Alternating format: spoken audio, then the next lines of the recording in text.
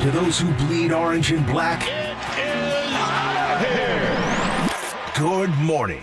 This is Murph and Marcus. Brian Murphy and Marcus the Waterboy Boucher. Streaming live at twitch.tv/the sports leader. What is this, 2025? You're making us work 5 days? Come on, man. Thought we had an agreement. Thought we were working on 2-day work weeks, man.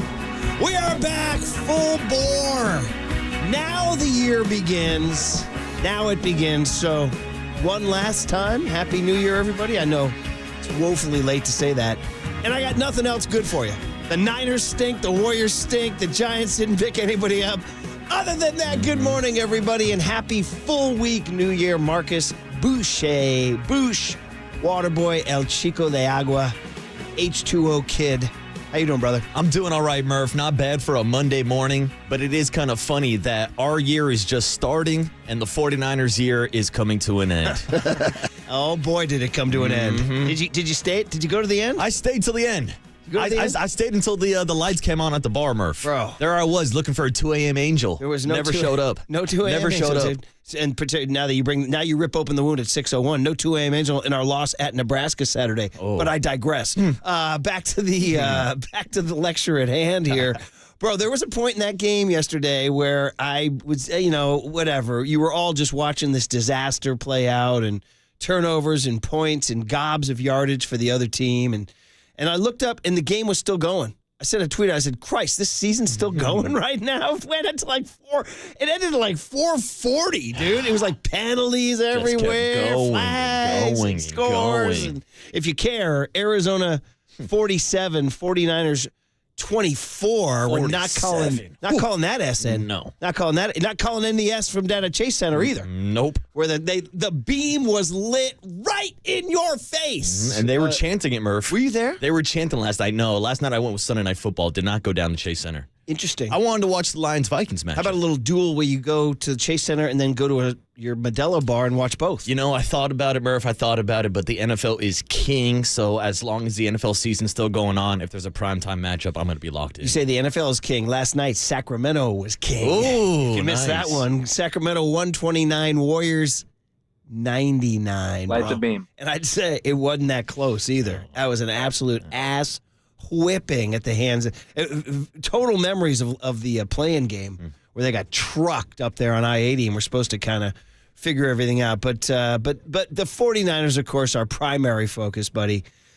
Just a capper of I'm just an absolute. Do you remember? I was going over some of the stories today. Do you remember they were 4-4 going into the break, and McCaffrey was coming back? Seems like such a long time ago. And it was supposed to be, and good old John Lynch, bless his heart, was saying, yeah, we're getting some, it's like getting trades. We're getting Yetur Gross-Matos back. I believe he was on the list of assets that was returning. The reinforcements, Murph. Christian McCaffrey, and then, of course, here we are. 6-11. The 11th pick in the draft is all yours. Let the speculation begin, Marcus. I mean, I probably shouldn't be laughing, but I will because I'm a Raiders fan. But I just had like a realization like this past week, and I'm like, wait, the Niners only won 2 more games than the Raiders this year? Woo.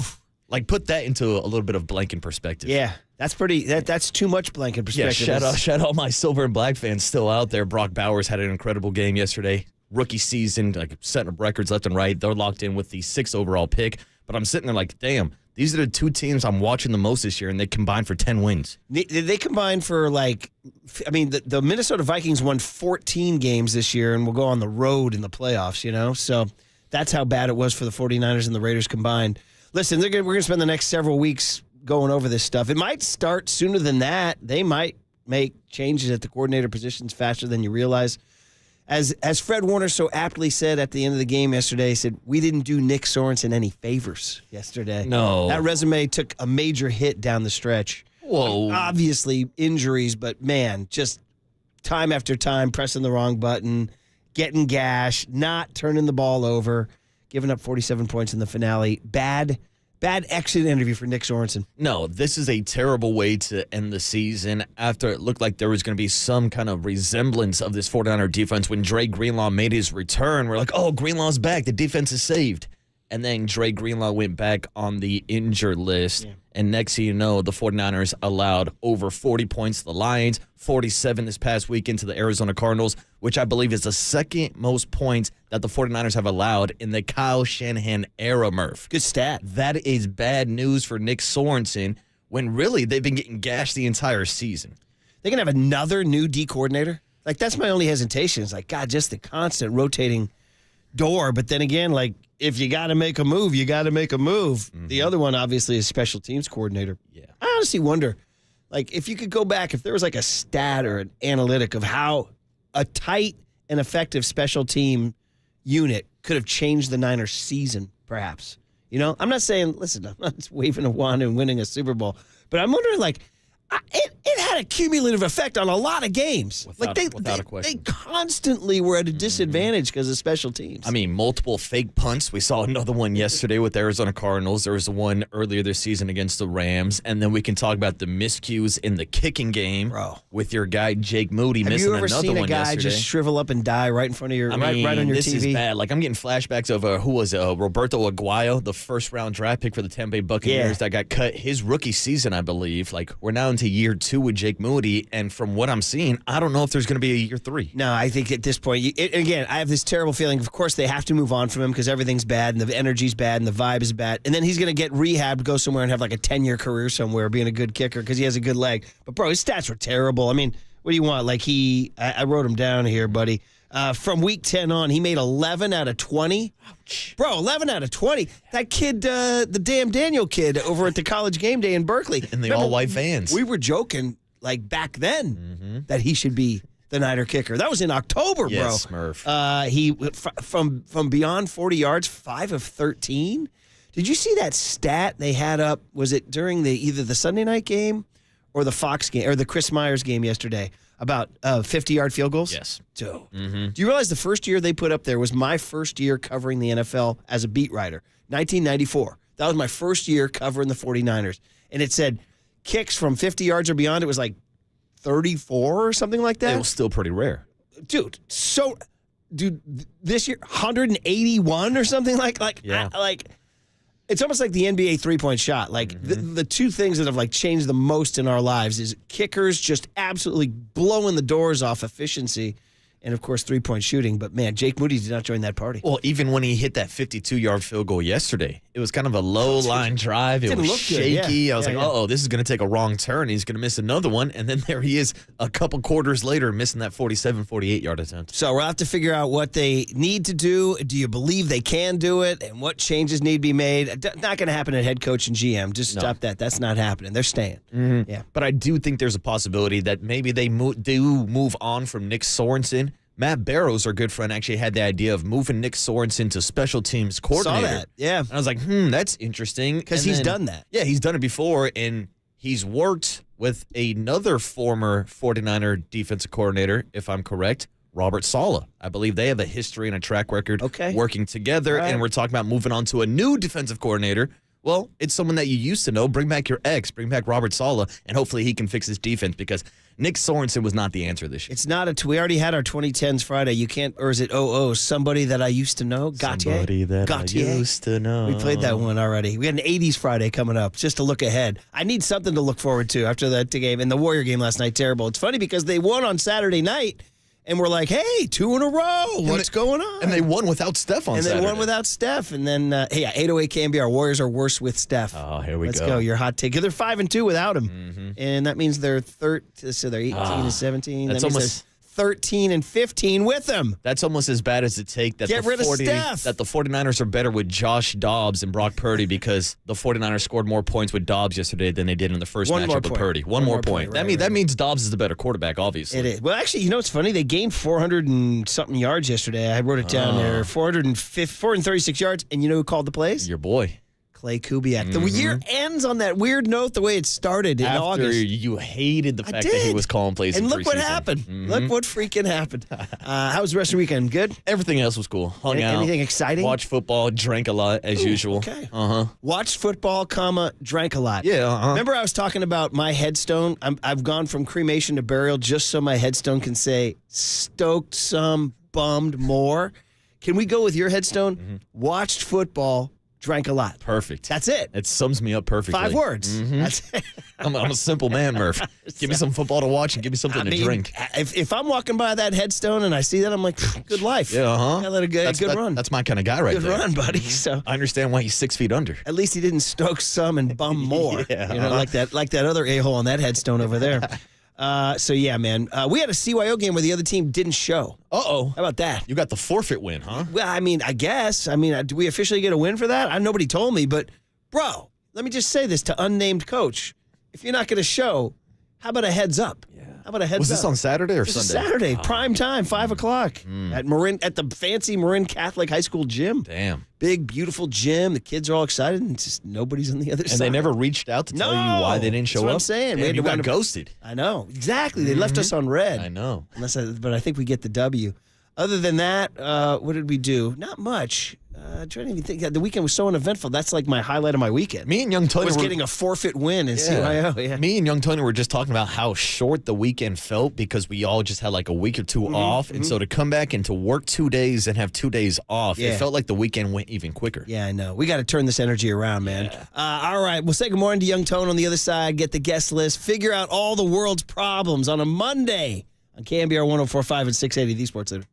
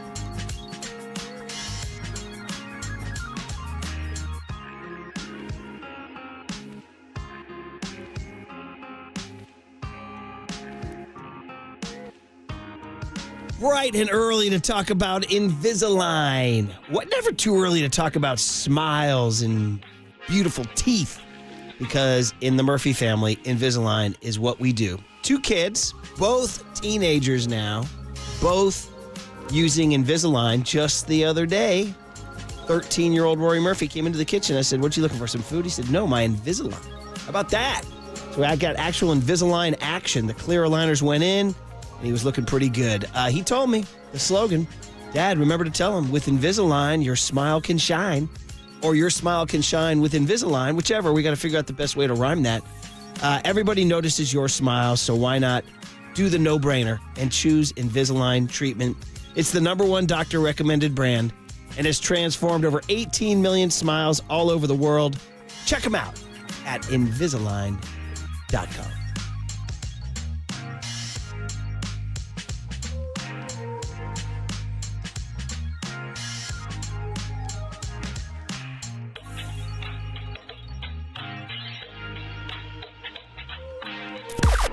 Now, from the O'Donnell Financial Group Sports Desk. Learn more at odfigroup.com. O'Donnell Financial Group, because planning is a process, not a product. Good morning. We have another new contest, and it is today only. We are giving away 2 tickets to see the San Jose Earthquakes match up against Lionel Messi and Inter Miami at PayPal Park on May 14th, 2025. So how do you win this contest? You got to stay tuned. We are going to give these tickets away in the 7 a.m. hour this morning. We're going to reward those early bird listeners.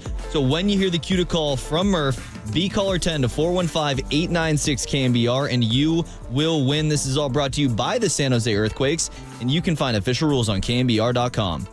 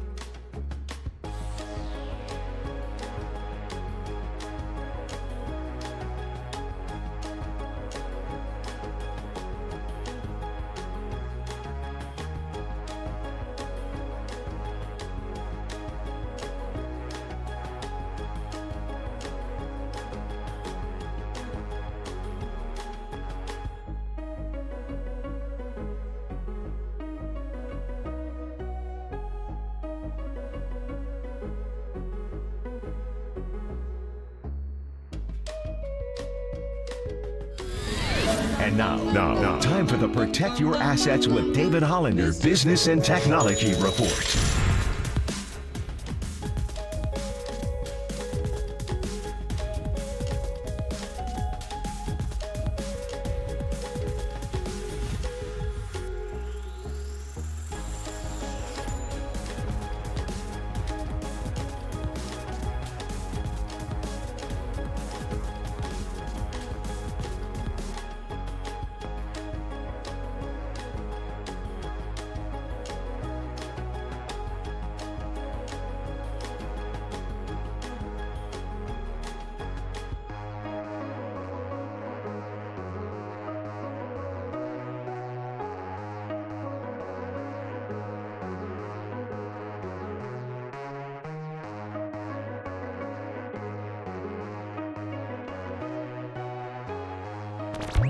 Faithful Murph and Marcus keep your morning moving. Streaming live at twitch.tv/thesportsleader. Dobbs quarterback sneak.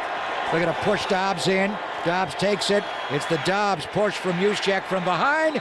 And he should be in this time, isn't he? Yep, touchdown. Touchdown! Dobbs, plenty of time, throws. It is caught for a touchdown by Ricky Pearsall. Back in Arizona. Touchdown! Dobbs with a boot roll now. Going to throw back left, and he throws deep. Wide open! Kyle Juszczyk diving for the end zone. Touchdown! Niners end the year 6-11. And on the road 2-6. They end the year with 4 straight losses and 1-7.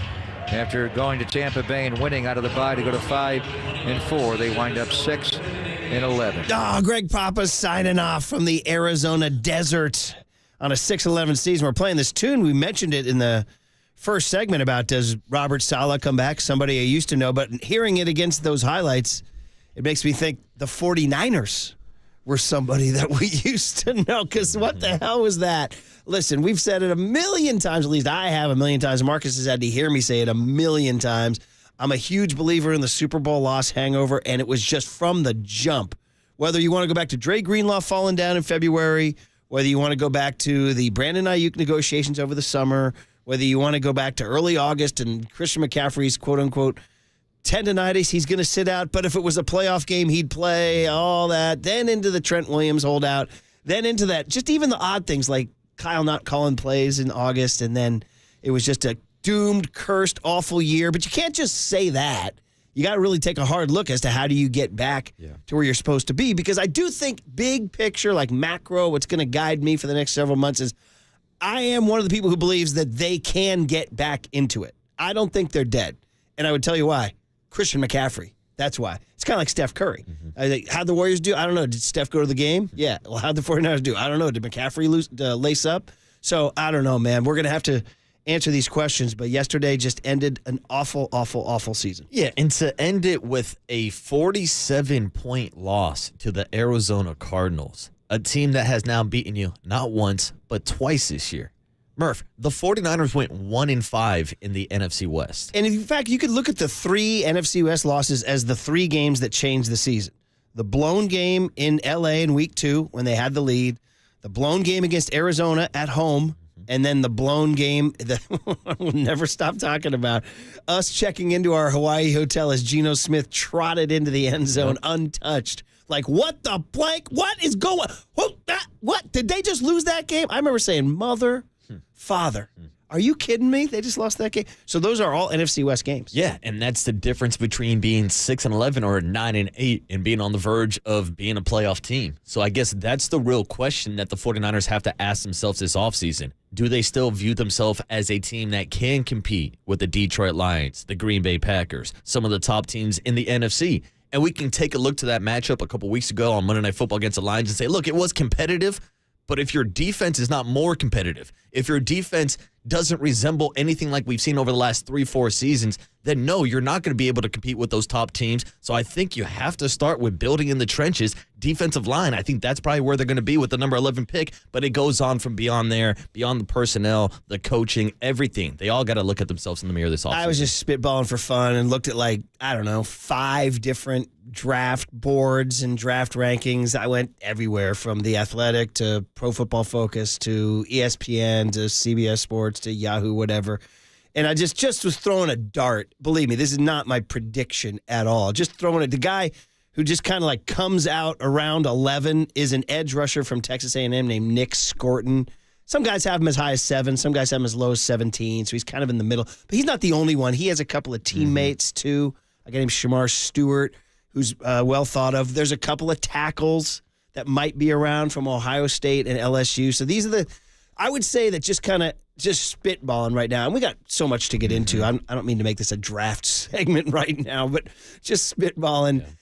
It looks like there will be either a tackle or a D lineman available at that spot. I don't know, but it doesn't really look like any of the draft boards have any interior lineman ranked that high, like a center or a guard, like what's his face, the guy with the Colts, Nelson, who I'm forgetting his first name. Thank you, Quentin Nelson, or Raganow, or any of these guys like who can be just anchors in the middle of your line. I mean, maybe you can find one of those guys in the second or third. I don't know, but.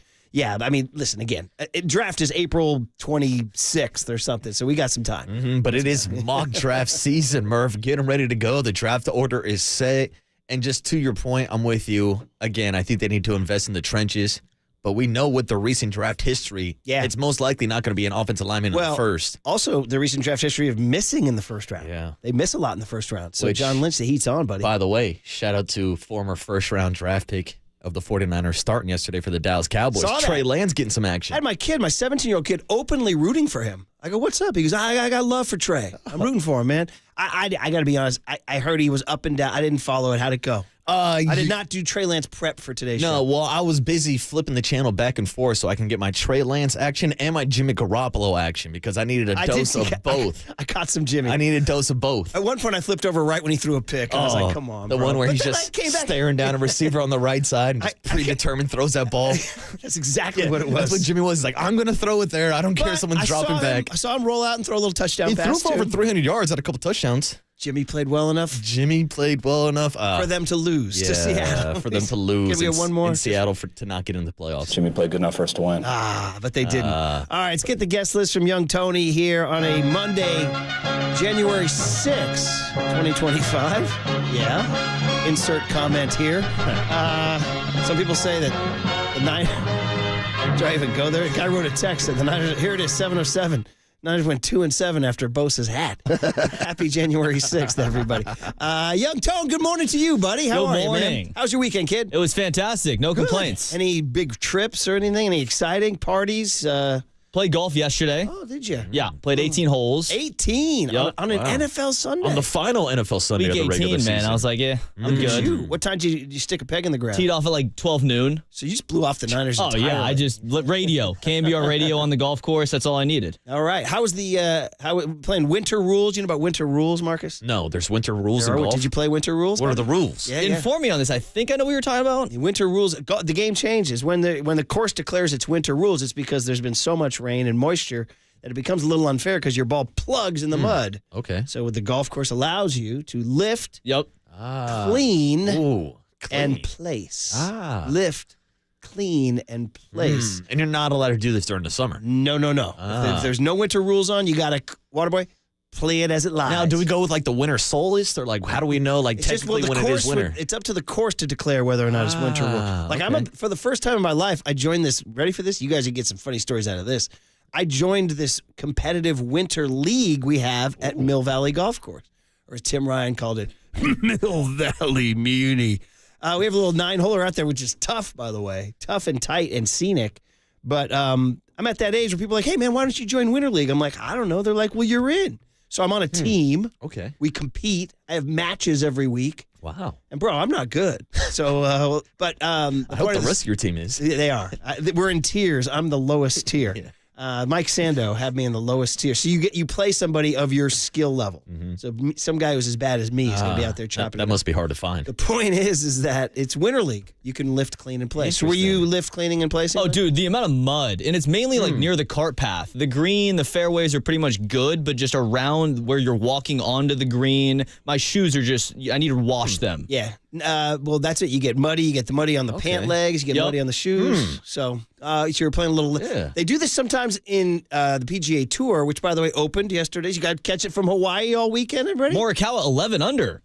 No, Hideki Matsuyama, 35 No, but he had under. an 11 under round. I know, but a lot of guys did that. The guys Still impressive, dude. I know, but the Cal guy, come on. It's Kapalua. Bro, he didn't win. Matsuyama set a record 35 under. You should be shouting him out. Yeah, come on, Tony. Particularly because I picked him in our pool, so I'm in first place after week one. Good pick, Merc. The point is that it was scenic as heck. But they have played lift, clean, and place on the PGA Tour on rainy California winter stops, and people get mad. They call it lift, clean, and cheat. Ooh. Because golfers will put it in a little spot that's a little better. You're telling Improve me the lie. golfers will cheat?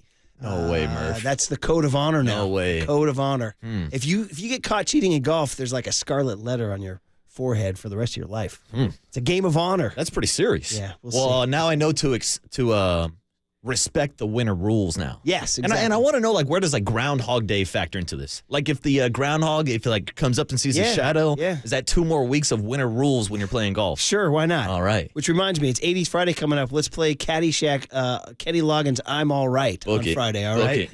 Speaking of Gophers. And all right, kid, what do we got today? All right, coming up at 6:50, if you miss anything over the weekend, we have your hums and bums. The big hit is going to be at 7:50. That is our last hit with Tim Ryan of the season. Cooler content is going to be at 8:30. And then to recap the 49er season, we will talk to David Lombardi at 9:30. Well, recap and look ahead, too, so what's going on. But first, a recap before we get there, because the one story that was the feel-good story yesterday turned into the feel-bad story. Next on the Sports Leader. Feels great, baby.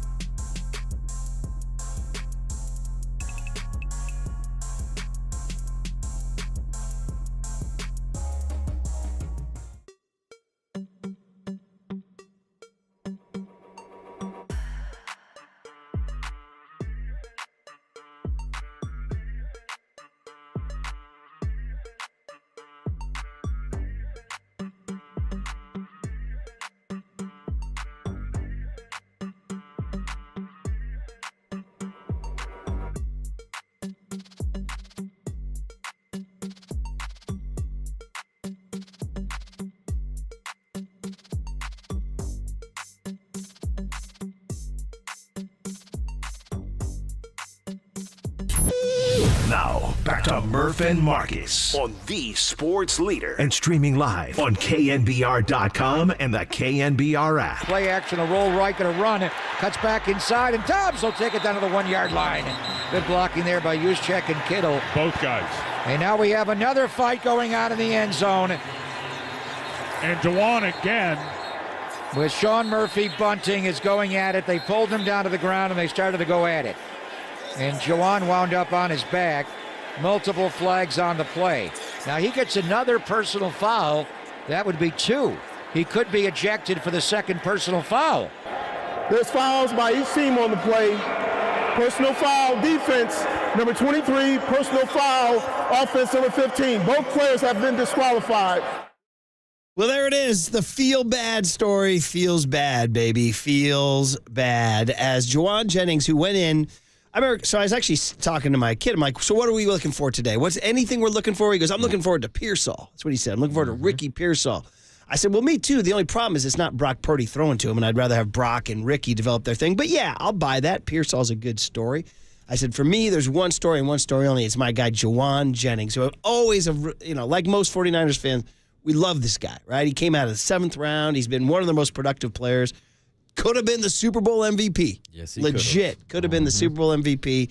And then just had this fantastic year this year. Ayuk goes down, and Debo isn't as effective, and all of a sudden Jennings just emerges as this dude. I mean, hell, even when Ayuk was healthy, Juwan Jennings was the number 1 wide receiver on this team. 3rd and Juwan, all those clutch routes. And then, of course, all the famous blocks, right? The no block, no rock king, right?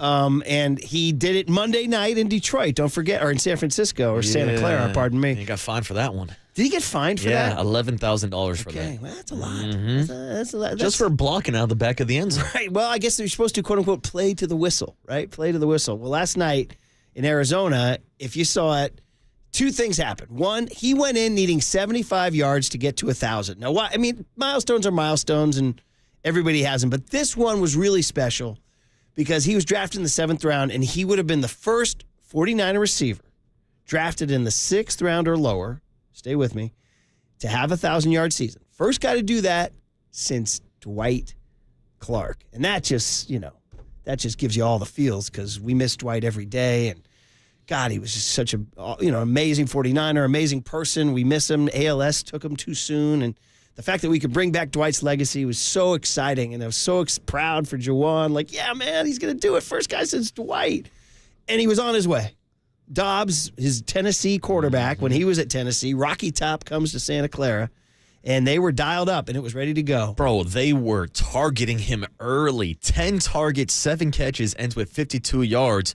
But yeah, from the first play of the game, it was a mission from Kyle Shanahan, or should I say Clint Kubiak, to get Juwan Jennings the ball yesterday. It was Clay, right? Clay, excuse me. Yeah, no, don't confuse your K Kubiak. I know, right? I was thinking about the New Orleans Saints. That's right. But what happens is the play where Juwan Jennings does his thing and blocks deep into the play, past the whistle, maybe, I don't know. A DB gets upset. They fight each other, offsetting penalties. Well, guess what happens on the very next play? Same thing. This time, Sean Murphy Bunting, the DB, engages with him. And I think what happened is they clipped a ref.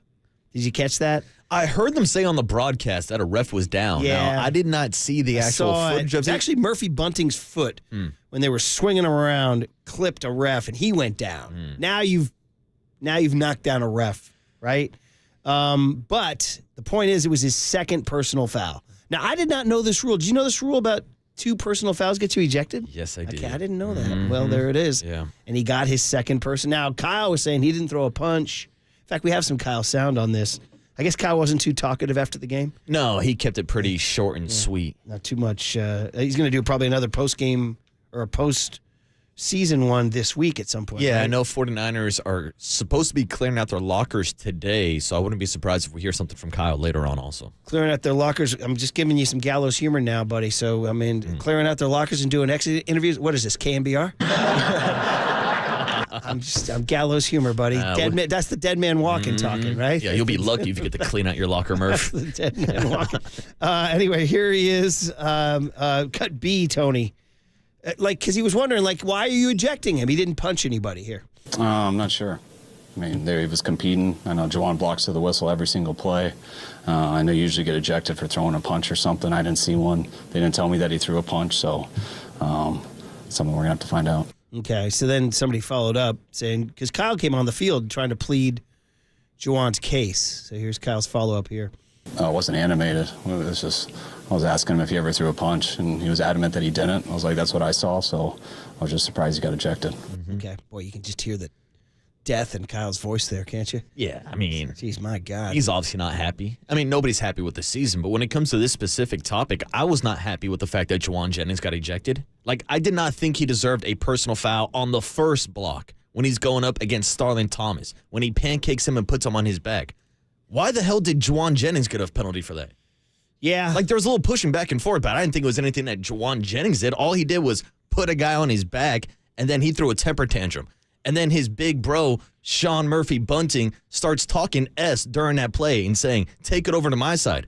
Well, guess what? Juwan Jennings on the very next play lines up on that side, does the same thing, does a little fake route, puts Bunting on his back, and next thing you know, he's throwing a temper tantrum. I understand the personal fouls there, but I didn't think that Juwan Jennings deserved 2 on back-to-back plays, and I thought that game got taken out of his hands. So here's some of the Google descriptions of this. A personal foul occurs when a player aggressively behaves against the opposing team. Did he aggressively behave against the opposing team? Such as through blocking aggressive? Exactly. Such as through unsportsmanlike conduct. It was not unsportsmanlike. Unnecessary roughness or targeting. Here's the line that's going to get him, though. Other actions that can result in an ejection from an NFL game, including a punch. There was no punch, right? I didn't see a punch. A kick or contact with an official. Now, it was Murphy Bunting's foot who got him, so I guess it was back-to-back, man. But anyway, Josh Dobbs was asked about it after. And Dobbs, by the way, did a lot of good things. And you know, probably one of the most legit questions to come out of yesterday's game was, why was Dobbs not the quarterback in Green Bay? Good question. That's on Kyle. Kyle missed on that one, man. That's just a whiff by Kyle. Also, by the way, Clay Kubiak ran the ball more than Kyle does. I want to go back and look at the exact stats. Patrick Taylor Jr. over 100 yards. 17 totes. Wow. 109 yards. And so, you know, don't be afraid to use a guy. By the way, shout out Isaac Guerrero. Another unbelievable running back injury there. It's such a bummer. Yeah, but they still, that's 19 rushes that they called, and they didn't have the ball that much in that game. But Josh Dobbs, his Tennessee teammate Juwan Jennings on watching it, trying to get his teammate the record and then seeing him get ejected. Yeah, I thought it was very frustrating, without a doubt. I mean, Juwan's being Juwan, quite frankly, and if you look back at those 2 plays, like, their guy's taking off his helmet and Juwan gets a flag, no clue how that happens.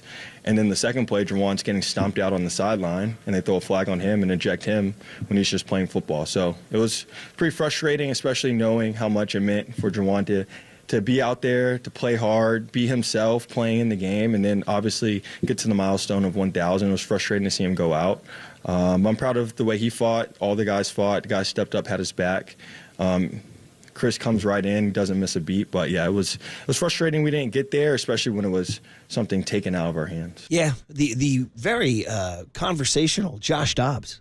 Guy's a good talker. Smart man. Yeah, when he scored the touchdown and Ricky Pearsall was doing that leaping dance, was it Chris Myers speculated that they were doing the Pastronaut? I think so. Okay. They were doing like man on the moon with no gravity, right. kind of bouncing around. There it is. Is that what I heard? Did Greg Papa make a call on that or no? Ooh, I'm not sure if he included it on his call. It was a hell of a touchdown celebration. And shout out Ricky Pearsall, who also got into the end zone and had quite the creative celebration with a fake wound to his chest. Is that what he did? It looked like it, all right? Like, someone correct me if I'm wrong, but he definitely put his hand over his chest. Yeah. And then started to hit like the gritty or started hitting some dance. To tell you the truth, I was concerned. It looked like he was hurt, I thought. But, okay. So that's what he did. Huh? I wonder if it's like that meme where like there's an old man and he goes, call an ambulance. And then he turns around and says, not for me. And he's like finger pointing at somebody. Or is it that? Okay, yeah, that's a good one too.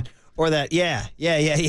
Well, okay, so thanks for explaining that to me. But yeah, Ricky Pearsall finished the season strong. Yeah, and it was great for him to end the season on a high note. Obviously had a great game last week against the Detroit Lions, but for everything that guy went through and then to end the season in Arizona, they said he had nearly 100 members of friends and family at the game yesterday. So yeah, it was a great way to end it for Ricky. Yeah, for sure. I'm excited. Listen, Ladd McConkey outperformed him this year. He didn't get shot and miss his first 6 weeks. And early on, there were some indications that Ricky was going to be maybe too small or not get open or whatever. But then the last 3 weeks, they worked to get him the ball, and he started to turn into a little bit of a dude.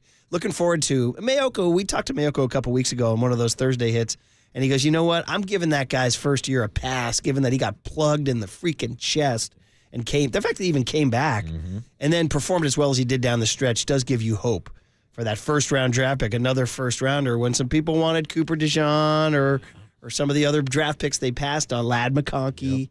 Yep. But there was at least a pretty good glimmer. The Niners have had some flops in some draft picks recently, but he was part of their best, probably John Lynch's best draft class. I mean, that's kind of the crazy thing to me is when we're talking about this team taking such a step back this year, but you look at the rookie draft class, and it's one of the best that John has had over the last 4, 5, 6, 7 years. And he's got the 11th pick this year, and we'll see what he does with it. So, all right, hey, lots of things to get to here. Matt Mayoko joining Dirty Work with Copes and Depop at 4:50. And then listen to this. Today only, this is pretty big, giving away 2 tickets to see the San Jose Earthquakes against Lionel Messi and Inter Miami at PayPal Park on May 14. All right, on May 14. So Lionel Messi tickets. By the way, did you see he got the Presidential Medal of Freedom over the weekend? You see this, by the way? You read this? Said couldn't go, scheduling conflicts. Bro, come on, bro. It's the Presidential Medal of Freedom. What the hell, dude? What could be on your schedule? What was he doing? Was he going to Topgolf? What was he doing? He's got to go play the LA Galaxy? I don't know. What are we doing here, Messi? Unbelievable, man. We're giving it to some guy from Argentina. Yeah, what the hell does he even do to get it? Second of all, he's like, I can't make it. Sorry. Come on. How about that? So anyway, we're giving away 2. Hopefully he'll show up. By the way, it was the weekend of no-shows. It was Messi no-showed the White House, and the team we played in CYO no-showed us, dude. So, yeah, also the 49ers didn't show up yesterday. Oh, man. Juwan Jennings showed up. So anyway, stay tuned through the 7 a.m. hour to win 2 tickets to see Messi at PayPal Park. And then the other thing is we're giving away 2 tickets all week long for an evening with Kruk and Kipe, an SF Sketchfest tribute. So I guess they're just probably just do like a conversation, just a conversation at the Sidney Goldstein Theater on May 15th. So we got your May all booked out. Stay tuned through the 9 a.m. hour. So 2 tickets for the Kruk and Kipe evening and 2 tickets for Lionel Messi at PayPal Park. All right, it's at that time now to start the new year, our first one of 2025. Hum babies and bum babies. Some things may change. The calendar may change. Hums and bums stays the same. Next on KNBR 104.5 and 680, the Sports Leader. From the Chilton Auto Body Traffic Desk.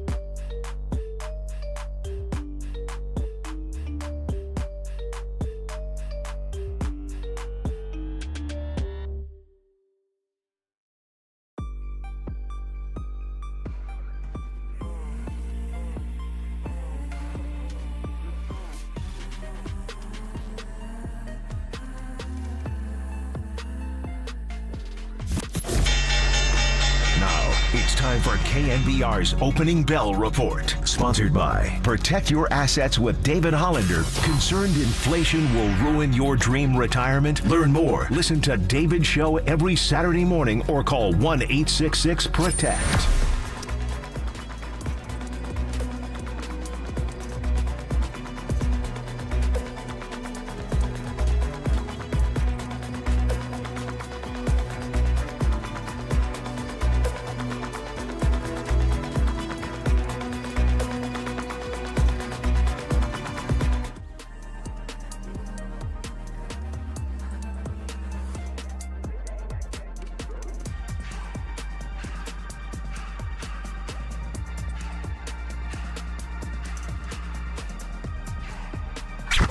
What do you want?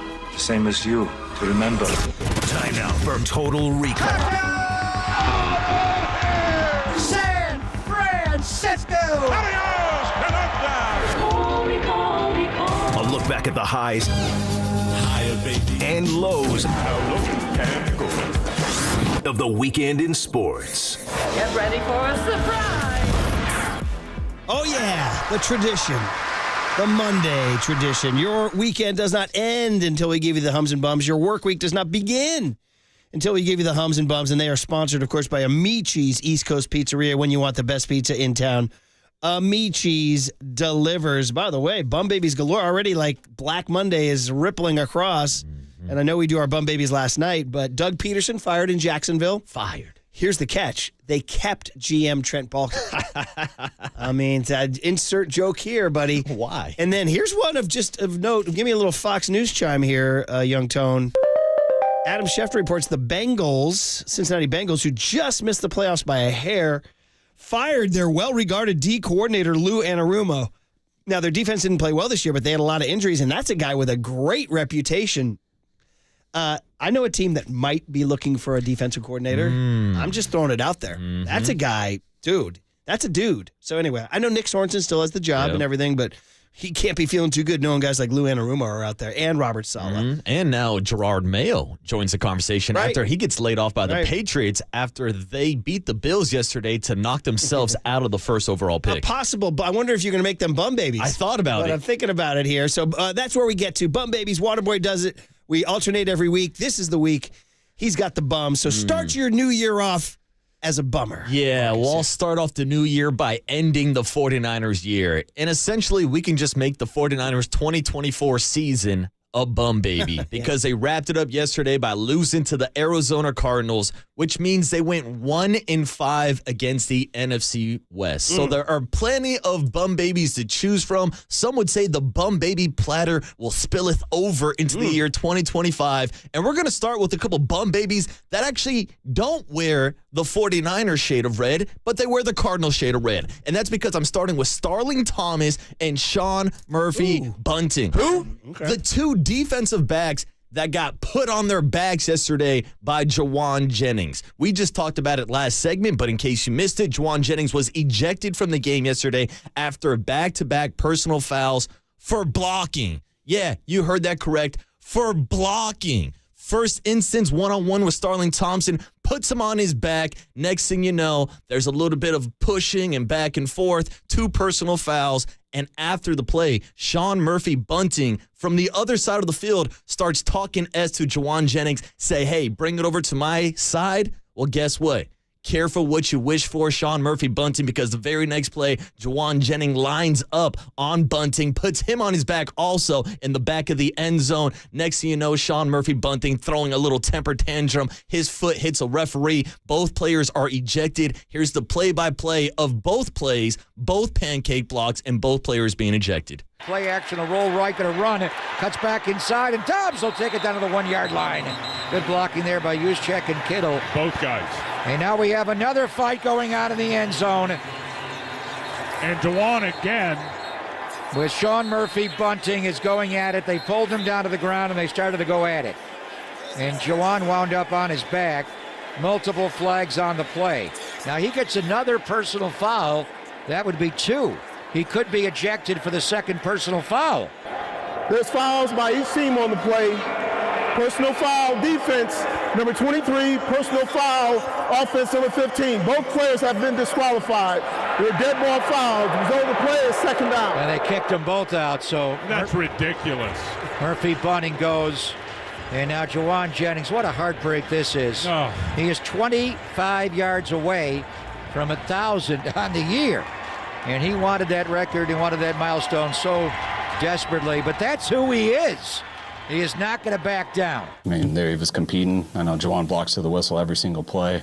I know you usually get ejected for throwing a punch or something. I didn't see one. They didn't tell me that he threw a punch, so something we're going to have to find out. It wasn't animated. It was just, I was asking him if he ever threw a punch, and he was adamant that he didn't. I was like, that's what I saw, so I was just surprised he got ejected. Any regrets about what happened out there? No. Other than, 25 yards, humans make mistakes. They threw me out. I think it was a mistake. Humans make those, so no regrets. Kyle Shanahan and Juwan Jennings discussing the altercation on the field that led to Juwan Jennings being ejected 25 yards short of hitting that milestone of 1,000 yards. Murph, this was essentially a case where Starling Thompson got beat up and then called up his big brother, Sean Murphy Bunting, to come save him at the park, and then he got his ass kicked too. Juwan Jennings back-to-back pancake blocks, but he misses out on the big incentives. Let me say tell you things. Two things. One, you're listening to KNBR AM and KNBR FM San Francisco, the sports leader, a Cumulus media station. Let me just play devil's advocate. If you're those DBs, what should you do? Not get blocked, not get put on your back. So shouldn't you at some point try to stand up for yourself?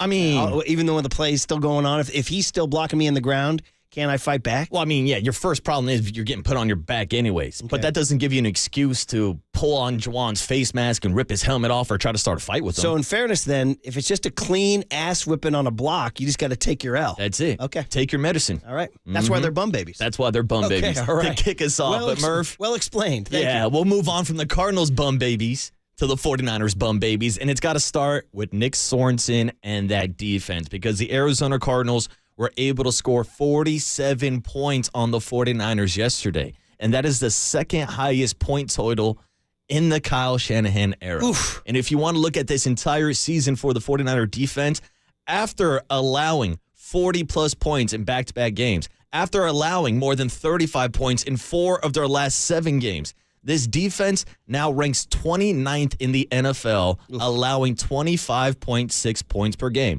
Once again, the second worst mark of Kyle Shanahan's career, going back to 2018 when that defense allowed 27.2 points per game. So it has not been a good year for this 49er defense, and not a good first year for Nick Sorensen calling plays at the NFL level, and that's why this 49er defense and Nick Sorensen are bum baby number 2. Trey McBride goes in motion, followed by Fred Warner with a matchup there. Murray looking end zone, goes for McBride, caught!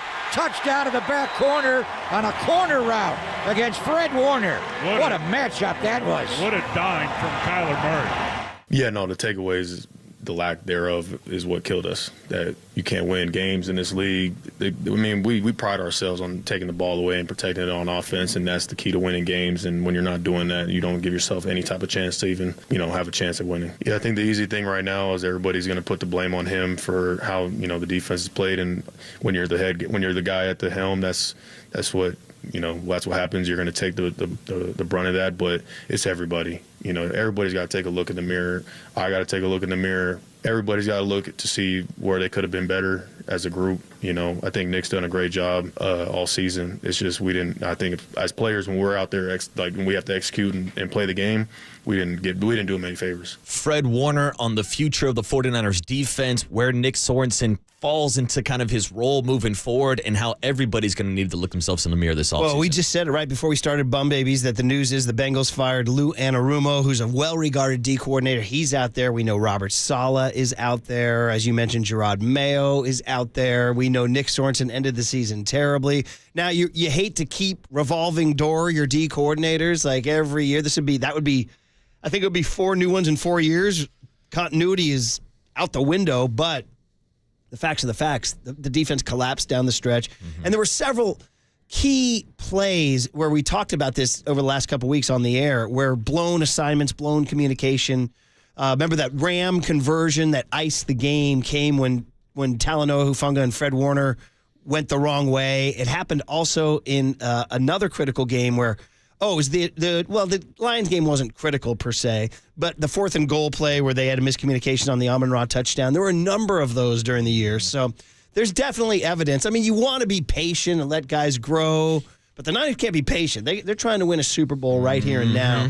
I would say it's not looking good for him. No, so I would say stay tuned to KNBR, the sports leader, for all your information. As we mentioned earlier, 49ers expected to clear out their lockers today. We'll see if there's any news or any coaching changes coming soon involving Nick Sorensen or maybe involving our third and final bum baby. We're going Brian Schneider. And we're moving from the defense to the special team unit. And this has been one of the worst special team unit all season long. And we've seen plenty of fake punts this season. Well, guess what? You got one more for the road yesterday from the Arizona Cardinals. DJ Dow was running 20 yards up the middle, picking up a first down on 4th down. But that's just the start of the special team problems for the 49ers because number one on that list is their former 3rd-round pick, Jake Moody, who used to be called Jake the Make, but now Who called him Jake the Make? I think Papa called him Jake the Make a couple of times. But hey. They loved him at Michigan. I got nephews at Michigan, and they freaking love. They have his jersey. They're like, "You're gonna love this guy." Like, I mean, really? our boy Young Tony had him on his top 5 favorite players under 25 years old. Young Murph. Tone, hop on the mic. Is that a true story? Yeah, damn right.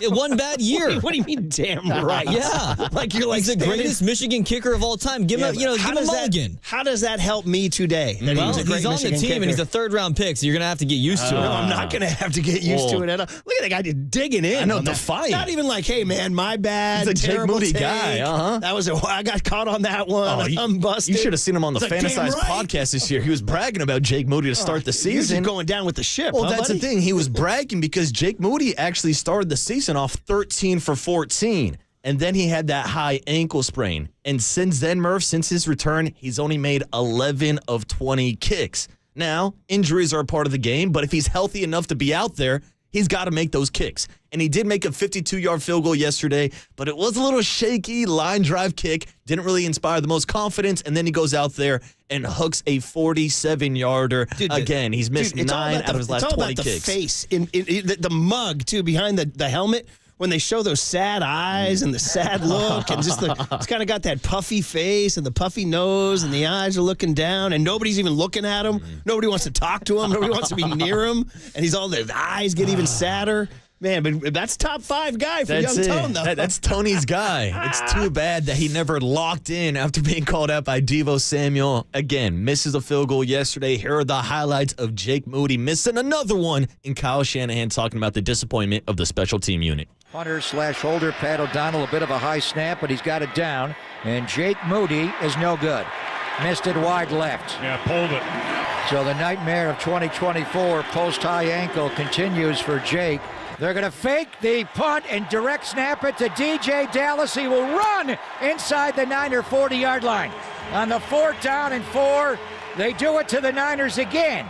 And this is DJ Dallas, the former Seattle Seahawk. No, I just talk to them, see what they want to say to me. I'll tell them how I felt about them. It's not something that you sit and plan out. You've been working to finish the season up, and you give the guys a chance to talk tomorrow. But, I mean, when you sit and you talk to 100 people in one day, I also don't plan on that being the final deal.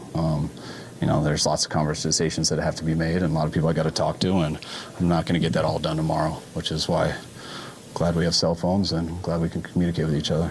Kyle Shanahan after the game yesterday discussing the process moving forward, talking to players and talking to coaches about what their future looks like with the 49ers. I'm sure there's going to be plenty of discussions about Nick Sorensen and Brian Schneider moving forward. Yeah, man. Easy bum baby. They're so who technically is the bum baby Brian Schneider, Jake Moody, or both? D, all the above. Okay, special teams unit, Murph. Not very special. Okay, special teams unit. All right. And the other ones were, my friend? Nick Sorensen and the 49er defense. I'm just kind of lumping everybody together with the 49ers for the bum baby performance, but I did make sure to make those 2 DBs, Sean Murphy Bunting, and whatever the hell that other DB's name is from the Arizona Cardinals, as 2 of our bum babies. All right. Well, listen, there you go. Well done. And boy, Jake Moody, I just don't think you'll see him anymore. I just don't. And I wonder what will happen in his career going forward. But that's not my concern now, because it's time to shine a light on the winners, the hum babies. For every loser, there's a winner. For every rain cloud, there's a ray of sunshine. And, oh, by the way, none of them here in the Bay Area. We're going national for these.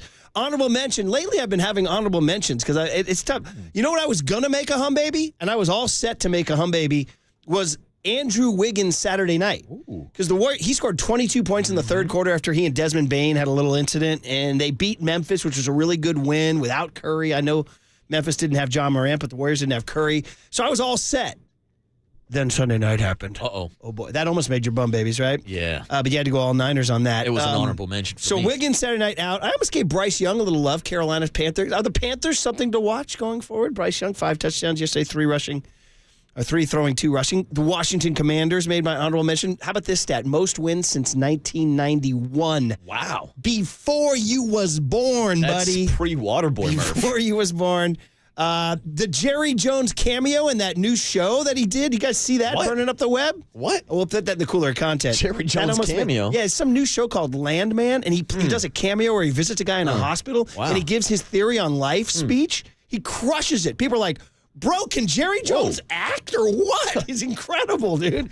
And then, of course, the Light the Beam crowd almost made it too.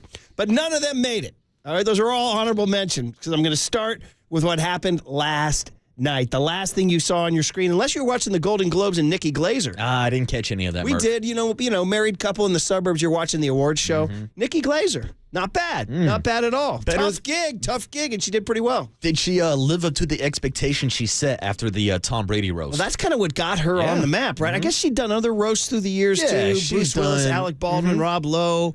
I guess she's been selling out big stadiums on her comedy tour and all that. She did pretty darn good, I thought. She did pretty darn good, but the rest of the show was kind of all the things that won awards are things nobody watches. It's like, wait, nobody. What is this? Yeah, why is there an award for that? I don't even know these guys are winning awards. I'm like, who are you and what are you doing? But anyway, the point was Nikki Glazer was pretty good. Seth Rogen was very funny too, and I'm not usually a huge Seth Rogen guy. Interesting. I'm mid on Seth. I'm like not a hater. It's kind of like the Sandlot of comedians for me. You know come what I mean? on. Like he's fine. He's Sounds good. like you're taking a shot. No, are you a Rogen guy? No, I'm down with Seth Rogen. Oh, you've for been sure. on Rogen. Yeah, Sandler was there last night, and she involved him in a bit, and he did pretty good. Shyamalan, what up? Well, that was her. No, Sandler. Oh, yeah, but wasn't it Sandler She did see. saying what's up to Shyamalan? She saw I the saw bit. that one clip on Twitter, yeah. She was saying Timothy Chalamet, which we always say his name wrong because Rappaport did. Shyamalan, what up? She was saying, Chalamet, that sounds like something Adam Sandler would say in a song. And she started going, Timothy Chalamet. She was doing her Sandler. Yeah. It was pretty funny. She's like, am I right, Adam? And then he yelled from the crowd, Chalamet. It was pretty good. It's pretty good. So anyway, if you were watching that, you didn't see my hum baby number 1. The Detroit freaking Lions nailing down the 1 seed and doing it in style by destroying the Minnesota Vikings 31-9 in front of a raucous crowd at Ford Field, leading to a raucous postgame celebration with Dan Campbell. And listen, it's the team that I think everybody thought all year was playing the best and then had all those injuries on defense, and the Eagles made a little run. And the Lions just said, no more of that BS. We are going in as the number 1 seed. We have a bye. We have home field for 2 weeks. All they need are 2 home wins. And perhaps the most surprising thing about this hum baby is that their maligned and injured defense was the star of the night. Defense coordinator Aaron Glenn, I was listening to so many different defensive minds that are smarter than me discuss all the multiple coverages he threw at Sam Darnold. So many different looks, so many pressures, so many zone man combos, so many man. Darnold was a mess. It was back to being confused Sam Darnold. Yeah. He couldn't do anything, 18 of 41. Ready for this? They held the Vikings to 0 for 4 in the red zone. 0 for 4 in the red zone, which is crazy. I thought, by the way, early on, 7-0, I thought O'Connell should have taken the 3 in a big game like that, and he went for it, and they didn't make it, and the snowball started. I was like, bro, you should have taken your 3, bro. This whole freaking era, we're so smart, we got to go for a 4th. Idiot. Get your 3, calm the waters. 7-3 ball game, big game, everything's chill. Instead, you don't convert, and now the Lions start kicking your ass. You don't gamble against Dan Campbell, Murph. Right. And then the other story was Jahmyr Gibbs, who's just, Saquon Barkley was the dude. Well, guess what? Right behind Jahmyr Gibbs, who scored more touchdowns than anybody in the NFL this year. I think I saw that stat. Damn. Am I right about that? And that's even with David Montgomery taking away all those red zone carries. 139 yards, 3 rushing touchdowns, caught 1, scored 4 touchdowns. The Lions staying at home in crazy Ford Field. And as I said to our guy Cleo, who runs the front desk overnight That's my dude, Cleo. Great guy. Just what a rock of this place. I go, how was your weekend, Cleo? He goes, watched a lot of football, man. I go, what? I said, Cleo, you and I are about the same age, man. We've never seen the Detroit Lions in the Super Bowl. He goes, you're right about that. Yeah. I said, that might happen, Cleo. That might happen, buddy. Detroit Lions, hum baby number 1. Handoff Gibbs, bouncing it outside the left hash. Gibbs inside the 10, down to the 5, into the end zone. Touchdown Lions. Gibbs has done it again. Handoff Gibbs, running left, cuts it up, lowers his shoulder, powering his way to the 1, gets a shove. He's into the end zone. Touchdown Lions. 4th touchdown tonight for Jahmyr Gibbs. Darnold will drop down to a knee, and that's it. The Detroit Lions have won the NFC North. They are the top seed in the NFC playoffs for the first time in Lions history. You guys look like you remember who the you are. Yeah, that was awesome. That's a hell of a win, guys. All I can think about is, man, we've been forced in this stuff now. This has been 3 years in the making. Some of it 4. Like, that just doesn't happen. You got to work through it, grind through it, and go through the downs to get to the ups of where we're at. That was unbelievable, man. Division winners, back-to-back seasons, and the #1 seed.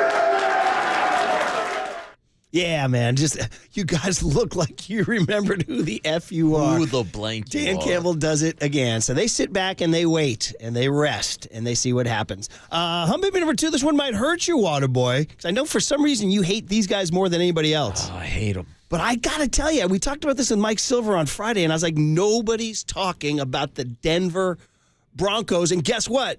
They're in the playoffs. They had to beat the Kansas City Chiefs yesterday, and they did. Now comes the big, giant asterisk. The Chiefs played nobody. And actually, the Chiefs had statistically one of the worst games in the NFL in the last 40 years. You see that? No. In terms of yardage, punts, first downs. Like, their effort was so terrible.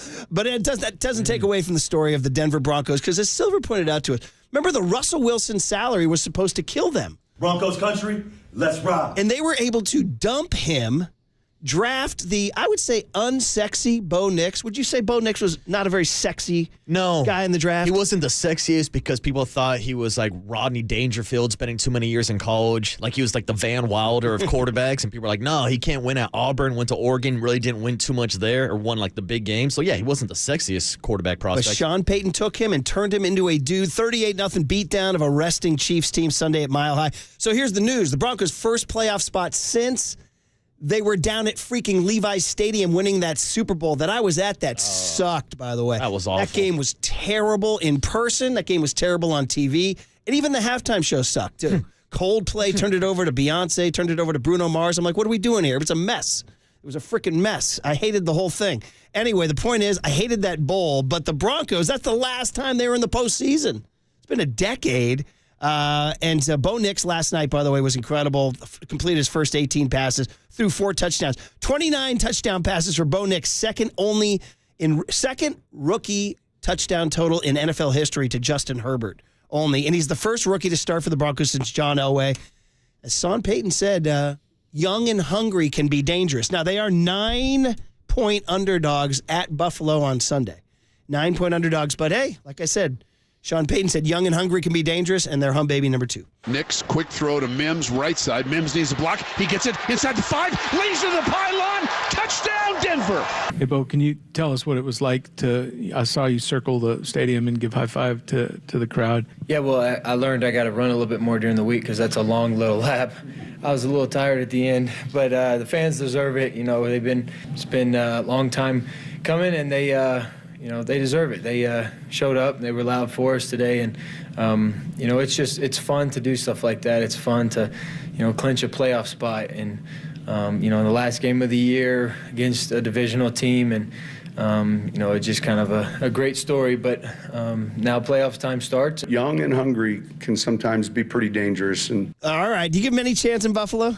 No, I'm taking the Bills in that game. Yeah. Well, we'll see. Well, with 9? Stay tuned for Brian and Bobby's Best Bets. Yeah, we Friday. will. But anyway, I wanted to give them a shout out. I thought Sean Payton was a weird hire. I thought Bo Nix was a weird draft pick, and guess what? Scoreboard. They're going to the playoffs, yeah.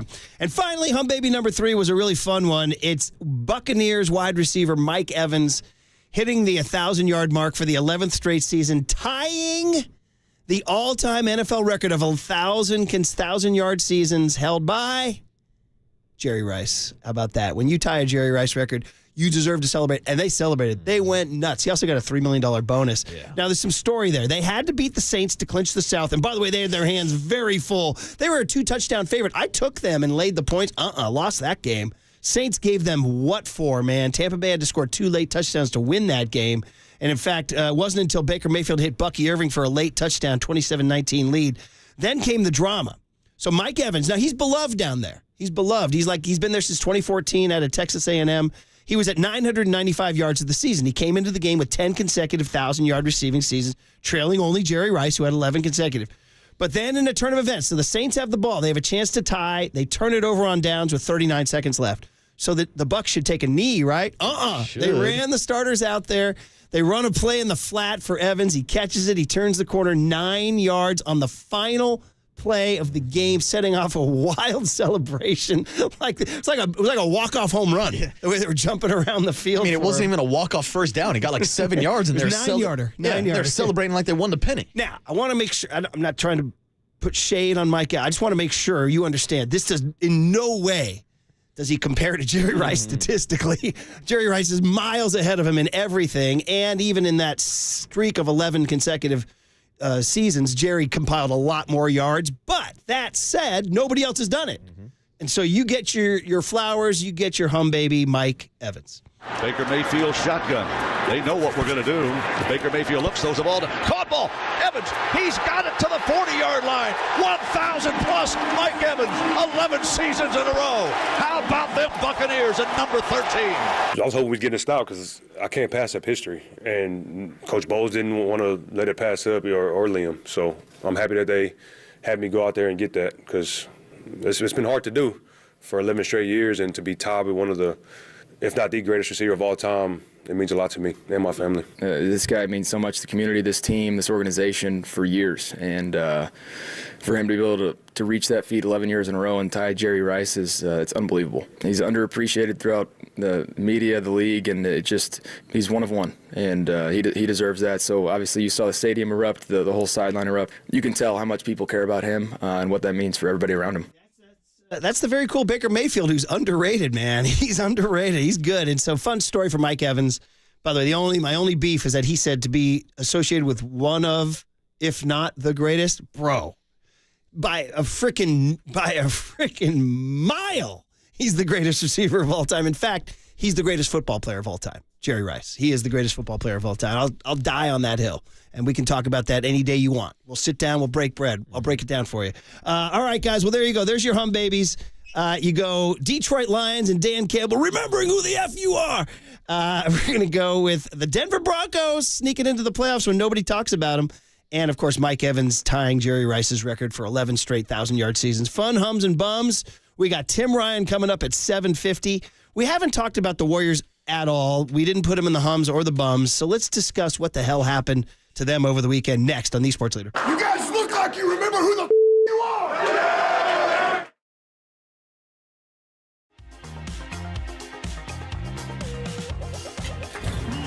From the Chilton Auto Body Traffic Desk.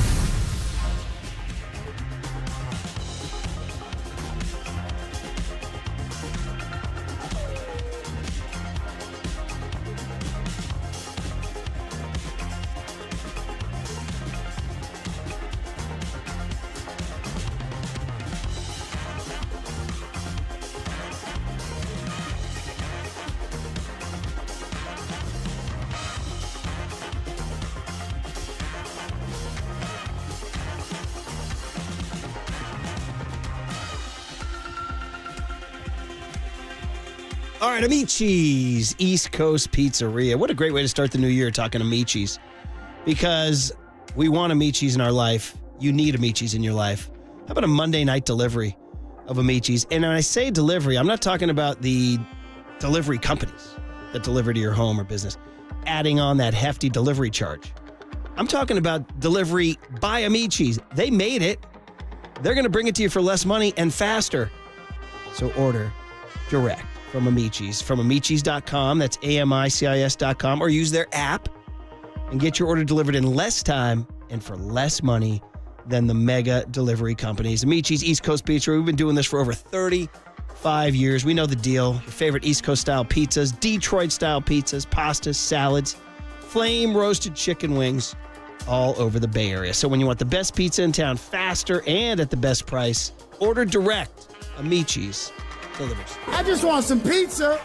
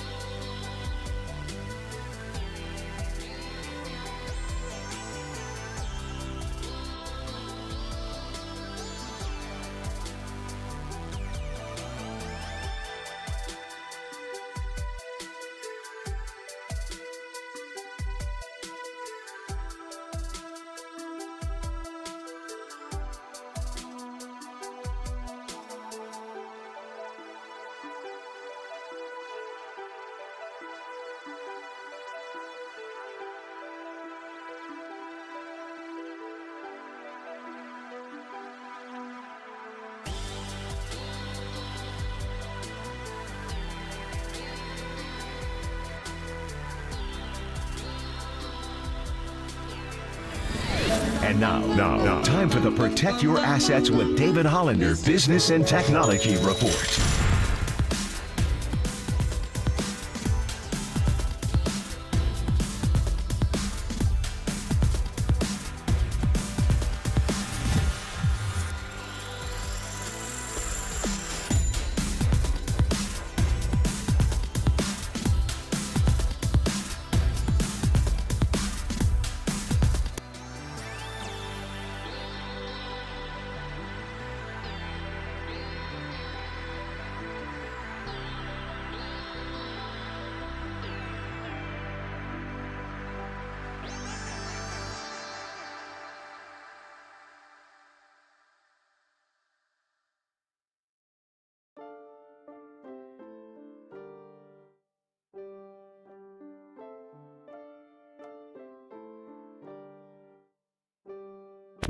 Dub Nation, Murph and Marcus keep rolling on the sports leader and streaming live on YouTube at KNBR 1045. Show and go, and then the dunk. So the Kings are in domination mode right now. You got to quell this momentum somehow. Sabonis. They're going knockout blow right now, up 23. It's a 24-5 run. There's the free run. They are making everything. It will be the worst home loss of the year in terms of Cleveland, and now this game on this homestand. The Warriors have had 2 blowouts in this building. And so for Sacramento, they won 4 in a row. The Warriors unable to build on their winning ways. All right. All our group up there in the 916 and 209. I get it. You guys are having fun, man. They were chirping last night. Light the beam. Chirping on social media if you were on there, man. It was like a freaking playoff game the way they were like, oh, Warriors, taste this. So I was like, all right. And they were chanting Light the Beam at Chase Center. Light the beam. Last night. So, guess what? You guys get to strut today. You guys get to strut because you absolutely destroyed the Warriors last night. By the way, we were all saying the Mike Brown firing, how stupid it was. All of a sudden, they won 4 in a row. Yeah, I still think it's stupid. I know. I don't know. But the point is that it looked a little too much like the April play-in game where the Warriors got absolutely trucked by the Sacramento Kings, who looked younger and more athletic. Now, the Kings have had their problems. Now they've won 4 in a row. They're at 17 and 19. Let's just do a little bit. Obviously, today's a heavy 49er day, and we'll get back into it next segment and with Tim Ryan at 7:50 and David Lombardi at 9:30. But, a lot happened since we signed off because the Warriors beat the Memphis Grizzlies on Saturday without Curry. And the Grizzlies are really good. Like, they're playing really good ball this year. Now, they didn't have Ja Morant, but the Warriors didn't have Curry, so that kind of balances out. And then the big thing that happens in that game is Jonathan Kuminga goes down in a heap on a classic landing on the ankle wrong, sprains it badly. And he has to leave the game. I guess Desmond Bane did a little chest bump with Wiggins at some point, apparently woke up Wiggins. Wiggins scored 22 in the third quarter. My guy Kyle Anderson, slow-mo, got out there. Always the heady, smart guy I want out there. They win the game, and I'm feeling Warriors just won 2 in a row. They beat the Sixers. They beat Memphis. Schroeder's playing better. Kuminga was playing better. And then after the game, we find out, number one, the injury's bad for Kuminga, and he's going to be out for a while. In fact, they say minimum 3 weeks or like 11 games. Yeah, that's what I'm seeing. And here we are, dude. We're a month away from the trade deadline. Yep. This is like literally nut-cutting time for Mike Dunleavy. Like, what is this team? Who are we? Then they turn around and welcome in the Kings without Kuminga and get freaking blown out. Also, the Sacramento Kings without De'Aaron Fox last night. Right, without De'Aaron Fox, right. But it didn't matter because they had Malik Monk, who Malik Monk, he looked like an NBA All-Star last night. And Sabonis did too. God, Sabonis with that face too. God, that mug. And so they listen, they got everything they wanted. The Warriors looked overwhelmed, and now you're back to being discouraged, right? Yes, absolutely. After feeling like Saturday, if we were doing this show Saturday night, like Dubs OT with JD, you're like, hey, maybe things are starting to come together a little bit. I know. You start thinking about the Warriors maybe turning things around, about how they shot the lights out against the Philadelphia 76ers, and it kind of made us forget about the month of basketball where they were the worst shooting team in the NBA. And we're like, all right, well, Steph Curry's back. He can save this team. No, yesterday, Steph Curry still had a good performance. Like, even in that first half, Steph Curry started the game in the first half 4 for 5 from three-point range. He was hitting his shots. He just wasn't getting help anywhere else, Murph. And that's because Jonathan Kuminga's out. I know he's been coming off the bench playing with that second unit, but offensively, defensively, they look bad. And yeah, it's a huge issue that Jonathan Kuminga went down with that injury, because now we're talking about this 3-week window to maximize his trade value. Who knows whether or not they'll be able to flip him now and if they can get the full value that they were looking for. Yeah, so I don't know. I mean, now they play Miami tomorrow night, which is a whole nother story. Jimmy Butler, which got shot down by Anthony Slater and Sam Amick and Marcus Thompson in The Athletic over the weekend, and then Tim Kawakami backed it up in the SF Standard, saying that it sounded like Butler was the wrong fit at the wrong time.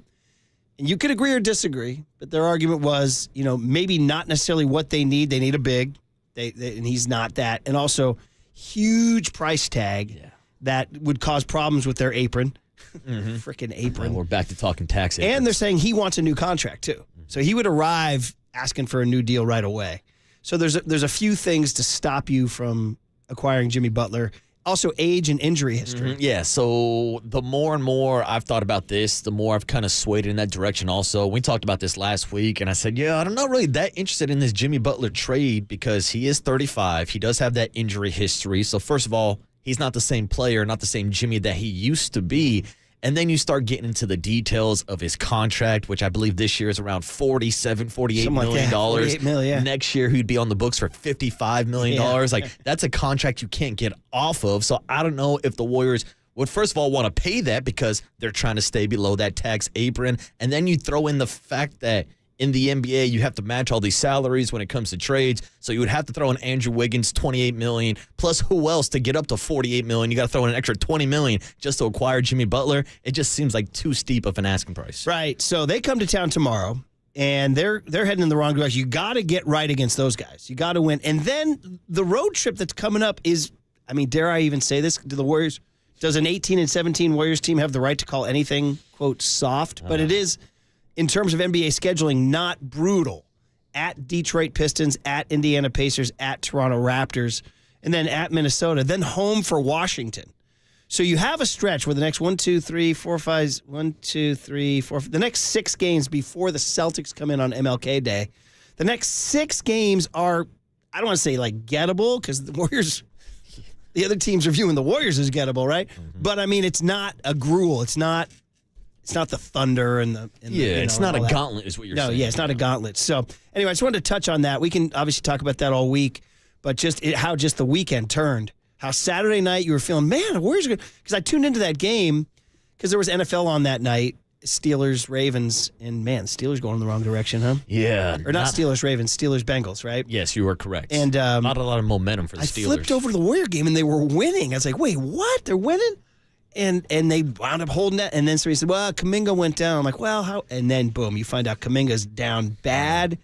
And then they lay that egg against the Kings. So, all right, 916ers and 209ers and all you people, enjoy your morning. Light the beam. This is your strut day. Enjoy your beam. Day. All right. Light the beam. All right, we got Tim Ryan at 750 on KNBR 104.5 and 680, the Sports Leader. How did kids say we're very mid right now?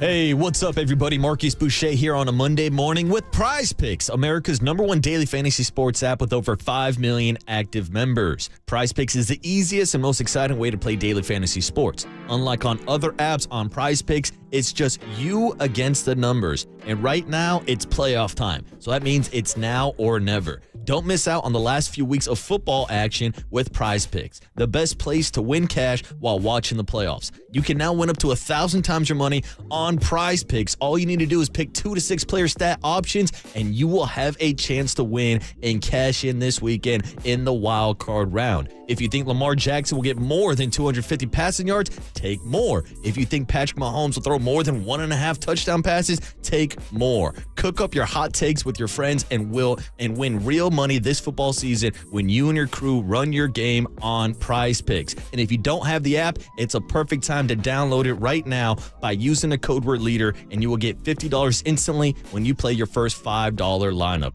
That's right. Use code LEADER on Prize Picks to get $50 instantly when you play your first $5 lineup. You don't even need to have a winning lineup to receive the $50 bonus. It's guaranteed, and it's only on Prize Picks. Run your game.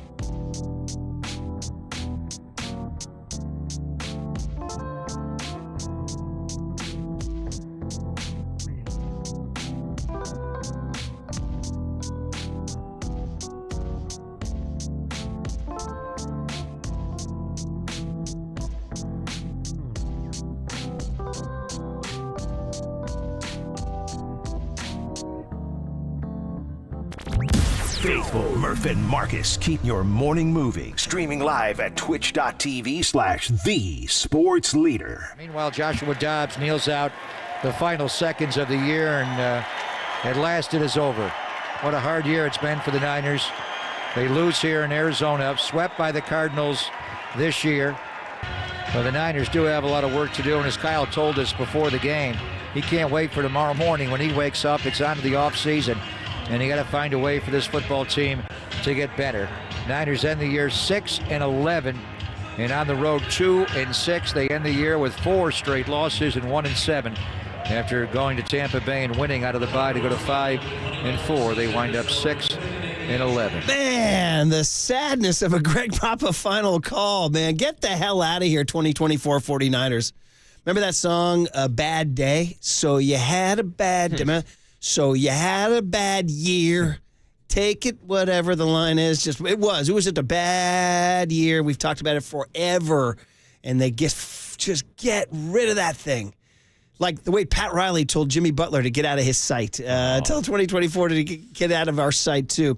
All stuff we're going to talk about with Tim Ryan at 7:50. But good morning, everybody. Brian Murphy, Marcus Boucher, young Tony Farias back there, and, of course, John Joe Curley. We're doing we've reluctantly agreed to work a full week this year. So welcome back, everyone. We're all in the same damn boat, except for my kids, whose one kid's middle school doesn't start till tomorrow. Why? Like they got today. Dude, and ready for this? The high school kid, they don't start till Wednesday. What? Yeah. Why? Exactly. Dude. There's not like a holiday or anything today, is there? Because you know why? They're freaking soft. That's why. They're soft. And if you give them a little grief about trying to play harder defense, hey, toughen up. All right, buddy? S-O-F-T, soft. You know what? Yesterday was Robert Duvall's birthday, 94 years old. You know Bob Duvall, young Tony? Absolutely. What was it, the cow story going down the hill? What was the, I can't remember the movie. Very good, Yeah, buddy. Colors. Let's go. Wow. Impressive. Listen, he's everybody's favorite consigliere, Tom Hagen, and in my favorite movie of all time, The Great Santini, puts a little foot up the rear end of his kids. Like, hey, toughen up, Buttercup. That's kind of me out there. These kids like, I don't want to go back to school. Roy was like, I can't believe I have to go back to school. I'm like, what do you mean? You have Monday off. Dude, you've been off for like a month already. Exactly. What do you mean don't want to go back to school? So anyway, I don't know how we got on that. But anyway, the point is that the 49ers are done with that stinking year, but we're not done giving away good things. And in fact, we promised it earlier in the show. We're going to deliver on it right now. 2 tickets to see the legendary, iconic, arguably the greatest footballer of all time, Lionel Messi, in the Bay Area, in San Jose, Inter Miami, San Jose Earthquakes. 2 tickets, May 14th at PayPal Park. The biggest schedule in Quakes history. It's our only pair to give away. All right? It's our only pair to give away against the icon, Lionel Messi, along with, by the way, Luis Suarez, too. The defending Supporters Shields winners. They make a rare trip to the Bay Area. You can get tickets at Ticketmaster.com, but we're going to give away a winner right now. Caller number 10, 415-896-KNBR. 2 tickets to see the Earthquakes take on Inter Miami at PayPal Park. Hopefully, by the way, you all will show up, unlike Lionel Messi, who got the Presidential Medal of Freedom and no-showed, by the way. No-showed. How do you no-show the Presidential Medal of Freedom? Ask Messi. He said he had a scheduling conflict. Was he going to go see a complete unknown matinee or something? I don't think he deserves a medal. I know. I'll say it. I would agree. They said it was because I was like, why are we giving the guy from Argentina the medal? They're like, because he came and lifted up the ML. I don't know. What the hell? Did David Beckham get one for playing for the Galaxy? Yeah, I think he might have. Did he really? He might have. Oh, man. I don't know. They're giving him out. You and I might get one. I hope so. You and I might get one, buddy. All right. Back to the Niners. What a terrible, terrible. It's just, in addition to losing 47-24, and you heard Greg Papa say 4 losses in a row and all that stuff.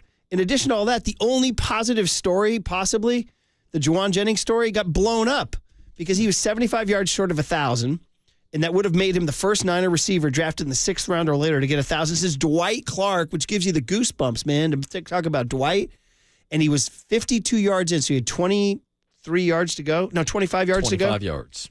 And he got ejected for blocking too hard and upsetting 2 DBs who made your bum baby list. I mean, you just went on this rant about how kids are soft these days. How about those soft-ass DBs for the Cardinals who are throwing temper tantrums because Juwan Jennings, a wide receiver, a former quarterback, is putting you on your back? Yeah, I mean, so you're just thinking you're at it. Like, I get it. Like, if I'm the Tampa Bay Buck D-back, I feel like I got to hit back at some point. Yeah, but there's 2 more quarters of football left. Can't just take your beating. Yeah, wait for Juwan Jennings to go over the middle and then clean his clock. Like, that's what you should do. That's how football is played. An eye for an eye. Don't sit there and, like, try to grab his face mask and rip his helmet off and try to start a brawl because you got blocked.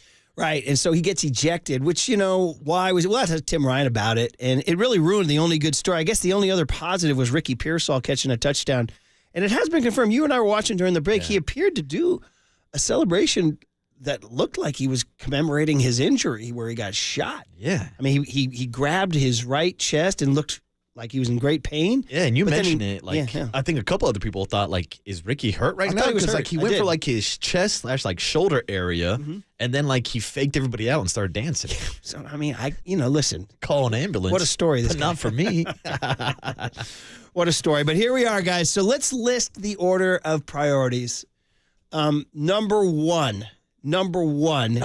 get healthy. Right, that's number one. So you're talking about Christian McCaffrey. Starts and ends with Christian McCaffrey. Does he come back fully healthy next year? Now, that's something, his history is injury prone. Yes. Right? So, I mean, we're just sort of counting on him to come back and be 2023 McCaffrey. Yes. And we don't know. No, and there's also the unknown about whether or not this bilateral Achilles tendonitis is going to go away this offseason. Like, to me, this is something that could linger. Hopefully not. Maybe he hops on a bird and goes back out to Germany and does some more kind of prevent measures, like, so that doesn't happen. But I will say, one good sign I saw last night in the Lions-Vikings game, Cam Akers ripped off a couple big runs. He's someone that tore an Achilles and made a comeback. So I know Christian McCaffrey's not at that point yet, but I still think there's some concern about how he fully recovers this offseason. So that's number one. Number two, Brandon Ayuk. Yes. Comes back. Now, Ayuk was around for the start of the season and was around for the blown game against the Rams and stuff. He got off to that slow start where we crushed him for it because that was a big part of the bummer summer was the Ayuk holdout. No doubt. So we're looking for none of that this coming year, right? None of those bummer summer things, none of those holdouts. Let's take care of the contracts early. Like, I don't want to get into a situation where we're talking about Brock Purdy potentially holding out because he's looking for a contract. So that's maybe, I said number one, get healthy. Somebody else could easily say, no, dude, number one's Brock Purdy. Yeah. And they can start right now. Today. And here's the bottom line, guys. You guys have to ask yourselves as 49er quarterbacks, as 49ers fans, do you want to give Brock Purdy a market-level deal? And are you willing to do? Are you willing to give him $60 million? I mean, that's the $60 million question. Now, Tim Ryan, who's coming on in our next segment, did he come on last week and say make him play out his contract? Now, Mike Silver brought up to us that if they do that, he might not report. Yeah. His agent might say, don't step on the field. I mean, that's a scary thing. That's what I just mentioned, whether or not he would hold out or not. Now, I wouldn't think that Brock Purdy would be the type of guy to hold out, but I didn't think that about Brandon Ayuk until last offseason happened. Like, Brandon Ayuk was never described as a diva wide receiver that would hold out or have a bad attitude. But once people start talking about money, people start acting differently. Hey, in all aspects of life. Shout out Gene Simmons. Yeah. Right? This person is a liar. What you have the Young Tone? What do you got? You got the Tim Ryan? Yeah. This was in the Power Hour with Papa and Silver last Wednesday or Thursday when they do this, and Tim Ryan addressed it. That is a big decision that I'm not so sure I'm with you on that one. Okay.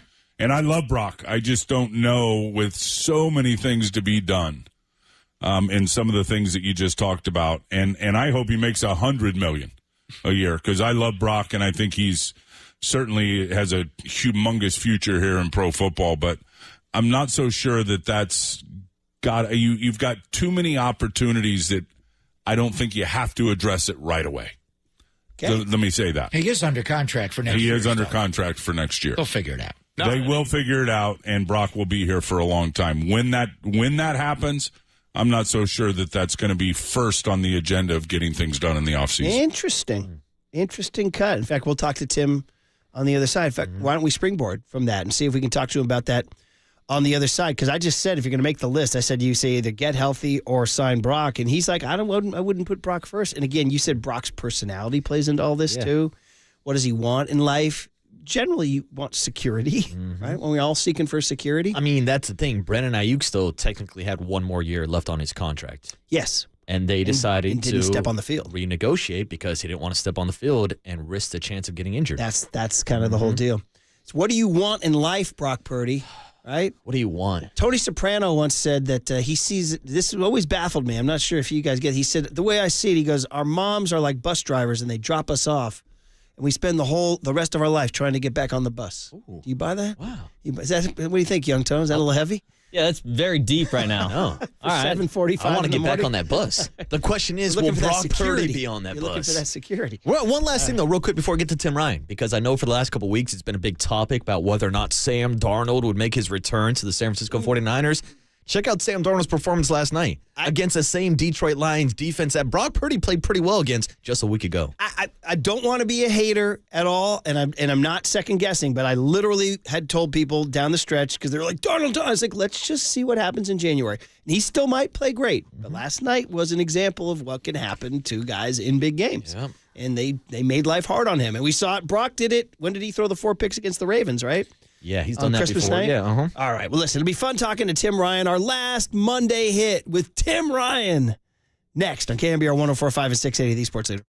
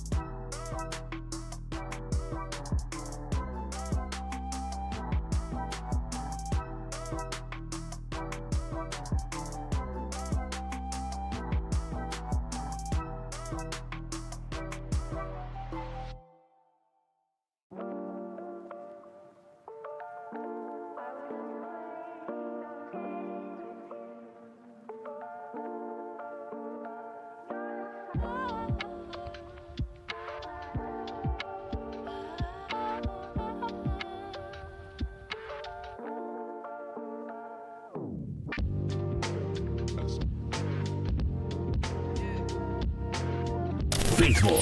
You need some syrup for that pancake.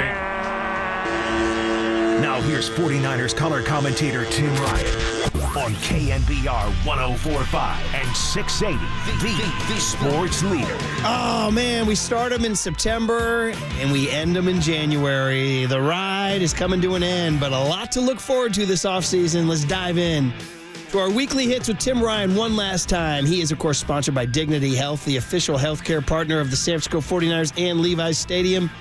Tim's also sponsored by Contra Costa County Office of the Sheriff. Apply for your new career in law enforcement at cocosheriff.org today. Tim, dude, good morning. What's up, Tim? What's up, my friends? How you guys doing? We're breaking it all down, dude. We have all the answers. We have all the answers. Yeah, I bet you do, especially Marcus. Listen, I gotta tell you guys something before we get started here. And I need you to listen, and I need you to listen good. Especially you, Marcus, because I've known you for a while, but not like Murph. Mm-hmm. All right, so I need you to listen up, bro. Okay? Damn, that was a rough year. Oh, I'm glad it's over. I'm glad it's over. Woo-hoo!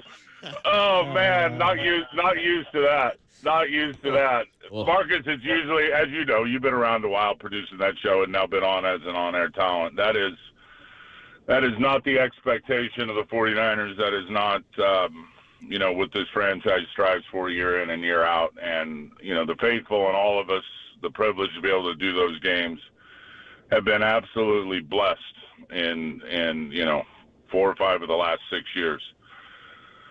This was a rough one, man. It was a rough one from start to finish with the contract holdouts. I don't want to be redundant. We all know with the tragedies beyond football, with all the injuries, with all the travel, with the Super Bowl hangover.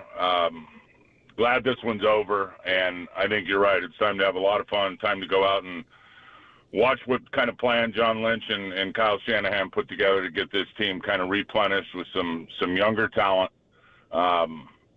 and get back to execution, which is the name of the game. That was a tough season, and last night or yesterday was just kind of a microcosm of how it all went. And I know a lot of guys didn't play. I know the teams beat to hell, but when you look early in that game, special teams have been a challenge all year.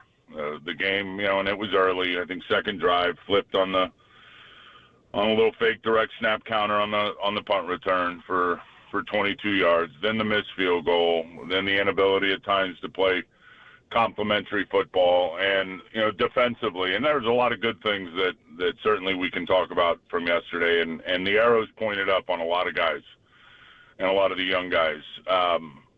In particular, picks 1 and 2, and from last year's draft, Ricky Pearsall and Renardo Green, both are going to have huge futures in pro football. But I had defensively 3 things I was hoping to see yesterday, and I was hoping the faithful could see, and that was put a plug in the leaky run defense, which has been a problem. I think the team's 25th in the last 4 or 5 games, maybe worse. It all starts with being able to defend the run. And they did a decent job throughout the game until the end. So that didn't happen. Wanted to see this defense get a takeaway. They haven't had an interception in 7 consecutive games, I don't think.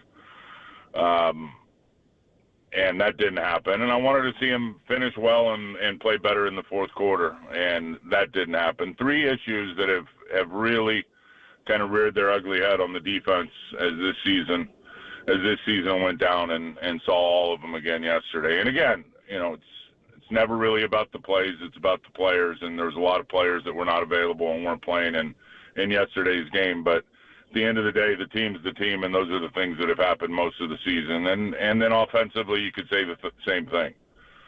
Was fired up for Patrick Taylor to be able to run the football, and ran it well, without question his best game. Turnovers late in games.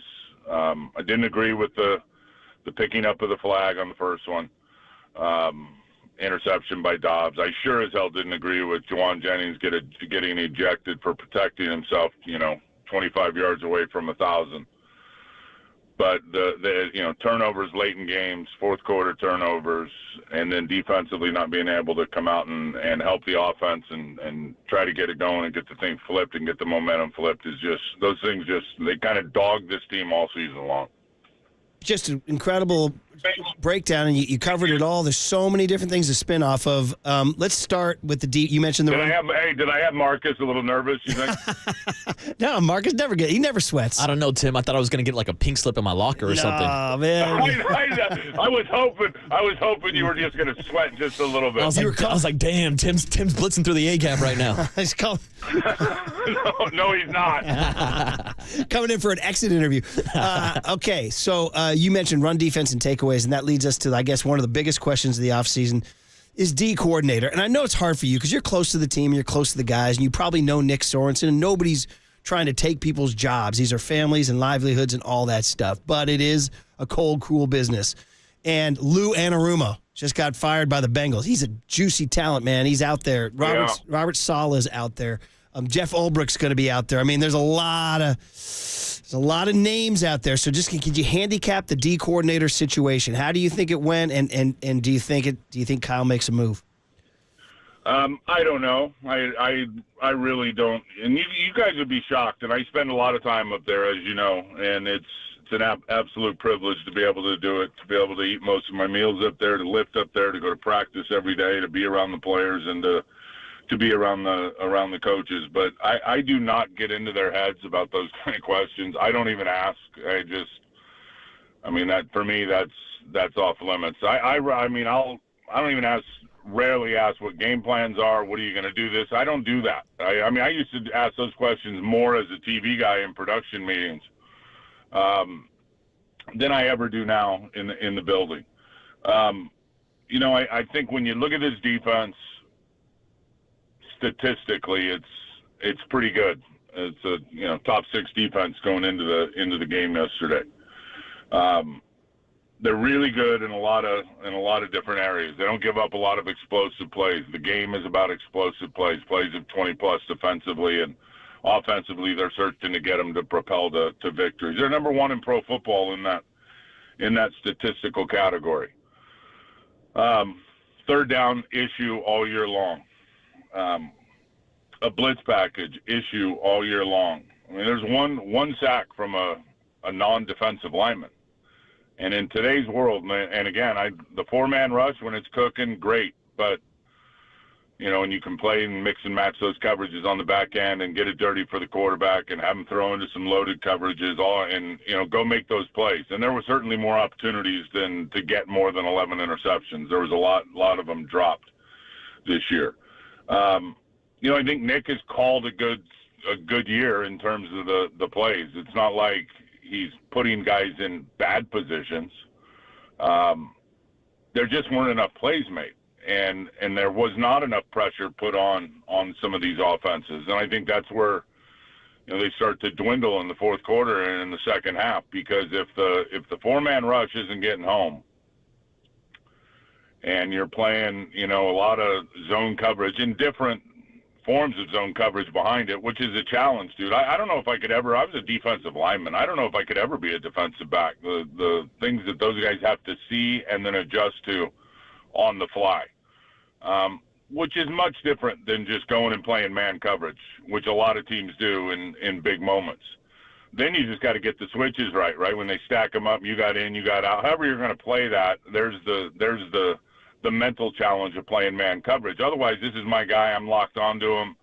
And you make the quarterback earn it. Make him make a great throw versus tight coverage. And if you're sending pressure with an extra rusher or 2 coming, and that part of the defense just never showed up from start to finish. I said it the other day, I thought when Wilkes got the job that, okay, here come some of these exotic blitz packages. The ability to play man coverage. Tarvarius Ward can get sticky and play man on people.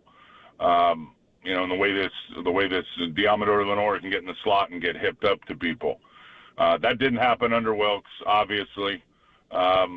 Then this year with Nick and Brandon Staley comes in. I said, man, there's going to be some exotics. Staley knows what he's doing. Nick, he's done it before. Nick understands how how to get these things dialed up. Malik Mustafa, I think, is going to be a great blitzer before it's all said and done. Okay, here we go. Never happened this year. I don't know why it didn't happen. I know they don't work on it enough. I think to be a great blitz team, to play some offense on defense, you got to do a lot of it, and you got to do a lot of it in practice, because it really is 5-6 guys working together, working in unison, setting it up for, clearing things out for the other guy that's wrapping underneath with some of the twist, or the ability to, sugar it and not give it away and disguise it and then come at the last second and you catch them by surprise and have free runners.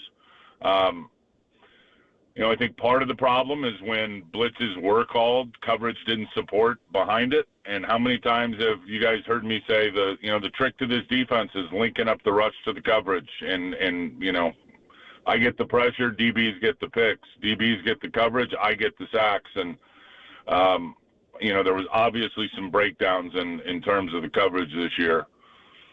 And when you play a lot of zone and a lot of mixing zones and a lot of different, we're going to mix this and do that, and when he does this, you're going to end up with missed assignments. And there was just, to me, again, my opinion only, and I don't have the numbers, I'm just going by being at every game and watching every play. In a lot of moments, there was mental assignments in terms of some of the issues. So I don't know what's going to happen, to be 100% honest with you.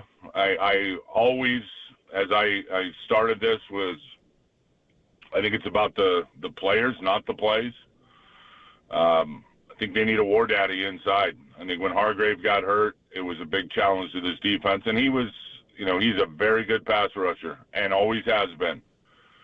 Never a great run defender, a good run defender, but never an absolute dog in there that's going to, chew on those double teams and spit them out and split them and be a big help to the linebackers. And structurally, the way that the 49ers line up with the wide defensive ends, man, it's hard on the inside with those guys. It's 650-plus pounds of mass trying to move you at once and get you out of that gap and get you moved and get to the second level and get on one of those linebackers and get them, out of the play. So I think need to replenish with the right players in the right spots. And again, I think Malik Collins will be here next year. I think Jordan Elliott did a lot of good things, but I think, Malik in year number 9 had to play more than they anticipated when Hargrave went down. I like Kevin Gibbons was missed, but that, this team, it goes as far, in my opinion, at least since, Kyle's been here and Kasarik defensively, are going to go as far as that D-line really takes them, and being able to support it on the back end, and clearly that didn't happen. So there might be changes. There's certainly going to be changes in terms of, I think, some new personnel in some key spots. Great breakdown, Tim Ryan. You're listening to KNBR AM and KNBR FM, San Francisco, the sports leader, a Cumulus media station. Our last hit with Tim on the Uma guest line, wrapping up this tough year. And Tim, we've talked about the injuries on both sides of the ball throughout the entire season, but for me, the number one missing piece defensively has been Dre Greenlaw. And we saw the impact that he made when he did return to the field. Now he enters this offseason as an unrestricted free agent. So how big of a priority should it be for the 49ers to re-sign Dre Greenlaw? Oh, I think a huge priority. It's obvious, Marcus, and what you saw and what we know. And I'll even go back further. Anytime he's gotten hurt, and I remember, I think it was the NFC Championship game, I don't know, 3 years ago maybe. I think it was the one where Jaquaski dropped the interception late in the game. I think he had a hamstring in that game before the half. It was a different defense in the second half. And so he is a huge piece of the puzzle and allows Fred to be Fred and cleans up a lot of stuff because of his mentality, his mindset, his vision, his anticipation on what he sees, and he's a great football player.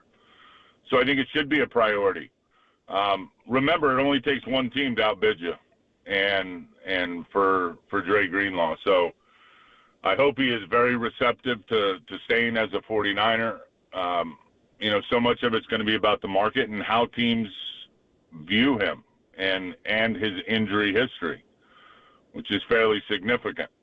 So age and injury, that's going to be tricky in terms of how you put a deal together for him, and if in fact it's going to be the best deal for Dre Greenlaw. But my fingers are crossed that they'll get it done. I think it is a big priority. He's a really good football player, and I sure as hell don't want to have the offense have to line up against him if he ends up in L.A. or Arizona or one of these other teams in the division. Man, it'd be great to have him back. So defense, we could talk all day. There's all sorts of topics there, but we got to jump over to the NFL's run by QBs, man. And I know you were on the Power Hour with Greg and Silver, and you suggested maybe Brock isn't the number one priority in the offseason. Do you want to expand a little bit on that? So, you just think they have other priorities? Well, hold on a minute. I think you're using the wrong term. It was not a suggestion. I think it was an opinion. Okay. I didn't suggest that he not be the number one priority. He's the most important position on the team. But I look at it from the perspective of what's best for this club right now when you talk about some of the financial restrictions and where they're going to be with the salary cap and a lot of the other work that they're going to need to get done with a quarterback that's got a year left on his rookie deal. And you've got from a business perspective, it has got zero to do with anything personal, because I love Brock. I hope Brock makes $100 million a year. I think Brock is the quarterback of the San Francisco 49ers for the foreseeable future for the next 3 years. I'm just not so sure that the club's got to jump into a contract right out of the gate right now when you talk about how rich that contract's going to be with all of the other issues I think that have to be addressed, including the quarterback. So I don't know what they're going to do, Murph. And again, that's just my opinion saying I don't know how they're going to handle it in terms of what's best going forward for the club. What's best is Brock's going to be the quarterback. How they make that happen, how they keep him happy, how they do the right thing for the team, and is he willing to accept a deal that maybe isn't what everybody's talking about of, a Pat Mahomes deal, a long-term deal that can help the team over the course of, the length of a long contract. So I think there's a lot of, T's to cross and I's to dot, and before they get to that point. That was my point, in my opinion, that I don't think, starting today, it's going to be all about how do they get Brock done in the next 5 months, and is it going to be the richest contract in pro football for quarterbacks? My opinion is that is not going to be the first priority. Maybe it will, but my opinion is that it might not be. Tim, as we're going through the list of priorities for this offseason, we've already touched on Brock Purdy, Dre Greenlaw, the defensive line, but I want to ask you about the offensive line. Trent Williams is getting another year older. What did you think overall about their performance this year with all the injuries, and how much they should invest in the offensive line when you're thinking about the future of Brock Purdy? Yeah, I think there's going to be a lot of guys, Marcus, with their hand in the dirt on both sides of the ball that will be, uploaded onto this roster. And I saw Trent the other day in the parking lot, and I haven't seen him for a while, and he's been rehabbing, and I see him up there. I see his car up there, but he's usually in the rehab area when I'm either out on the field or in the office or in the weight room. But I did get to see him the other day, and he thinks he's going to get healthy. He feels confident that he's going to get healthy. He's going out on his shield. That, the type of warrior that he is. I think he did know that there was maybe a chance if he got into that game and did what he did to get into that game to play against Seattle, that he would make it worse. And he did it anyway because he's a warrior. And, that's what he's been throughout his entire career. So I think getting him back healthy is absolutely paramount, because he is that good, even as long as he's been playing. And you saw kind of the results of him not being there, and it's not. Jalen Moore did a fine job in pass protection. Trent Williams is missed in all the run stuff and everything. His leadership on the field and how he leads by example and how he plays at his age. So, but having said that, he's also. Can you count on him for 17 with that body that's just been through all the battles? So I don't know if Jalen Moore gets re-signed again. I thought he really got better in terms of pass protection. But they've got to get better on the offensive line. They're going to need to get another guard. I'm not so sure Aaron Banks will be back. He's scheduled for free agency. I know Jake Brendel gets a rap a lot. I hear it from a lot of fans. I would just tell the fans that, A, everybody gets beat up front on the offensive line. B, I watch every play, and everyone's got their pro football focus. Well, I got my TFF, which is Tim's football focus, and Brendel's not a problem. Brendel's not as bad as you think. Jake's a pretty good player. And communication is huge on the interior with the center. They hit it on Pooney, the third-round pick. Colton McKivitz is got to be more consistent. And yeah, I mean, I like Colton a lot, but he's got to play better over at right tackle. But there will be some new blood up front on the offensive line. The injuries that happened to them this year were brutal. I was going back looking at the preseason board that I put together, and of the 10 guys that they kept, they had 4 left. 4. So, the Feliciano injury, never really being able to get on the field. Thank God for the Monsooni, Pooney, the big Dom, getting out there and playing the way that he did. But I look, so many times you guys will hear me say stupid lines, and you can't pull the wagon without the horses up front, and they need to replenish with some fresh horses in a few spots. Timmy, man, we can go on. Our last one that's just kind of interesting was the Clay Kubiak calling the plays yesterday, and he did it in the preseason too. Is there anything going into 2025 that maybe Kyle, I don't know, maybe Kyle focuses on something different? I don't know. Yeah, maybe Kyle focuses on just, being in a leadership role and being the guy that's not having to grind those game plans and coach the coaches all week. And it's so much work, man. It's unbelievable how long that guy's been doing it, Kyle, and the effort that he puts in, and he is on the grind all the time, and you can see it. Maybe there is. That's interesting to me because you guys know me. I'm not scrolling the social media. My partner is, Pop, as you know. He's all over it, and he doesn't miss much. I didn't know that yesterday about Kubiak calling the plays. I didn't hear about it until I got home. My wife goes, "Oh, the Kubiak called the play." I'm like, "What? Preseason?" So I was out of the loop on that. Maybe there is something to it. Not sure. Maybe it's Kyle trying to get, Kubes more opportunity to go be a head coach or a, next step offensive coordinator in a spot and head coach and all that stuff. Because that Kubiak family, they know their ball and they're pretty damn good at it. So I don't know why he did it. I think you could, where there's smoke, there's fire. You might be onto something there in terms of Kyle taking more of a leadership role rather than building game plans, coaching coaches, and be more in charge of all 3 phases on game day. Dude, we could go on and on and on, but it's time to let you go. We got to let this bird fly. We got to let Timmy. You got to get on a horse. You love me, set me free. You love me, set me free. And they say if you love us, you'll come back. If not, we hunt it down. Yeah, we'll find you. Yeah, you damn right. You damn right. Well, is it going to be golf or horses? What's it going to be? Or dirt bikes? Well, it's dirt bikes. Yeah, or dirt. I am going to definitely twist the grip this offseason.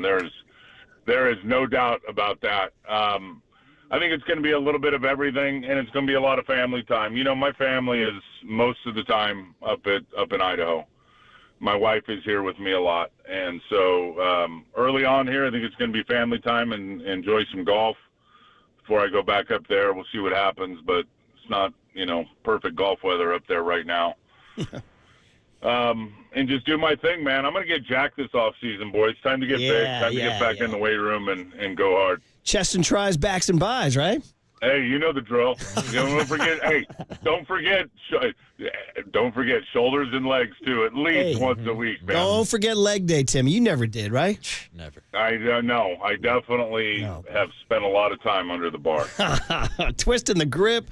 Spending family time. Dude, you had a great time. You're just the best. You're a huge boon to our show. You're a huge boon to KNBR whenever you're on. You're a boon to Niners fans everywhere. We love you, buddy. We will let you go, and we'll chase you down when we need you, but have a great offseason, and thanks for all the great radio, dude. Yeah, thanks a lot, Tim. You guys are awesome, and Marcus, it's been a good year, man, and enjoyed being able to talk to you and getting to meet you. I expect you to be about 30 pounds lighter when I see you with your little weight loss supplements. And you guys look for me. You'll find me. And always a pleasure to come on here on Mondays and kind of be the first out of the gate and try to have some fun with you guys talking some ball. That's perfect. That's Tim Ryan on KNBR 104.5 and 680, the sports leader. I am going to definitely twist a grip this offseason. There is no doubt about that.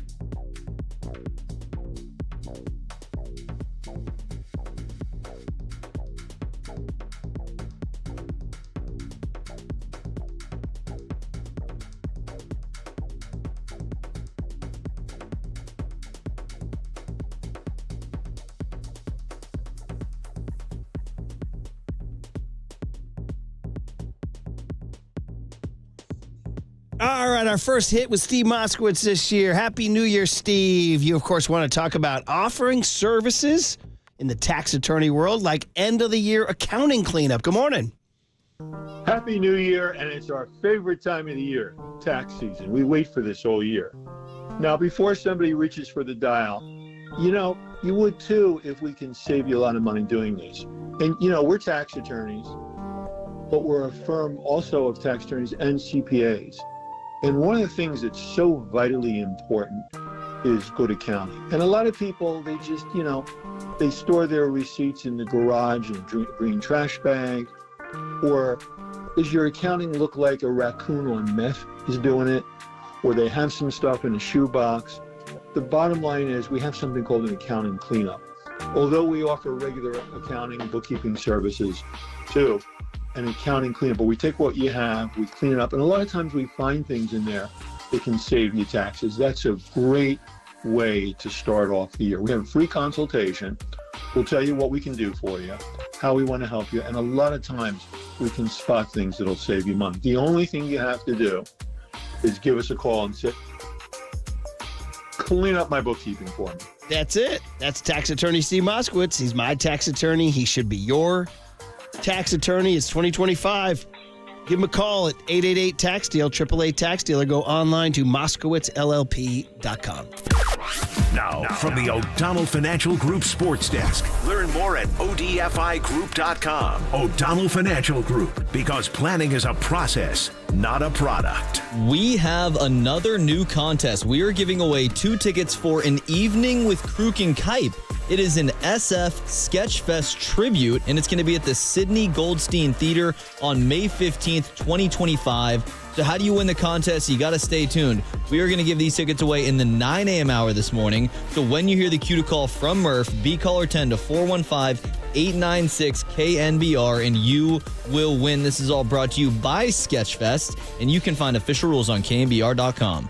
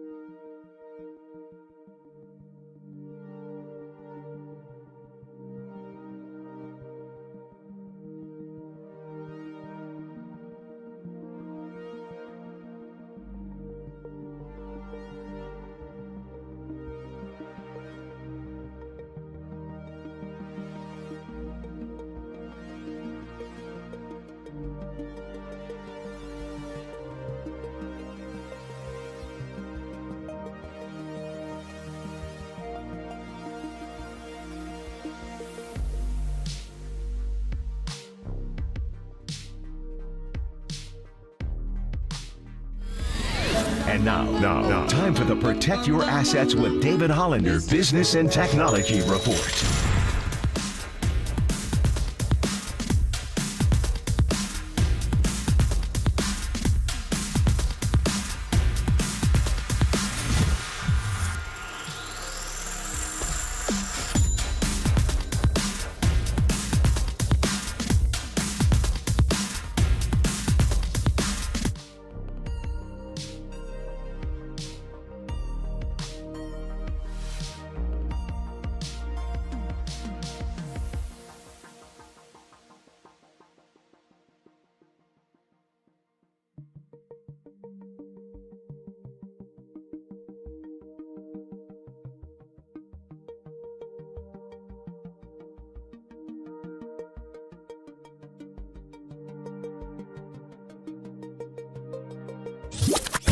Now. This is the Big Hit. Sponsored by Benjamin Moore Paints. Experience the Benjamin Moore retail difference at their independently owned authorized retailers today or at benjaminmoore.com. On KNBR 104.5 FM and 680 AM, the sports leader. All right, well, there you go. A little big hit difference because we didn't hit it for Tim Ryan, so we'll just recap. Tim Ryan will be our big hit. And so you had a bad season. There it is. There it is right there. I sang it a cappella earlier in the show, and now young Tony's taking it into a rejoin here. I remember they used to play this when they'd send American Idol losers off, and I was like, it's kind of tough, isn't it? It's like, I was like, damn. They just got their dreams smashed, and some guy's like, yeah, you're having a bad day, Yeah, bro. sorry, bud. That's a bad day for you. Your dreams are over. It's funny. This song was like, it was like OOs, I want to say. And when we do OOs Fridays, you know, I always look up like top songs from the OOs. This song always comes up on a Google search. So if you want to save it for an OOs Friday, you can.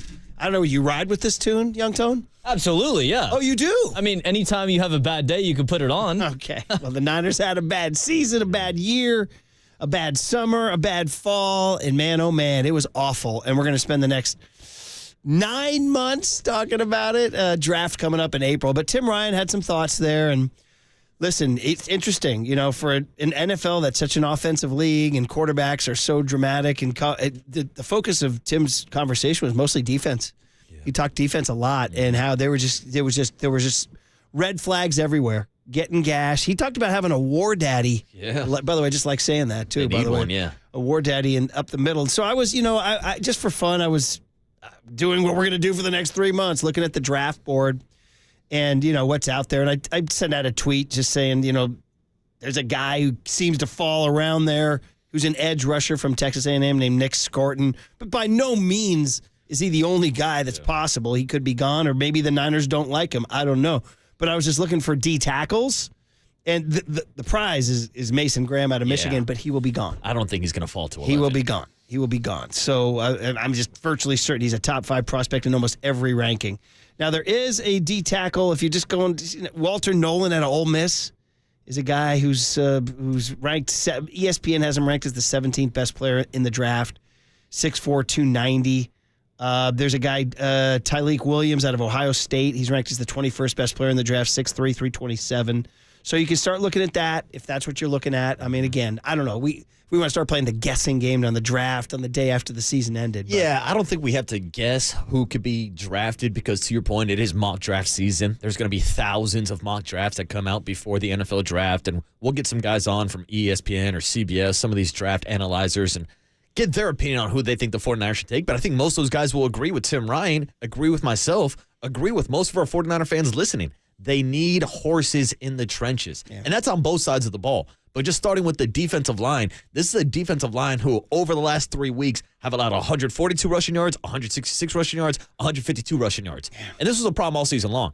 Hell, this was a problem last year in the postseason when they almost got eliminated by both the Packers and the Lions. And they were running all over this defense before those second-half comebacks. So it's been an issue, and it comes down to whether or not you think it's scheme with a guy like Nick Sorensen, kind of the refusal to go to a 5-man front, which they did a little bit last year with Steve Wilks, not as much as I would have preferred to, or if it comes down to the Jimmies and Joes and just a lack of horses on that defensive line. Yeah, he said, you know, we asked him about Nick Sorensen. We asked Tim Ryan about Nick Sorensen's future, and he's like, look, bro, I don't, you know, he doesn't know. Nobody knows, but we can kind of figure out The stats weren't there, and there are guys out there that are very attractive to Kyle, starting with Robert Saleh. Now, is Saleh going to hang around for a head coaching job? I don't know. The Jags just fired Doug Peterson. I mean, there's a lot to sort out. I wouldn't anticipate this gets solved or settled anytime immediately.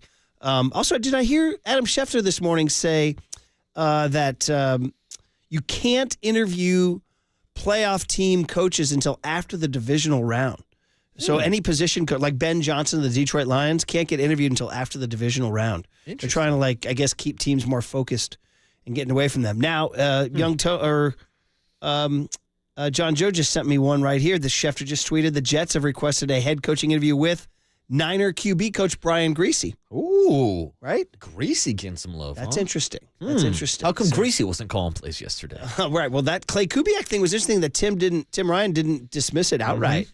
That he said where there's smoke, there's fire. And, it's funny because Kyle hasn't ever seen. I think the knock on Kyle is that he's not a CEO. He's just mostly just a play caller masquerading as a head coach. I don't know if does he have that like Dan Campbell leadership gene in him where he just going to knock down doors and make you run through a wall? He's not that kind of guy. No, he's not the raw type of coach. He's pretty calm, cool, and collective, pretty stoic on the sidelines, but I don't think this would be a good move for the 49ers. Again, we're all speculating if something like this does happen and Kyle Shanahan gives up play calling ability, because what makes Kyle Shanahan such a good coach is his play calling ability. Yeah. So I wouldn't I don't see what you're really gaining here. Unless he somehow he becomes more focused on special teams. I don't know. That's one thing. He just has to change his attitude on special teams. You got to devote time, resources, and energy to it. And he just, famously, on his own quote, he's like, I just hope they don't mess it up. Yeah. Well, he's got to talk about looking at Fred Warner was talking about everybody looking in the mirror. Well, Kyle's got to look in the mirror on special teams. Yeah, no doubt. And especially when you have a roster like this, when we're talking about the impending contract of a Brock Purdy, it's kind of what's been an issue for this special teams unit this year and last year. The overall depth and how you pay so many high-priced players on this team, you don't have the depth because those depth guys, those third, fourth-string linebackers and DBs are going to be your special teams players. So when you're paying so much at the top of your roster, you're going to have some problems at the bottom of it. Yep. The other stuff Tim talked about in terms of Nick Sorensen was he talked about he was looking for more exotic blitzes, and he says he didn't think they practiced it enough. Not very exotic. Yeah, and they were not an effective blitzing team at all. And you saw the Lions use blitzes effectively last night. I mean, we talk about injuries on defense, and the Detroit Lions are dealing with plenty of them. So what do they do in responses? They change up their scheme. They start sending the blitz. They start sending the house more. And look what he did last night against Sam Darnold. Yeah. We didn't see that same type of creativity with Nick Sorensen this year. No. And Lou Anarumo got fired in Cincinnati. He's a very attractive guy with a big resume. You got Saleh, we mentioned, and then Jeff Ulbrich, who will be moved on from. That's a guy, I mean, that one could make all the sense in the world. That's a guy from San Jose. That's a guy who's been a Niner, played with the Niners, coached with the Niners forever. He gets along with Kyle. Yeah. And the only reason I think, the Jets just said no, but now the Jets are going to make a different move. It's not going to be Ulbrich as their permanent guy, and now he'd be free. Yeah, and he it's could easily my belief that he was higher on the priority list last offseason when the 49ers were looking for a new DC. Jeff Ulbrich was one of the first names that popped up. He decided to stay with Robert Saleh, and now they both could be available this offseason. So, stuff to follow. All right, listen, Cooler Air Content always collects the best sound from over the weekend. We got that. Dave Lombardi at 9:30. It's a Monday morning. By the way, bro, text of the is this true? So, oh, my God, dude. 209 said they played You Had a Bad Day, that song. Daniel got 209 says, dude, they played this song when Bin Laden was killed. No, they did not. Do you remember that? No, I don't. I don't remember that. No, come on. What? I do remember the celebration out in front of the White House. Somebody blasting So You Had a Bad Day. Dude, now that's some gallows humor right there, bro. Sometimes you just gotta, sometimes you gotta go for the laugh, I guess. All right, guys. Here's the deal. Cooler Air Content on the other side on KNBR 104.5 and 680, the sports leader.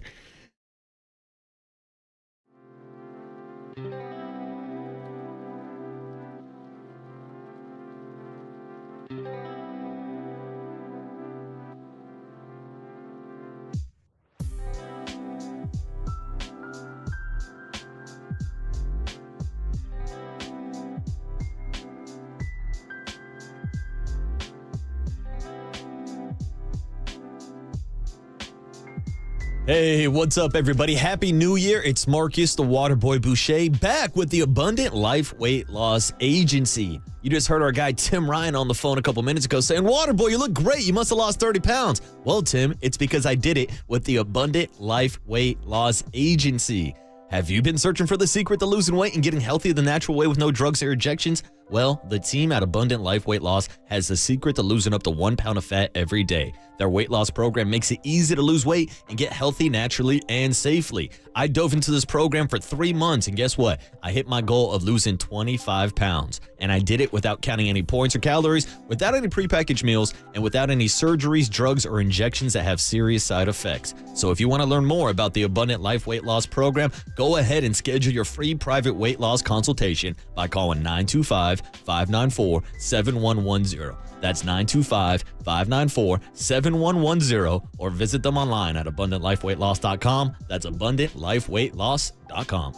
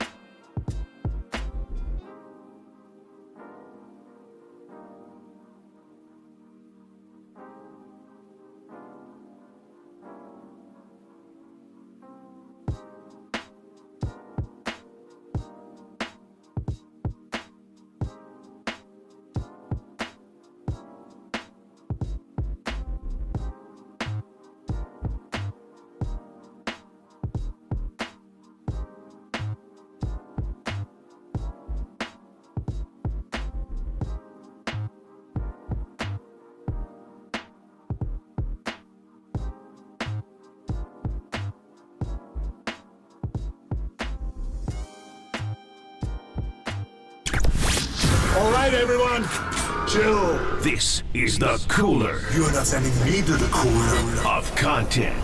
Scotty Barnes is going to be all-star. He's going to be the face of this league. On the sports leader. All right, Young Tony's proud. He built a new open for our cooler of content. Do you think that'll be a rotating thing, or are we just going to stick with the Scotty Barnes? I was going to bring it up to you guys. I wanted to put something in there that we don't play a ton, but it's still tremendous sound. I'd say like every 2 weeks or so, 2 to 3 weeks, put in something that's been our favorite for the last few weeks. I think there should be like a head-to-head competition. Anytime we have like a new like little piece of audio in the cooler of content that's better than Scotty Barnes, then we put it to a vote to see if it replaces last Friday that had us going nuts. Remember, what was it? My brain's playing is going moldy on me, but we were losing it. Remember? Friday was so long ago, Murph. Well, we were laughing so hard. Oh, it was a Nikki T on JetBlue. Ah, that's right. It was have a great weekend. Now, Black JetBlue. Yeah, I didn't want to have expletives in the open either. Because Curly was like, it's playing every day. I got you.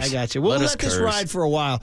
As cooler content is sponsored by Mancini Sleep World. Get the rest easy promise only at Mancini Sleep World. Visit sleepworld.com.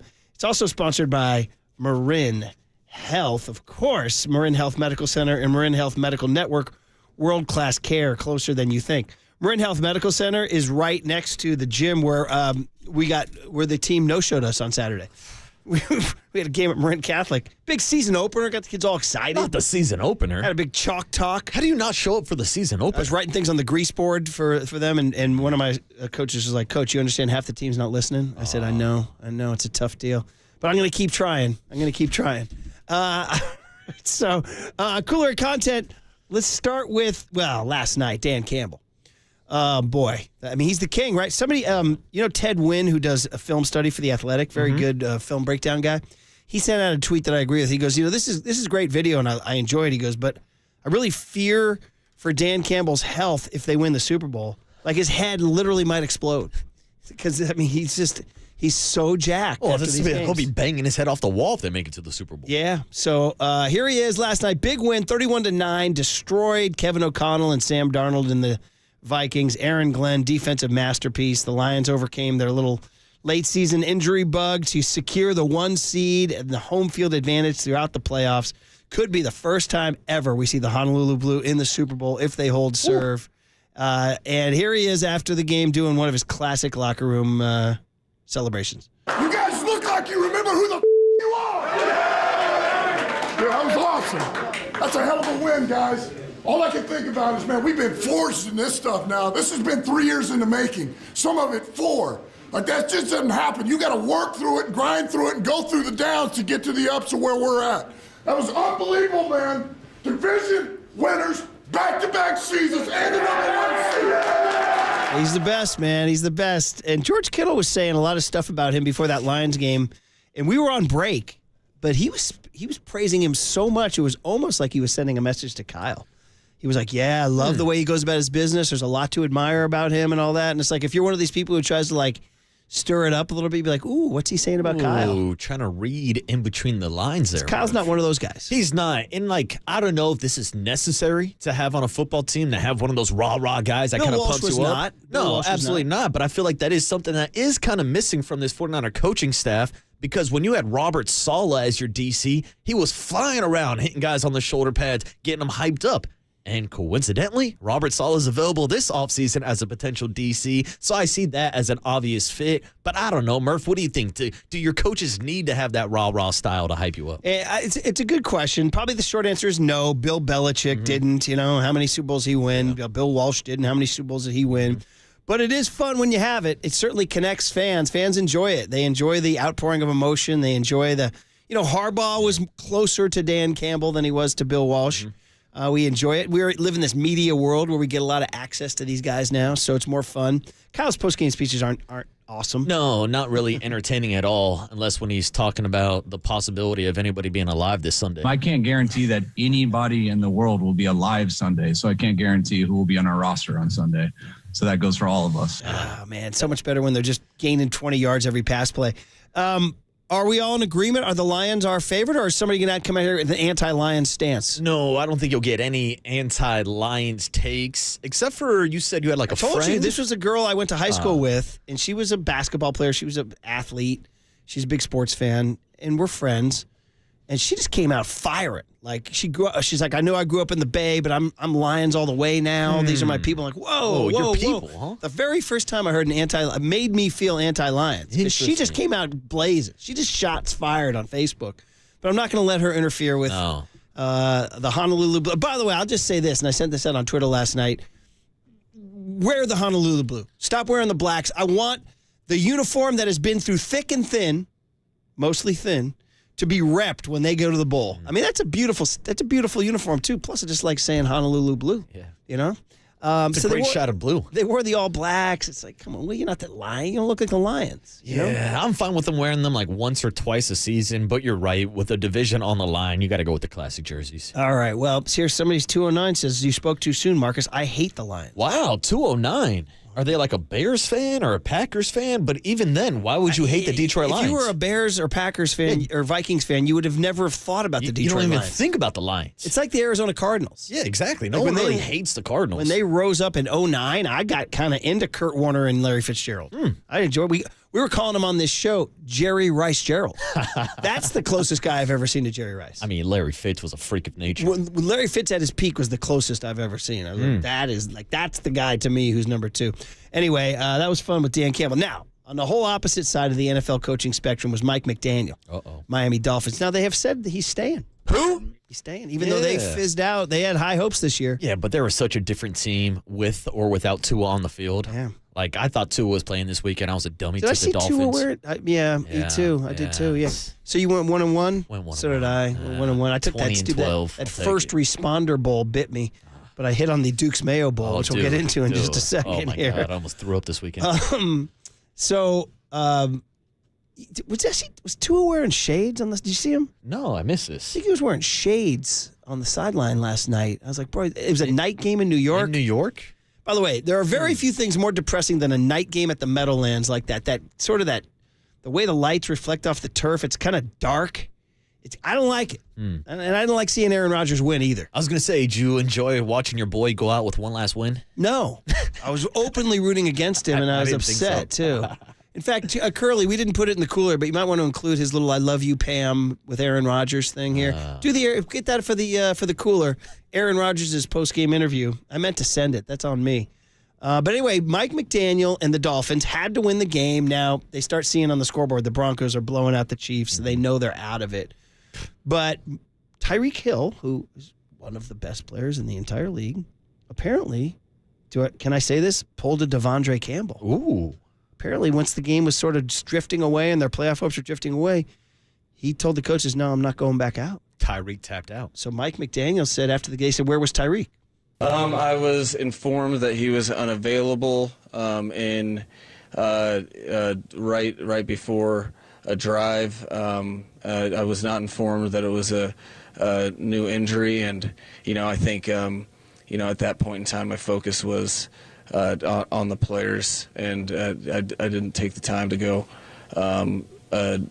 try to figure out more into that. Just there was guys on the field that were competing, and we were trying to win a game, so my focus was there. How depressing. They missed the playoffs.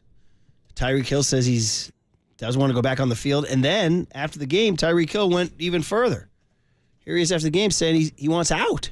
Check it out. This is my first time I haven't been in the playoffs, man. So, I mean, for me, like I said, man, I just got to do what's best for me and my family, dog. If that's here or that's wherever the case may be, man, I'm finna open that door for myself, dog. As I'm opening the door, like I'm out, bro. So it was great playing here, but. I mean, you thinking about leaving here? If it is, hey. Yeah, it gets. Come on. Dude. Come on. How about that? Come on, Tyreek. Now, he just restructured his contract. So the Dolphins, they own $51 million next year. So whoever takes him has to take on that salary. Yeah, good luck. So I'm looking right now. They say the Falcons could do it. They say the Ravens could do it. The Packers could do it. The Chargers could do it. I'm out, bro. The Commanders could do it. This is weak. You don't like it? This is so weak by Tyreek Hill. Yeah. You know why you're not in the playoffs? Because you wanted $30 million per year, and the Kansas City Chiefs didn't want to pay you that. Then he goes to Miami. They actually make the playoffs last couple of years. I don't want to hear Tyreek Hill complain and start crying about, oh, this is the first year I've missed the playoffs. So he wouldn't go back out. Bro, there are teams that haven't been to the playoffs in over a decade, Murph. Yeah. This guy missed the playoffs by one game, where before kickoff, there was still a possibility of the Miami Dolphins making the playoffs. This is a diva wide receiver. This is a guy that I don't want on my roster. Look at that. It sounds like a bum baby. Yeah, he should have been a bum baby. Yeah, Honorable mention, Murph. Honorable mention. All right, we got to move on. There's other stuff. So the Duke's Mayo Bowl, the one I hit on, Minnesota covered. Oh, you think Mike Silver is watching? Well, this thing is a marketing. So this and the Pop-Tarts Bowl are the ones that's really have captured people's attention. Ooh, don't forget the Cheez-It Bowl. Yeah, that's good I'm too. a big Cheez-It Bowl kind of guy. Still around? I don't know. It's a good I think question. that's become the Pop-Tarts Bowl. Oh, they took over? I think so. All right. But because that's the one in Arizona. But either way. You might be right. Either way, are Cheez-Its on your Thanksgiving table along with mac and cheese? I'm a big fan or no, of Cheez-Its. tater tots, pardon me. Tater tots. Not on the table, but I do like the reduced fat Cheez-It. I love a Cheez-It. Who doesn't like a Cheez-It? It's a great Cheez-It. I agree with you. It's salted just right. Hey, Goldfish or Cheez-Its while we're on this? I'm a Cheez-It guy. Cheez-Its I go Goldfish. Cheez-Its. Goldfish are for kids like 5 and under. Yeah. In little Ziploc baggies. Tricks are for kids. So are Goldfish. Yeah. I mean, I'll eat them. but I'll offer it. Give me the. You ever get that like milk gallon of goldfish? Or like it looks like an old carton and you open it. I used to pour that thing down my gullet. Chugging goldfish when I was an 8-year-old. Yeah, look what it got you. Look at me now. An abundant life read. Weight loss. Look at me now. Okay, so the Duke's Mayo Bowl, they've added to, they had a mascot dressed as a jar of mayonnaise, and they were saying it was a celebrity. So all game, they were like, who's the celebrity? And he was going around the crowd, messing with people. What the hell is this, an episode of The Masked Singer? Yes, it's exactly what it was. Now, this is, and it turns out that when they unveiled it, we should have known, because this guy is now just making a career as I'm available. He actually made himself the mascot for Team USA water polo at the 2024 Olympics. That's right. All right. Now, if you follow water polo like our family does, you know this. He also, I believe, was on The Masked Singer. I believe. Probably. And it was Public Enemy's Flavor Flav. Flavor Flav. So they unveil his mask with PJ Fleck ready to get the mayonnaise bowl. Here's the moment. Right here. Tubby, you want to reveal yourself?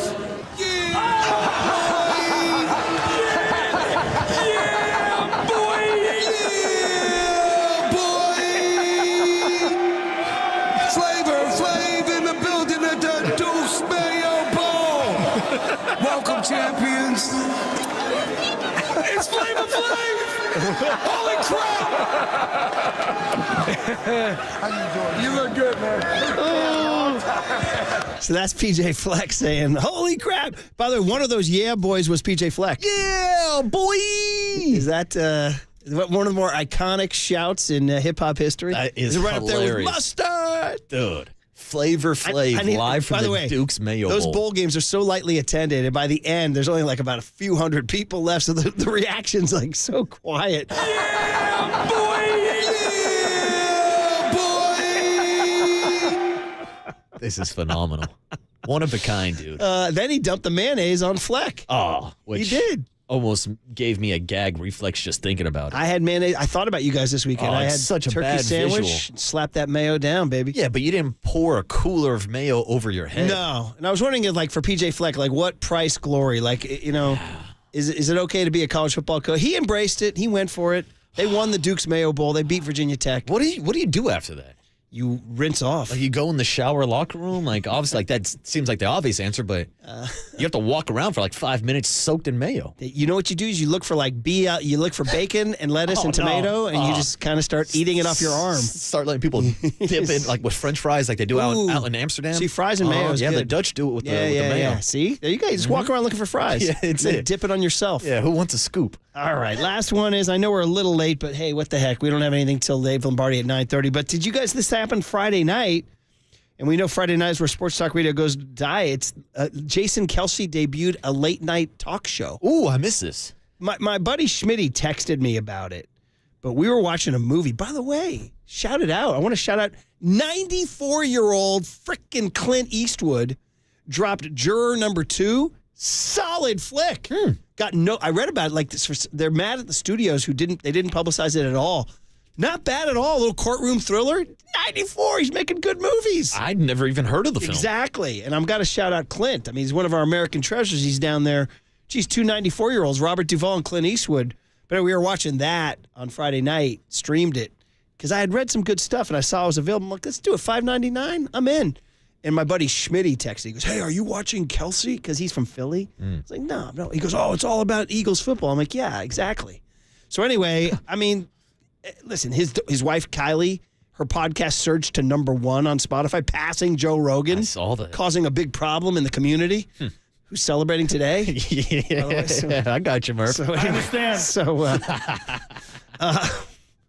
anyway, Jason, I don't know. You didn't watch it? No, I did not tune I didn't in. watch First it, of all, Tony. Friday night. I didn't know when the hell it was airing. I saw a couple of clips, but Friday night is not the greatest time to debut a new TV show. It's not for Schmitty in Philly. I saw one review that said it was okay. One review crushed it, saying it was terrible. But, I mean, what are you going to do? I mean, he's putting himself out there. His wife, Kylie, was part of it. So, anyway, this is on our YouTube thing. It's him talking to Lincoln Financial Field, being worried about his opening monologue. Here's Jason Kelce. It's called This Is Jason, or they call it Late Night with Jason Kelce. Hello, Stadium, my old friend. Hello, Jason. Looking impeccable as always. Thanks, Stadium. Oh, big night tonight. How you feeling? Couldn't be more excited. Oh, now that doesn't sound like the former All-Pro Super Bowl champion that I know. Tell Stadium what's on your mind. You know, it's just the last 13 years I came here. And now, each week, I'm in a different city, a different stadium. It's just not the same. Feels like I've made a giant mistake. Mistake? Now you listen to Stadium and you listen good. You're Jason Kelsey. You're a man of the people. You endeared yourself to the entire city of Philadelphia, and you'll do the same thing with all of America. And it's playoff season. That's when Kelsey shines. You know what? Yeah. You're right, Stadium. I knew I'd feel better talking to you. Come on, hey. Bring it in. Oh, hug from Kels? Now we're talking. I love a good hug. Oh. Thanks for the pep talk, Stadium. I think I'm ready. You got it, buddy. Have a great show. Oh, and tell the Giants thanks for Saquon. Okay, All so right. what do you think? I don't know. Give him like a solid C+, B- maybe, kind of thing? Maybe a C- to be honest. And then I guess he had Barkley on. Charles Barkley came on and sat Okay, in the well, that's a couch. good get. I just didn't really like the bit of him talking to a stadium. That sounded like Tom Hardy and Venom. Tom Hardy and Venom. Yeah, you watch Venom? The Venom movie? I thought you were going to say Tom Hanks in the volleyball. Yeah, I got you. Yeah. You know what I'm talking about. It kind of sounded like Venom a little bit. All right. Kind of a weird bit. Just trying to keep everybody up to speed. That's fine. You guys are up to date on your sports and pop culture. So there you go. There's your cooler of content. Yeah. I was going to make a riff because it was a nice intro video, but it does nothing compared to Derek Papa's intro video because it had the #1 doorman in the country. If Jason Kelsey had the doorman outside of the stadium telling him one simple thing, Tony. A lot of pressure. Gee, Mr. Kelsey. Jeez, Big Mr. night Kelsey. tonight. Big night on late night whiz, TV. Mr. Kelsey. A lot of pressure, Mr. Kelsey. A lot of pressure. That would have been better. That would have been a better bit. All right. Hey, guys. Hey, congrats to Scott and Hayward who won the Lionel Messi tickets. That's pretty cool. And we're still going to give away 2 tickets for the evening with Kruk and Kipe, the San Francisco Sketch Fest tribute at the Sidney Goldstein Theater on May 15th. Stay tuned through the 9 a.m. hour. And we'll do that with David Lombardi at 9:32 on KNBR 104.5 and 680, the Sports Leader. From the Chilton Auto Body Traffic Desk.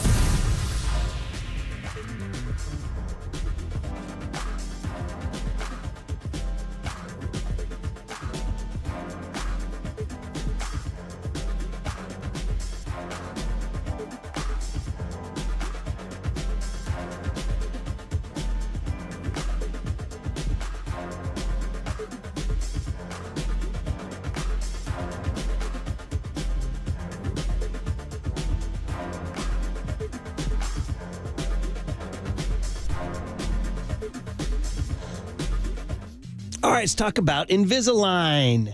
That's right. We're talking about smiles. We're talking about teeth. We're talking about looking good. Your smile matters so much. Look at me. I'm going to smile at the camera right now. Look at that. I just gave you a cheesy grin. Of course, we're not on camera right now, right? Because during the break, we don't show. Rest assured, know that I grinned.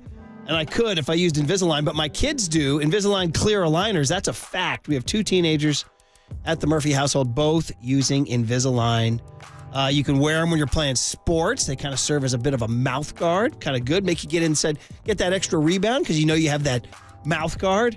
And plus, we got to credit Rory Murphy with the, hey, Dad, you can tell him with Invisalign, you can make your smile shine. I was like, dude, that's better than the copy they gave me. So you check it out. It's Invisalign. It's the #1 doctor-recommended brand. It has also transformed over 18 million smiles all over the world. Check them out at Invisalign.com.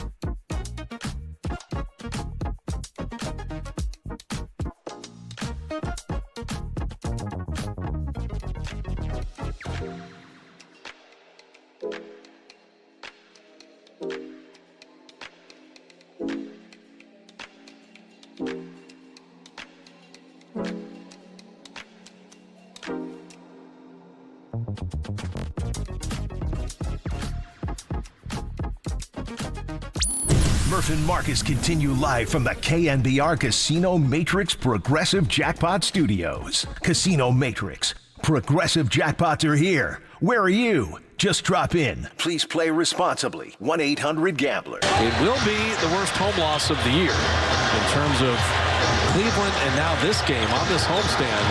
The Warriors have had 2 blowouts in this building. And so for Sacramento, they've won 4 in a row.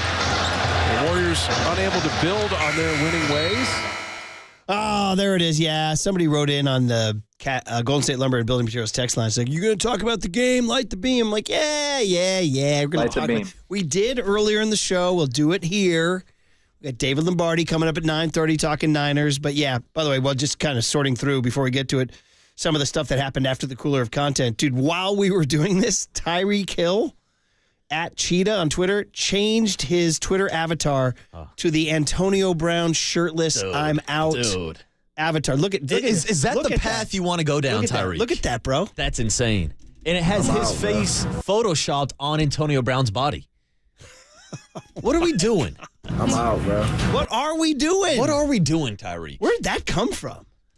I don't know, man. Tyreek's always been a head case. I've never liked the guy, to be honest. Well, that's because he was a Chief. Yeah, but even before that, he did some questionable things off the field. That's for another day. That's true. I'm not getting into that. 916 is you got to mention the basketball game. Yeah. We'll get into it. We talked about this, what a weird weekend it was that we signed off on Friday. A lot happened to the Warriors. They won a game. They came off the win Friday. We talked about the win over the Sixers on Thursday where they just made every freaking three they took. Shot the lights out. It's like you couldn't even really count it as a game. It was just like a freakish game. I mean, Steph Curry was literally perfect. 8 for 8 for three-point range. So here comes Memphis, who's really, really good this year and beat them soundly earlier this year in Memphis. Now, they were missing John Morant, but the Warriors were missing Steph Curry. And the Warriors win the game. And Andrew Wiggins has a really nice night. He scores 22 in the third quarter, I think, alone, or the second half. Anyway, had a big second half. And the Warriors with a really quality win. Here's the problem. In that game, Jonathan Kuminga took a fall and sprained his ankle. Uh-oh. And all hell has broken loose since that moment because they reported then Sunday that the ankle sprain was bad. And he's going to be out for at least 3 weeks. And they counted, the beat guys said, 11 games. 11 games. So then they turned that news into a game against the Kings last night. Curry returns, and they get blown the frick out. I mean, it was bad from the jump. They turned it over. Malik Monk and Domantas Sabonis just ate all night long. And it looked like that stupid play-in game they had in April where the Warriors just got trucked.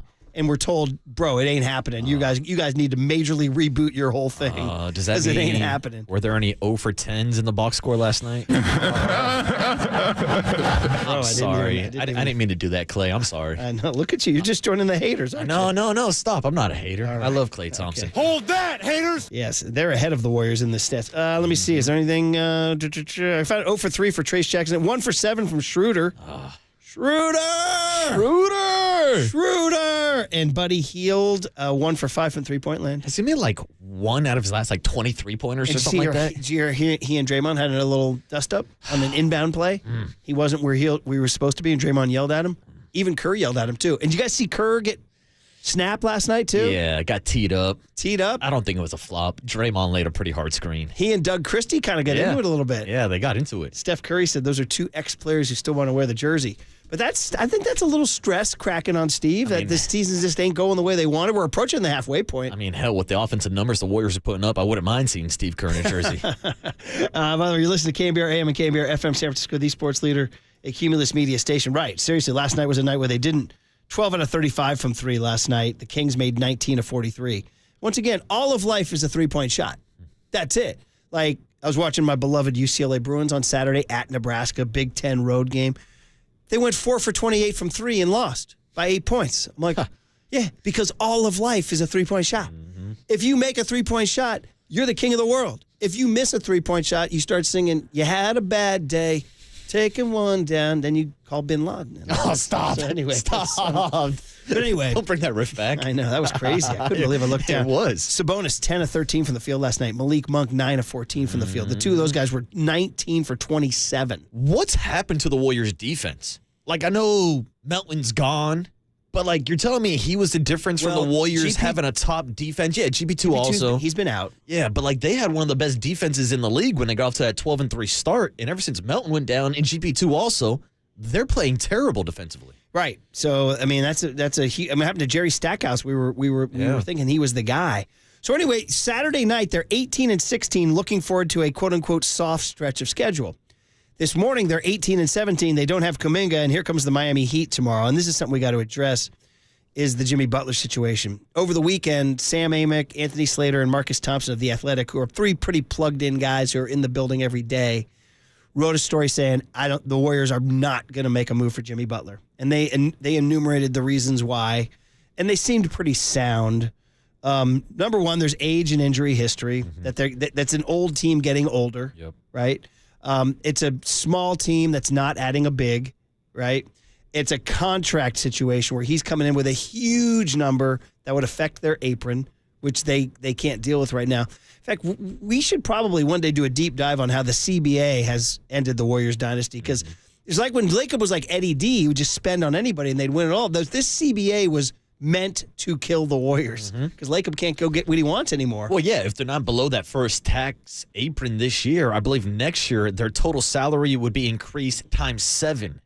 Is that right? Yeah, I believe that's what the numbers were. We had that NBA cap expert on earlier this year, and they said if they failed to get underneath that first tax apron in one of these next 2 or 3 years, their entire salary would times 7. So they're saying Jimmy Butler, as much as we kind of talked about it a little bit on Friday, we weren't super hot for it, even though it's super, it's on paper, it's attractive. He's Jimmy Butler, right? It'd be entertaining as hell, especially for us looking for content. But it just doesn't fit on a number of levels. And the guy they keep talking about is Vucevic from the Bulls, right? Who's exactly what they need. I think Greg Pop had been talking about him for weeks, and he's right. That's the guy they want. Yeah, he's got size. He's shooting better than he ever has in his career. His 3-point numbers are up. That's a guy that could be available. I wouldn't mind making that move. Right. And so, but here's the question is, what kind of team will this Warriors be without Kuminga? Now, they have a quote-unquote dare I even say it, soft part of the schedule.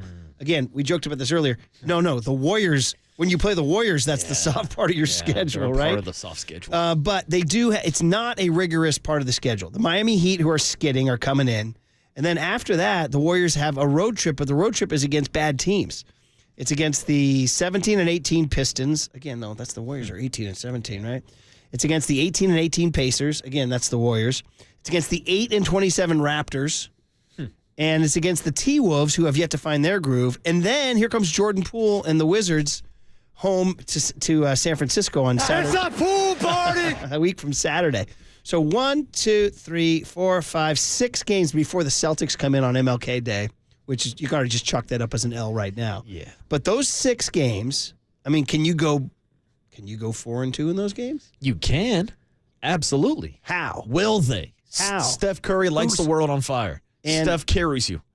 And Wiggins, Wiggins, it's like, it sucks that it took this Bane incident to wake up Wiggins. Like, he has to be awake all the time. Yeah. Buddy Hield's got to make shots, right? But missing Kuminga, because we really watched Kuminga in the last few weeks start to turn into a different dude. Mm-hmm. And even though it wasn't the Warriors' style of play, he added a whole different dimension that now is gone. Well, especially when he can be the number one option on that second unit. Mm-hmm. So you can actually score points when Steph's not on the court. But yeah, without Kuminga, with Pod still being injured, I mean, that's a guy that hasn't stepped up this year either. He's kind of regressed in his own kind of They expected a lot more. They expected a lot. I mean, Joe Lacob was talking about him being a potential all-star. I don't know if he was talking about this season or just more in the future. But when you're looking around this team, we know that Draymond Green is not going to be your second option offensively. So, yeah, it has to be Andrew Wiggins. You're running out of options here. And you know who else has got? Moses Moody. Yeah, Moody's going to get some minutes. And you know what? My guy, Slow-Mo. Remember I asked Marcus Thompson the other day, you got to play Slow-Mo more. Got to play Slow-Mo more. Buddy Hield needs to shoot. Yeah, Buddy's getting paid to shoot. Right? And Schroeder had that little surge until last night. His last 2 games he played well against Memphis, too, on the Saturday night win. So you're not yelling, Schroeder! You're not. Now, I got one quick question for you. Yeah. Who do you have more confidence in getting 3 points right now?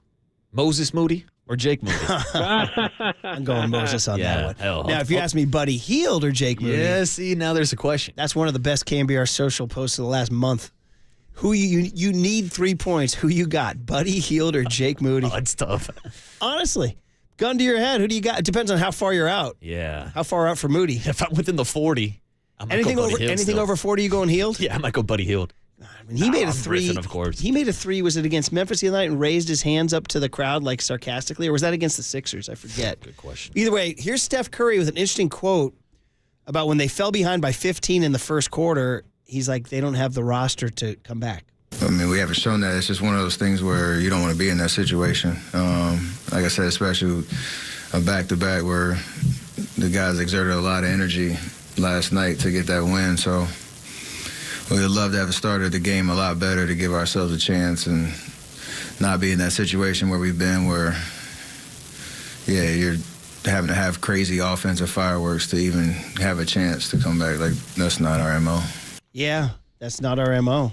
And later on said we're not built for this. And that sends out a Mike Dunleavy alarm. Yeah, but it's also not Steph Curry as a problem. Like, you hear him talking about getting off to a fast start. He went 4 for 5 from three-point range in the first half. He was getting buckets. Nobody else was, though, and that's why the Kings had a damn near 20-point lead at halftime. Yeah, but I got to tell you, man, you spend time on, over the weekend, I had some time to just scroll during all the, which Twitter is more, what's the word I'm looking for? It's not poisonous, might not be the word. Toxic? Venomous, toxic. Yeah, it's a good word, toxic. Which Twitter is more toxic? Niner Twitter in a loss or Warrior Twitter in a loss? I'm going to answer my own question before you answer.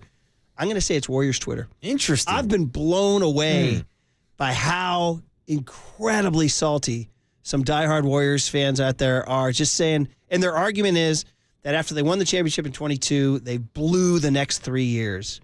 And I get it. I understand. I would also submit, as a guy who's Gary Reddish would say, lived a little, that you just can't. 4 championships out of a group is freaking amazing, and sometimes that's all you get, buddy. And that's what, as I was just saying to my good friend Joe Montana and Ronnie Lott. All right, dude? I mean, you are immortal, and they didn't have a whole lot of great options. There was no obvious move they could have made that they didn't do. a lot of it is speculation. Well, if they had traded this package for that or that package for this. I mean, I kind of understood what they were trying to do. They kept Dre and Steph, and they cut Clay, and they thought, they could make a run. And, to be determined, maybe they have a run in them this year. But I don't know about that. Who do you think's more toxic, Warrior Twitter or Niner Twitter? It's an interesting question because you'll see a level of toxicness on both ends, if we're being completely honest with you. Like, we've joked about how Warriors fans, or if we even consider them fans, have been calling for Steve Kerr to get fired over the last couple of years. That's ridiculous. But then there's also like a faction of 49er fans who are calling for Kyle Shanahan and John Lynch and Brock Purdy to all be fired. Maybe it's just who I follow, but I find like Warriors fans flip out and they get so mad at a team. Like Niner fans can get mad. Niners haven't won a Super Bowl. Yes. That's the difference. Won 4. Yeah. And they're like, they should have had more. They should have had more. I'm like, bro, you gotta live in the real world, man. You gotta live in the real world. And multiple people coming on the Golden State Lumber and Building Materials text line saying, no way, it's Farhan Twitter. That's what they're saying. Stole my riff. I was about to make that same riff. Just wait until you get to Farhan Twitter. 925 and 650 were the ones who said Smart minds think alike. Oh, that's good stuff. Anyway, all right. Hey, speaking of Niner Twitter, Tim Ryan talked to us yesterday, or this morning, I should say, and we'll talk about some of the important things he had to say before David Lombardi joins us on KNBR 104.5 and 680, the Sports Leader.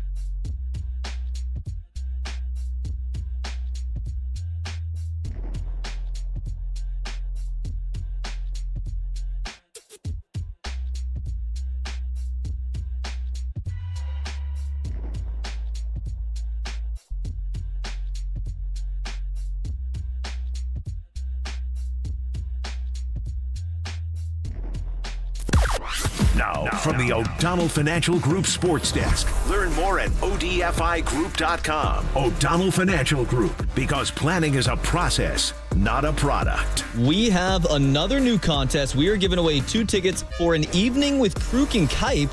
It is an SF Sketchfest tribute at the Sidney Goldstein Theater on May 15th. 2025. So how do you win this? You can stay tuned. We are going to give these tickets away in the 9 a.m. hour this morning. So when you hear the cue to call from Murph, be caller 10 to 415-896-KNBR, and you will win. This is all brought to you by Sketchfest, and you can find official rules on KNBR.com.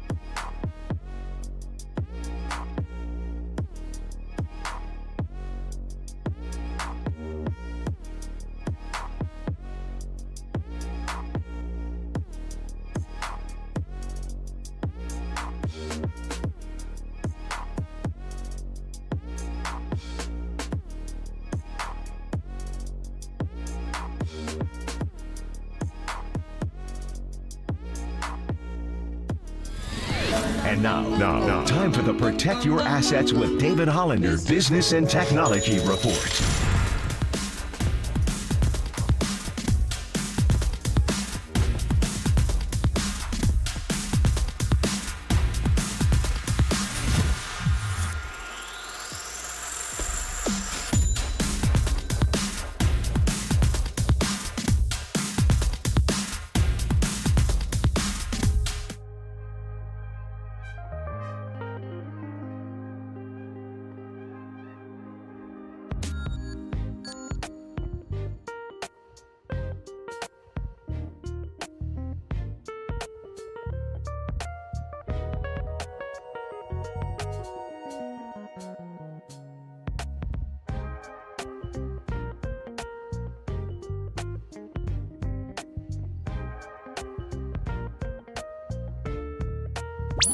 Murph and Marcus continue live from the KNBR Casino Matrix Progressive Jackpot Studios. Casino Matrix. Progressive jackpots are here. Where are you? Just drop in. Please play responsibly. 1-800-GAMBLER. Meanwhile, Joshua Dobbs kneels out the final seconds of the year, and at last it is over. What a hard year it's been for the Niners. They lose here in Arizona, swept by the Cardinals this year. Well, the Niners do have a lot of work to do, and as Kyle told us before the game, he can't wait for tomorrow morning when he wakes up. It's on to the offseason, and you got to find a way for this football team to get better. Niners end the year 6-11, and on the road 2-6. They end the year with 4 straight losses and 1-7. After going to Tampa Bay and winning out of the bye to go to 5-4, they wind up 6-11. Greg Papa calling out the end of a dreadful season. Look at young Tony getting loose on the rejoins here. Young Tony, you want to speak for yourself here, buddy? Yeah, let her go, passenger. That's the Niners season, man. Just give it up. Marcus, you got a reaction here, buddy? This one kind of got me. I was not expecting this rejoin, so when you hear the start of that song with the sadness and the final call of Greg Papa's voice, it blended well for me on a Monday morning. It's this wannabe Cat Stevens dude here is what I'm hearing right now.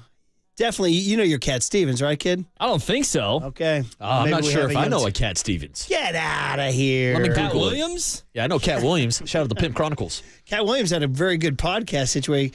Cat Stevens was one of the more, he's no Bob Dylan from the Beatles. This is true. But he's a iconic folk singer who actually became a little bit controversial later on with some political views. But hey now. Morning has broken. Come on, baby. Anyway, point is that this guy sounds like he's definitely biting Cat Stevens style. Okay. They say good artists borrow, great artists steal. Absolutely. That's what they say right I there. steal everything, Murph. Well, that's it. As a writer, you want to do that. Just like anybody who wants to become a good broadcaster steals from Kruk and Kipe, which leads to our tickets. 2 tickets to an evening with Kruk and Kipe on May 15th, 2025 at the Sidney Goldstein Theater. It's a part of SF Sketch Fest where they do a lot of shows around town. They're going to pay tribute to Mike Krukow and Dwayne Kuiper, who should be in the Hall of Fame, by the way, in a rare onstage celebration of the legendary duo. For generations, our guys, Kruk and Kuiper, brought wit and wisdom and camaraderie to Giants fans and beyond. We'll take a caller right now. Caller number 10 at 415-896-KNBR,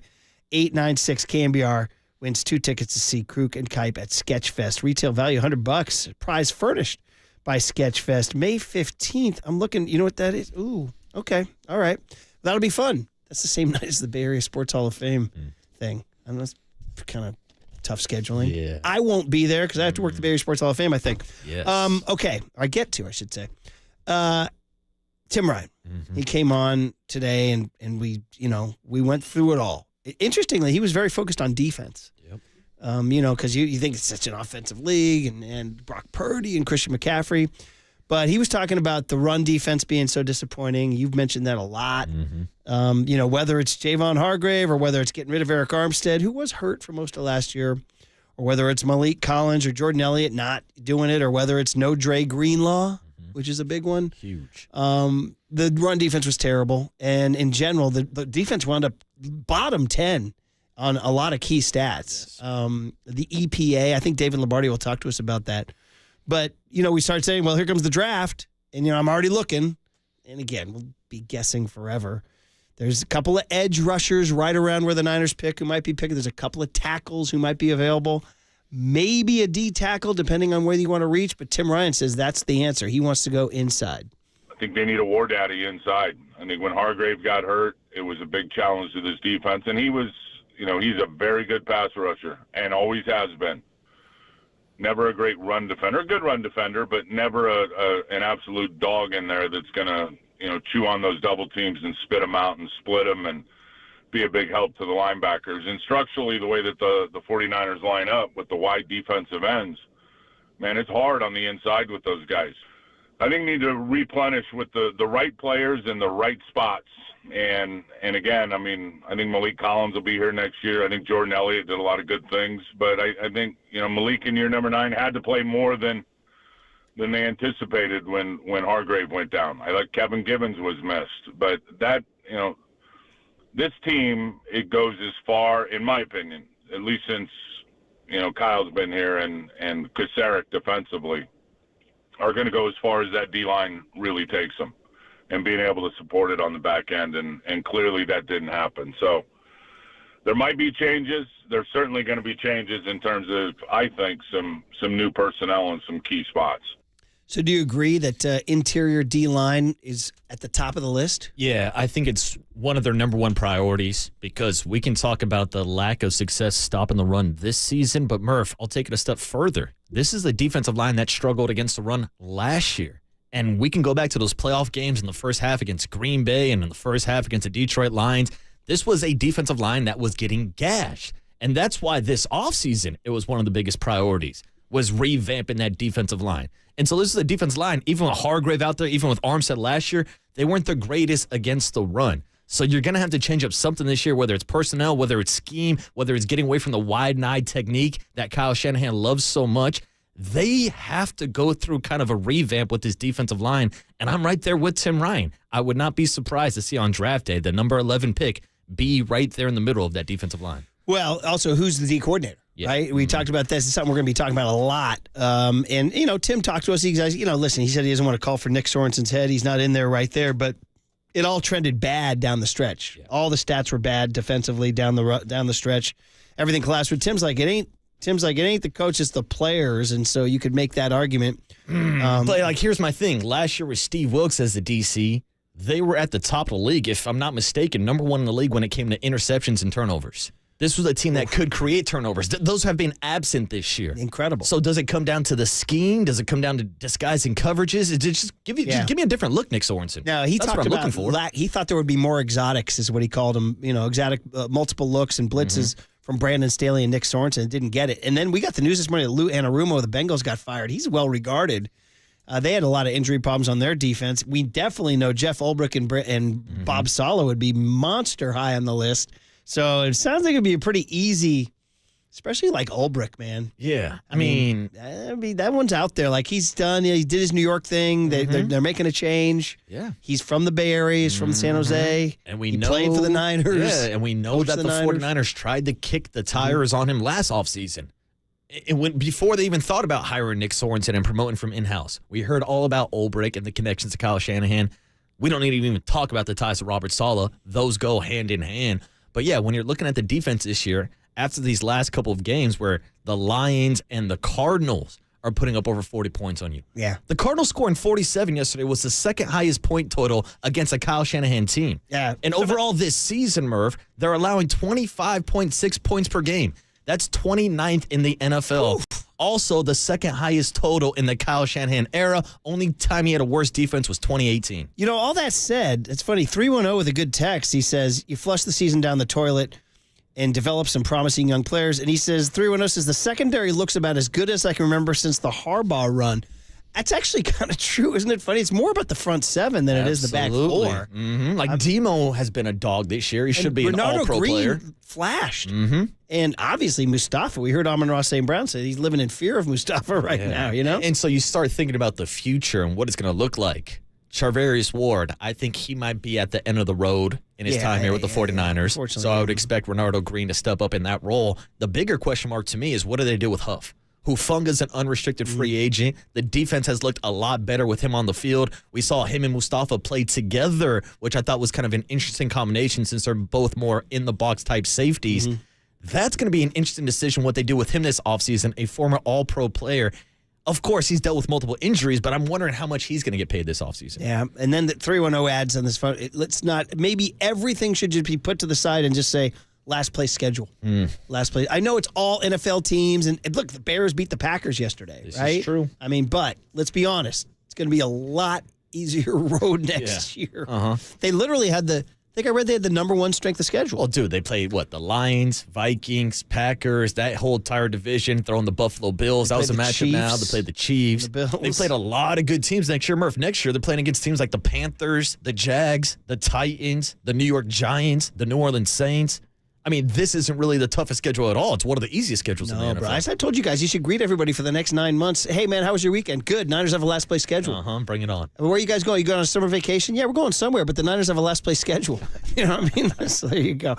David Lombardi will talk to us about all these, and he's got all the stats. He's got all the advanced analytics to tell us just how dire or not the 49ers situation is. Hey, listen, at least they don't have Tyreek Hill posting Antonio Brown avatars on their Twitter. Come on. Jeez, what the hell is that? On KNBR 104.5. Congrats to Lenny and San Ramon for winning the Kruk and Kipe Sketch Fest. Lenny. Like a good Lenny. Which reminded me that we were talking about Bo Nix earlier today. I was getting my coffee, and I was thinking, Bo. Great bows. They were due for a Mount Bowmore. I was just doing it at the coffee machine on my own head. So obviously, your guy, 34. It all starts with Bo Jackson. If you're a little bit more into, say, the what's wrong with being sexy side, you would say it all starts with Bo Derek. Ooh. All right. Okay. So then we go Bo Nix, but I need a fourth. Isn't one of the Dukes of Hazzard named Bo? I think you might be right. Yeah. But that's spelled different. That's the Bo, B-E-A-U. Are you sure? It wasn't I think B-O? so. I don't know. It seems like that's always like the southern We got way a to spell fourth it. Bo, anybody? My buddy Bojangles? My buddy's brother, Bo Weinberg. We go with Bo. Bojangles? I had a dog named Bo. Does that count? Did you have a Bo? Oh, he was named in honor of Bo after Jackson. Bo. All right, anyway. It makes sense. These are the things I think about at the coffee machine. I was just thinking about Bo Nix. I was like, you're not too many Bo's out there. I said, I need a Mount Bowmore. It's a good name. All right, Jackson, Derek, and Nix. We're going to need a fourth one. In the meantime, David Lombardi next on the Sports Leader. I'm out, bro.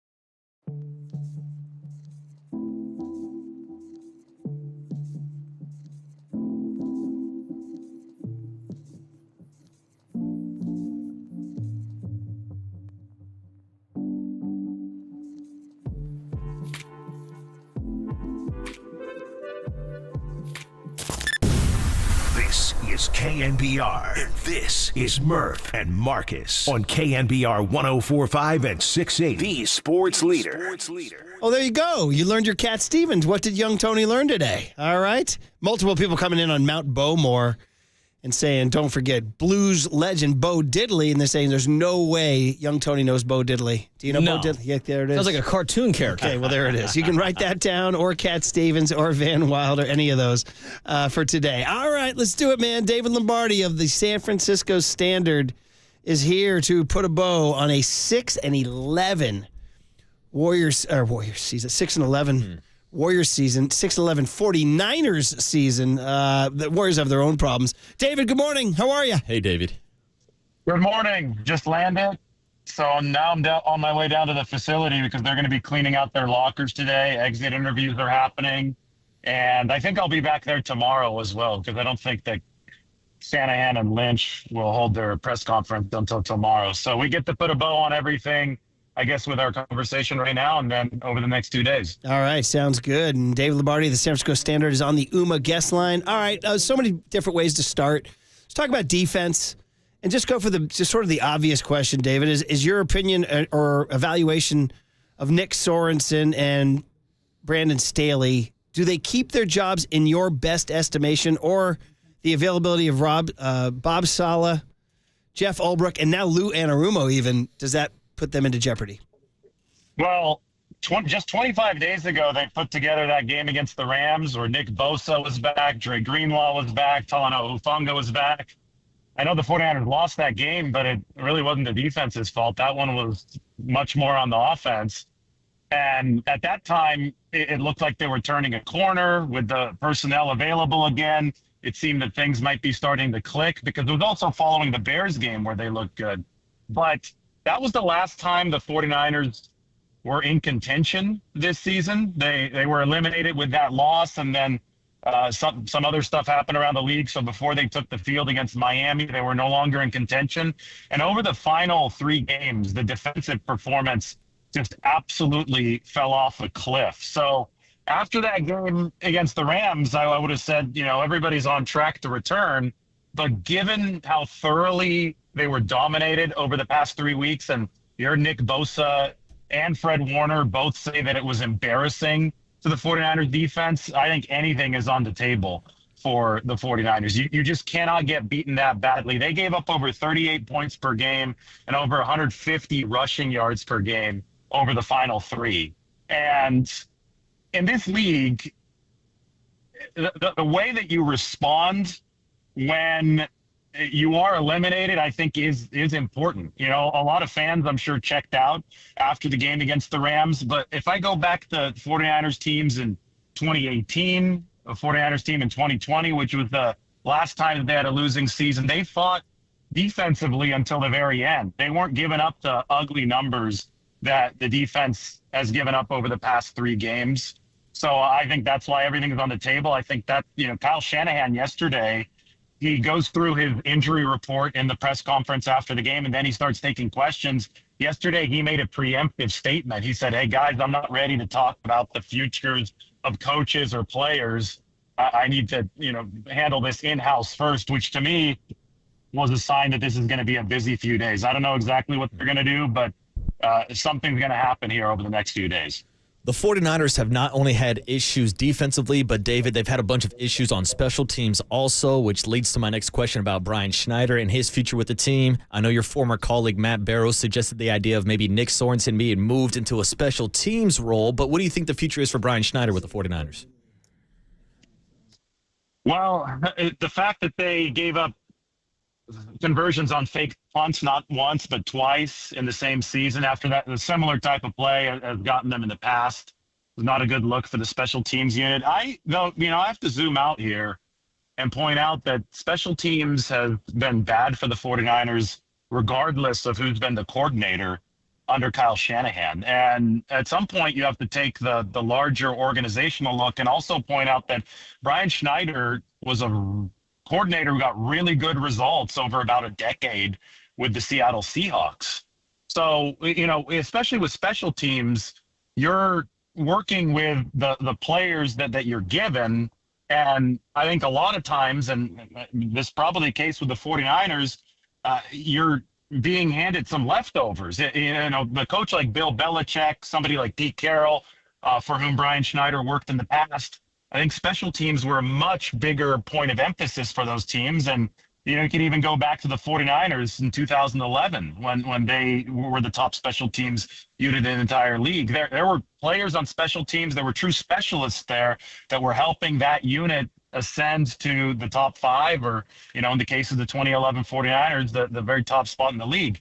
The 49ers under Kyle Shanahan have consistently ranked in the bottom half of the league, and this year in the very bottom of the league on special teams. So it's going to be hard to retain Brian Schneider when you lost nearly 60 expected points. That was the very worst in the league on special teams. But even if he is let go, what's to say the 49ers are going to turn this into an above average special teams unit? They just don't have that track record so far under Kyle Shanahan. So I think it's going to take an organizational recalibration and refocus on special teams because they're just losing way too much efficiency there, regardless of who's been the coordinator over the past several years. And of course, David, we can't talk about the special teams unit without talking about Jake Moody. Missed another field goal yesterday. What do you think his future looks like with the 49ers? So that's really interesting because he had only missed one kick before the high ankle sprain, and then he's been about a 50% kicker ever since coming back from the high ankle sprain. So obviously the injury, whether it be the physical after effects or just, the rhythm and the mental after effects, which obviously are something that could pose a great danger to kicker and his performance. Obviously, that was the inflection point for Jake Moody. The 49ers believe that he's got a whole lot of talent. I think it's clear that he has a whole lot of talent. We've seen him hit field goals near 60 yards, but obviously the consistency has just gone out the window ever since that injury. If you cut him, he still has, 2 years under contract right now with the 49ers. So if you cut him and open this up to the rest of the league, we've seen it happen before with kickers. They find a change of scenery, and especially the talented ones, they have a chance to really go perform elsewhere. So I don't know if it makes a whole lot of sense for the 49ers to cut him. I think it makes a lot of sense for the 49ers to use one of their 90 roster spots this offseason on competition for Jake Moody so that they have options come training camp. But at this place, I do feel that they're stuck in between a rock and a hard place. And I do think that they acknowledge that high ankle sprain was this major inflection point. The question is, can Jake Moody regain the confidence that he seems to have lost when that injury and that return did happen? Wow, that'll be one of the many interesting things we follow. David Lombardi of the San Francisco Standard covers the 49ers. He's on the UMA guest line. By the way, just reading all the social media is just scrolling in front of our faces here. Seahawks fire their offensive coordinator, Ryan Grubb. So all these things are happening, which leads me to believe, Anarumo out in Cincy, Grubb out in Seattle. I'm wondering, does that make you think something sooner rather than later? Yeah, typically this kind of stuff happens right after the season ends. I mean, it was just a couple days after the Super Bowl when Kyle Shanahan fired Steve Wilks. And Anarumo's interesting because the Bengals were in a situation that wasn't all too different from the 49ers this year. They had a very good offense. I mean, Burrow had an awesome year. The offense was even better than the 49ers. The 49ers also won great this year, but they finished ranked number 11 out of 32 teams in the EPA, expected points added per play. Purdy was number 7 in QBR. So I think all things considered, it was a solid season for him.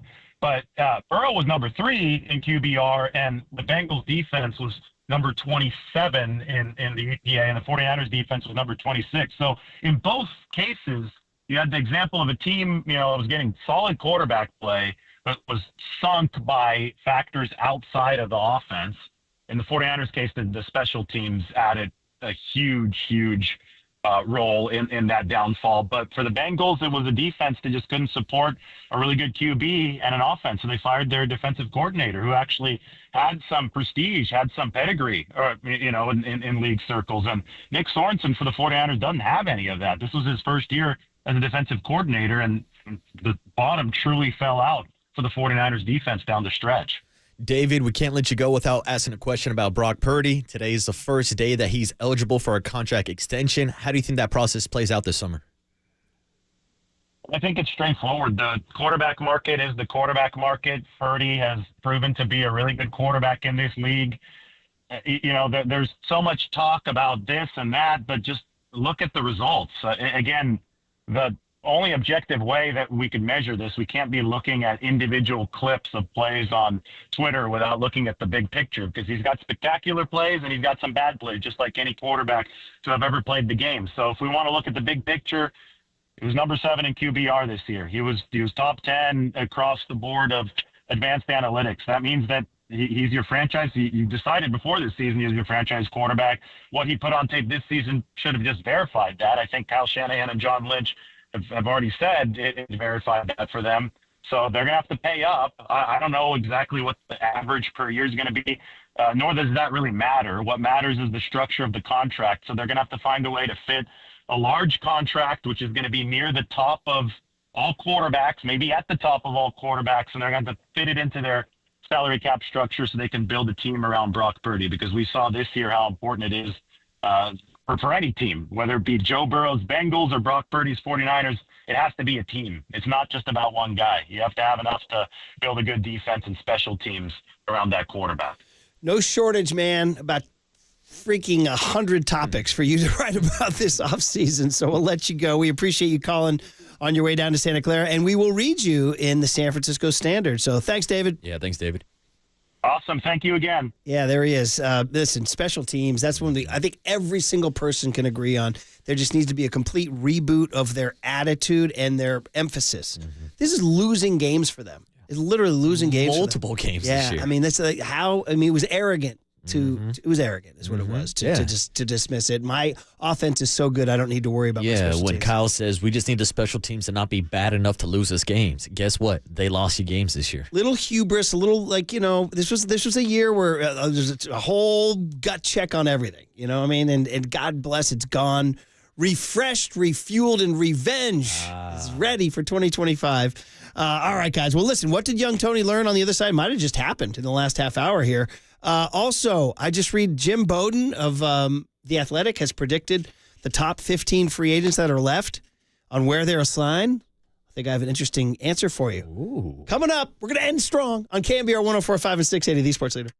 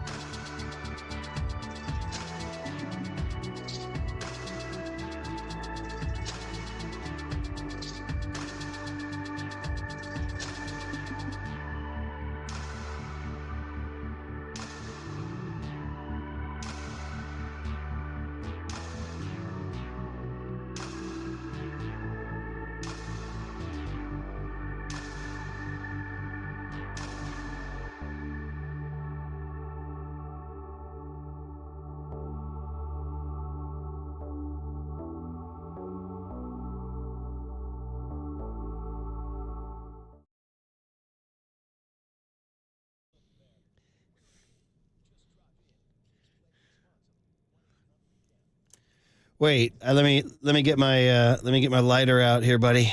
Here we go. We had a joke about this on because Tony was trying to come up with rejoins about the Niners' dilapidated state, and he came up with some passenger song called Let Her Go? Or, Let Her Go. You've definitely heard that song. I definitely know the song. I didn't know the title. And then I said, why'd you play this? You go, well, it was either this or Fix You by Coldplay. I'm like, really? Coldplay. Really? And so I said, and he's like, now I'm just going to poke the bear and play it. But I have seen it's the Glastonbury Festival, and I don't know, 250,000 people freaking weeping and flashing their phones for Coldplay at this particular song. Wow. Fix You, which is like is it the most emo song in the history of emo songs? It's close. It's numero uno. Definitely sounds like it. There's a funny, I told you guys this, so you guys didn't think it was funny as I did, but I thought it was funny. The movie Yesterday about the guy who wakes up in a world where there's no Beatles, and it's a funny premise. He gets into a bike accident, hits his head, wakes up, and nobody's ever heard of the Beatles, so he's like, I'm going to start writing Beatles songs. So he writes all the Beatles songs and becomes this monster global superstar. It's pretty funny. It's a good movie. It's kind of a fun little lark of a movie. But he writes Yesterday, and he goes. He calls his friends out to a bar, and they're sitting outside, and he plays it for them. And they're all, oh my God, that's incredible. It's such a beautiful song. And this girl goes, it's really good. She goes, it's not Fix You, but it's really good. It's not Fix You. Come on. Big laugh line in the movie theater. Not bad. All right, Tone, very good. So you know this for sure. And you ride with the emo Coldplay. No, I mean, I'm not putting this on all the time, but it feels fitting after, a tough season and a tough year. Kind of like that. Yeah. Maybe Kyle should put it on down there and see how it goes. I don't recommend anybody put on Coldplay, to be honest. What about, you're straight anti? I don't have any feelings really towards Coldplay, to be honest with you.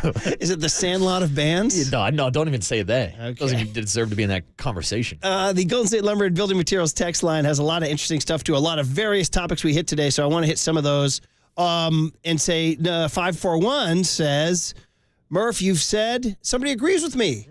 You never spend a third-round pick on a kicker. How about spending a third-round pick on a backup tight end that never made the roster? Shout out Cam Latu. 2023 draft was no bueno, guys. That third round, I remember showing up the next morning to the show. I'm like, wait, they drafted a kicker, a tight end, and I think they took a DB or someone also in that third round. They had 3 picks. I'm like, where's the help in the trenches? Yeah. Where's an offensive lineman? You just lost Mike McGlinchey this offseason. Maybe you should replenish. They do not like drafting interior linemen, although I say that they drafted Don Pooney. This is true. And it worked out well. That 541 goes on to say, it'd be interesting to know the top 5 kickers in the league, how they were acquired. Were they all drafted or were they free agents? Top 5 kickers in the league, dial on, because I spit hot fire.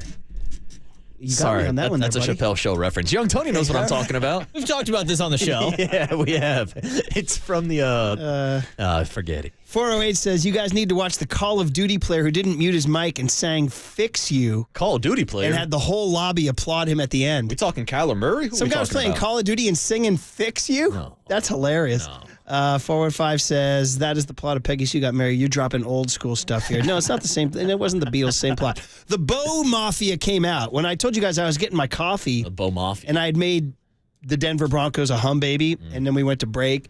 And I was thinking about Bo Nix and how he just kind of did the damn thing as a rookie quarterback, got them in the playoffs. Now, they're at Buffalo. They're big underdogs. It may end, but might not end. Who knows? And I was thinking, God, you just don't get enough Bows anymore. And so then I was thinking Mount Bowmore at the coffee, and immediately I went to Bo Derek because I grew up in the era of 10. And then, of course, I can't sit next to a Raider fan without thinking of the great Bo Jackson. Bo knows, man. So those are the 3, and then I threw out Bo Duke and he is Bo, B-O, but then here came the Bo Mafia, and the 2 most common ones were Bo Schembechler. Okay. Shout out Old Michigan, and then the one that was overwhelming is the one who inspired the Nike ad with Bo Jackson, Bo Diddley.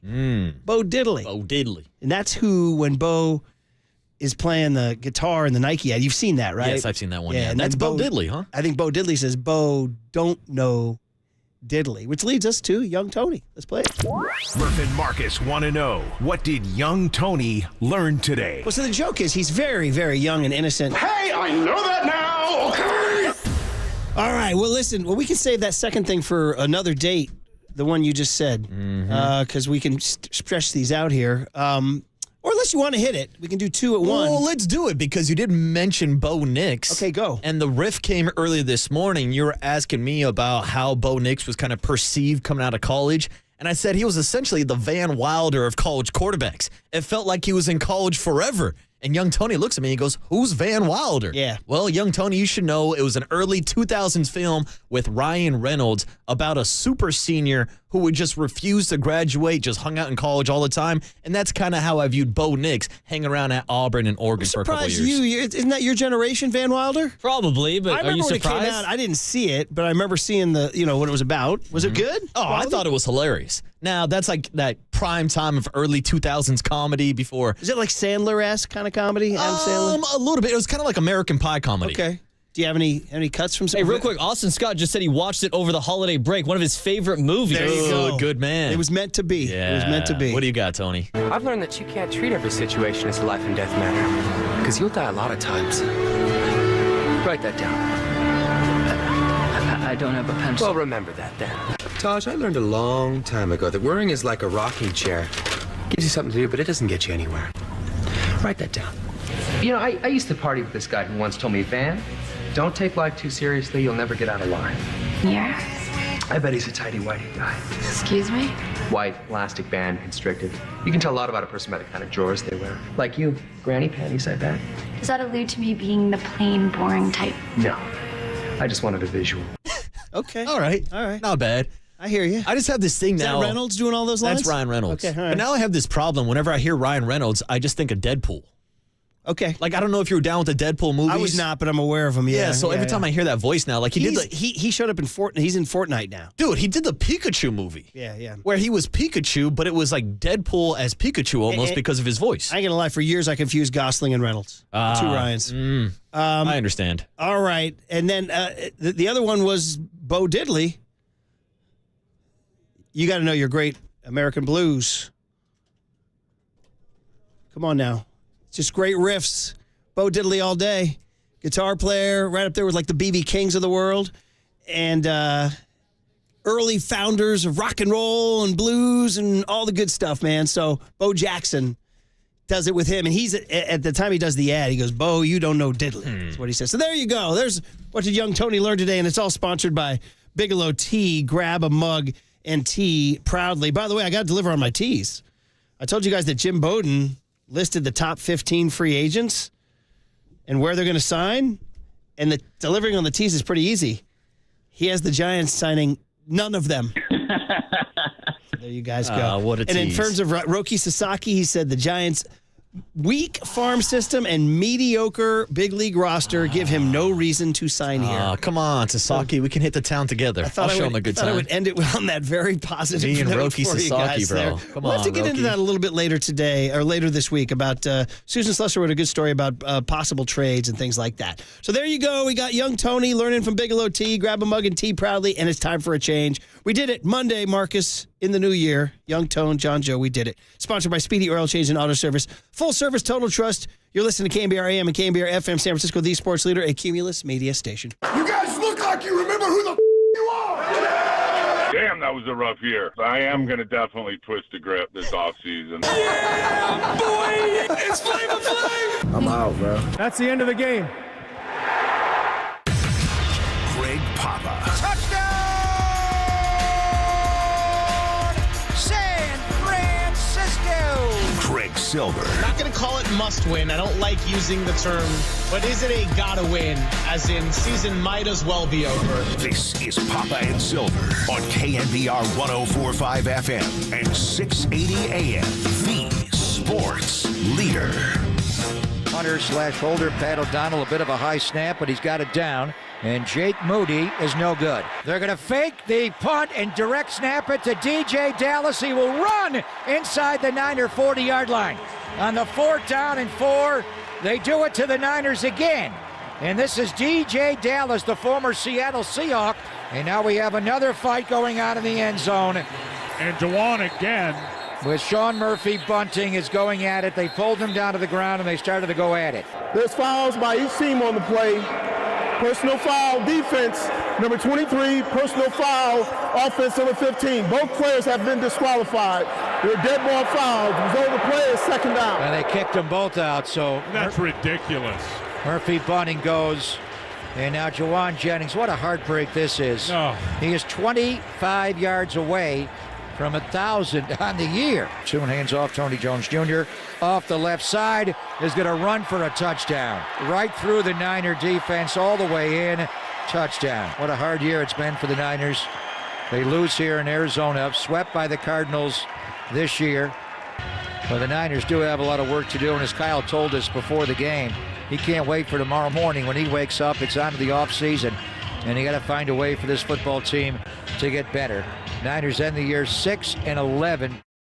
Man, into the offseason we go, as Greg Papa said on the call yesterday. Young Tony coming with the sounds of silence, and yeah, it's going to be a long offseason with periods of silence and periods of a lot of noise, but it's all the same as the 49ers fall 47-24 in Glendale, and that wraps up a 6-11 campaign, coming off so close to partying with Lombardi. And here we are pushing the reset button. Greg Silver here with Greg Papa, and we're going to get all into it. Papa, good morning. I'm glad to see you back home. But yeah, it's 6-11 and losing one of their last eight, or sorry, winning one of their last eight, rather. In our entire time doing the show together, we had one win against the Chicago Bears and a whole bunch of losses. It's time for the offseason.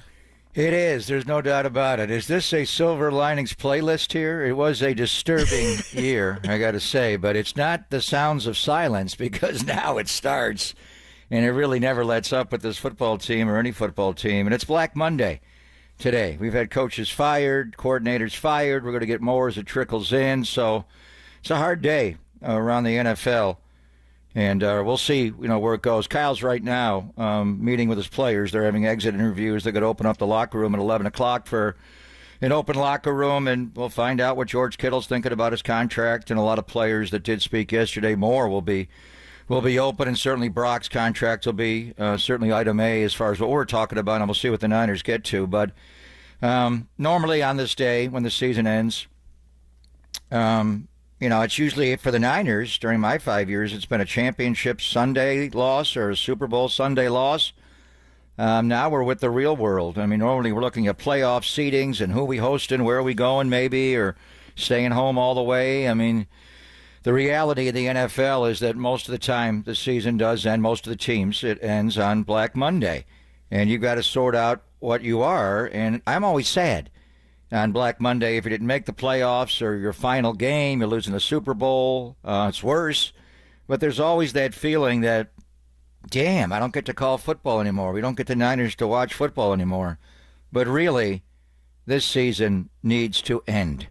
And thankfully, it is over. Euthanasia. It is a real battle for a lot of families to pull that plug and have a loved one lose their last breath. When there's no hope, there's no hope. And in this situation, it was time to pull the plug. This season has been over for a long time. I can't give you the exact moment when Christian hit his knee in the ice rink in Buffalo. There's a lot of moments that turned the year. Did we ever think they would lose their last 4 and 7 of their last 8? When we left Tampa Bay, and Tampa Bay won their division. They're going to host a playoff game on the weekend. They've got Washington coming in. They're the number 3 seed. The Niners beat them. When we beat them coming out of the bye to get to 5-4, did you ever think they would wind up 6-11? I didn't think it was possible. But, I mean, all the great players you've lost, it's on and on. So now you push the reset button. It is time to recoil, respawn, reload, whatever you want to say. And I'm sure John and Kyle will have an exit interview and a Q&A in the auditorium at 4949. Not today, maybe tomorrow or Wednesday. Today they're meeting with their players. We'll get some of the audio in from open locker room at 11 o'clock. But as far as yesterday goes, we reached out to Mike Pereira. I mean, Juwan, and I don't think he was at fault in this situation, but he's got to realize what's happening here. And it's a little like Draymond Green.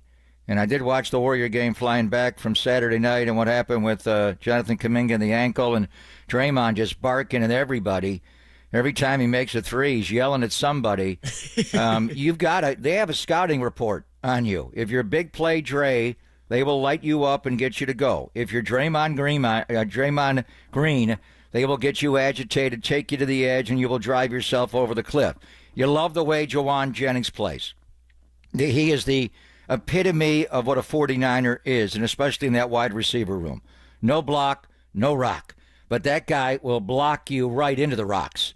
He is a dog. and he's become a good wide receiver. I know how much it meant to him. We had a countdown. Every time he caught the ball, I gave the yardage. Needed 77 to go into the game to get to 1,000. The guy had 963 yards in his entire career coming into this season, and he had a chance to get to 1,000. He winds up surpassing 963, but 975, and he gets run. And what they're going to do, and the Niners do this to DK Metcalf, that Kyle told the team, light that guy up. There's going to be a prize for anybody who gets him to get himself ejected. And I remember Charvarius Ward on a Thursday night followed him around. Maybe it was Thanksgiving a couple of years ago or the year before, Brock's first game. They do it every time. And DK goes right to the edge, and he almost gets kicked out of the game. For Jawan Jennings, you are a badass blocker. There is no doubt. I don't know if you're wide receiver or left tackle. You're Penei Sewell, but tougher. But the other team don't like that. So when their defensive back coach, corner coach, puts the video on and they're looking at 15, do you want 15 to embarrass you? Do you want him to block you into the Gatorade coolers or right off the baseline of the end zone on Monday Night Football and shove you right over the low wall that's a cliff and make you look like a fool? You got to defend yourself. And if you don't defend yourself, your teammates come in. So they were all in on it. If you're going to block a guy and pancake a guy like that, I don't know what the result, what's the coaching point, what's the officiating point. Starling Thomas V got embarrassed. He got road graded. They let it go, offset, just like Terrion Arnold did last week against Detroit. And then, Kirby Joseph come up behind. They fined everybody in that situation. All three got fined. Sean Murphy-Bunting told Juwan, come over to my side, brother. Stay away from that guy. He's an undrafted player. Come over to me. And he came over on the very next snap. And they went at it. I don't know what the coaching point is. Don't pancake him. When he won't let you get up, what do you do there? But if you do it once, personal foul offsetting, if you do it a second time, they may run you. So this is a little bit of a quandary that I have. What do you tell Juwan? Don't get kicked out of the game, certainly in the second quarter, and don't get kicked out of a game when you're 25 yards away from 1,000. But what do you do in this situation? Because if you take back-to-back personal fouls, you're running the risk of getting ejected from the game. So a lot to get into on yesterday. We'll talk Nick Sorensen. We'll talk Jake Moody. I certainly have thoughts on it all, and Brock in the coming days and all of this. But yesterday, my heart was broken watching Juwan, and he kind of loved it a little bit. He took his helmet off. He gets up. Everybody stand up, and the shoulder pads come off, and he's got a little of that Draymond theatrics. If this was a bigger game, you can't get kicked out of a game. If this happened during the divisional against Green Bay, when he took Valentine into the Gatorade cooler and he gets kicked out, then we'd all be upset. So we're kind of laughing about. I don't know exactly what Hankerson or Kyle tell him. How do you handle this? Don't block him so hard. Don't pancake him because they're not going to like to be shown up. But he's a marked man in a very different way that I've ever seen before. But damn, he winds up 25 yards away from 1K. And he was getting targeted a lot by his former college teammate at Tennessee, Joshua Dobbs. So we'll get into Juwan Jennings and the ejection. We'll get into the special teams. We'll get into Nick Sorensen's defense that gave up 47 points yesterday to the Arizona Cardinals. We'll say it for the first of many times here on Papa and Silver. The 49ers have the 11th pick in the NFL draft, which will start April 24th at Lambeau Field. We'll talk to Larry Krueger at 10:50 like we do every Monday. Still waiting on a couple of responses, hoping to get a couple of national perspectives here on an NFL Black Monday. We got Walter back in the house today after a much-needed vacation. I don't know if you have any other Gregs in your life, Walter, but I hope you dissociated from all of them so you got a true rest. It's Papa, it's Silver, 49ers all day, every day here up until 2 o'clock on KNBR 104.5 and 680, the Sports Leader.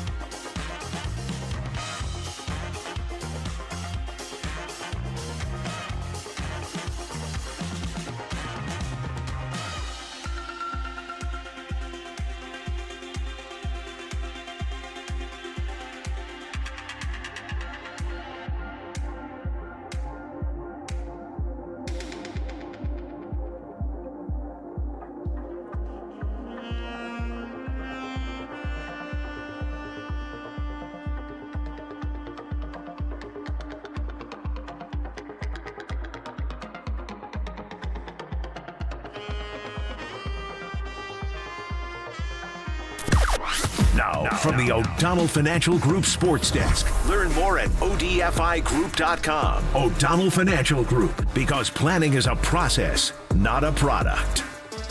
It's the dreaded Black Monday for the NFL, where coaches are finding out their futures with their respective teams. Which coaches for the 49ers are going to make the cut and be a part of things moving forward into the 2025 season?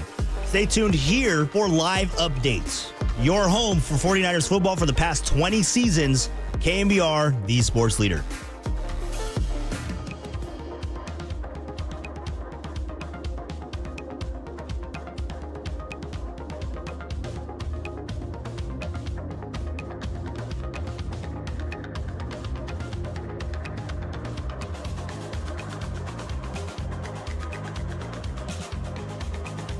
Got a question for you. What does Golden State Lumber and Building Materials offer professional builders and contractors? Just about everything they need. Hey, it's Greg Papa here for Golden State's Lumber Yards, and they carry the largest inventory in the Bay with as much as 70 acres of lumber and materials, and they save you time with drive-through pickup and on-site milling services.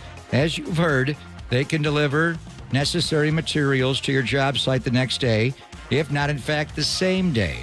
Are you delivering oversized loads to homes and narrow roads at high elevations? With their delivery dexterity, no location is out of reach. See a video of a recent delivery of 3,000-pound crates to a job site that required expert coordination. And then scroll through the extensive video list on GSTV, Golden State Lumber TV, at goldenstatelumber.com. You'll see innovative products, design options, and educational videos, including Trex Academy. No business helps you build better than Golden State. Now in their 70th year, Golden State, when you succeed, we succeed.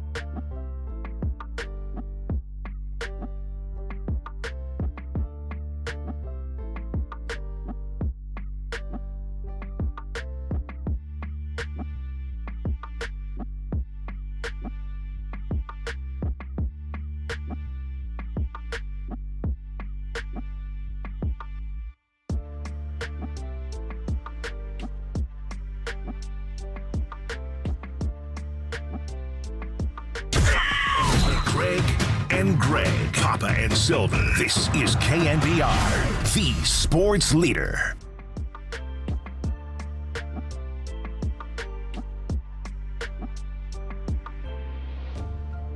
Third down and 8. Here's pressure and a throw and a comeback route intercepted. Flag is down. He was throwing a back shoulder to Juwan Jennings, and the ball was intercepted by Sean Murphy-Bunting. It's going to be a hold on Sean Murphy-Bunting as Juwan Jennings was trying to free up and come back for that football. There's no foul on the play. The golden play is an interception. First down, Arizona. I take back everything I said about Sean Smith. He's a horrible referee. No. What happened there? Because it looked like Murphy-Bunting did grab Juwan and prevented the comeback. Greg Papa at the end of his wits there in week 18 on an interception we thought was going to get called back, then it ended up standing. That was one of 3 turnovers for Joshua Dobbs in his first and only start for the San Francisco 49ers this year, playing against his previous team of last year, the first part of last year, the Arizona Cardinals. And 49ers fall 47-24. They finish the year 1-5 against the NFC West, 6-11 overall. We're now looking ahead to the draft and a lot to get into. But Papa, Josh Dobbs yesterday had some nice moments, but kind of like what you expect with a player of his caliber. You're going to get some dynamic plays. You're also going to get some ill-advised turnovers, I'll say. Yeah, I don't think that the fumble was his fault when it got ripped out on the zone read, but the interceptions and the one later that went through Ricky's hands, there was a Buda Baker blitz on that play, and Ricky's got to catch that ball. It wasn't perfectly in the framework of his body, but it went right through his hands. This play, and the reason we played it again is it involved the 2 players got kicked out of the game. You know, we have invited Mike Pereira on the show to get clarification. First of all, the line about Sean Smith, I was just talking about how he may work the referee. This referee may be the white hat in the Super Bowl, which would be a huge honor for Sean Smith, obviously. The reason I asked Pereira, I texted him the week before. Sean Hockley worked the game on Monday Night Football, and Sean Hockley is really good. And a lot of it is just how you articulate to the country on the mic, and Ed was the best at it. And Sean, his son, is just as good. I just texted Mike, could Sean Hockley work the Super Bowl this year? And he thought maybe, but I think it's Sean Smith. And then lo and behold, we get Sean Smith in this game. But that wasn't about Sean Smith. It was about Sean Murphy-Bunting and Juwan Jennings going after it. And we'll move on. But just one note on this game. And I do want to ask Larry Krueger the coaching point and how you do this with Juwan, because the Yak Bros are the Yak Bros because of the way the other people block around them. The wide receivers can break free on bubbles and tunnels because of the way people like Juwan Jennings can block. He's got a lot of superpowers, and he proved to be a very capable ex-wide receiver this year. And we'll see how long it takes Ayuk to get over the ACL, MCL, if he can make training camp and the start of the season on time next year. But if not, Juwan can play X. But right now he has an X on his back at number 15. And the way Murphy-Bunting went at him on that play was just overtly physical. Juwan was trying to go back shoulder to catch the ball. He would not let him turn. I think there was a foul there, like they originally, I'm not sure when they conferenced why they didn't think it was justified. But the point is, he was targeted, not only by Joshua Dobbs, his former volunteer teammate in Knoxville, but by Arizona knew. They all knew. They told the world, he's going to get 77 yards and get to 1,000 on the year. So they fed him the ball. He was targeted 10 times in a quarter and a half. There was one where Mack Wilson Sr., the linebacker, buzzed out in the flat and jumped the route. I mean, they're just looking.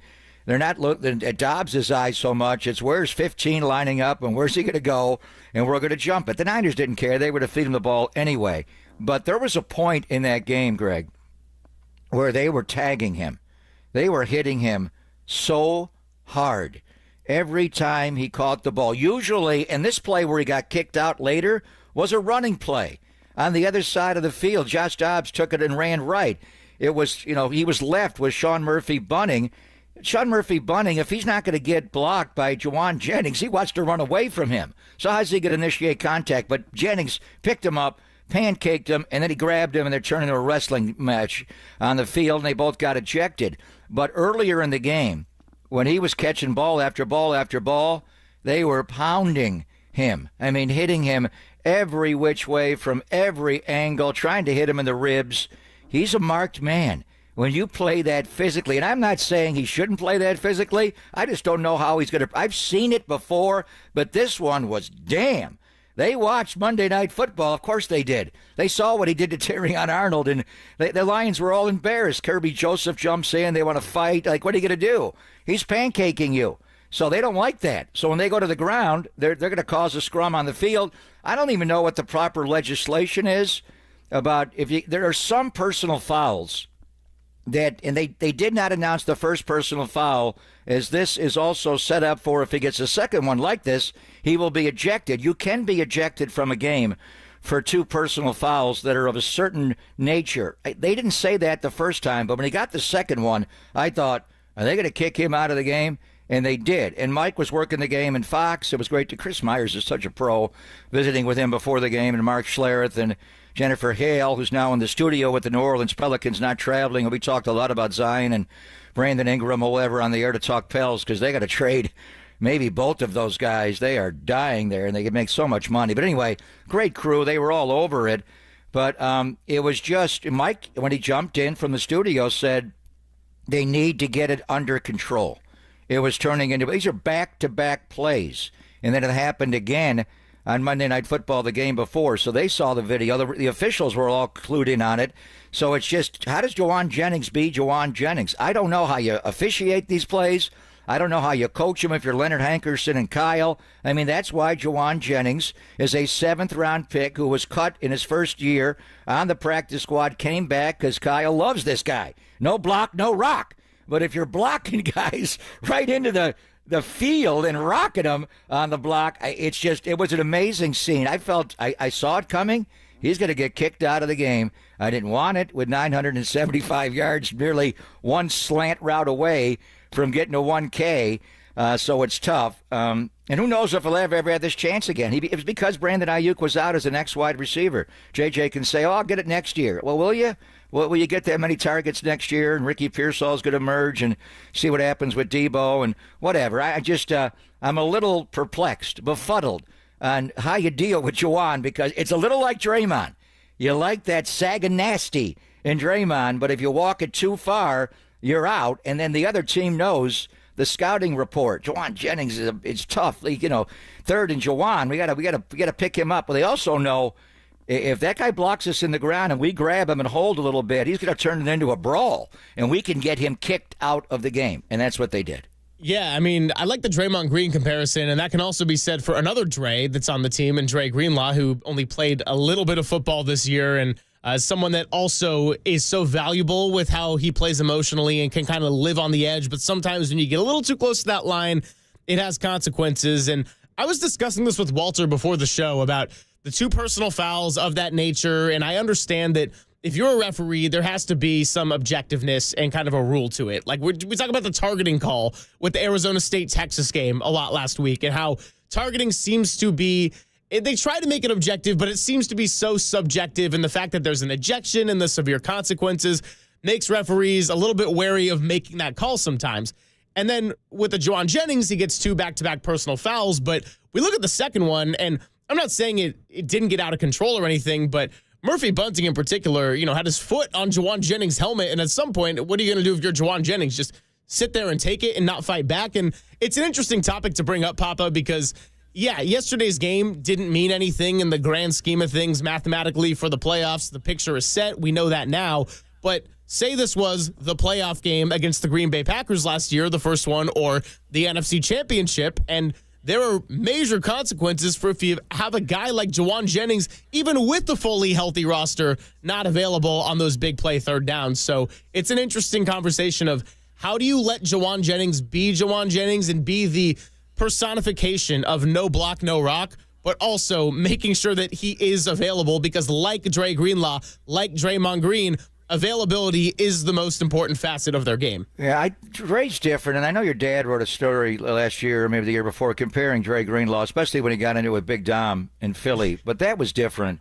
Dre really, he plays violently to the white, and if Kyler Murray goes into his baseball slide with his feet, Dre's got to know to go over the top, but there are times he'll just slide into you. He plays, and so does Juwan.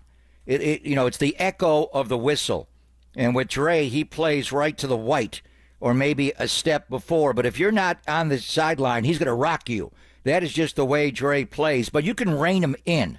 After the play is over, he knows. He doesn't get into, Aziz got wrongfully accused for his hit on Trevor Lawrence, but I think it was the actions after when his helmet came off and they all wanted to fight him. Aziz wasn't back away. If you get Dre into that situation, he's going to fight you. But Dre knows when it's over, it's over. Draymond does not know that. He does not know. When it's over, it just starts with Draymond. And that's where you're like, whoa, here he goes again. He's going to blow it. And sometimes he does. My Saturday night was close, but he pulled it back in, and they used that energy to win the game. And with Juwan, he blocks you so violently right into the ground, and it's to the echo of the whistle and beyond. They love that. So I've talked to Kyle about it many, many times in Hankerson. I don't know what the coaching point is. Don't do your job. Don't pancake him. I think they're going to say, just do what you do. But then the bigger question is Mike Pereira. How does the league legislate this now? If the other team, after they get pancaked, they're going to turn it into a wrestling scrum and just grab him and try to flip him and grab his head and kick him, and now he's going to fight back, and you always see the second one. Now it turns into a brawl. It happened on back-to-back plays. It happened on back-to-back games. Get 15 out of here. We got to calm this. If 15 plays one more snap, what are we going to have? Benches clearing? So you get into that situation where you're too good at your job. I don't know. I think you send a memo to the league, and I'm sure they've done that. Hey, what is our guy doing illegally? Tell us, how do we coach him to keep him in the game? Well, this is the way we coach him to play. He's good at it. What's he doing wrong? In our textbook at wide receiver, nothing. But what are you guys going to do when he acts like this and the other team's embarrassed and they want to make it a fight? You're going to kick both guys out of the game? That's not fair. Well, it is what happened, and it is what we will continue to get into. We'll get into all things 49ers. We'll get into all things NFL, as today is Black Monday, and we'll talk to Larry Krueger coming up at 10:50. It's Papa and Silver. Get ready for Larry Krueger, and if you want to chime in, we'll be taking some calls after Krug. 415-808-5627, the number to call or text in on the Golden State Lumber and Building Materials text line. It is Papa and Silver lamenting the end of a 6-11 49ers season, only here on the Sports Leader.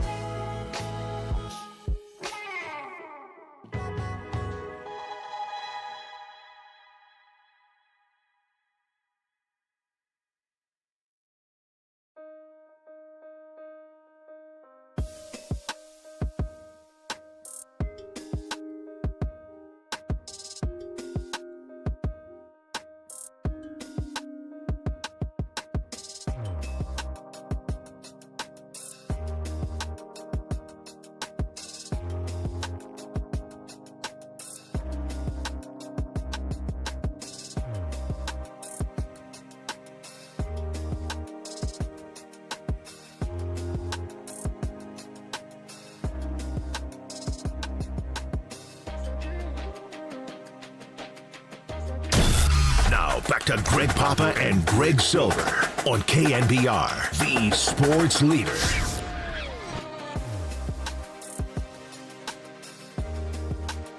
They're going to fake the punt and direct snap it to DJ Dallas. He will run inside the Niner 40-yard line.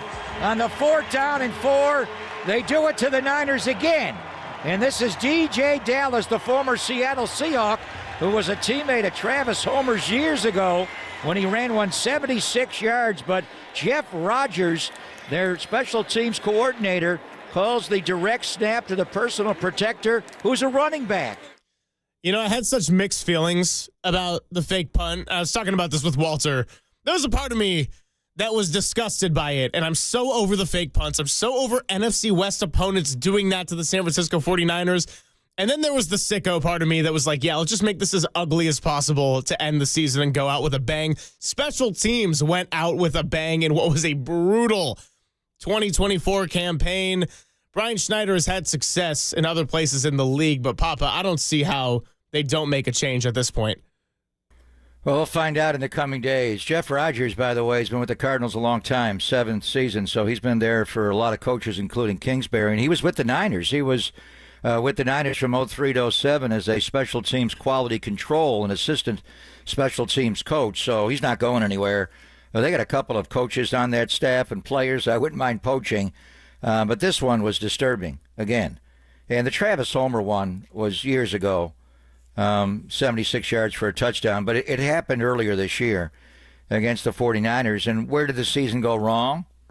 Well, a lot of places. Going to Minnesota and dealing with and Sam really struggled last night to see the field. Yeah. That was hard to watch. But Brian Flores' defense confusing Brock, and I'm not sure Brock ever got his mind uncluttered all year. At times he did, obviously, but at times he was cluttered. But that fake punt in L.A. against the Rams, wow. I keep going back to that play.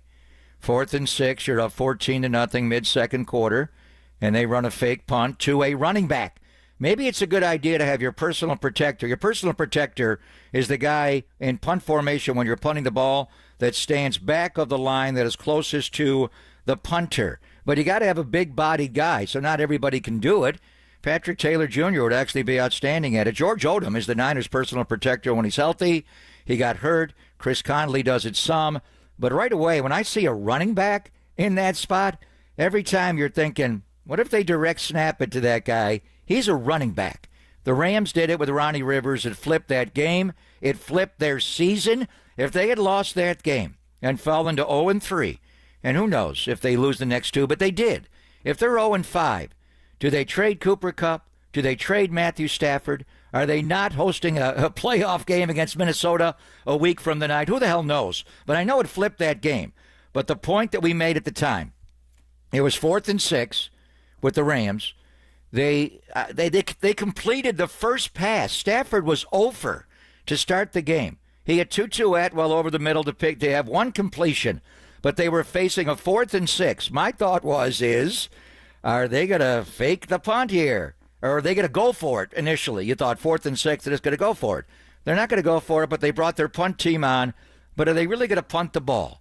So in that situation, and you can blame Brian Schneider all you want, happened twice and it happened again yesterday.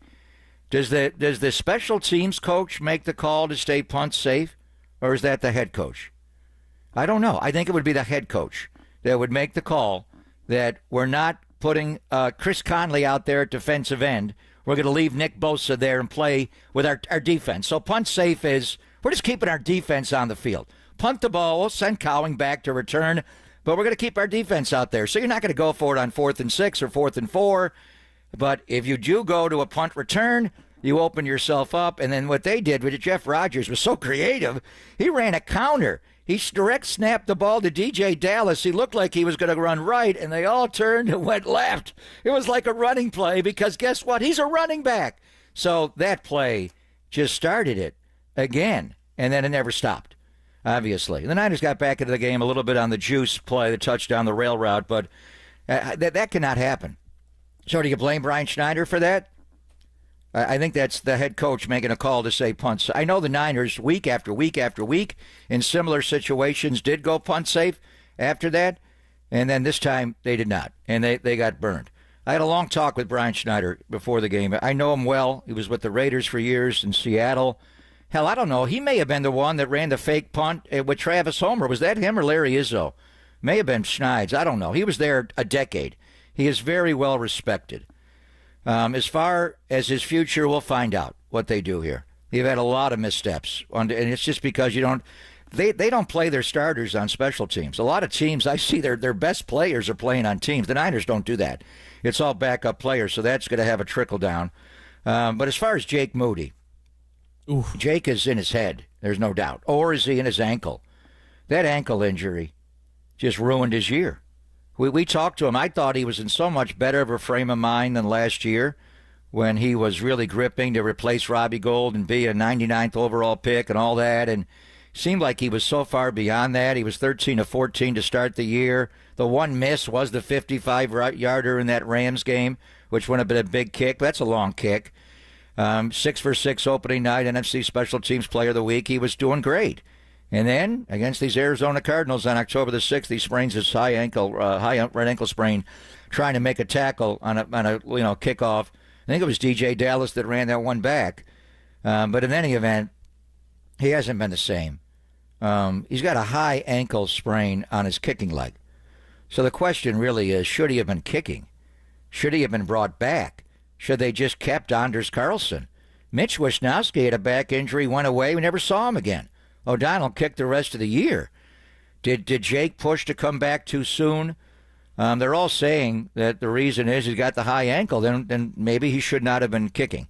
Maybe the ankle injury was too severe and he should not have been cleared. Or should have been some thought of clearing him and then seeing the results. He missed 3 kicks right away in Tampa. He did make the game winner later. I don't know. But to discard this talent would be a mistake, in my opinion. He is a talented player. He's got to get his head clear, and right now he has the yips, I think, or he's got a high ankle that is not healed. In any event, it's easy to see what happened to him. He was 13 of 14 before the high ankle, and he winds up, 11 of 20? So he missed 9 at the end with the ankle. He missed 1 before. So you tell me. It seems obvious to me. How do you want to react? I would not get rid of him. I would bring him to camp. Why would you do that? I'd wait and see what Arizona does with Prater. He's an older guy. Chad Ryland, the guy that kicked for him yesterday, he was picked right after Jake the year before by Belichick. And Belichick would have taken Jake Moody with that pick at 112, but he was gone because the Niners took him at 99. Chad Ryland missed 9 field goals last year. He was 16 of 25. New England got rid of him.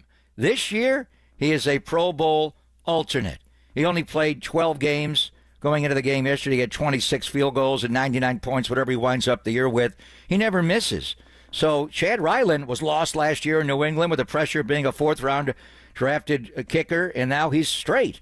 And he didn't get hurt. He took over for a hurt kicker, so I think Jake could do that. The worst thing would be to cut Jake Moody, have him go somewhere else and flourish and maybe do it against you, which can happen. But the question with him is really, should he have been allowed to come back and kick? Because that high ankle injury ruined his season. Yeah, and look, I don't want to speculate too much on how much the ankle affected him because I didn't have to witness it myself. But the bottom line is he was very effective in practice, and the fact that he had those numbers during the game post-injury makes me think that it's a lot more mental than anything physical. I'm not saying they got to cut him, but you absolutely bring him to camp with the presence of other veteran and proven kickers to see what happens and how that shakes out. And if you end up going with Jake Moody to start the next season, which would be a big risk at this point, he's inevitably going to have a very short leash. And I think that kickers, it's a tough position in the league, but look at what the Green Bay Packers did. They had Braden Narvison to start the year. He was very shaky. They got rid of him, went with Brandon McManus, and immediately makes back-to-back game winners and does really serviceable work for them. And now they're in the playoffs. And if the Packers were going into this game in Philly with Braden Narvison at kicker, that would be a decision that would be very regrettable. So the 49ers, because their season ends today, they don't have to worry about it. They don't have to make the decision. But whatever the issue is with Jake Moody, however much the ankle affected him after the injury or however much it is mental, the 49ers got to bring in some veteran competition at the very least heading into training camp to challenge Moody and see if he is earning the job. And then, like I said, if he does get that spot, I think he's on a pretty tight leash to start next season because you're not trying to give away games early in the year, even if on paper your strength of schedule is much better than it was here in 2024. Yeah, no one's giving away games. I don't know what that's about. So anyway, as far as so when Jake got hurt against Arizona in the game, we knew it was bad. And I brought up Brandon McManus's name on the air. I knew he was available. Brandon McManus was in Denver.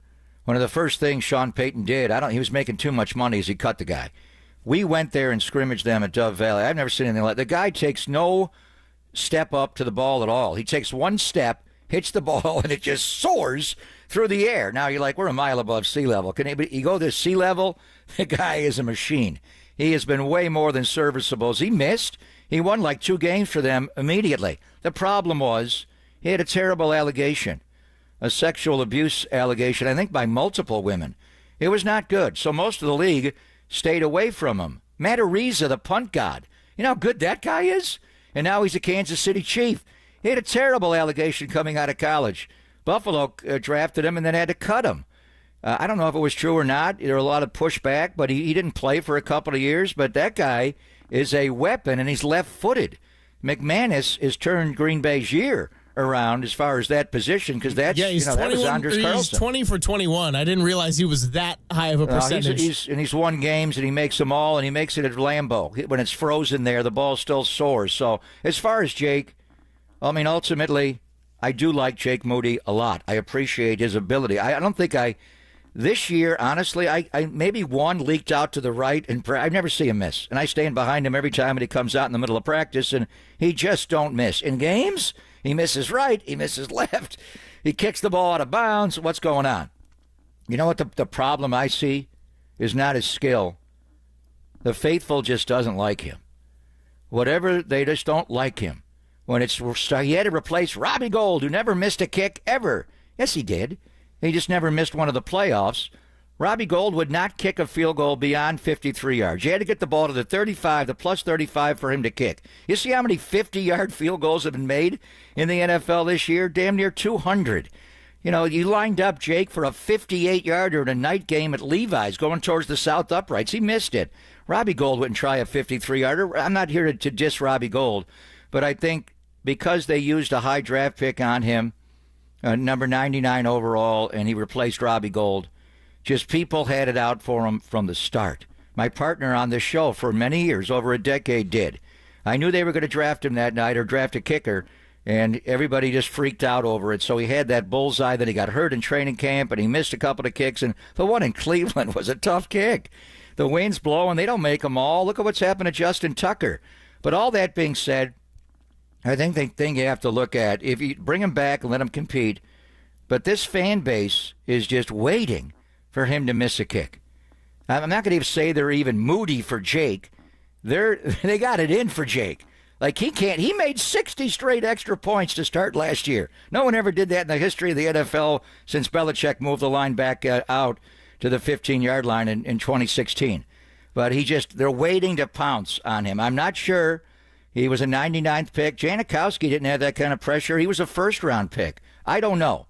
But I believe in his ability. But what I'm concerned about is the fan base here will never accept Jake Moody. And the second he does anything wrong, he could go 25 for 25. If he misses kick 26, damn Moody. Well, to defend the fan base a little bit here, missing 9 in the second half of the season is a lot of misses to get any fan base riled up. And he's missed 8 with a bad ankle, brother. I'm just saying if he's healthy enough to be out there and play. He was 13 to 14 before the high ankle. If he's healthy enough to be out there and play, and for the coaching staff to give him the decision to be out there. That may have been the mistake. That may have been the error. He should not have played. Yeah, so I'm just saying, if the issue is that he's hurt, he shouldn't have been playing because the results ended up being the results, and it cost them some big-time games. So is that his fault that he did that? It's one of the many factors that have contributed to a very disappointing season. Yeah. All I know is if they ever cut him, I'd go get a car and go pick him up and bring him to my team. There's no doubt. That guy can kick. He is tremendously talented. His kickoffs, Robbie Gould with his new dynamic kickoff rule, he would have had major troubles. Matthew Wright and Anders Carlson didn't miss a kick here, but the kickoffs were a major problem. Chenault takes one back in Seattle that flipped that game. I understand. It's easy to say, just look at the numbers, like a bad free throw shooter. Hell, you made 11 and you missed 9. You suck. I get it. I understand. There's more to it here. But what you're saying to me, and I hear it constantly wherever I go about Jake Moody, I appreciate the ability. I saw Janikowski. That guy could change a football game with his powerful leg. He was nuts off the field, but the guy was the Polish cannon. He was the most powerful kicker of his time. Now they're all bombing him like him. Jake Moody is that kind of ability. That's why he was chosen where he was chosen. I'd like to see them ride him out, but you have to also understand the fan base is hard on him, and it makes it more pressurized for him to make a kick. They are kind of waiting. I don't know what you're hoping for. If you're a Niner fan, you should hope he makes every single one. Yeah. But the moment he doesn't, they turn on the guy. Well, we'll take a break now so we can get to Larry Krueger and get more into Jake Moody's special teams, the 49ers 6-11 campaign. And, of course, you can catch Krug tonight from 6 to 7 on Niners Nightly. It's Papa and Silver breaking down the end and eulogizing a 49ers season only here on the Sports Leader.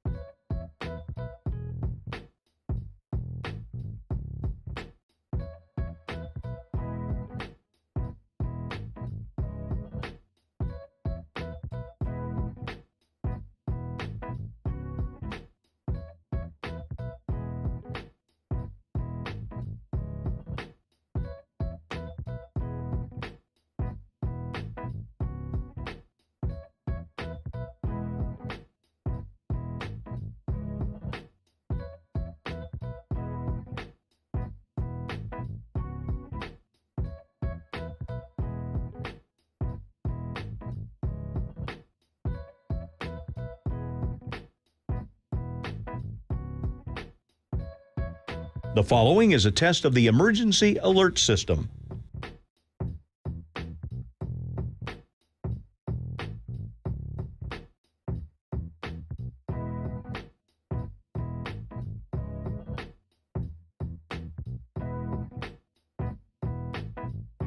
This has been a test of the emergency alert system. We now return to our regular programming.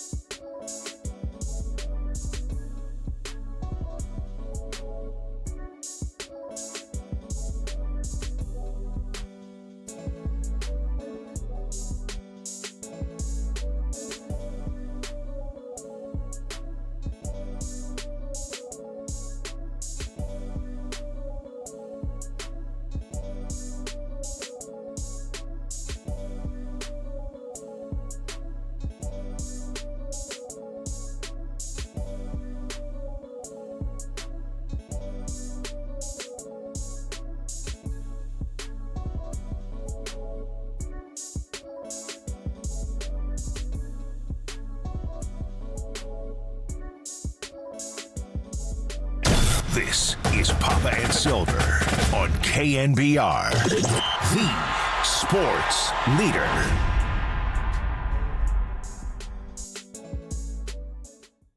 Punter/holder Pat O'Donnell, a bit of a high snap, but he's got it down. And Jake Moody is no good. Missed it wide left. Yeah, pulled it. So the nightmare of 2024, post-high ankle, continues for Jake. He makes the first one from 51, but pulls this one wide left, just left from the right hash mark, outside the left upright from 47. Yeah, and that's kind of been the story of the second half of the season. Jake Moody will make one, he'll miss the next. Just the general inconsistency of the special teams unit, and especially number 4, has been one of the many reasons why the 49ers season ends in 6-11 as they fall 47-24 in Glendale yesterday, 1-5 in the NFC West. We do it every Monday, and that is be joined by our favorite and Niners Nightly host, Larry Krueger. He is on the UMA guest line, and he's here to talk about another loss. You know, Krug, it's been a couple months now doing the show, and I think we've gotten one victory Monday together. How are you? It's been that. It was that kind of a day. Before. Yeah, I mean, wow. This team was predicted to win the Super Bowl, and they lose 7 of their final 8 games, and it was a rough year. It was a rough year any way you slice it.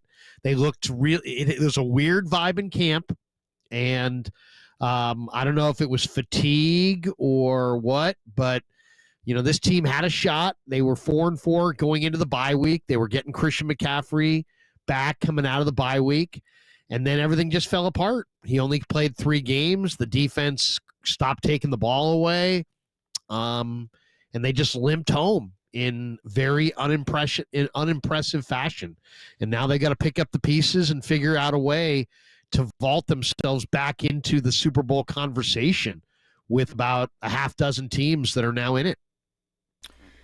All right, so we came in with Jake's missed kick. Let's get right to it with the coaching staff. Nick Sorensen. Did you asked him last week in his Thursday presser? He's a candidate. I mean, everybody's being interviewed for the New York Jets job, including Brian Griese, the Niner quarterback coach. Is he on the radar? You asked him about the Jets job, but I do want to ask him more broad strokes because Nick has been a special teams coordinator in his career before with the Jacksonville Jaguars when Urban Meyer was there. There may be a reassignment there. You know, if you wanted to make a change, a defensive coordinator, he could slide over and run special teams, and which would get into, what happens with Brian Schneider. But is Sorensen on the radar in Florham Park with the Jets? Well, he was listed, Greg, as one of the, Jimmy Shapiro sends me the odds. And about 10 days ago, he sent me some odds on the individual coaching jobs. And I wanted to see if there were any 49er people mentioned on any of these lists. And sure enough, Sorensen was connected to the Jets. Now, he was 50-1. And when I asked him about it, he said he had no knowledge and have had no dialogue. But, Nick Sorensen is a good football coach. I know that's probably not something Niner fans want to hear this morning, but I'm always about the truth. And the truth is that Nick Sorensen is a good football coach. Their backslide this year has much, much more to do with personnel backslides in their front 7 than Nick and his struggles. But I also, while I say that, there also was not a lot of creativity when they weren't getting pressure, and they didn't get a sack in 4 of the last 6 games. You didn't see a really creative pressure package. Now, Tim Ryan told you about a month ago on the Football Hour that if you don't blitz a lot, you're typically not very good at it. And there's some truth in that. I just don't know if it's really an excuse. So, Larry, I want to ask about the Juwan Jennings ejection because that was a focus of the first half hour on the show today. As I tell everyone that you're listening to KNBR and KNBR FM San Francisco, the sports leader, a Cumulus Media station, I personally love the Juwan Jennings mentality. I tweeted out yesterday that he blocks like an absolute psycho. I mean it in the most complimentary way. But another discussion point that was going around was Jennings kind of laughing and talking to the crowd and doing a little Draymond Green-esque theatrics after the ejection. And there was a discussion of, is this a lack of discipline ejected? I just want to get your take on that with the Juwan Jennings back-to-back personal fouls. I don't think it's a lack of discipline at all. I don't understand why he was ejected from that game at all. I mean, he did his job. He blocked into the whistle. The guy got up and was so disgusted that he started throwing blows. JJ never threw any blows. The first one was Starling Marte. The second one wasn't Starling Thomas. Starling Marte is a Mets outfielder. Wow. But the second one was... You went to Marte Parte on me. Wow. I was all over my Starlings there. But then the second one wasn't even Starling. It was another guy. So Starling gets just Sean a free... Murphy Bunning, the one that intercepted. Yeah, Sean Murphy Bunning gets run, but yeah. Starling doesn't get run. I mean, I didn't understand that. I mean, if JJ had gotten up and thrown blows, that's one thing. But I mean, when you block somebody so severely that it causes them to want to throw hands on you, are you also then susceptible to an ejection? I didn't realize that. So what's the coaching point? I mean, we invited Mike Pereira on. Should he have been kicked out? Because they were back-to-back personal fouls, but they never announced the first one goes towards a possible ejection, like a violent hit over the middle or something, kind of like targeting. They didn't announce that. Do you get kicked out for back-to-back personal fouls? He's just kind of doing his job. So we'll talk to Mike about how the league legislates it. But if you're Leonard Hankerson and Kyle, what's the coaching point? Just do it again? But don't get run. How do you avoid it? Yeah, I mean, I don't know what the coaching point is, Greg. I mean, don't play with intensity. Don't play hard. I mean, they love JJ. And they love everything he stands for, and I do as well. It's a violent game. This guy's playing for keeps. He's real. He'll go out there and he'll fight you. And to me, Greg's question was, is it an indication of a lack of discipline? To me, that is not a negative culture thing. That's a positive culture thing.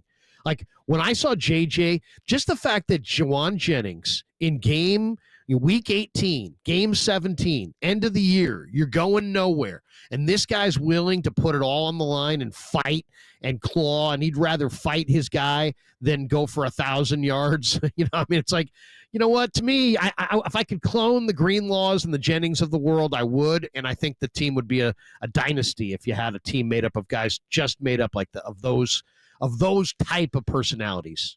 Yeah, no, and I largely agree with you, Krug, in that I love Juwan Jennings' mentality. I think that he represents what a 49er is in a lot of ways, but I also just want to see it from the other side as well and know that if this was a game with playoff implications on the line and a Juwan Jennings got ejected in the first half, we might be having a different discussion there. But let's move over to something a little bit more positive. And not to interrupt, but that might be the question for Pereira. If this game had not been a Week 18, these teams aren't going to the playoffs, would they have taken JJ off the field? Because that would have been egregious if that had been like, if you win, you go to the playoffs, and you lose, you go home. But the game was meaningful. He was 25 yards away from 1,000 on the year. The game had great meaning to Juwan yesterday. Yeah, to him. But I mean, I wonder if the officials were aware of that, or if that even would matter. I'd love to hear his perspective on that whole play, because to me that seems counterintuitive to take him off the field.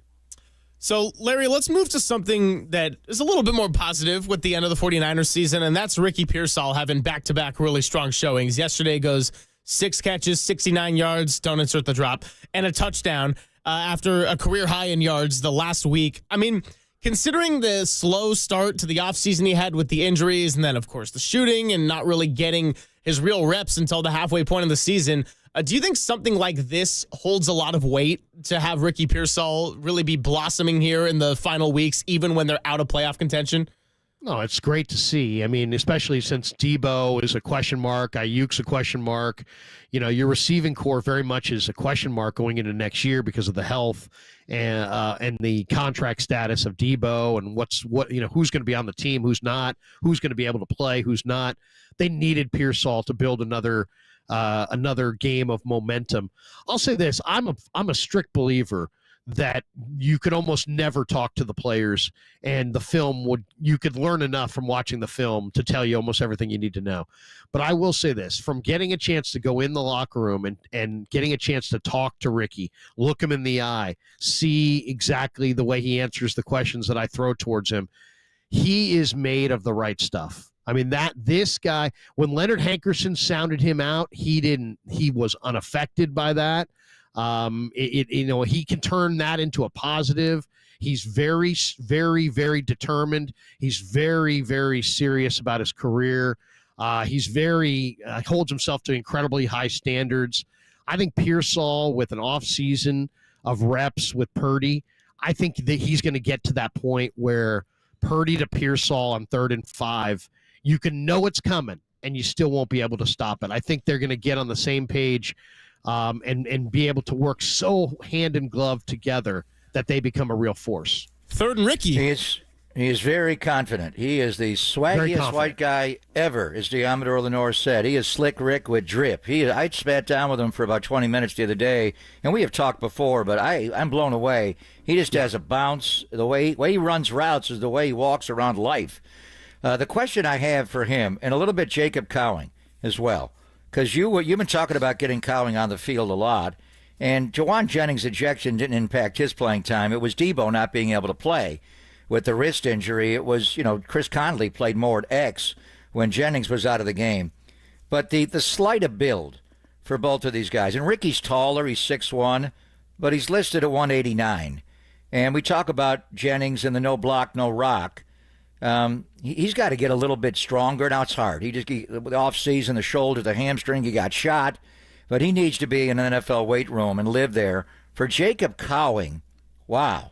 Deshaun Jackson all over again.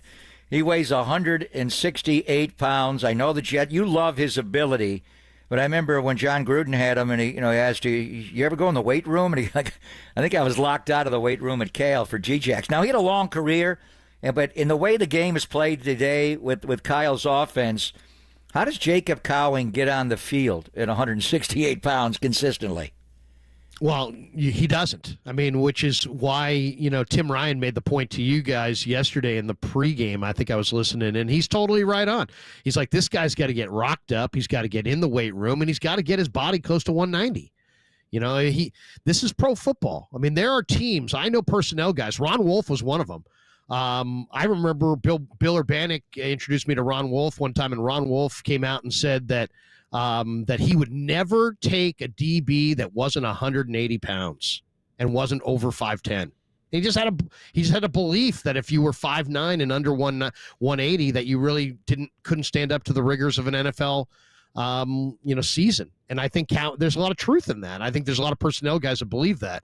And I think Cowing and Pearsall will both be, everybody talks about 40 times and all kinds of different measurables with receivers. The most important factors on the perimeter, I think, whether you're talking about a corner or a receiver, it's strength. It's like these guys are really, really strong, and Cowing is not really strong. He has a hard time staying on his feet. Now, it's improved a little bit as the year went on, but he needs an overall strengthening of his legs, of his upper body. He needs to put on 10 to 12 pounds of good, lean muscle and come back next year ready to roll. And Pearsall would benefit from that as well. Not quite as much weight, but he definitely could put on 5 or 6 pounds of good muscle. A few more minutes here with Larry Krueger, and we haven't really gotten into NFL at large yet. It's been very Niners-centric here, the first hour 10, but I do want to revisit our discussion from last week when we talked about the Detroit Lions, and you said you wouldn't pick them to win the NFC.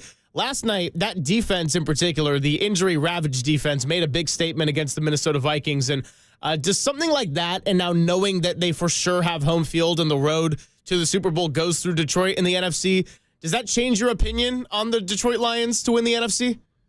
Well, I mean, I'm so impressed with Aaron Glenn. I mean, Aaron Glenn was a great player at A&M. He was a great player with the Jets. But, man, he is evolving and emerging as just a phenomenal defensive coach. They had a totally different plan for the Niners than they had for the Vikings. They threw tons of blitz at Sam Darnold. They only sacked him twice, but they bothered him. He was 18 of 41 for 166 yards, and they did a nice job of defending Jefferson. They targeted him 9 times. He only caught 3 of the 9 balls. So I thought the defensive effort was incredible. And when you factor in there's no Aiden Hutchinson, that's amazing. I still think that, that Detroit, if Detroit had Hutchinson, if Detroit was a little healthier, I think there would be no doubter. But, I like the way Philadelphia looks right now. I love the way Philadelphia's offensive line is laying into people. They got a great back. They've got weapons. They've got a defense. They've got Fangio. I like the Eagles. To me, it's if you said it was going to be Kansas City and Detroit, I wouldn't fight you, but I think it's going to be Buffalo and Philly. Well, Philly is Green Bay, and that's a rematch of the first week of the year, that Friday night game in Brazil. And Jordan Love got hurt in that game. He got hurt again yesterday. Jair Alexander's done for the knee, and they lost Christian Watson. So we shall see. I was blown away, and after the game yesterday, I watched the entire game between the Lions and Vikings flying home, and I was shocked. That Minnesota just could not score on that defense. It's an entirely different defense that we saw on Monday Night Football at Levi's. Anzalone coming back did help. But they were 0 for 4 in the red zone. They got down there, and Sam was just confused. And he was locked on Jefferson too much. Addison was open, and formationally he was open, and Sam just wouldn't go that way. So my question now is, a week from the night, the Vikings, Kevin O'Connell was on Sean McVay's staff. They go to play the L.A. Rams, and the way the Rams defend when they play their guys with their front. Who do you like a week from the night, Vikings at the Rams in a wild card at SoFi, Larry? Well, I mean, it's a dangerous spot because the Rams have, Super Bowl experience, a Super Bowl winning quarterback, a Super Bowl winning head coach, and no pressure at all, and home field. So, I mean, there's a lot going on there in the Rams' favor, but I'll take the Vikings. I like the Vikings. I think the Vikings are an incredibly well-coached football team on both sides of the ball. I think they're really well coached. I think they're really a rock-solid football team. To me, the great move that nobody talks about that the Vikings made in the offseason was getting Blake Cashman out of Houston, because Blake Cashman has just been monster. I think in the Niner game in week 2, he had like 13 tackles and a sack, he was incredible. And he has been absolutely incredible for them. So I like the Vikings, even though it's a road game. I think the Rams season this is still a transition year for them. They rested everybody, but Stafford has been gassed the whole second half of the year. So I like Darnold and Minnesota to go on the road and win there. Larry, before we let you go, what do you got coming up at 6 p.m. tonight for Niners Nightly? We're going to take phone calls tonight, and I've gone over the film one time. I'm going to watch it again this afternoon, and we're just going to go through piece by piece and kind of look at the start of the off-season plan. It starts tonight, but we're going to let people have their say at 808 KNBR. No guests tonight. We'll go strictly with your phone calls and let people have their say and see. I'll say this, after watching Detroit, Minnesota last night, what Brock Purdy did against Detroit suddenly looks better, doesn't it? Yeah. What'd you think of Dobbs yesterday? I don't think he'll get a starter job, but I think what he's got to find is a way to be a backup and not a 3. Do you think he's good enough to be a backup in the NFL? What did you think of Dobbs yesterday? Well, what I loved is that, this guy, people forget. It takes a lot of football quarterback play is so much about rhythm. This guy has no rhythm. He hasn't played forever. And to be able to step in where you haven't played, you got bypassed for Allen in the Green Bay game. I thought that was probably could have gone either way. Kyle, I think Kyle kind of likes Allen and Dobbs the same, but Allen was been in the offense longer. He gave him that start. I thought Dobbs looked really good. Now 3 turnovers are 3 turnovers, but at no point did he look harassed, harangued. I thought he was smart with the football. He took what the defense gave him. In some ways, I thought he looked better than Brock as far as he was willing to take the underneath route where Brock's a little bit more aggressive. But I thought Dobbs played well. I thought Taylor played well. I thought the Niner offensive line, which, a lot of new faces there. Pleasant, I thought. Austin Pleasant, I thought looked really good. I thought it was a solid. Fred Warner was out there on guts alone. That was hard to watch. But Renardo Green made some amazing plays. So I thought there were some positives for sure in that game, even though they lost by 23. Thanks for coming by as always, Larry. Not sure when we'll talk next, but I'm sure it won't be too long. And I appreciate seeing you in the press box a couple of weeks ago. Appreciate listening to Niners Nightly, as you all should do tonight at 6 o'clock. Thanks, Greg. Thanks, fellas. Have a good day. Thank you, Larry. Greg's. Krug. The Gregs. Thank you, Krug.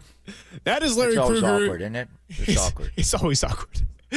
Thank you, Greg. Wait, me, this Greg, and I don't then know what he's talking about. never forget when Derek was in here and he was, I would say Greg, and then there would be a pause and he'd be like, who you're talking to? Yeah, it was rough. Weird. Anyway, you can catch Derek with Copes on Dirty Work today at 2 o'clock, but we got a lot more to get to till then. And I want to open up the phone lines as well. 808 KNBR, that's 415-808-5627. I want to hear your thoughts on the 49ers season, where they can go in the offseason, the most pressing changes they need to make, maybe what you're most optimistic about heading into 2025. It's all coming up. It's Papa and Silver on KNBR 104.5 and 680, the sports leader.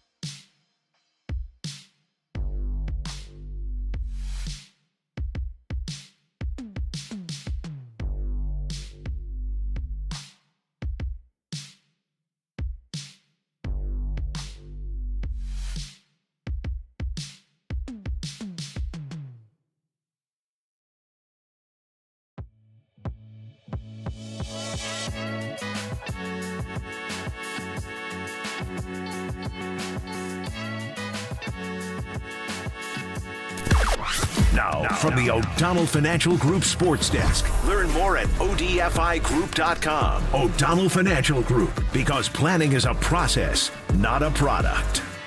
Well, there's no easy way to put this. The 49ers season was doomed from the start, injuries being just a small part of the full story of the 2024 49ers season. But how do the 49ers improve? How do they get better and reach those heights that we were so accustomed to seeing under Kyle Shanahan and John Lynch? Let us know in the YouTube chat. The only place to let Bay Area fans chime in and join the conversation instantly at KNBR, the sports leader.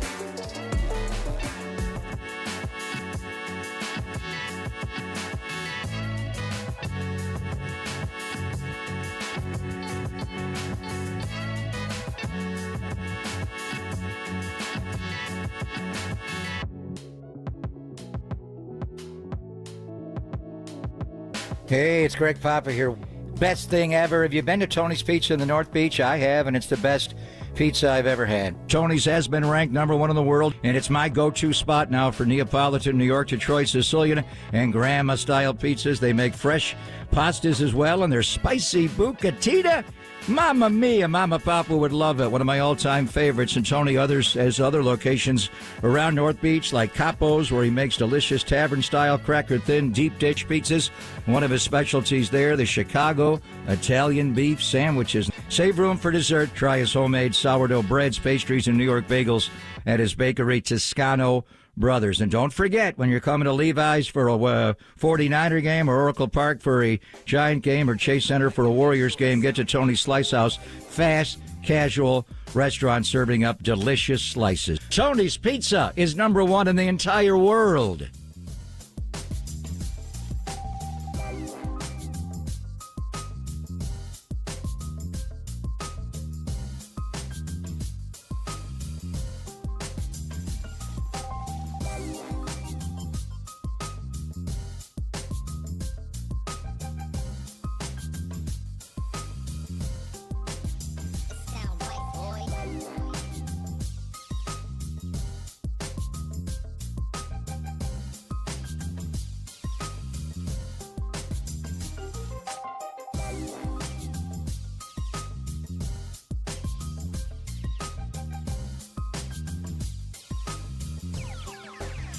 Sound right, boys.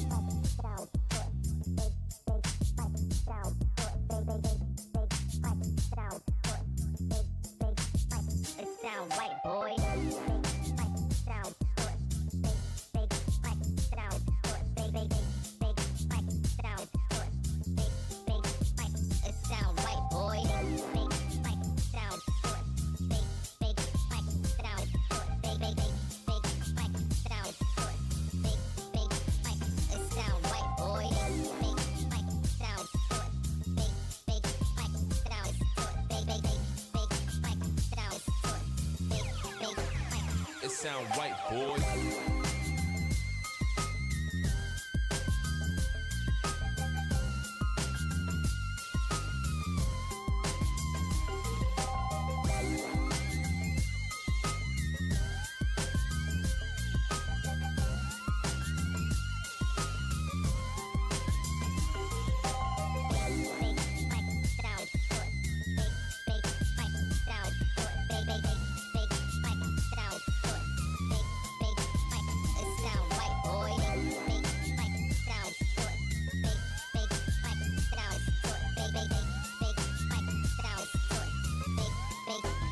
It sound right, boy.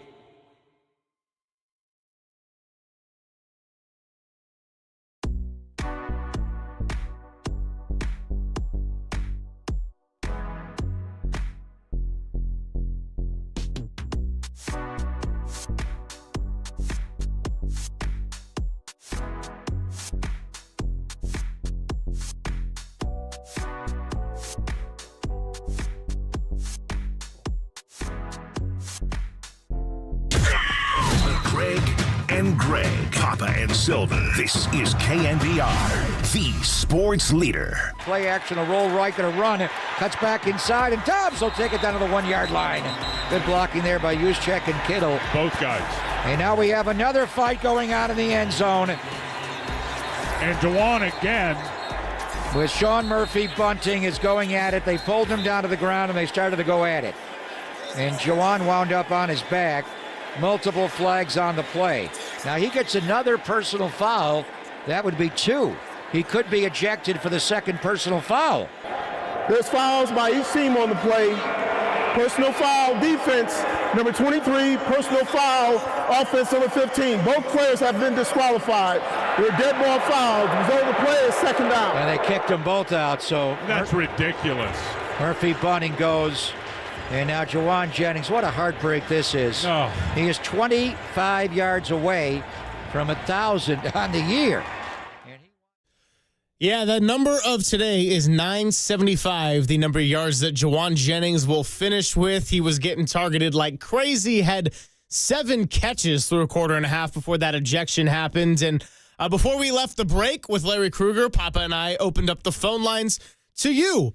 808 KNBR, that's 415-808-5627, to talk about anything that's on your mind, 49ers, because it's all on the table after the season closed at 6-11. And let's start things off with Sam out in Arizona, who wants to talk about Moody and discipline. Sam, you're on the Sports Leader. Happy Monday. How are you?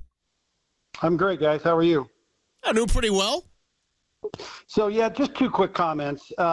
First, I know Papa has seen Moody kick in practice, and he says he doesn't miss. So I wonder how much is really related to injuries if he misses during games, which means a little bit more of a head case, and that concerns me.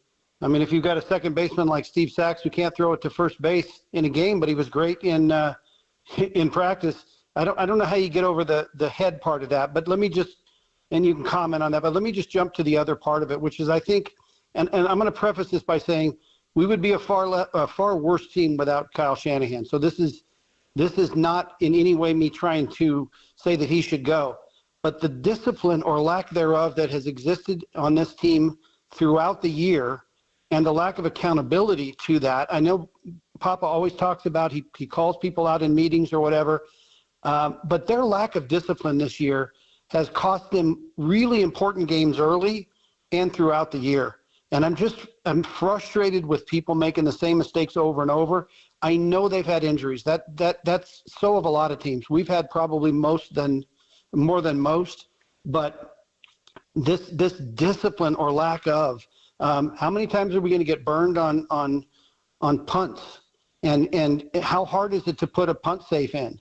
I mean, we look like we don't know what's happening and we're surprised. And that's what really concerns me. So, Sam, before I let you go, I'm really curious to learn more about the lack of discipline discussion, because I think there's a lot there.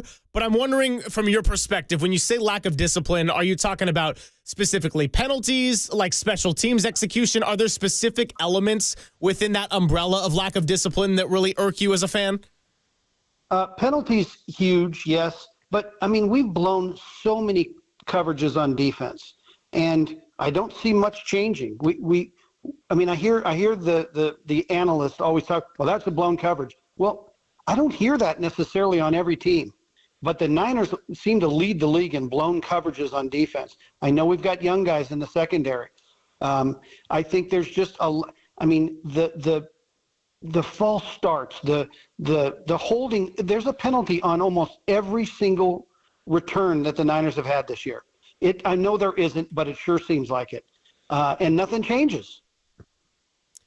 Those are great points, Sam. And I think the organization has to look at all those. You made great points. The penalties are there to quantify. It hasn't been that big of a problem overall. They average under 6 a game. The Miami game, they had 11. And Ricky missed a line twice in the span of 3 snaps, illegal formation. He had some of that yesterday. Dominic Pooney starting to get tired at the end of the year. But they had 13 penalties yesterday. The Arizona Cardinals had 1. And it was for 12 men on the field at the very end of the game, and the game was essentially over. They had penalties we thought were penalties that were picked up, but that's a problem. And is that the officials? Is that the way they're coaching it? You can't get penalized 13 times in a game the other team won, and then you're turning the ball over. Discipline is a vague term. The guys are disciplined. They are the most disciplined athletes I've been around. They don't show up late for things, but it's what I would say is it's more the deets. It's more the details. And I think that one Thursday night game against the Rams, and just, Cooper Kupp goes in motion, and 2 guys go with him, and not one. Was it Talanoa's fault? Was it Demo's fault? Well, it depends on the what you're doing defensively. And if they bump that, and then Talanoa does go. If Demo's going to pick him up and man him across. So 2 guys read something entirely differently. But those are the things you have to look at as far as, the busts. Cincinnati just fired their defensive coordinator, Anarumo. Lou Anarumo's a really good coach. He's been there for 6 years. Yeah. I inquired about him immediately. Why'd they fire him? You know what? They bust too much. And I don't think he's a fit here because he does vary his coverages a lot, and that's part of the problem. The Niners are varying their coverages more and more. If you just sit in a cover 3 like Saleh's defense did, and run that accordion where you flex out and then come in and suck it all down like a boa constrictor, you're not going to bust as much. But the Niners defense, even when they were good, remember the Bears game, season opener, when the rain game, all of a sudden Dante Pettis is wide open.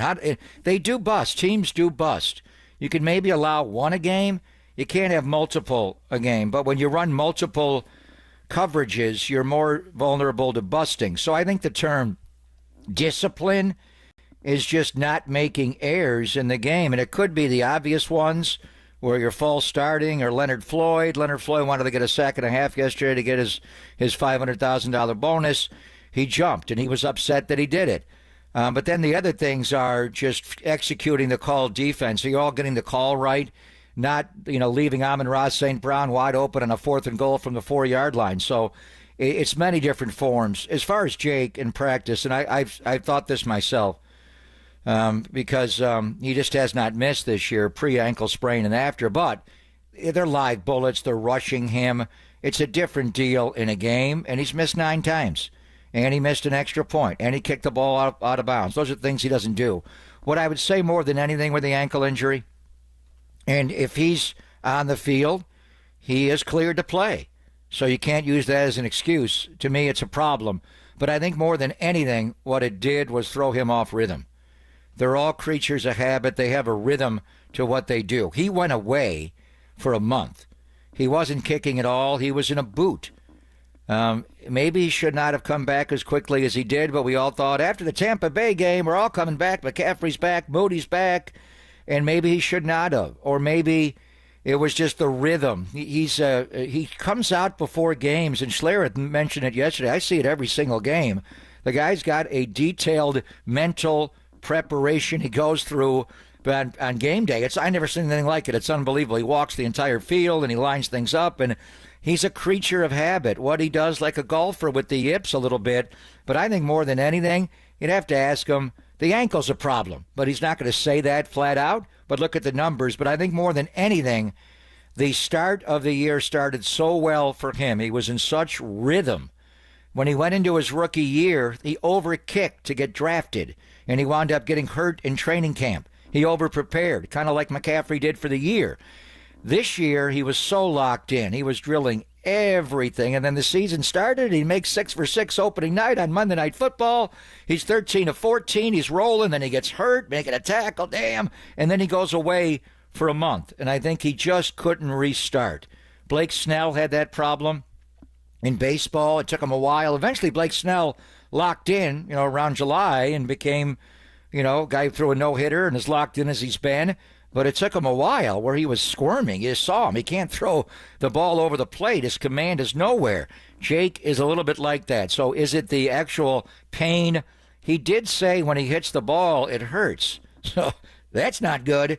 So, but are you kicking around that a little bit? The one that he missed yesterday, when he's on the right hash and goes for the right uprights almost all the time, he will miss to the right. Now all of a sudden he's trying to pull it back, and he's getting inside or outside the ball and around it. He did the same kick in Miami. He missed it badly on a shorter kick, and then yesterday, 47 yards, and it didn't miss by much, but he's pulling it from the right hash all the way across the width of the uprights, and that's a bad miss. You're pulling it completely across, but you'd have to ask him, and maybe he won't admit it because he's embarrassed and he's locked in, but I think just being taken out of his process for so long, then essentially having to start the year all over again like he was going to training camp, he just couldn't get rolling again. We'll continue this conversation on the other side. Great call from Sam in Arizona. I see you, Ed, in Mountain View on the line, so we'll get to your call coming up. We'll also get to the Golden State Lumber and Building Materials text line.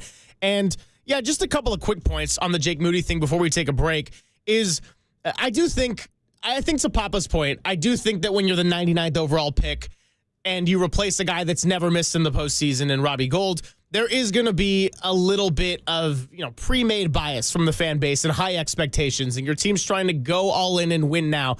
I get that. I also think to a certain point, the results do speak for themselves, and I do think the faithful are true to their name. They want Jake Moody to make every kick, but he did miss one kick in each of the playoff games last year, and that was a big deal. Fortunately, they won the first two, but they lost the Super Bowl and had a blocked extra point in that.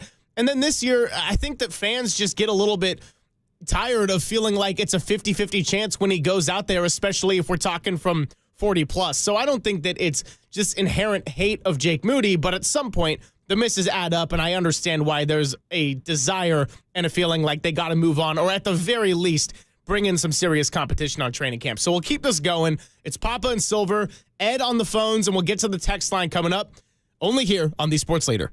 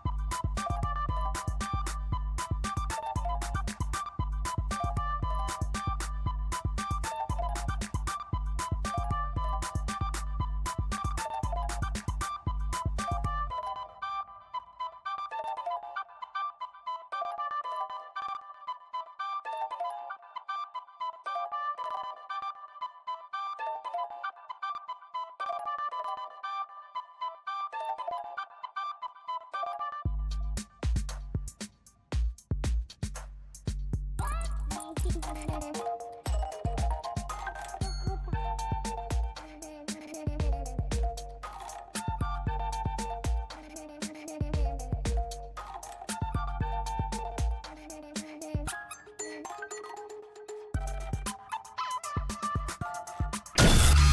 back to Greg Papa and Greg Silver on KNBR, the sports leader.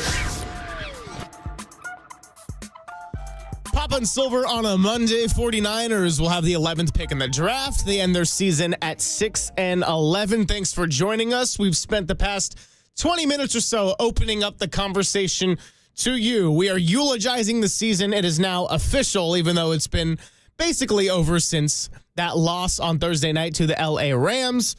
Brock Purdy did not play yesterday. He finishes with a 6-9 QB record. Shout out to the YouTube chat. As always, good to see many of you in there. Estimated Eyes, Mickey D, Buco Sports, Pine Needle, It's X, and many others. Always love the YouTube chat. And we'll get to the text line here in a second. A couple of good points here. 209, just a funny one on Jake Moody, says, let him go to the Raiders next season. I think that might be Derek's burner phone. So that's just actually just a Derek text. And they're going to get rid of Daniel Carlson?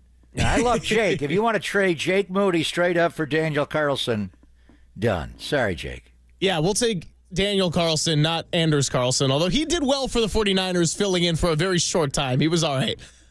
Anders Carlson, or Anders, I think is the proper pronunciation. I remember Anders Hedberg of the New York Rangers. You're too young. Maybe your dad remembers. Yeah, I'm too young for that one. One of the original Swedish imports from Europe to the NHL, the great Anders Hedberg. It is Anders Carlson, Daniel's younger brother. We also have one from 408 says, is there more pressure on the 49ers brass to get this team back to a winning team, knowing that Levi's will be hosting the Super Bowl in 2026?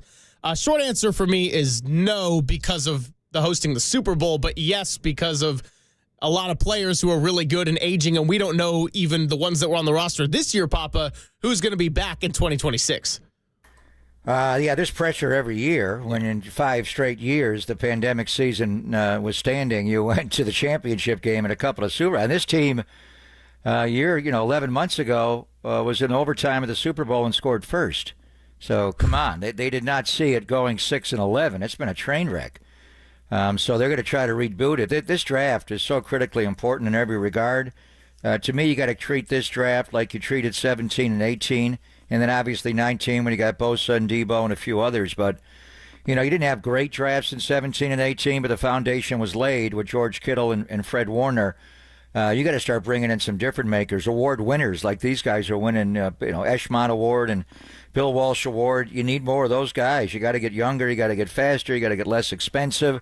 They got a lot of work to do. They would like, with the Super Bowl being in their stadium, obviously we've been talking about this forever, to be able to at least be relevant again. I mean, the thing that it is, the Warriors went to 5 straight finals, and then the pandemic year hit, and, Steph gets fallen upon by the Phoenix Suns big guy and breaks his wrist, and, you wind up 15-50. You're the worst team in the NBA, and you don't even get the first pick. You would have gotten the Ant-Man. You got Jane. Well, I don't know what they would have done because Steve didn't like it. Anyway, you wind up with Wiseman. It didn't work out. Anyway, they were able to bounce back and win again. A few years later, they won the 4th championship in 8 years. So it can be done. But you got to make hard decisions on veteran players. Hopefully Trent, and I think Trent Williams will come back. I didn't know about that a couple of weeks ago. He had me worried. But I think he feels like his body will heal. McCaffrey's got to heal and stay durable. When is Brandon Ayuk going to be able to come back and play? He did that against Kansas City. And it wasn't just the ACL, as we speculated when it happened.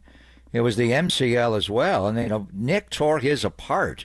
There were all kinds of damage around that knee. That was October the 20th. So do the timeline on a torn ACL, MCL. And is he going to be able to start the year in the week after Labor Day? Is he going to go to training camp with you?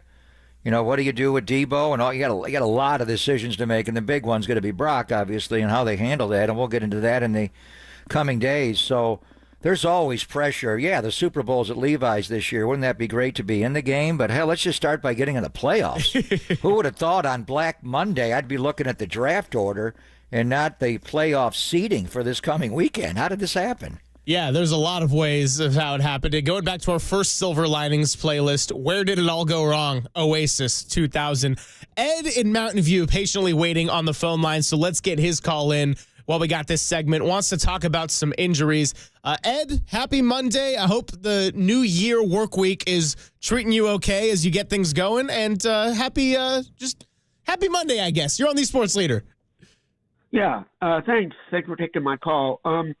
I want to talk about coaching. My personal opinion is they need a new defensive coordinator and special teams coach. But one thing that I don't know if a lot of people have addressed is the strength and conditioning coaching. Do you think that had anything at all to do with the number of injuries that they had this season? No. Dustin Perry and Dustin Little. Dustin Perry, he's the big guy on the sideline that's all buffed out and always wears a short sleeve shirt even when we're in Buffalo and it's snowing sideways. He's the guy that gets in the gym with them and lifts a lot, but the guy that kind of oversees it more and all the red light treatment is Dustin Little. There's other guys. They did lose, one of their guys went to the Atlanta Hawks and, Grant Liffman, damn you, stealing all of our guys. But no, this is just professional football. And guys get hurt. This is an accumulation, a lot like the Warriors, the pandemic year when Steph got hurt, Draymond got hurt, and the year before, the very last game at Oracle, Clay blows out his knee and Durant tears the Achilles. And you play a lot of basketball, you play a lot of football. The Niners played 3 playoff games every year at the end of 19, 21, 22, 23. So that's 12 extra games in a 5-year span. And then take away the pandemic year, and you had 9 over 3. Now, your response is, well, Kansas City did that.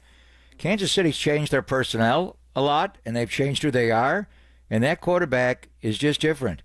He is the deodorant. When everything around it can stink, he finds a way to make a play and wiggle out of something on third down, whether it's running or throwing or side-arming or blindfold with a cigarette in his mouth. Who knows? The guy's going to figure out a way to win the game. So he's just different. But there will be a toll to pay for them, whether it comes after this year. Your body cannot get beaten up like that's why nobody's won 3 in a row. They've done it. The Packers did it. Other teams have done it pre-Super Bowl era. But it's hard, especially when you add a 17th game. They used to play 11 and then 14 and then 16. Let's add 17. Let's add an extra round of the playoffs. The Niners played 20 games. For how many of those years? In the 1 year in 21, the Niners played more road games and won more road games than any team in the history of the NFL because they had to play 9 on the road, 8 at home. And because the Rams won the division that year, they had to play 3 playoff games on the road in Arlington, obviously. And the next week they won into, block punt and the scoop and score by Talanoa in Green Bay. And then they ran in the gas in the fourth quarter in L.A., when they had a 10-point lead. So I think their bodies are just breaking down. And you got some tightly wound athletes, Nick Bosa, Christian McCaffrey. The good thing is George was able to play a lot of games this year. Debo played a lot this year. Didn't have as many nagging injuries. Had some strange ones, obviously. But you lost a lot of great players now, Trent. So I'm not blaming the Dustins at all. And they're not going to either. It's just this is professional football, and you play all these extra snaps in big playoff games. Your body just can't withstand it every single year. Yeah, I appreciate the call from Ed. And Ed, I do think it's a good question if you're still listening, because I'm with Papa in that the 49ers play a very physical brand of football. They have had a lot of extra wear and tear when you account for the playoff games that they have been in. Every time they've made the playoffs in this century, they get to at least the NFC Championship. So couple extra games at least when they do get into the postseason. I love the Patrick Mahomes deodorant analogy, by the way. We were talking about Dan Minucci on Friday having all these analogies. That's a new one, and I know Patrick Mahomes isn't the favorite topic here in the Bay Area, but I'm going to start having to steal that one from you, Pop. I don't think that the strength and conditioning is an issue for the 49ers as much as just aging players who have had a lot of wear and tear on the bodies. I was a little bit more concerned with something like that when you look at the Ravens from a couple of seasons ago. I think all their running backs were hurt even before the season started with season-ending injuries. I think you had Gus Edwards, J.K. Dobbins, and Justice Hill go down with some variation of torn Achilles and torn ACLs. So when something like that happens at one position group with younger guys, I'm always going to look at it with a little bit more of a critical eye. I don't think this was terrible in the sense of a strength and conditioning. I think that football's a very violent game, and the 49ers play a ridiculously physical brand of it, and sometimes it just goes your way. They had good injury luck when they went to the Super Bowl. A lot tougher injury luck in 2024. You got something, And the one point about the running back room, and I think there is some. Now, this is not, and it was Ben Peterson that left us and went to the Atlanta Hawks. But, Dustin Little moved up and Dustin Perry, they're fine. But it's the way they run the ball also. Everybody, Mike Shanahan had a different 1,000-yard rusher every year in Denver. Why did that? Because they got hurt. When you run 3 steps and then downhill, it's one cut and downhill. And the way Bobby Turner coaches it is if there's somebody in your way, you just truck them. You're not juking them. You're not jumping over them. Some guys have different skills. And Patrick Taylor Jr., by the way, showed something to me yesterday I didn't know he had. He played great and ran hard. But they run through contact. It's one cut and downhill. And if downhill is a brick wall, you run through it anyway. You're going to get your body hurt. So that's why they had so many injuries. And, Elijah Mitchell, what a great talent that guy is. He kept getting hurt because he's a violent runner. That's the way they coach it. Christian McCaffrey had different injuries this year. Obviously, Jordan Mason and Garendo. I don't know about Garendo. I'm a big fan of his. Part of me wanted to make him a fullback when I first saw him. I don't know if he's cut out for that. But it's just the way he runs, so straight up and down, man. He gets a lot of surface area tagged. And he just gets hurt a lot. And that's hard. When you're a running back and you're standing straight up and down and you're giving those defenders a target. I mean, the guy's 221 pounds, so you think he's tough, but it's hard. He runs a 4.33, but you can't run away from him at all. And he just gets hurt a lot. He had hamstring injuries in college, and we saw it in training camp. He's been hurt. And then yesterday they brought a card out on the field to take him off. It sounds like it's not that bad. It's an MCL, so hopefully he'll have a regular off season. But when you have a lot of injuries at running back, I think there is something to just the nature of the way they coach that position here with Bobby T is just one cut and downhill. You're going to have a lot of violent collisions, but I am concerned about Garendo. Where can you count on him? They all get hurt. It's a viciously violent game, but his running style, straight up and down, he gives you a lot of surface area to pound that guy. We'll take a break right now, come back with more. Rick in Santa Cruz on the phone lines. And if you want to join Rick and the queue, the number is 415-808-5627. That's 808-KNBR. Also got the Golden State Lumber and Building Materials text line. You can catch us on YouTube at KNBR 1045 and twitch.tv/thesportsleader. Love seeing the online chat as well. Great community over there. It's Papa and Silver. We'll come back, continuing this Niners season eulogy on KNBR 1045 and 680, The Sports Leader.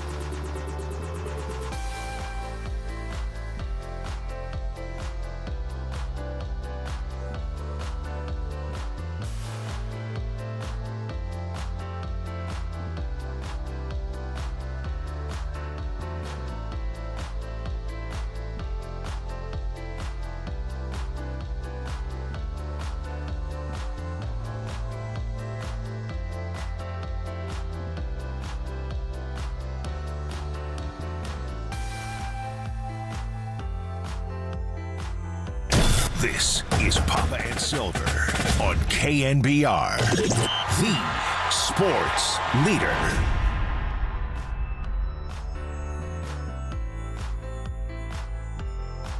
What's going on, everybody? Papa and Silver on a Monday. 49ers closing out their season. We are officially into the offseason now, and we've been opening up the conversation to all of you out there. So we'll go right back to the phones where we left off, and Rick is out in Santa Cruz. The 831 zone has a little thoughts and wants to ask one of the big questions, not of the day, really of the last month and a half of doing the show together.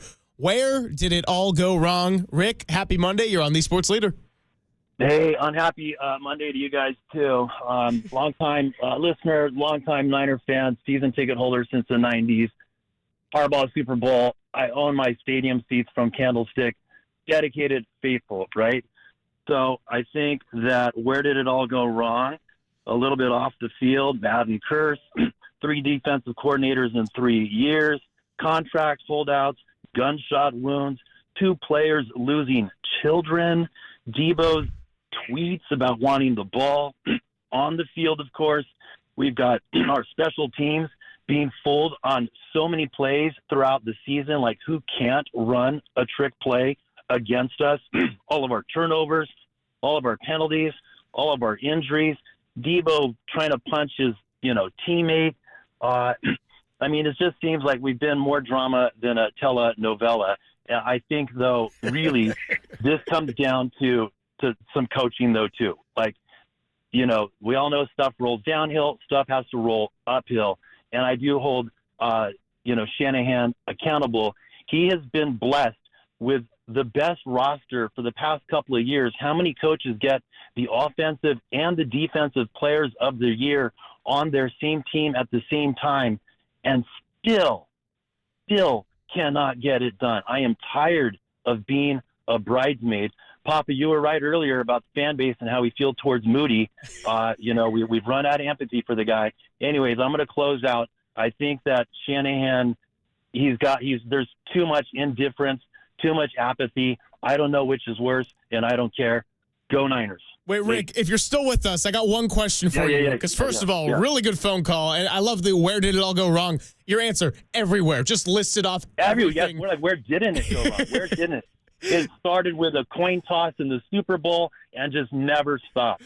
And the talent on paper is there. Like, we are the best on paper, but have not pulled it together. And I feel like that's a departmental, behind-the-scenes office culture thing. Like, you set the tone in the office. And so, yeah, like, how do you blow this with this many great players on your team? I don't know. So the short question I had for you is, among that list of a lot of things that were very clearly not ideal, you had 3 defensive coordinators in 3 years.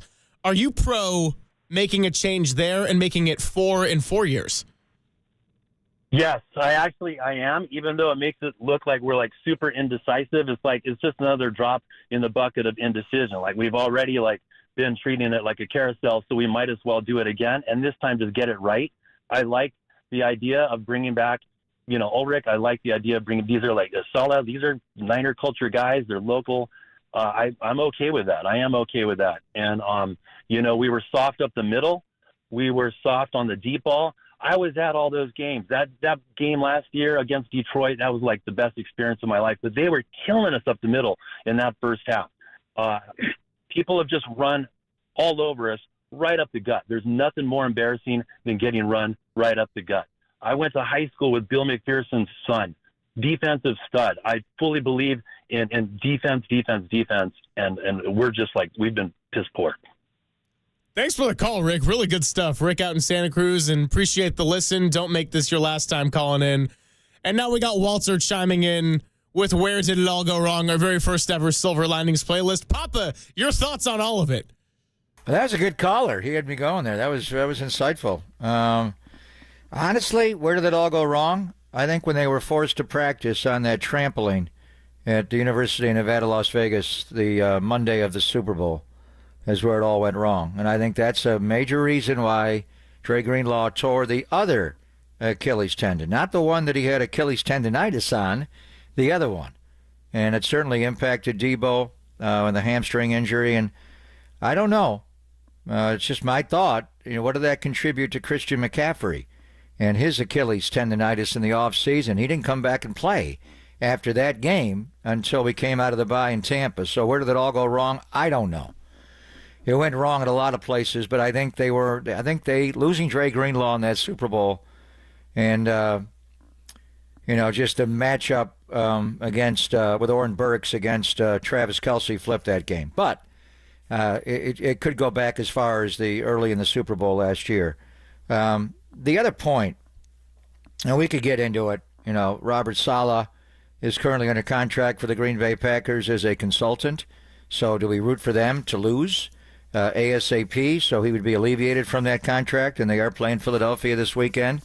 Otherwise, you can't talk to him right now directly, but we'll see where it all goes. But the other part of yesterday that was interesting to me is I was not aware of this, and in part it bothers me that I was not aware of this because normally I'm on this. When the Niners played the first preseason game of this year in Nashville, I don't remember how I found out. I think Kyle told me that he was not going to call plays in that game, that it would be Clay Kubiak who would call plays, who was the offensive passing game specialist. And did a good job. The next week it was against his brother Clint, and he may not have a job anymore because New Orleans, fired Dennis Allen. That coaching staff could be all new. A lot of turnover in the NFL on Black Monday. But anyway, Kyle did not call as far as, the speaker or the helmet of the quarterback at all for any of the 3 preseason games. He let Clay Kubiak do it. So this week going into this game, and partly because of the schedule being up, I was not earlier in the day. I was not at practice during the week because they They normally are off on Thursday at like 2:40, 2:50. I get to go watch 40 or 50 minutes of practice. This week, the schedule was early. I did not watch practice. I did go to the walkthrough on Saturday before we flew to Arizona, and Kyle was running the walkthrough exactly the way he always does. So I didn't think anything of it, that he would not call plays. But yesterday morning, I'm watching the morning shows, and I do get the word that Sean McVay is not calling the plays for the LA Rams today against the Seattle Seahawks. They're going to turn it over to our friend Mike LaFleur. But I thought, well, that's understandable because he's got a playoff game to get ready for, and this game is not foremost on his mind. So he'll let LaFleur run this game, and he's going to lock in on now it's, Kevin O'Connell and the Minnesota Vikings and their great defense with Brian Flores. But I did wonder, would Kyle call plays yesterday against Arizona? I didn't see Kyle before the game. He goes there much earlier than I do. He didn't come out. He's in his office. I did see Mick Lombardi, though, Mike Lombardi's son, who was on the Niners staff, a former offensive coordinator, now a senior offensive assistant. And Mick was actually FaceTiming with his brother in North Carolina. He's already joined the staff with his dad, Mike, and Belichick's staff there. And I asked him, is Kyle calling plays today? And the word was, yes, Kyle is calling plays today. And partly, I just missed this one, and I'm annoyed at myself. And then during the game broadcast, like Monday Night Football against the Lion game, they took more shots of Kyle Shanahan actually calling plays into the speaker helmet of Brock Purdy than I've ever seen, I think, including Super Bowls. And I got a lot of interesting knowledge for myself just on how Kyle calls plays, and the speaker helmet cuts off at 15. Just the mechanics of it, you just don't see. Then they had the camera on John Lynch up in the GM booth during the game, and he got mad a couple of times. It's Monday Night Football, so they're going to focus not only on the players but also the coaches, the GM, and they get those face shots. So, but Fox did not do. There's not a single shot of Kyle either calling a play or not calling a play. And a lot of times, like in the preseason, once that I knew that Clay would call plays, we got a camera up in the offensive coach's booth to take shots of him when I reference Clay's calling. And the first time, so the point is, I'm partly mad at myself for not knowing that, because I should know that, but it just was a lot of circumstances. I did not know this at all until Matt Mayoko made it public. He asked Kyle after the game, were you calling the plays or was it Clay Kubiak? And the answer was Clay. Now, that's interesting to me. I don't want to make too much of it. This is not a meaningless game. There is no meaningless sports endeavors in professional sports ever. It's not a preseason game. And if you are thinking about bringing Josh Dobbs back as a quarterback in your room next year, you would like him, because he did not call plays in the preseason, for Joshua Dobbs to hear Kyle Shanahan's voice go into his speaker helmet. You'd like that whole symmetry and synchronicity with the quarterback. So Kyle will address the media tomorrow, but I do wonder, this is not a preseason game. It was a real game. It goes on Kyle Shanahan's ledger. They lost the game. Was he doing it because Brian Griese's being interviewed for a job in Florham Park coming up, the quarterback coach? They're not going to interview Clay. Is he doing it merely to throw Clay a bone? Clint got a lot of accolades, his brother, when they came out. Remember early in the year when New Orleans was laying 40 on everybody, and Clint's got a big name. Was he doing it just to help Clay become a future offensive coordinator and or eventually, like his dad, a head coach in the NFL, and Gary won a Super Bowl with the Broncos at Levi's last time there was a Super Bowl there? Or is Kyle thinking about not calling plays anymore? I don't think it's that, but I don't know what to think. And if you want to take ownership of your team and you're saying, we're committing 13 penalties, we're not on our deets, we're misaligning, we're doing this and that. And Kyle's been doing this a long time.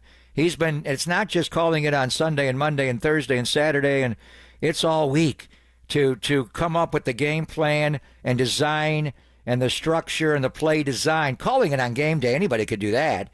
Not anybody, obviously, but it's the work you put in to prepare for that. So as you're looking at changes to the coaching staff, I don't think we're going that way, but I was a bit surprised when I found out after, and I didn't know before, that Kyle did not call the game yesterday. Clay Kubiak called the game yesterday. Why? Something to monitor for sure moving forward. And I'll tell you that you're listening to KNBR and KNBR FM San Francisco, the sports leader, a Cumulus media station, as we're past the halfway point here on a Monday. Sneak in one more call before we go ahead and take our next break. Dwayne is out in Stockton. We always like having Dwayne on the sports leader. Always comes in with some hot opinions, and I'm curious to hear what Dwayne's got for us today. Dwayne, you're on the sports leader. Happy Monday. Hey, what's going on, fellas? Happy New Year, man. You know, I'm going to keep it real with you when it comes to the 49ers. They got to bring it back to, you know, what they're accustomed to. So they got to make some decisions that aren't going to look so good right now. It's going to make previous decisions look even worse, but you got to fix it. So you got to get rid of Sorensen and Staley. Goodbye. Out of town, man. That defense looks soft. That defense looked like the Tampa Bay Bucks 1980s defense. And they had like this weird-looking pirate on the side of their helmet. So you don't want that. And then also, you have to create a quarterback competition next year with Purdy. You can't just pay him. There has to be a competition, and that's based on production, what you've seen last part of the season. If you pay Purdy and you just give it to him, 6-11 again next year.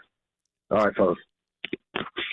Thanks for the call, Dwayne. And I think the quarterback element is interesting because I'm not saying that Brock Purdy shouldn't be the guy, and I do think he will get paid some amount of money. I'm going to stand with that until we get any information that says otherwise. But, Papa, you even said, as far as draft priorities, you're not averse to the idea of drafting a backup quarterback. I may draft a starting quarterback. I draft a quarterback. Bill Walsh wanted to draft a quarterback every year, and they've gotten away from that a little bit. And you cannot have a season where you've got a starting quarterback you'd think on your roster, and you're not looking at Patrick Mahomes. That cannot happen. You have to look at everybody and anybody you want to acquire. Patrick Mahomes did not go number 1 in his draft. What did he go, number 12? And Kansas City traded up from 27 with, of all teams, the Buffalo Bills. Why would you give them Mahomes? Out of your mind. Anyway, so we'll get into it more. I don't want to get into it right now. We could do it later today, or we'll have weeks, months, the whole off season to get into Brock. Yeah, we're starting to realize January, February. Oh, there's going to be a lot of I'm the one who was on to Brock before anybody else was, Tim, Ryan, and I, and obviously the coaching staff. But we knew what he was in that off season after he was 262. But there's a lot of things change dramatically in professional sports in 1 year's time. And the player that went to that Super Bowl, actually the guy that started Christmas night against Lamar Jackson when he was a viable candidate for NFL MVP, he has not played like that guy since. And you have to be real with what the reasons are. So there'll be a lot of discussion. It's open locker room. Is George Kittle, how's he going to handle his contract situation? Do they have to readjust him and what George has done? Charvarius Ward, a lot of tough decisions you have to make, but ultimately to allocate those kind of dollars to a quarterback is frightening. And you don't necessarily have to do it right now. You can do it later. He's under contract for next year. You have to really examine frame by frame why he didn't play as well. Now, not having McCaffrey, Ayuk, and Trent, and it went on and on. Debo not being Debo, it's not all on Brock, but he made errors with judgment this year that he's never made before. And I could go, the Washington game at the end of last year, it's our vantage point. I could see his choices where he made with the ball were just superb.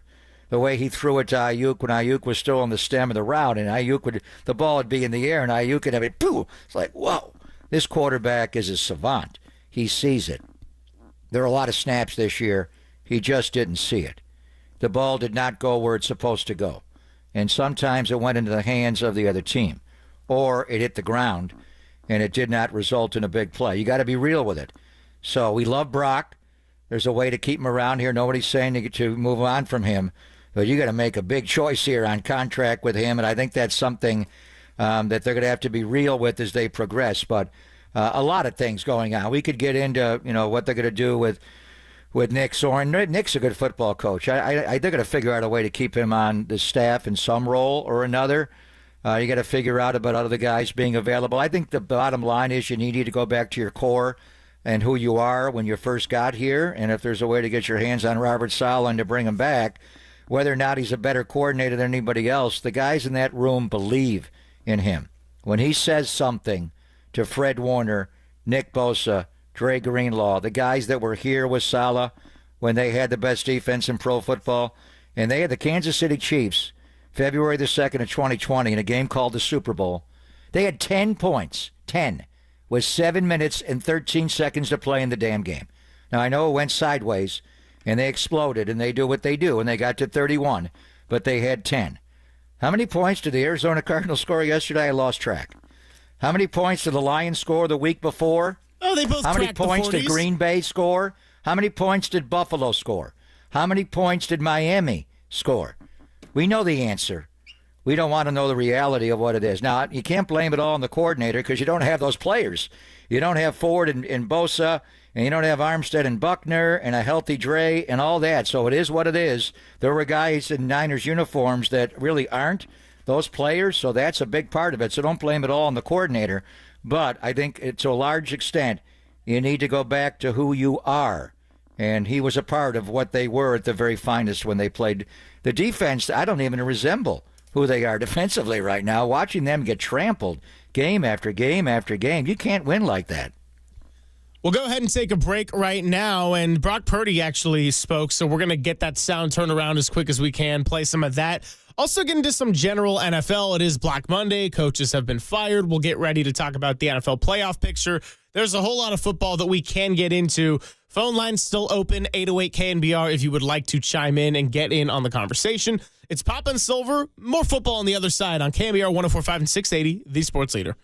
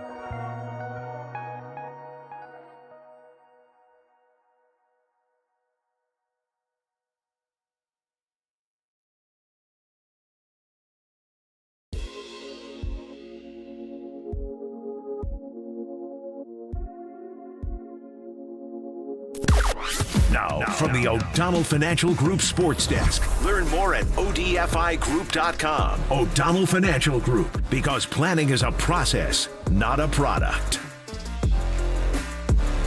Tim Ryan, bro. He stopped by the morning show today with Murph and Marcus to discuss some of the 49ers that stood out this season and what gives him hope for the future of this franchise. Check out that podcast and more on the KNBR app, YouTube, and KNBR socials.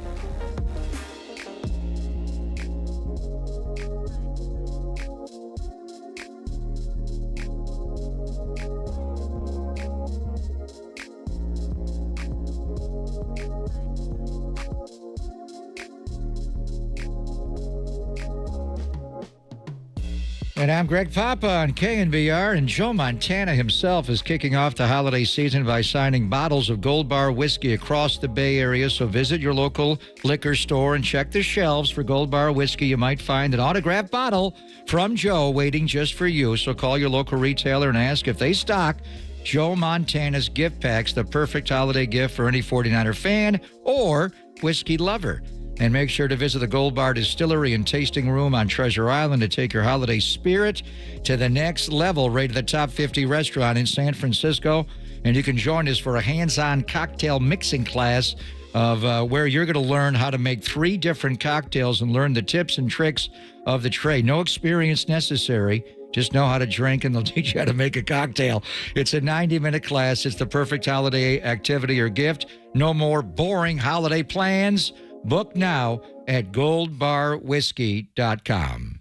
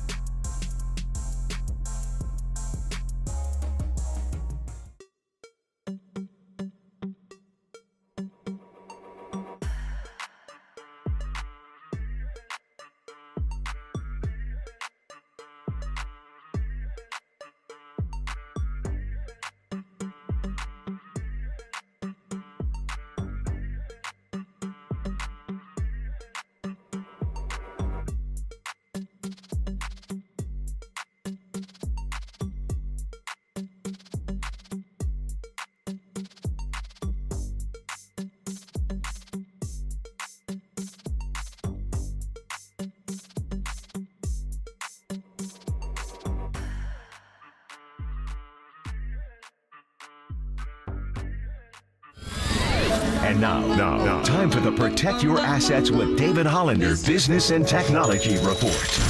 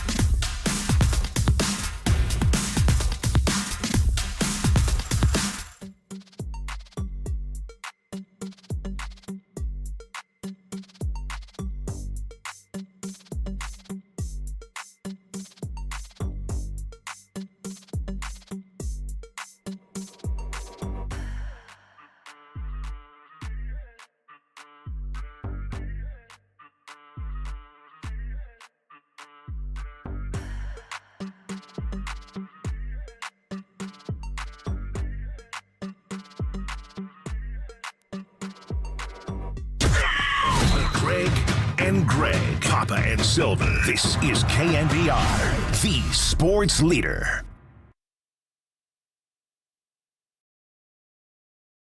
I mean, everybody's different, just with the timing of, getting something done and whatnot. For me, I want to obviously get it done. If that's an opportunity to be able to get that done quick, that'd be great. Just so we can get back for phase one, get after it with the receivers and our team, and just continue to grow. Because man, we all got to grow together. We got to come close and learn and just be the best versions of ourselves as fast as we can. And phase one is my mind of OTAs, coming back, getting all the guys back, and let's roll. Let's get after this offseason together. But with that being said, everybody's timing is a little different and stuff. But for me, at the end of the day, I want to win. I want to win for this organization and everybody here. And I'm not the kind of guy that wants to have any kind of drama associated with anything. I'm here for this organization, for my teammates in the locker room, and I want to be very professional about it. We play professional football for our living, and I want to keep the main thing, and not get distracted by all the chaos that can go on within it. But I want to just be clean about it and respectable, and get something done and get back to work. That is Brock Purdy as the 49ers are conducting exit interviews and cleaning out the locker today. Greg Papa's wearing his 262 hat for Mr. Purdy himself. And yeah, Brock continues to say all the right things. He continues to be the ultimate pro, have accountability. And if anything, I think he's beaten himself up a little bit too hard at the podium at times this year. Just seeing that there's a lot of things that have gone wrong. He certainly has his share of responsibility, but it's not entirely on him either. And yeah, Papa, the interesting nugget within that long soundbite that I take is talking about wanting to get a deal done and would like to do something quickly so that they can get back to business. And it makes you think about some of the long and contentious holdouts that the 49ers have had or haven't had. Christian McCaffrey got paid quietly and quickly this offseason, whereas Brandon Ayuk turned into a whole saga the offseason before. Nick Bosa, it was getting a little bit late there in the clock for Nick Bosa to come back for training camp in the preseason, and it ended up getting done. So while I would like to see something get worked out between the 49ers front office and Brock Purdy, and look, there's going to be lots of discussions coming as we chug along in this offseason here, which begins today, unfortunately, here on January 6th of 2025. I also think that there's a lot of value in having this be a pretty drama-free situation if both sides can come to an agreement. We shall see on that, Greg. So thanks to Guy Haberman. He's been making these hats since the end of the year, the 262 hats. And if you want one, Hey Guy at heyguy.com to get a Guy Haberman. He's got them in all different colors, red and white. I like the black one with the red and gold numerals. And obviously 262 is Brock. He wore 14 originally, then went to 13 as Dan Marino number. His dad grew up loving Dan Marino. And he was picked number 262, the dead last pick in the 2022 draft. Mr. Irrelevant, anything but. So we've been talking about Brock almost immediately. Didn't get a chance to play. Trey Lance, then Jimmy had to get hurt before him, and then he didn't lose. He was 5-0, lost because he got hurt. Had the UCL torn right off of him in Philadelphia in the championship game. Came back the next year, was better than ever. Exactly 6 months after having the internal brace procedure, he went to Pittsburgh and lit them up, and the Niners got off to a 5-0 start, and he was 30 for Purdy, and less when he was 35, and state of the art. And he was a MVP candidate on Christmas night last year against Lamar. And then he threw 3 picks in the first half, a 4th pick. A minute and a half into the second half, he got pulled, and his arm hurt. He's not been the same player since then. 12-4 last year. Now, a lot of it is Christian didn't play. Ayuk wasn't the same. I mean, the one amazing stat is those 3 guys, Debo, Christian, and Ayuk, combined for 40 touchdowns last year. This year, 2. And none from McCaffrey, who led the league and tied with the most Durati with 21. And Ayuk had 7, and Debo had 12. They had 2 combined. So a lot of the pieces around him contributed to this, but they scored a touchdown less. It wasn't 30 for Purdy. It was 22 for the Niners offense, and the numbers are not as good. So things change in professional sports. In 1 year's time, things changed dramatically. So now he's at the end of his original contract, a contract that he doesn't get paid a lot of money. He does for everybody else in the world, but not for a starting quarterback in the NFL with his resume. I mean, the guy was chosen last, and it's all slotting in the NFL, so he hasn't made a lot of money. He is under contract for next year. I know nobody wants to hear that, but he is. And that was a factor in the Ayuk discussions was, we don't have to do this with you. And the quarterback numbers have exploded. The wide receivers numbers exploded this past offseason. But they had Ayuk under contract, and they was a time where they thought just play under your 5th year, rookie year option. Now, he was a round 1 pick. Brock doesn't have a 5th year. He has a 4th year, being the last pick in the draft, 7th round, number 262. So they've got a big decision to make here. And he's having the exit interviews with the media in the open locker room, but he's doing it with Kyle and with Brian Greasy, as Brian's going to also be interviewed to be the coach of the Jets, and Clay Kubiak, and on. And they got to go through this honestly. He threw more interceptions this year than last year, and he threw the ball fewer times. Actually, he threw it more times this year, but overall, games that he played were less. Now, a lot of the pieces were around him were just not as strong. But I would think, when you evaluate his game, he very seldom made a poor decision with the ball last year. Hardly ever. This year, he made a lot of them where you were wondering, where is he going with the ball there? Balls over the middle. There was one in Miami that he threw it over the middle to Patrick Taylor Jr., and it almost got intercepted. In fact, for one moment, Benito Jones, the big D tackle, intercepted the ball, but they said he went to the ground, didn't secure it. It was overturned. But why did the ball go there? That same play, Kyle Juszczyk, who was the primary on that play, ran a rail route. He was wide open right down the right sideline. And you just never see Brock, where are you going? Why is it going there? Why is it not going there? Those are questions you wondered with Jimmy. So ultimately with a quarterback, do they see it? Do they see the field? It's hard to see the field. Brock, immediately when he came here, saw it. He saw it immediately. OTAs, mini camps, training camp, preseason game against the Packers, joint practices with the Vikings in Egan. He saw it. He was third, though. You had to wait. Trey got hurt. Jimmy got hurt. Eventually, when he got in the game, he saw it. He ripped it. The offense took a whole new level. They could not be stopped. All the way to this championship game. The one way to stop him is don't block the... McKivitz misses a block on Hassan Reddick, Hassan Chop, and he got hurt. But they couldn't stop him. This year, the pieces were different, but he wouldn't take the check down. Why not? He's not McCaffrey, but J.P. Mason can catch the ball. He just didn't see it. So in 1 year's time, Greg, things change a lot in your eyes on this guy. We love him. He's Brock Purdy. He's Brock Steady, Brock Gibraltar. He's all that. But he didn't play as well. And that's 1 year's time. So would you rather have another year to evaluate him and then make the call before you give him this? Now, I'm wearing 262, and I said this, and then Cam Inman wrote about it in the Bayer News Group.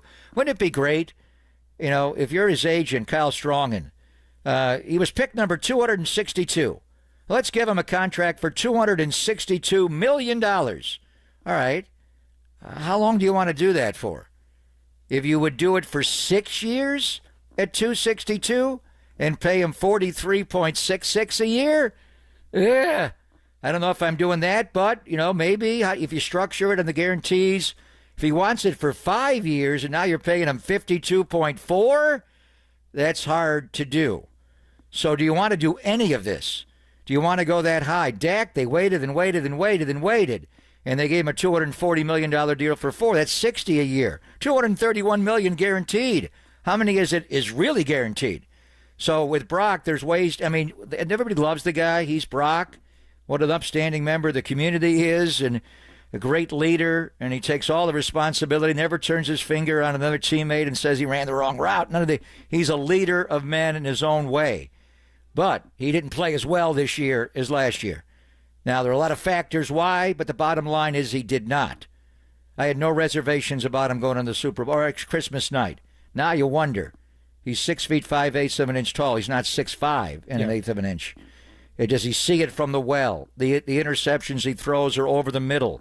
So would you rather have another year of data on him and then make a call, and then you can franchise tag him, and he may wind up making more money that way, but do you want to make that decision here and now based on a dramatic swing in his production? Now, some analytics he played as well or nearly. He was 6-9 this year. Last year he was 12-4, won the 2 playoff games, coming from behind all the way to the Super Bowl. It wasn't perfect. The year before he was 5-0, got hurt, didn't even played 8 snaps in that game.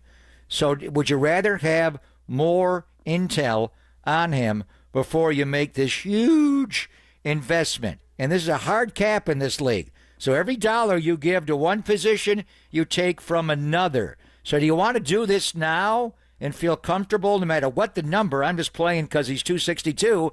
Pick any number. We're just having fun on the radio. But do you want to make this decision now, or do you want to make it a year from now? When do you want to make it? Because this one, you got to be right on. It's hard to eat hundreds of millions of dollars in guaranteed money. You got to make sure you're making the right call. Well, there's also the question of, will Brock Purdy and his camp be okay with playing another year on just $1 million salary, or however that contract could get structured if they go there? We'll go ahead and take a break now. Stay on the clock. Keep this thing moving on the other side, and then we'll get to some Sounds of Silver, get to Silver Linings playlist. We'll talk NFL at large as the playoff picture is set. Not a lot of turnover in this year's playoffs, which is very different from previous trends of other years. It's Poppin' Silver. Purdy Talk next continues on the Sports Leader.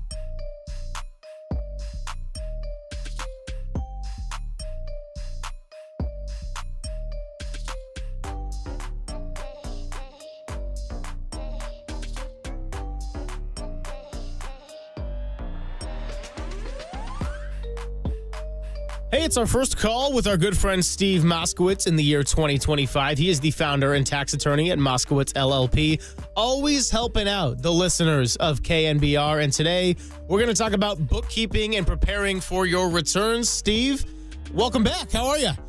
Thank you. Welcome. Happy New Year to all your listeners. And now it's our favorite time of the year, tax season. And I know before you reach for that dial, if you're saving taxes, it is a happy time for you. But a lot of people have a real struggle with their bookkeeping. Small businesses have a real problem there. And if you have a challenge there, we have a service that we call accounting cleanup, where maybe you've done some accounting, but maybe there's some problems or some questions. So the bottom line is we clean it up so you can do your income taxes properly and get all the tax benefits to which you're entitled. And a lot of times when we do this accounting cleanup, we find things that you didn't know about to save you taxes. Bottom line is, now it's tax season. Talk to us. We have a free consultation. We'll explain all about our bookkeeping cleanup system. He is Steve Moskowitz at Moskowitz LLP. For more, you can give him a call now at 1-888-TAX-DEAL. That's 1-888-TAX-DEAL, or go to MoskowitzLLP.com.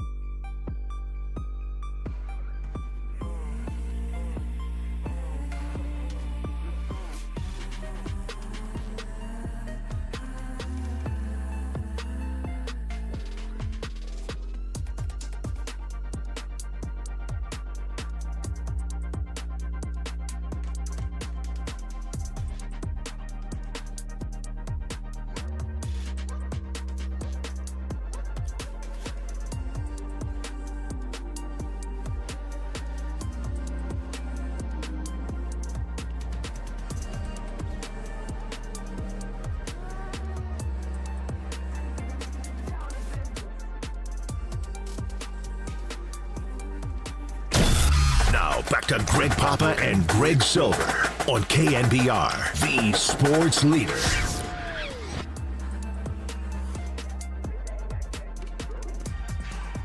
Happy Monday, everybody, or should I say Black Monday, as known in the NFL world. Notorious for the day where a lot of coaches get fired. In the new day and age, it's actually turned a lot into Black Sunday, and so far we have a little bit of a carousel going on. Still news to be broken. Robert Saleh was dismissed midseason. Dennis Allen and Matt Eberflus added to that list. And then two coaches from yesterday onto this morning fired, and Gerard Mayo, one and done with the New England Patriots, and Doug Peterson of the Jaguars.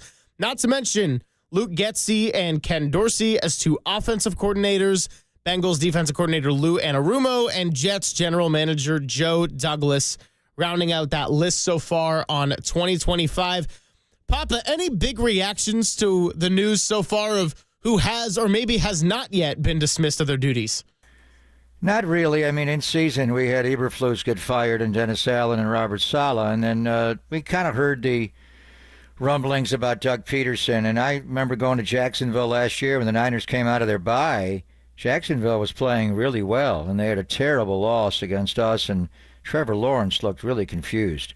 That's what I'm talking about, quarterbacks, how they change. I mean, the year before in the playoff game, they came from 27-0 down to beat the Chargers, and he looked like he had figured it out a little bit, and then he was completely perplexed by the coverages and played a terrible game with his choices, and they haven't been able to win at all. And then he got hurt this year in the hit by Aziz, and they wound up firing Doug Peterson, who's a Super Bowl winning head coach, and stabilized that organization after what happened with Urban Meyer. Interestingly, Trent Baalke was not fired. He keeps his job, and we'll see what's happening. And I saw the press conference with Salvador Dali. I think he's Shad Khan, officially, the owner of the Jacksonville Jaguars, with Trent, and it was interesting what they're going to do there. And then Gerard Mayo. And you could just kind of see that it was a little too big for him. His in-game choices, the way that team was run. I go back to when they decided not to give the job, or at least, consider Mike Vrabel. If you're going to let Belichick move on, and I'm not sure that was the right choice, but I think Kraft just got tired of it. It was just lasted so long. Then why not Mike Vrabel? And why? And Mayo was in the building, obviously, as a former Pro Bowl linebacker and a linebacker coach, but it was just a one and done him, and sometimes you have to. And the Niners did it in back-to-back years with Jimmy Tomsula and Chip Kelly. It happens. You just got to move on if you feel like you made a wrong call. But that one seemed like he was in the building for a long time. They kind of knew who he was. So what do they do now there? That quarterback, Drake May, is really talented. And then Eberflus in Chicago, and it was after the Thanksgiving mismanagement in Detroit. That job with that quarterback and just tighten him up a little bit and the players around, I'm not sure that Chicago job would be interesting. Lou Anarumo getting fired in Cincinnati is interesting. They just didn't play well enough defensively. But that offense and watching them play Saturday night, and, me being a Bills fan, and now I'm all in on the Bills, I was dreading. Cincinnati is the 7th seed. They got to go to Buffalo, and I remember them beating the Bills in a playoff game in the snow a couple of years ago, then went to Arrowhead and beat them. It's like, whoa, you want no part of them. Yeah, you can thank Carson Wentz for that. What do you mean? Because Carson Wentz played for the Chiefs, so then the Broncos were able to just scoop up that win. Oh, yeah, the game yesterday. Yeah. Yeah, but I still, but they had lost it anyway when they were 8-8. Carson Wentz is a fine player. I didn't watch that game yesterday, but the point is that the Bengals shouldn't have been in that situation when they win their last 4 or 5 to end the year. Their defense just gave it up, and Anarumo, I remember them coming in last year. In fact, Mike Silvers, I remember him huddling with Anarumo before the game, and I'm like, what are they going to run today? And they had the Niners spinning. The Niners were flat in that game. They were tired going into their bye. But Lou Anarumo is a tremendous defensive coach. So what he's done against Kansas City and playoff games and Buffalo and that guy is going to be certainly rehired as a DC almost immediately. I thought about him here, but they just run too many multiple defenses. That's why they make mistakes. They bust.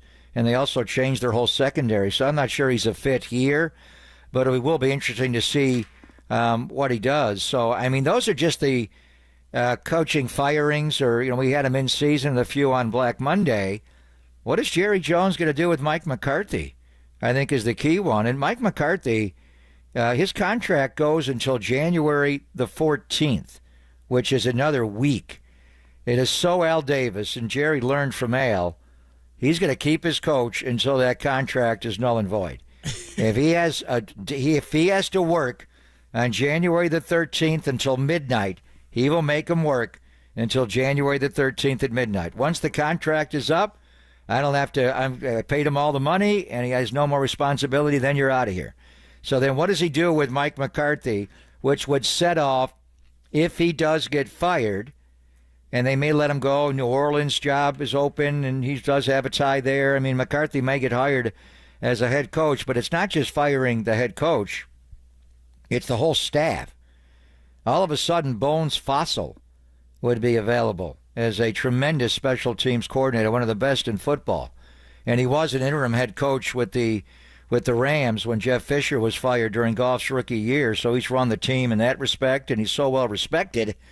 Would you want to make a play to get Bones Fossil to be the special teams coordinator? So he runs a lot of tricky stuff and fake stuff, and Kyle hasn't been that in line with doing that. The Niners have never, faked a punt before. I think he called one that got called off by Wisnowski. But anyway, that's what's going on so far on Black Monday, Greg. Now I want to see what's going to happen next week on Black Monday when Mike McCarthy's contract expires and they may get rid of him. And then what other changes are we looking at? Who has not been fired yet that still may get fired?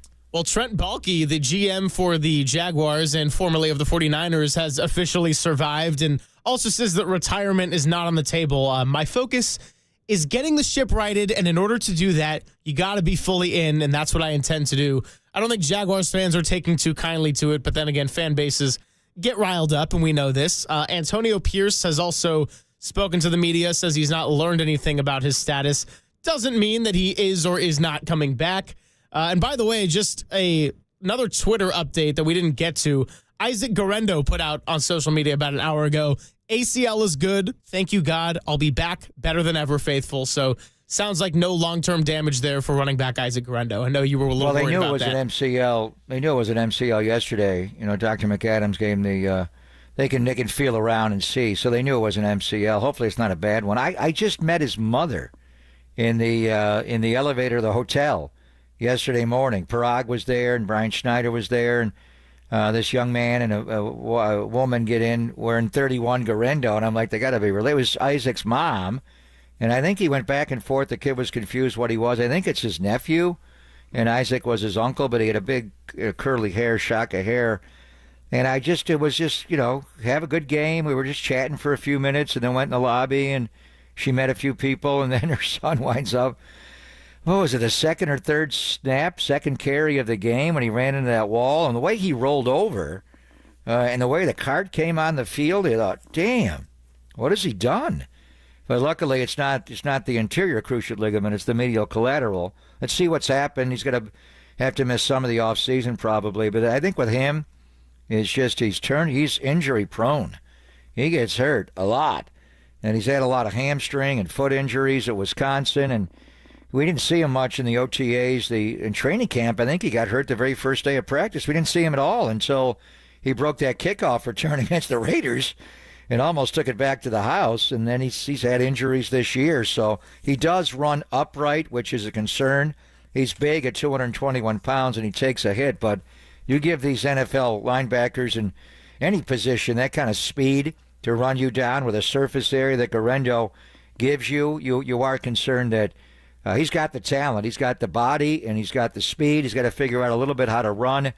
But does he run upright too much, and he's just going to get hurt a lot? He's had an injury-filled college career. In his first year in the NFL, he's gotten hurt a lot. He's Greg Papa. I'm Greg Silver. We got Walter in the house back here for hitting the ground running in January, and the offseason, unfortunately, starts today, but we're going to be here every single day on KNBR, and we're going to keep this conversation going. Sounds of Silver up next. We'll talk about coaching and some of the top performers from Week 18 across the NFL, only here on the Sports Leader.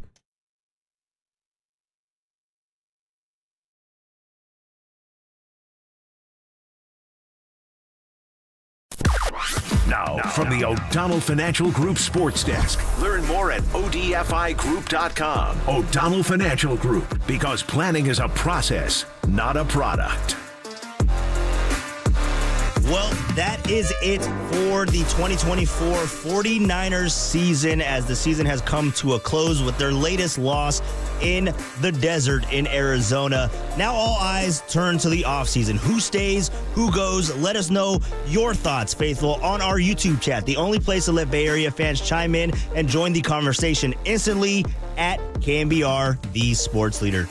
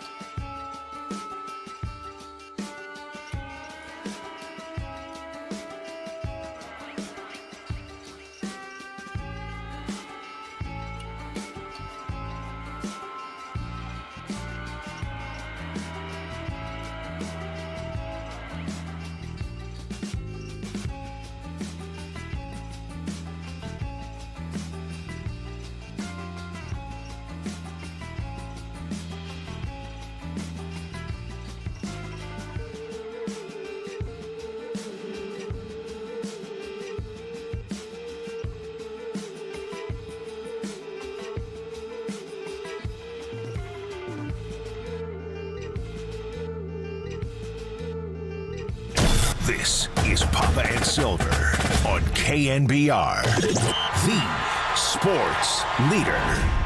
Sounds of Silver with Greg Papa and Greg Silver. Well, as we approach the 1 o'clock hour, we always get to a little bit of Sounds of Silver, heavy Niners talk today. We'll keep talking Niners all the way up till 2 o'clock, but also some larger NFL, as it is going to be an exciting postseason. Just, I wish the 49ers were included in it. For that reason, it really stinks. But as far as the bracket being set and matchups, I'm looking forward to super wildcard weekend with 3 days of football. It's going to be some fun stuff. So let's kick off the Sounds of Silver here with Rob Gronkowski and his little 45-second spiel on Fox, where kind of sounded like he was about to go in on the crafts before the network made the executive decision to break. He was defending his former teammate, Gerard Mayo, being a one-and-done coach, and here is what Mr. Gronkowski had to say. Already, Gerard Mayo out after one season as the Patriots head coach. I was shocked by that, and to happen that soon was a shocker to a lot of people, especially here at the desk. We were all surprised by that. I think it was unfair to Coach Gerard Mayo. I mean, he had never had the chance to develop as a head coach. He was just a rookie himself in that department. And if you judge a coach by their first year, that's really not appropriate. I mean, Jimmy Johnson, you went 1-15 your first year, and then you won a couple Super Bowls after that. I mean, he really... Hey, we got to go to break. Oh, no, I mean... All right, we're going to keep talking about that. Yeah, much more in the OT later. Yeah, so they cut Gronk off going loose there. And look, Papa, I don't know if I have a problem with the firing of Gerard Mayo. I agree with you in that it seemed a little bit big for him. I also think that they could have made a case to give it another shot, another year, when this roster, and particularly this offensive line, was not supposed to be anything all that great to begin with. Well, they do the Fox halftime hits. You know, there's so many games that are going on regionally that they do many of them. So I saw another version of that, and I think it was at halftime of the Niner game, so most of our audience may have seen that, where he went off on the horrendous first year that Jimmy Johnson had as a head coach in the NFL. Jimmy Johnson was 1-15 his first year. What do you think they were saying in North Texas? This college coach comes from Miami and we win one game and they fire Tom Landry? What is going on? Then they make a Herschel Walker trade. They go 7-9 the next year, 11-5 the year after that, and then, as we all know, in 92, 13-3. And how about them Cowboys? And they win a couple of Super Bowls. But that is the best I have heard Gronk. A lot of times when he's on, you kind of cringe like, eesh, is he going to be able to get through the English language here, not, tear a trachea?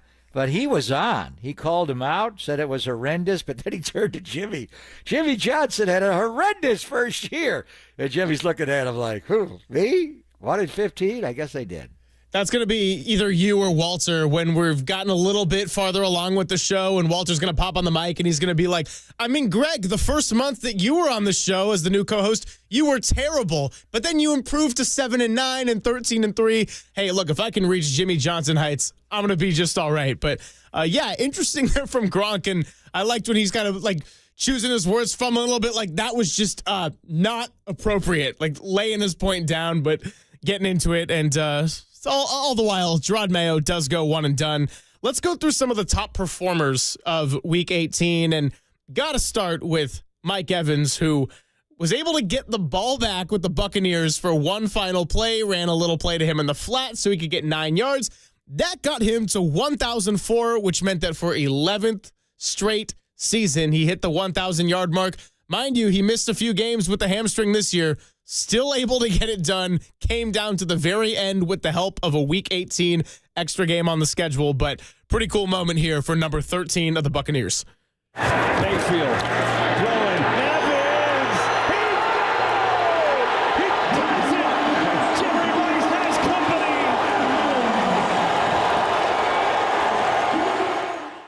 And then a giant celebration ensued on the field. Really cool to see the fans and how much Mike Evans means to them.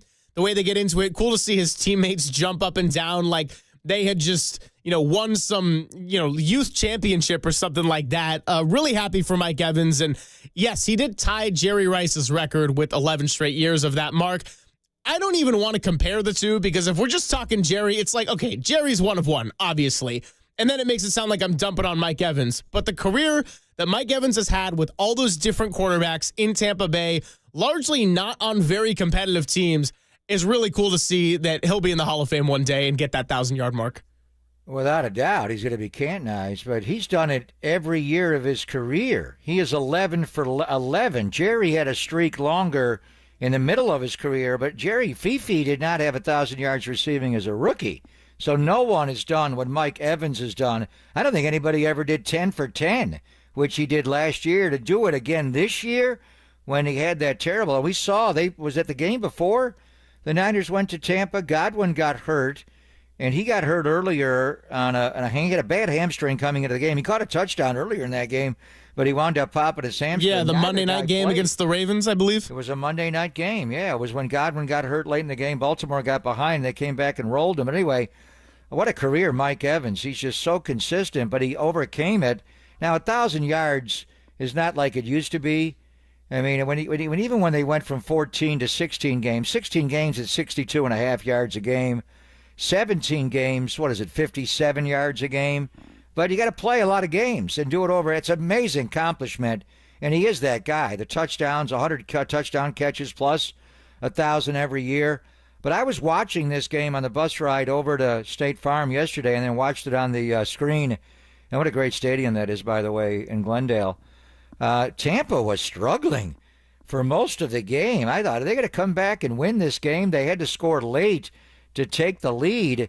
As we look at next weekend, Tampa Bay has won the NFC South for a fourth straight year. Who wins between Tampa Bay and Washington? And that is a rematch of Week 1 this year. Multiple rematches of Week 1. And yeah, that was Jaden Daniels' first game. We're also going to have Jordan Love and the Green Bay Packers go into Philadelphia. And by the way, Jalen Hurts is still in concussion protocol. I don't imagine it's going to be a problem come the weekend, but something to keep our eye on as we move through the week. Here's another little tidbit for you from Adam Schefter just a couple of minutes ago. The Chicago Bears have sought permission to interview Mike McCarthy. How about that? Have they been granted permission to interview Mike McCarthy from Jerry? If the Cowboys don't allow permission, so it sounds like not yet, then the Bears could interview him after the exclusive negotiating window. January 14th. January 14th. Next Tuesday. Yeah. Yeah, so we'll see what Jerry. Now that'll push it up. So with a veteran coach like Mike McCarthy, who could be a head coach again, you think Jerry would let him go or try to re-sign him? So if he's going to play it out and make him work to the last hour, they McCaskies and they're going to play his hand there. Of all the jobs that are open, that Chicago one is really interesting. That quarterback just needs, now again, where we're saying with Brock, and he's got to be able to see it. If he can't see it, he can't rip it. I don't know if he can see it. He saw it in college, but in the NFL, he's just, and a lot of it is the way they run their wide receiver tree, and they're kind of on top of each other a little bit. It got better later with Thomas More. That would be an attractive job because that's a good team around that young quarterback. So that would be interesting. So they've asked for permission. The big thing would be from Frisco. Is Jerry Jones going to grant him permission to talk to another team about being their head coach? That would lead you to believe then that he's not going to be the Cowboy coach, and his contract's up. Yeah, and actually, right as I was feeding you that, Schefter provided another update saying that the Cowboys have yet to respond to the interview request. So we'll keep an eye on that one. We'll get back to you on January the 14th. Exactly. And by the way, interview requirements for coaches of teams in the postseason. This came out from The Athletic. So Ben Johnson, for example. So if the employer team has a bye in the wild card round, like Ben Johnson's Lions or the Kansas City Chiefs, virtual interviews can begin 3 days after Week 18 games and must happen before the end of wildcard games. If the employer team is participating in the wildcard round, virtual interviews can happen 3 days after the team's wildcard game and must happen before the end of the divisional round games. So some tight windows coming up. And the Bears have lined up a lot. They have already requested interviews for Ben Johnson, the Lions OC, Aaron Glenn. And is this the year Aaron Glenn finally gets a head coaching job? He put on a clinic last night against Kevin O'Connell and Sam Darnold. And also Anthony Weaver, the Dolphins defensive coordinator, who did a great job in Miami taking over for Lord Fangio. And we played the Dolphins a couple of weeks ago. That guy is a leader of men. As far as being able to stand up in front of a room and talk to his football team, he is authoritative. He would be great in front of the media as well. So if you're the Bears, who do you want? Ben Johnson, Aaron Glenn, Anthony Weaver, or Mike McCarthy? Yeah, well, if you're Raf, our great KNBR producer, who is really the Swiss Army knife of the station and a devoted Chicago Bears fan, immediately responding to that on his social media, just despising the idea. So I know he's anti-Mike McCarthy in that pool. I'll tell you that you're listening to KNBR and KNBR FM San Francisco, the sports leader, a Cumulus Media station. Final hour here on a Monday. Couple more pieces of audio in the sounds of silver. And I'm glad that Murph is probably not listening at this point. I hope he's in his 27 to 37 minute nap window, because he's not going to like me shining a light on Aaron Rodgers getting his 500th touchdown pass. Look, it has been a mess of a season, of 2 seasons, for the New York Jets while Aaron Rodgers has been a part of the team. But still got to shine a light on one of the greats hitting just a monumental milestone, and this one went to Tyler Conklin. Here is the highlight and some of his interview comments after the game. First down and goal. Jets looking for the end zone. Rodgers looking for 500. He's got it to Tyler Conklin. Aaron Rodgers with his 500th career touchdown and what could be his last game.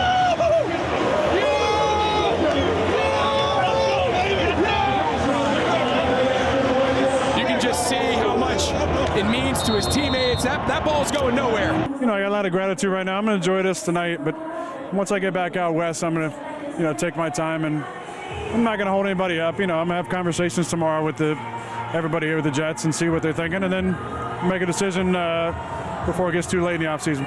Whatever you do, all the best. I love you, Pam. Love you back. Thank you. A little bit of love there between Pam Oliver, Aaron Rodgers, and yeah, he becomes one of 5 quarterbacks to hit the 500 mark. He ended up throwing 4 on the day, so he got to 503.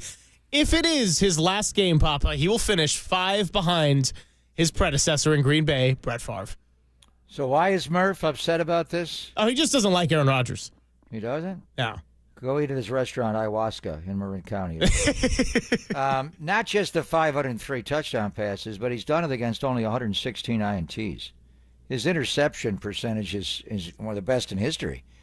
So, it's been a wild ride, the magical mystery tour the last couple of years with this guy, from his darkness retreats and hosting Jeopardy and everything he's done and forcing his way out of Green Bay. I think they got tired of him in Florham Park. So he's a tough evaluation. And so is Kirk Cousins. The guy that ruined his time in New York is Leonard Floyd. When Leonard Floyd sacked him the 4th snap of his Jets career as a Buffalo Bill on Monday Night Football, he hasn't been able to bounce back. That's a terrible injury. But guys do bounce back. Kevin Durant came back. He looks pretty good now. Klay Thompson did it after an ACL. Guys come back from Achilles. But it may take another year.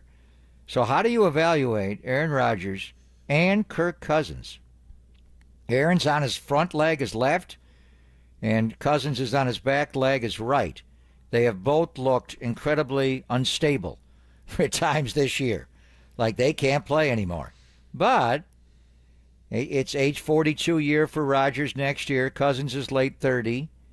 Are they going to heal up and have the mobility they used to have? I mean, Brady played till he was well into his mid-40s.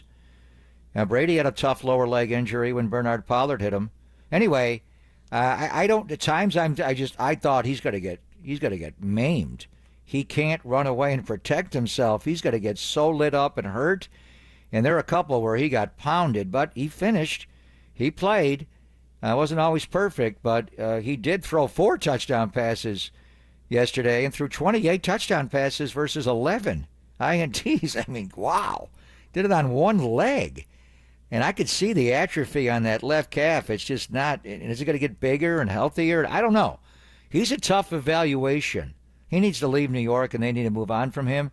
But another team, give me a scenario. Raiders mainly, maybe, with Brady there. I don't know. But you just can't say he can't play anymore. He didn't play like himself this year, nor did Cousins.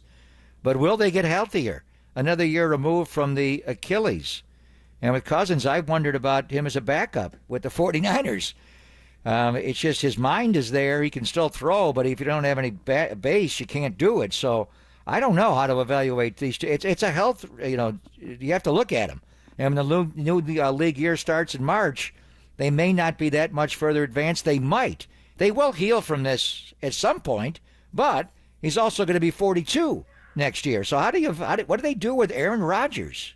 Well, everybody's favorite topic is the betting odds, of course. And for our good friend Josh Dubow from the AP says that the Raiders are the favorites to sign Aaron Rodgers if he leaves the Jets and does not retire. Steelers, second place, and 49ers at third. So that'd be interesting. I know the Tom Brady discussion was a big one back when he was leaving New England. A little bit different circumstances with Aaron Rodgers and that Achilles injury, but something we will keep our eyes on for sure over the course of this offseason.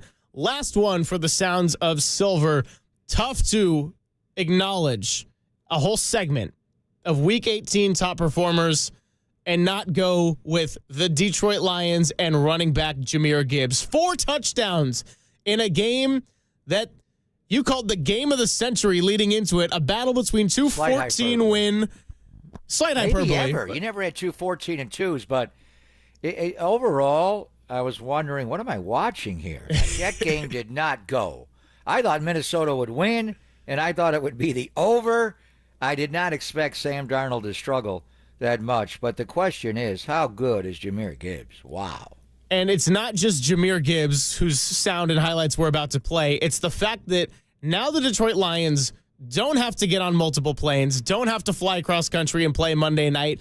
And all the while, last night it was Sonic and Sonic. They might get Knuckles back after the bye. David Montgomery could be back after avoiding season-ending surgery. So here is Jahmyr Gibbs. Not 1, not 2, not 3, but 4 touchdowns to capture the first ever number 1 seed for the Detroit Lions. Goff under center, gets the snap. Here's a handoff up the middle, big hole, cutting left across the 20, 15 to the 10, to the 5, into the end zone. Touchdown, Jahmyr Gibbs. Touchdown, Detroit. A 25-yard touchdown run for Gibbs, and the Lions are on the board first. So 4th and 2. The Lions going for it. The Vikings bring it. Hit the pass. It's a touchdown to Gibbs. Here's the snap. Handoff Gibbs. Bouncing it outside the left hash. Gibbs inside the 10. Down to the 5. Into the end zone. Touchdown Lions. Gibbs has done it again. It's his 3rd touchdown of the night. Goff gets the snap. Handoff Gibbs. Running left. Cuts it up. Lowers his shoulder. Powering his way to the 1. Gets a shove. He's into the end zone. Touchdown Lions. 4th touchdown of the night for Jahmyr Gibbs. This one from 3 yards out. And with 5:14 to go, the Lions lead 30-9. What a night for Jahmyr Gibbs.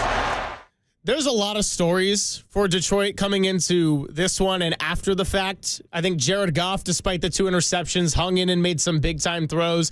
He should be on the short list of MVP candidates, although my pick would probably be Josh Allen if I had a singular vote. The defense, who has been decimated by injury, had Alex Anzalone coming back and posting a picture of all the stitches in his arm.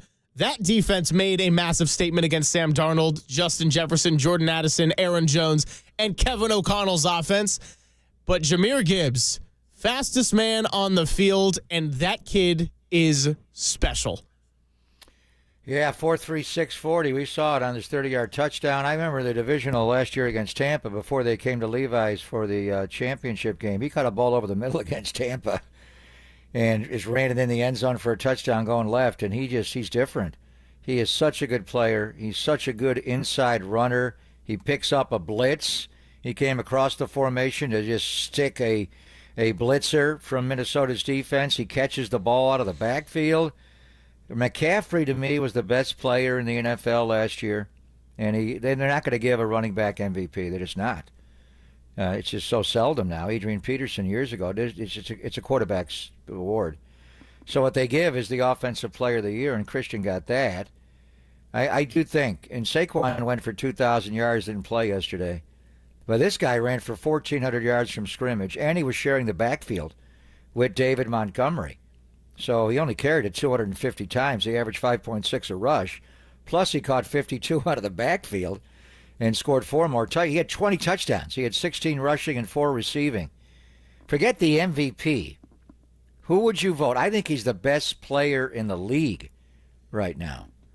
Who is the offensive player of the year? Jamar Chase. What a year that guy had. And so you watch him on Saturday night. How do you cover that guy? Did he win the Triple Crown, by the way?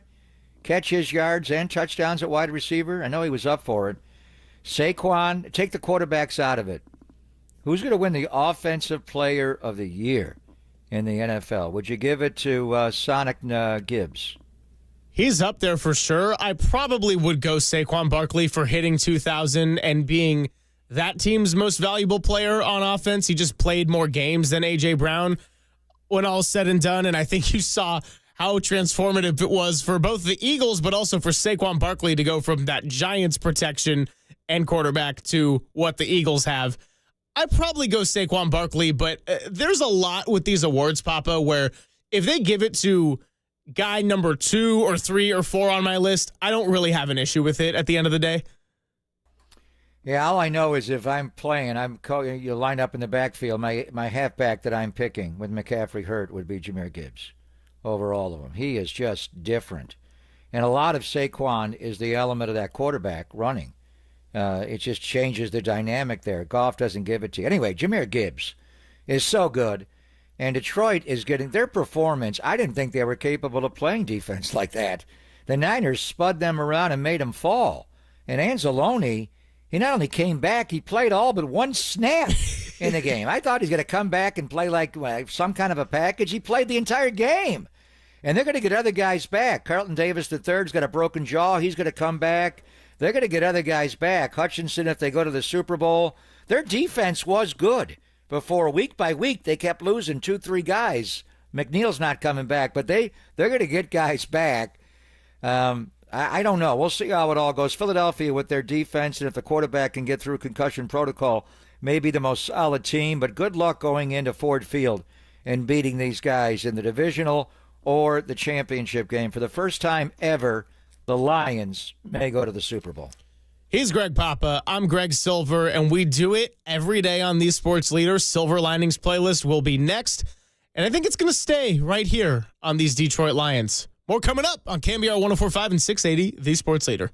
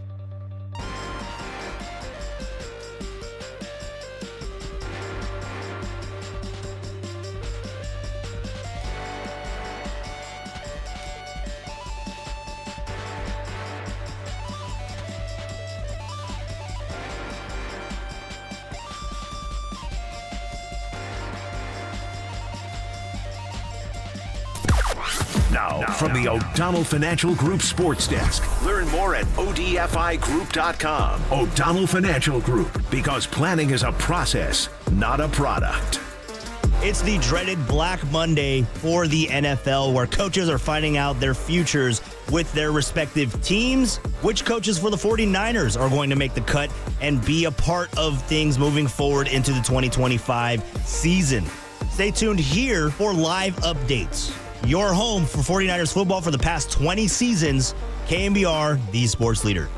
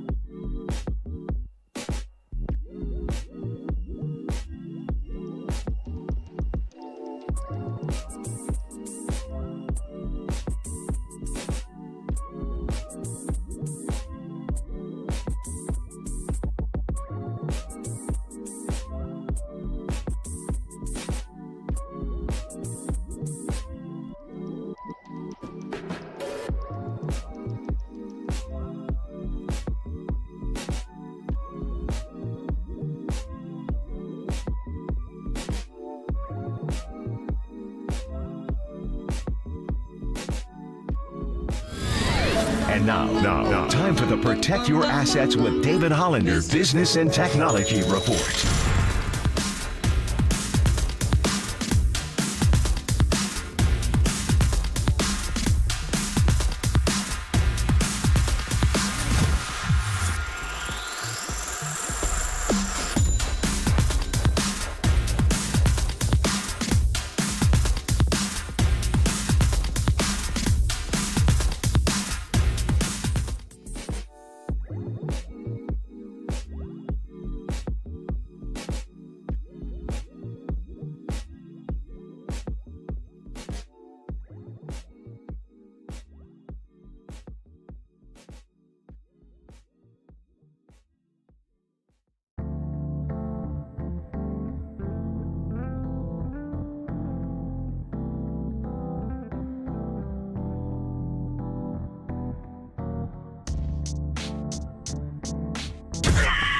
Greg and Greg, Papa and Silver. This is KNBR, the sports leader.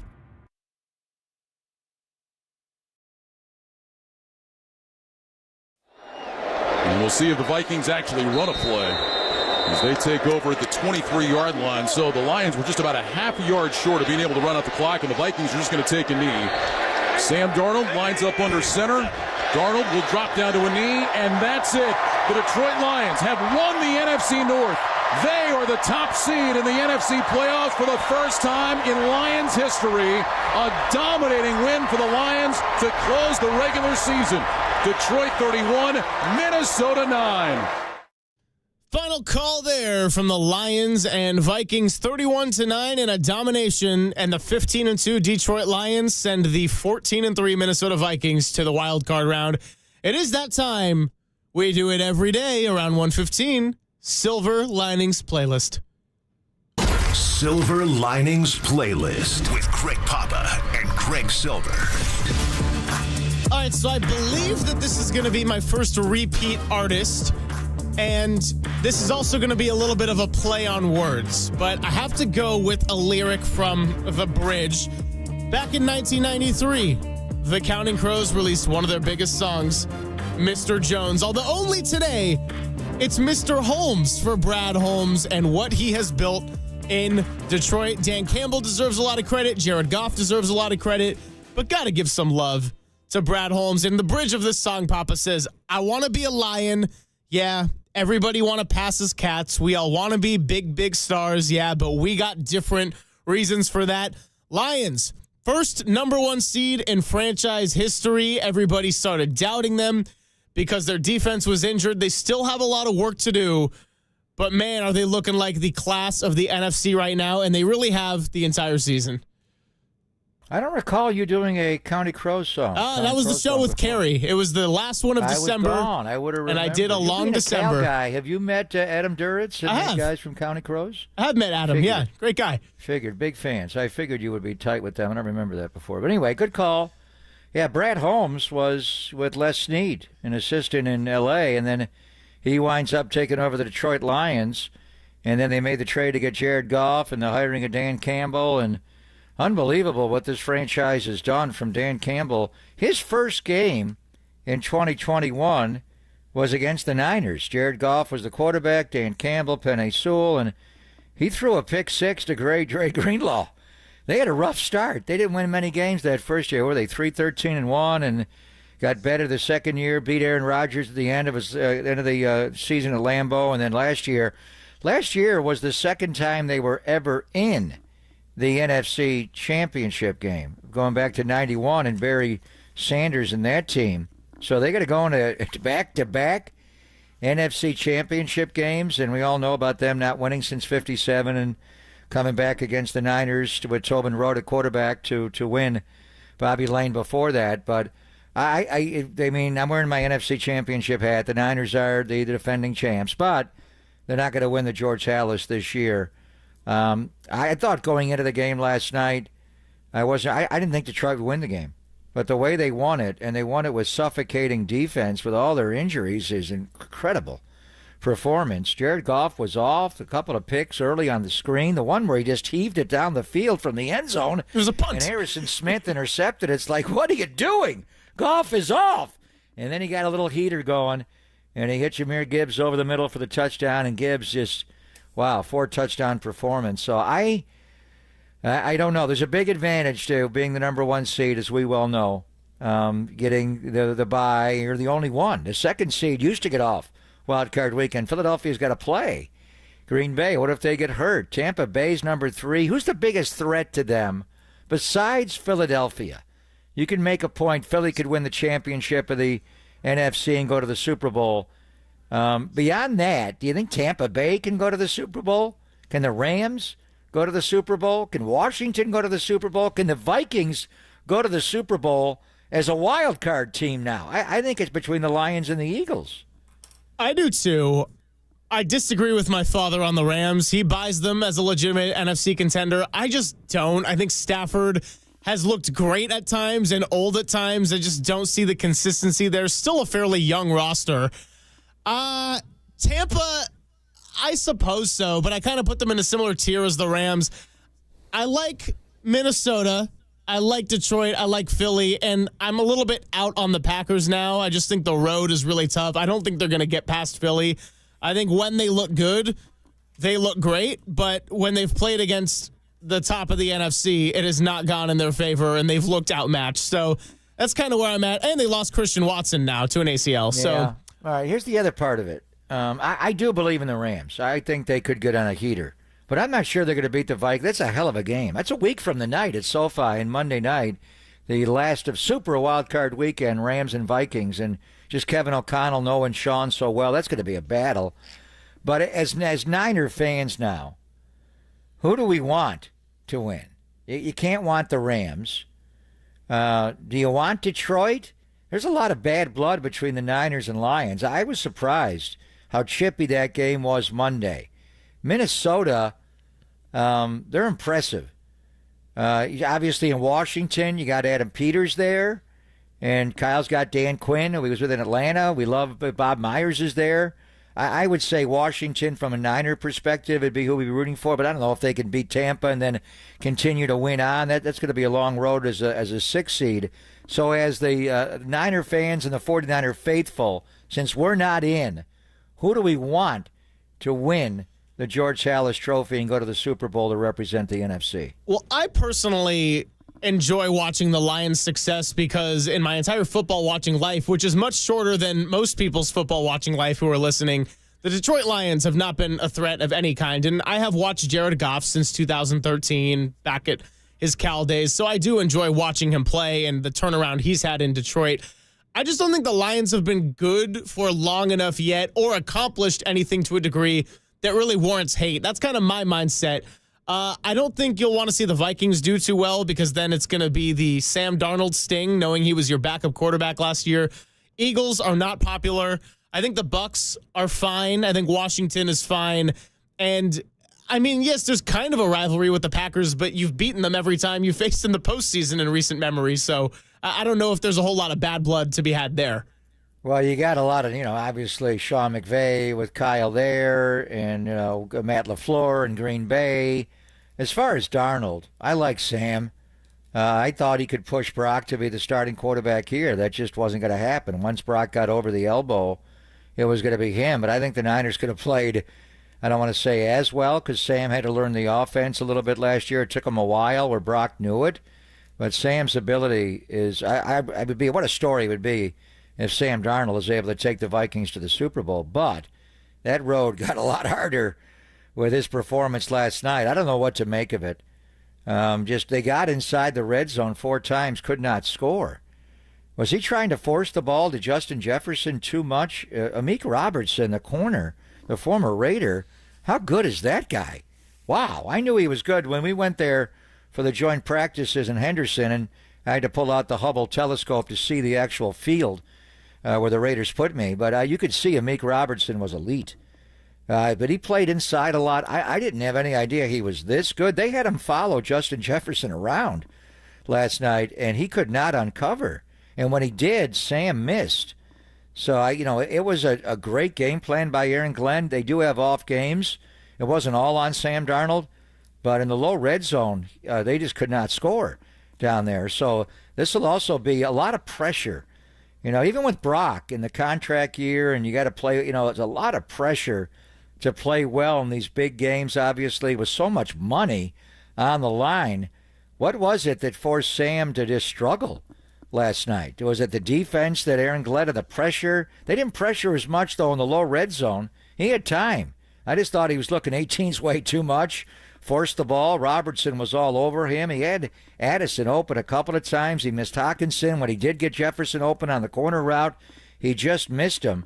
But there is a huge payday awaiting Sam Darnold in January. How much pressure is he on, not just to get the Vikings back to the Super Bowl, but to play well and get a new contract?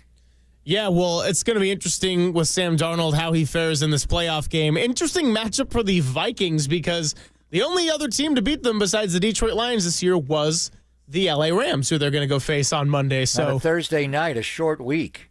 Yeah. Those were back-to-back losses. They lost those 2 games in the span of 72 hours. That's right, and it was the missed face mask call on Sam Darnold down in the end zone. 209 on the text line says they want whoever has the best chance of beating Kansas City. 707 piling on. I'd love to see a Bills-Lions Super Bowl. That's Buffalo. Yeah, wouldn't we all love to see a Bills-Lions Super Bowl? That would be incredible to watch. I mean, to have that be the matchup, especially if everybody and all the stars are healthy for that, that's a win-win situation for me. I mean, you either get Buffalo winning a Super Bowl or Detroit winning a Super Bowl, Josh Allen or Jared Goff, Dan Campbell, Sean McDermott. I'm good with all of that. So, yeah, we'll go ahead and take a break. And actually, just to tie a knot on this whole – Walter's not liking the Chiefs. To tie a knot on the whole Mr. Holmes, the honorary Silver Linings playlist of today, just looking at the draft classes last night, you go Aiden Hutchinson, Jamison Williams, Josh Pascal, Kirby Joseph. Then you go Penei Sewell and Amon-Ra St. Brown. And then you have Jahmyr Gibbs, Jack Campbell, Sam Laporta, Brian Branch in rounds 1 and 2. I mean, talk about hitting on your high picks. If the 49ers can do some of that, I think they'll be able to be just fine. Well, you were talking about animosity. I think there is some animosity between the 49ers and Lions, going back to the NFC Championship game. And also the business of what Brad Holmes, the Lions, did. They signed Penei Sewell to a huge contract extension. Trent Williams and his camp noticed that. They signed Amon-Ra St. Brown to a huge I think they did it on the same damn day. They signed Sewell and Amon-Ra. And then they gave Goff. What kind of money is Goff making now? And now Brock Purdy's waiting for it. So Trent Williams and the holdout may have been, there are a lot of guys that got paid. They all got paid. Tristan Wirfs, so many of them. But Penei Sewell got it going. I think indirectly that forced the hold out for Trent Williams. Then Amon-Ra St. Brown forced the hold in for Brandon Ayuk. And then Goff's extension, what's that going to do to Brock Purdy? And we're just starting the offseason of Brock's contract. So I think there is a little bit more, and also playing in that game. Now, when the game started on Monday night, December the 30th, there was a lot of chippiness. The Lions wanted to come in and beat the crap out of the Niners, the way the Niners wanted to go to Philadelphia and beat them last year after the previous year championship game. The Niners pushed back and played one of their best games of the year, especially on offense. But I think there's more to it between the bad blood between the 49ers and Lions. Well, we'll see how that all shakes out for Detroit as they have home field advantage for the very first time. 15-2 in the regular season, and they will face either the Packers if they can defeat the Philadelphia Eagles, or some combination of maybe the Vikings. Maybe they get, they can't get 2 or 3. I don't know. It'll be Washington. It's going to be the highest seed, whoever it is. That's right. So we'll go ahead and take a break right now. Could be Minnesota again. Could be the Vikings again. Well, you see Dan Campbell say in the post-game handshake to Kevin O'Connell, hey, great game, great season. I'll see you in 2 weeks. See, is that what he said? I'll see you in 2 weeks? So it could come to life. Could come to life. What's that, Walter? Yeah, we'll go on the other side. We'll go a little locker room sound from the 49ers. So we played some from Brock Purdy. We got some Christian McCaffrey. We got some George Kittle. Wrap up the show before we hand it off to Dirty Work. It's Papa and Silver on Monday on KNBR 104.5 and 680, the sports leader.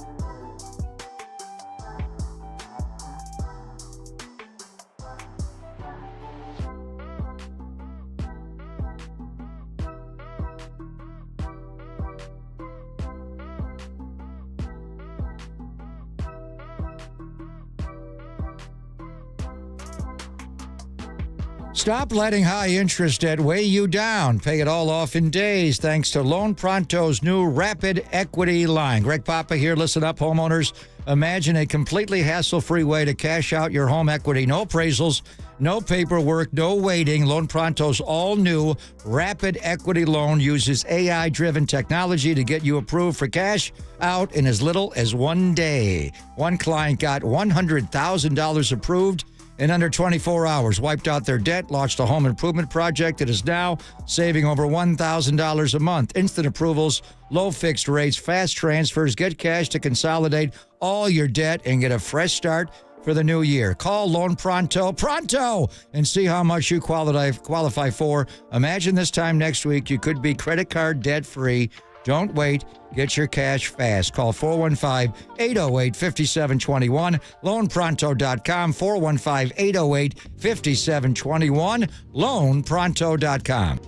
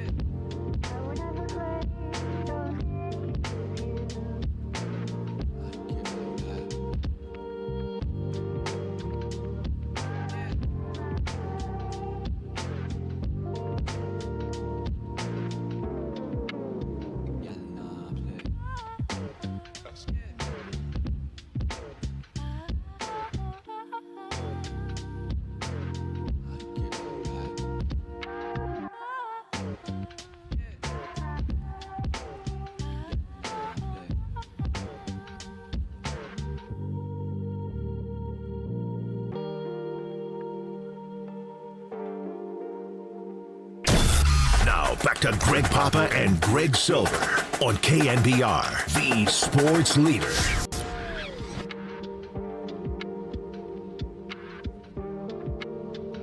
Thanks for joining us. Papa and Silver here for another 20 minutes or so. Derek Papa is dancing in the studio to the beats that Walter's playing, so he's excited for Dirty Work, which is coming up in about 20 minutes. Copes, Depop, and Tim Webb. Appreciate everybody and their contributions today. We've taken some good calls. We've gotten some contribution on the Golden State Lumber and Building Materials text line. We've also gotten, as always, some great engagement on the YouTube chat. I always love coming in and saying what's up to all you folks online. And a special shout out to somebody who I'm going to go to the Shark Tank with on January 27th, Joe Solano. Looking forward to that one. Got some hockey-loving friends and can't wait for that. Who are they playing on the 27th? That's a long time away. Pittsburgh Penguins. Okay. That is a Monday night? It is a Monday night. No more Monday Night Football. It's our last one. We have one next week. That's we have right. a playoff game next week. That's right. Super Wild Card Weekend is the last taste we get of it. While we still got some time left, 49ers doing their exit interviews and locker clean out today, so we wanted to play some sounds from around the locker room. This isn't the official Sounds of Silver, but we're going to keep the sounds going until we hand things off to Dirty Work. And let's start with one of the bright spots of the 49ers season. That is Deommodore Lenoir. Here's a quote that I liked, and I know that words can be just words. You can spin a lot of things different ways. There's going to be a lot of people who process the end of this season and 6-11 differently. He talked about the Pro Bowl and essentially the fact that he doesn't give a damn about what happens next year because he's going to be shooting for something bigger. Yeah, a lot of people told me that. But, I mean, I missed the Pro Bowl this year. I think I'm going to miss it next year because we're going to be in the Super Bowl. You know, Super Bowl is at here, I think, so we need to be in the dance. So I ain't really worried about the Pro Bowl. Right, but being named to the Pro Bowl team. I mean, that's like individual accolades from team first. So Deommodore Lenoir, He's changed a lot from when he was on social media last week, is what Eric Branch was getting at. Yeah, absolutely. And this is also another interesting nugget to throw out there because Diamador Lenore did get the extension. Charvarius Ward's headed for free agency. And so it's not going to be a shock if Charvarius Ward ends up elsewhere. But he also kind of opened up about the trauma he has out here in California because of what he went through with his family this year. They did just welcome the birth of their son, which I'm very, very happy to hear for the Ward family. But losing his daughter, Amani Joy, I think that there's still a lot of pain everywhere. Understandably, I can't fathom what he's really going through. I hope to never have to do that and be fortunate enough. But I would understand just from that quote alone. It sounds like Charvarius Ward might be looking for a fresh start aside from money and what else the 49ers organization can give him. Yeah, I think they also made it clear to him at some point early in the year that he would be moving on. It's just the finances. They got to make hard decisions. They haven't been anything formally, but Matt Mayoko has told us, and he believes, and that Javon Hargrave's going to be released, and they're going to try to re-sign him, but there's no guarantee. For Charvarius Ward, he did become a dad a couple of weeks ago, a week and a half ago. It's Charvarius Jr. He had a son, born premature, but healthy. He's from the Dallas area. So would the Cowboys want him? Would he play for D'Amico in Houston and that defense there? So one thing is Renardo Green is a player. That guy got better and better and better. Some of the coverage he had late in the year against Tyreek Hill and the coverage that he had yesterday in Arizona was incredible. He wound up leaving the game with an injury late, but Renardo Green is, I think he can plug and play. That'll be a starter next year.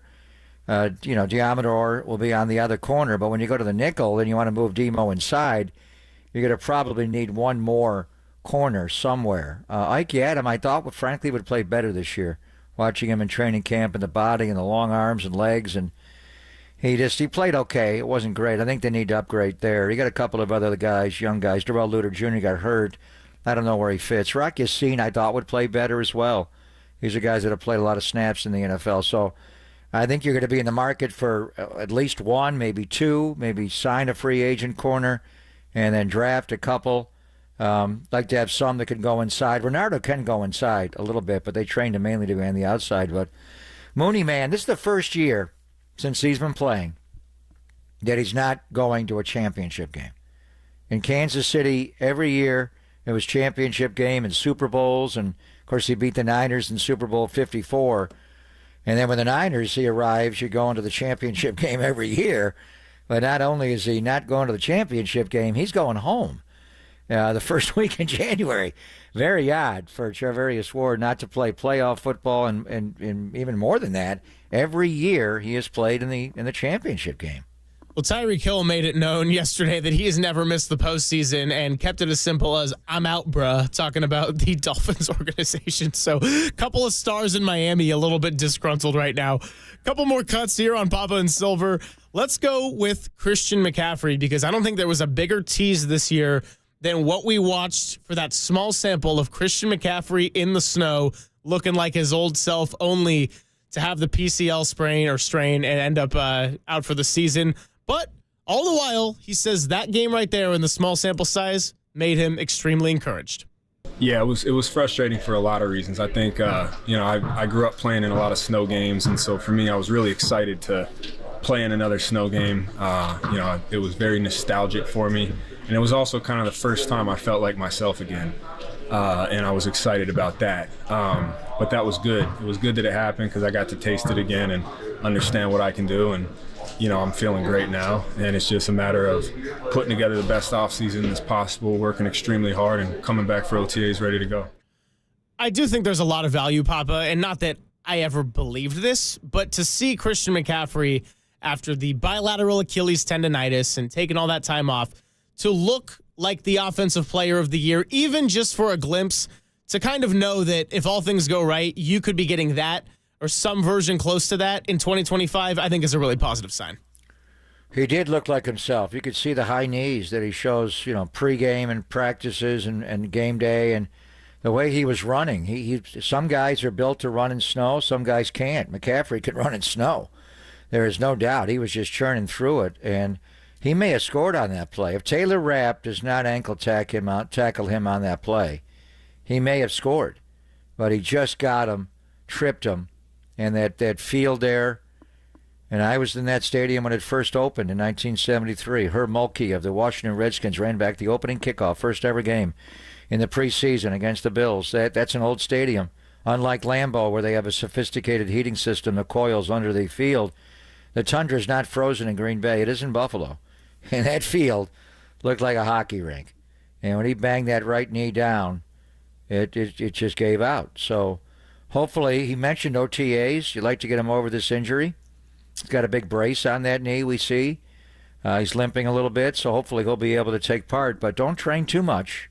That's what got you like this. He's gotten to be a little bigger and bulkier athlete. You want to stretch and stay. He knows what he's doing. But he's the heartbeat of this football team. Run CMC is the epicenter of it all. They gave up a lot to get him, and there was a concern about where he's at physically. In Carolina, he had a lot of soft tissue injuries, so hopefully he'll be able to bounce back. By the way, David Shaw. Did you hear David Shaw's name as a possible candidate to be the head coach of the New Orleans Saints? I did not. Wouldn't that be something if David Shaw comes back to coach and in the NFL? That would be great. Wow, yeah, former Stanford coach, spent time with Christian McCaffrey. That'd be incredible. I did not know that. Yeah, the Saints are going to interview David Shaw for their vacant head coaching position. Mickey Loomis is a smart guy. I also saw from Dan Rossini that the Saints have put in a request to speak with Aaron Glenn, the man we just raved about for a previous couple of segments. So going to be interesting to follow the coaching cycle, see if there's any more vacancies open, coordinator or head coach-wise, or general manager for that matter. Papa on the stream right now is wearing his Run CMC shirt. We just heard from Christian McCaffrey, but his hat is the Yak Bros. And let's go to our final cut from someone that can hopefully be a future Yak Bro and has shown recently. That is Ricky Pearsall, who's had a nice couple of games. And this is I actually have not heard this cut yet. I know Walter was kind of filtering through the cuts, but Ricky Pearsall sounds like a very poignant answer here where he talked about if he would be able to forgive the person who shot him and sort of derailed his first season. Thankfully, it did not derail his life. Here's what he had to say. Involved with, do you think you'll ever face him like in a court, or will you ever, I don't know too much about that kind of stuff. I have been in contact with the attorneys and stuff like that, and just getting more information about it because he knew I was busy and I had a lot going on. We just stay here till the sun goes down, and now we got to go home, and I got to study and all that stuff. So he knew I had busy days, and so now that the off season's here, I'll probably get more information on that kind of stuff and know how to go about that. But they were definitely asking my opinion about the whole situation and what I thought about it. So, are you ever curious about what caused him to? Yeah, I'm curious, but sometimes you just don't got answers for that. You know what I mean? For me, I don't got answers. I don't know where he's came from, what environment he grew up in, and that goes back for what I was just about to talk about, the entire opinions about the whole situation. For me, it's I don't know how he grew up, so I can't judge him as a man just based off of one action that he made. As violent as a crime it was, God forbid him doing that to somebody else. I don't ever want that to happen. So whatever has to go into that. But for me, just being able to forgive him. At the end of the day, I have to be able to forgive him to have that weight off my chest. You know what I mean? And at some point, I do want to talk to the kid and make sure that if I can create an impact on him in any way, I think that would be really big. And I think I'd be definitely open to doing that for sure. So very poignant piece of sound from Ricky Pearsall, who we haven't heard a lot from this year because he wasn't doing a lot of talking to the media prior to him playing. And I got to go into the locker room after the final home game, Papa, and we talked to Ricky a little bit, but it was mostly just about the game and his breakout performance. So kind of good to get a sense of his personality. But that right there is kind of a glimpse into something we haven't really seen. And for a young football player, a lot of guys don't have to answer questions like that, but he's super empathetic approach there from Ricky Pearsall, who is proven to be a little wise beyond his years from that answer. Can't wait to read Scott Ostler's column because he was the one asking the questions, only as Scott Ostler can. Interesting. I mean, my initial reaction was, Ricky's legal team may tell him not to answer a question like that. I don't know what he wants the end game to be, but then he showed great compassion. He is a special guy. I got a chance to sit down with him last week at length. It was our pregame interview, and hopefully you heard it or we can replay it. It was amazing. He's just got so much bounce and self-confidence. He is slick Rick with drip. I mean, that guy is special. He knows who he is. He knows exactly what ability he has, and he doesn't back down, even from Kyle and coaches that challenge him. He's got a special way about him. He's very different than anybody that's come into this building. Different than McCaffrey or Bosa that have confidence, obviously, in the college careers they've had. But he's just got a different way about him. You would like to see him get a little bigger and stronger to fight back because they're going to try to. They know it's tough to dance with him. His feet is he's like a tap dancer. It's just the way he moves his feet. So the way teams will deal with him is to beat the crap out of him and beat him up and go at him. So he's going to have to fight back. But if you don't get him, he's going to slip out of you and he's going to hurt you. So he's special. But then as a person and the compassion that he showed, his upbringing and who he is, you're trying to learn a lot about the guy. He fits here. He's got a swagger about him. He knows how good he is, and he's smart to learn all these different positions. When he misaligned those 2 snaps in Miami, he's got to be on. He's smart, and he really does not have a weak, except he's got to get bigger and stronger. But can't wait to read Scott's column. Only Scott would ask questions like that and then get a response like that from Ricky. Yeah, really fascinating and cool to hear Ricky Pearsall open up like that and have the kind of compassion that he did in that statement. Just talking about even wanting to meet him and make an impact on the guy so that something like that doesn't happen again. And I'm excited for the future of Ricky Pearsall on the football field, but I also am excited for the personality of Ricky Pearsall to continue to shine and hopefully for him to be a lot more available next year so that we can get some good interviews from him and everything. So we're going to go ahead and take our last break, and we'll wrap it up on the other side before we hand it to Dirty Work. It's Papa and Silver rounding out a Monday, only here on The Sports Leader.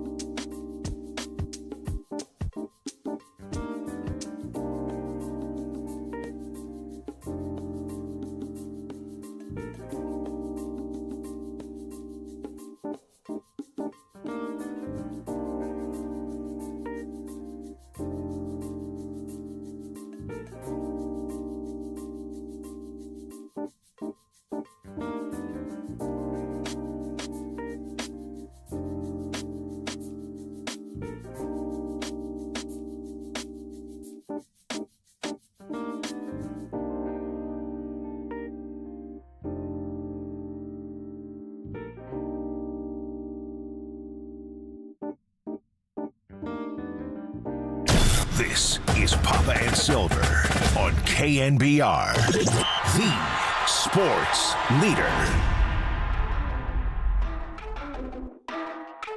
What's going on, everybody? Papa and Silver wrapping things up here on a Monday. We'll hand it to Dirty Work in just a moment. The offseason officially started today, and we're going to have a lot of days to keep talking football here on the Sports Leader. We'll eventually get into the Giants and their offseason. We'll get into the Warriors and their ups and downs, currently at 18 and 17, and what's going to happen. Jonathan Kuminga's out for at least 3 weeks. So there's always sports to be had. Papa, great stuff here on a Monday. And what are your plans now that we're here in the offseason on January 6th? Sleep. I'm going to sleep, and I'm going to wake up and cry that there's no football. No, I'm going to go to the Warrior game tomorrow night to watch Jimmy Buckets up close. I don't. Jimmy Butler. Didn't Pat Riley say we're not trading Jimmy Butler? But everybody wants to trade Jimmy Butler. I don't think the Warriors can trade for Jimmy Butler. Now, with the Kuminga ankle injury, can they trade Kuminga at all? Is he going to be hurt between now and the deadline? When is he coming back? That was a gnarly ankle turn. You could tell right away. He walked directly off the floor. They found a way to beat Memphis, and then last night didn't play well. So we'll get into the Warriors a lot more. As far as the rest of the week with the Niners, the players had the open locker room today. But the real juicy one is when Kyle Shanahan and John Lynch sit down in the auditorium and have their exit Q&A. And the last few years, Kyle's been haggard, like my voice. I gave it a touchdown juice there. After losing Super Bowls and championship games, Kyle normally can talk about Wednesday. It may be tomorrow. So that'll be really interesting to hear how they're going to handle it, because they've got a lot of work to do. I mean, the one thing is the schedule next year is favorable, obviously, not as difficult. And you do have your first pick, and it's not 31, which you wanted to have 32 and win the Super Bowl. You are picking 11. Whole different world here. And then how do they address it? And then obviously the Brock Purdy contract and George Kittle and his contract and everything. So obviously Giants and what's going on with them, before we know it, of the month they'll be in spring training, and the Warriors crank it up tomorrow night against Miami, and all of that, and the trade deadline coming up 1 month from today is the NBA trading deadline on February the 6th. But tomorrow, maybe Wednesday, whenever they decide to schedule it, it's normally right during our show, it will be a most interesting exit Q&A between John Lynch and Kyle Shanahan coming in days. Good stuff today, Papa. Walter, appreciate it. You might not be thrilled to have us back, but we're thrilled to have you back. And we're going to hand it off to Dirty Work with Copes and Depop, which starts now. You're listening to KNBR and KNBR FM San Francisco, the sports leader, a Cumulus media station. Brings Losage. Okay, the fun's over.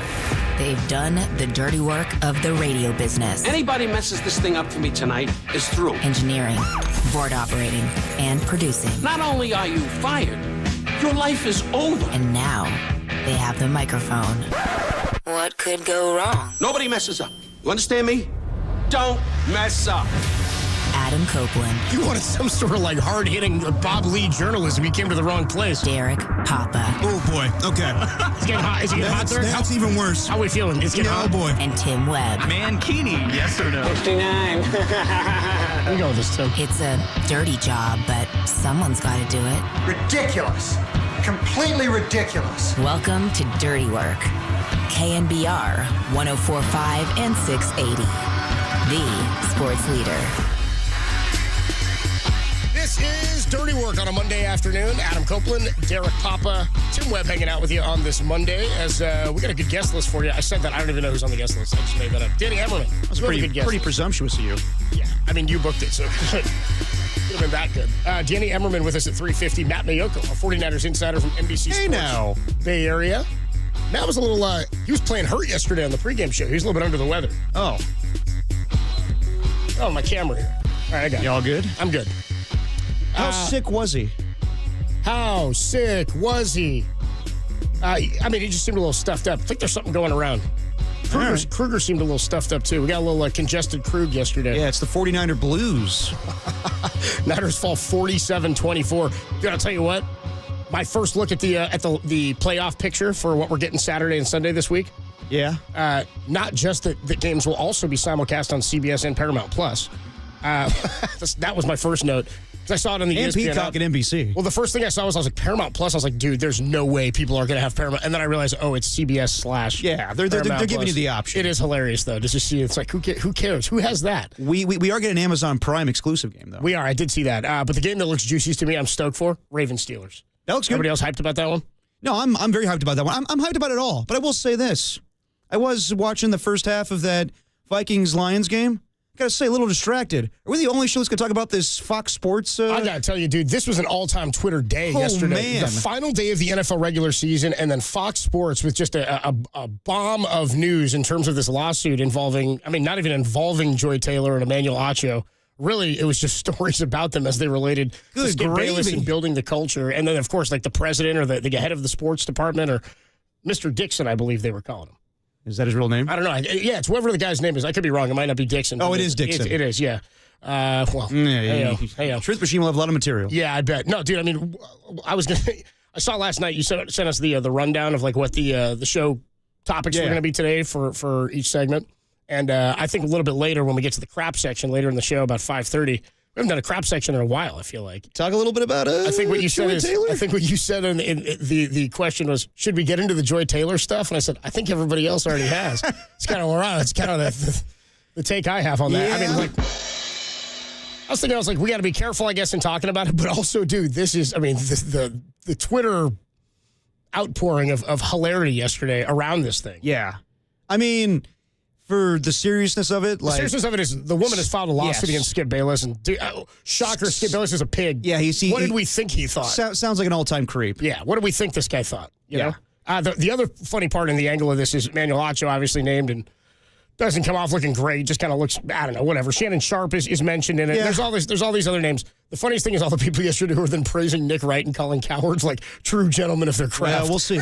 Yeah, we'll see. Just because they're not named in the first 40 some odd pages of this thing. But it was business as usual. All their shows just went on talking about NFL, which I figured they should do. But so hold on, was Emmanuel Acho on TV today? He was on the faculty, whatever they call the facility. The facility. He's more talk about. Talk about like a Mount Everest-sized elephant in the room when he walks in today. If you're his coworker, if this occurred with me and I was in the position of Emmanuel Acho, you think you and Tim would just keep your mouth shut when I walked in? God, no. If I can, about a year ago with Twitter, we all had a little fun here and then. A year ago? Yeah. Oh, you mean back in May? Yeah. Oh, no, that was May. That was May, a year ago. We're not even close yet. We're coming up on it. Well, we're coming up. Well, we just passed the anniversary of John the Kaminga calling out Steve Kerr as coach. Thank you. By the way, happy January 6th to everybody. It's all my Patriots. To all those that celebrate. What a weird weekend this was, huh? Dude, yeah, this Fox Sports, nobody's made a comment on it. I think Fox Sports came out and said, we have no further, we're aware, I love that, we're aware of the lawsuit. Well, I'm sure you are. Also, Skip Bayless isn't there anymore, but now they made him go away like 5 months ago? Yeah, something like that. And I don't know, 10 years too late probably. Yeah. In terms of Skip Bayless. But he used to work here, I heard. At KNBR. Is that right, Tim? Tim used to board op for him? A little before my time. How much were you offered? Was it in cash? I don't know. People always talk about like how much would it cost? Like me and my buddy used to have this discussion in high school. What up, Jason? We'd be like, dude, how much money would it take you to stand at the goal line and have Ray Lewis run at you from the 40, full pads, and just get to have to lay a hit on you?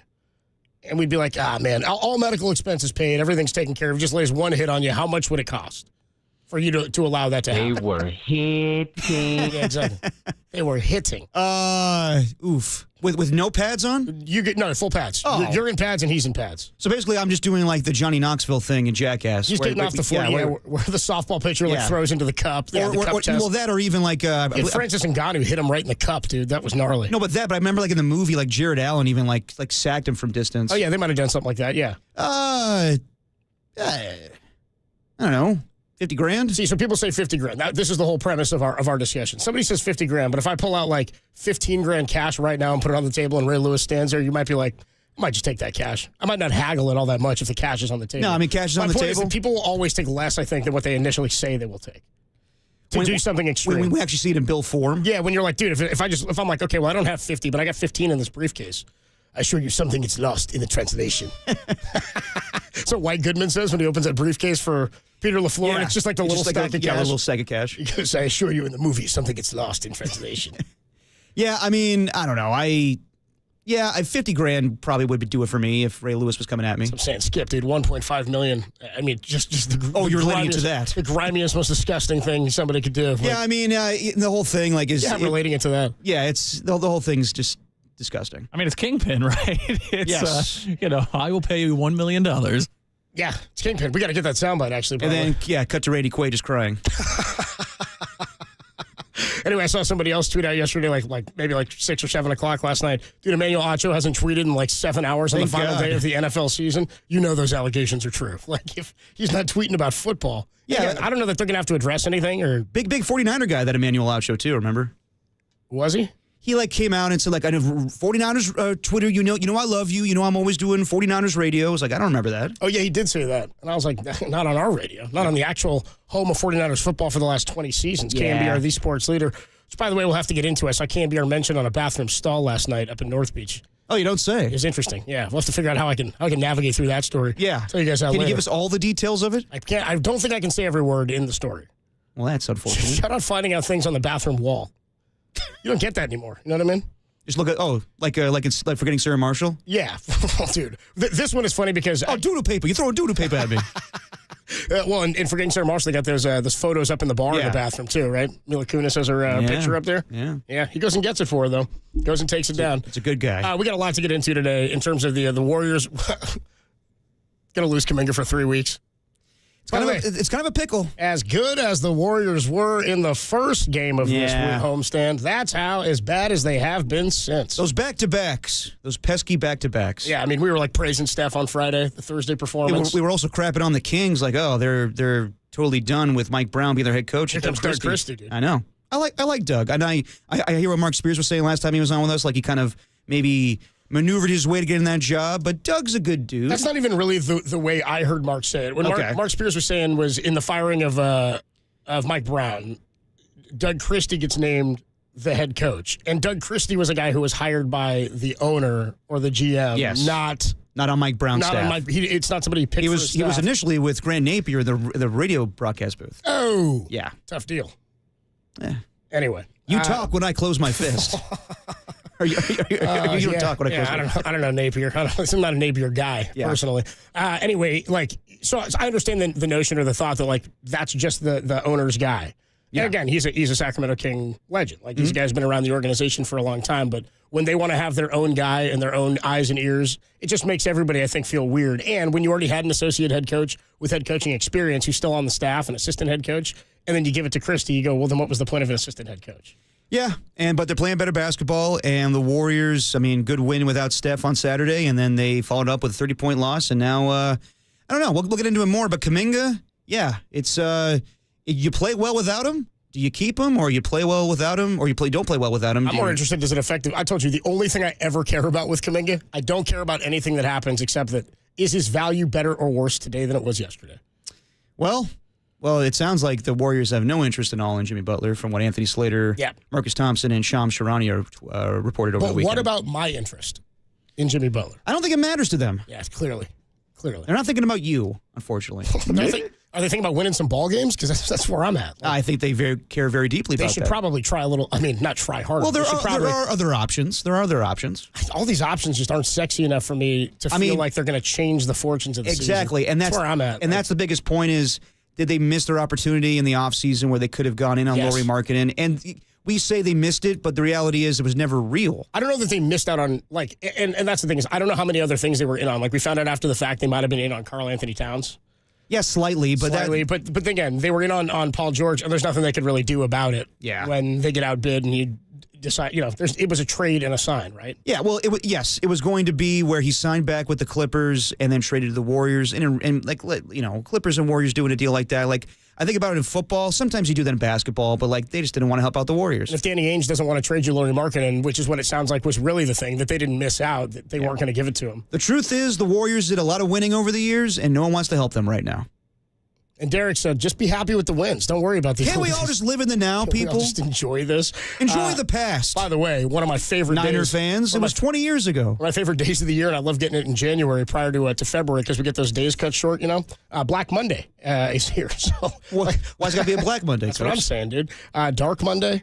Black Monday across the NFL.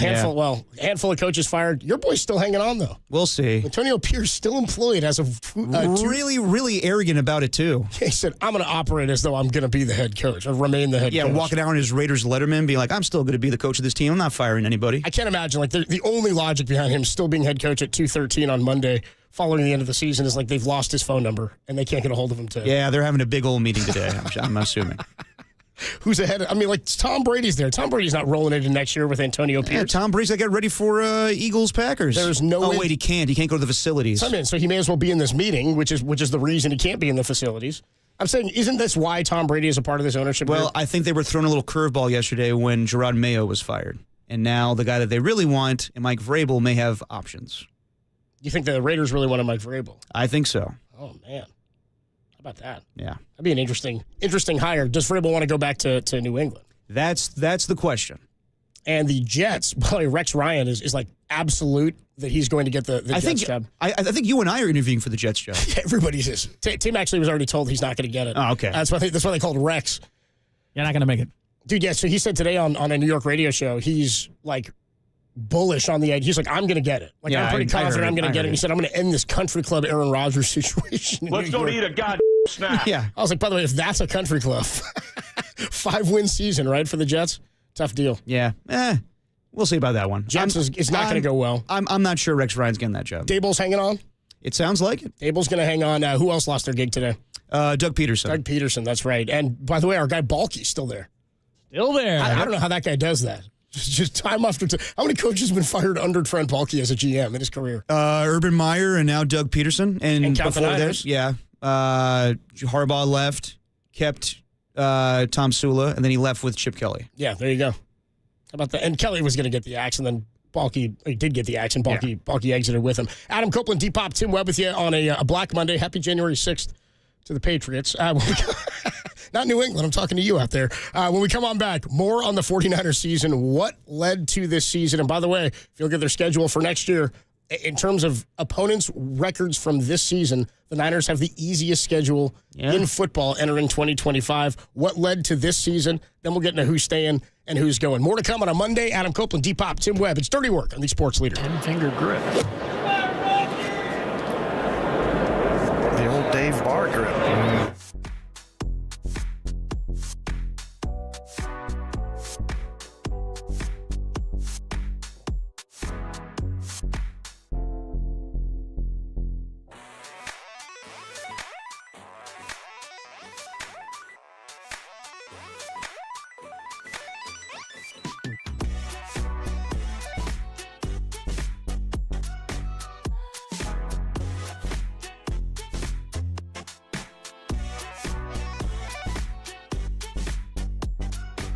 The 49ers' loss season came to a close yesterday, mercifully, with San Francisco's 7th loss in 8 games. Tell us what you think the biggest offseason priority is all day on our socials at YouTube and Twitch. Is it kicker?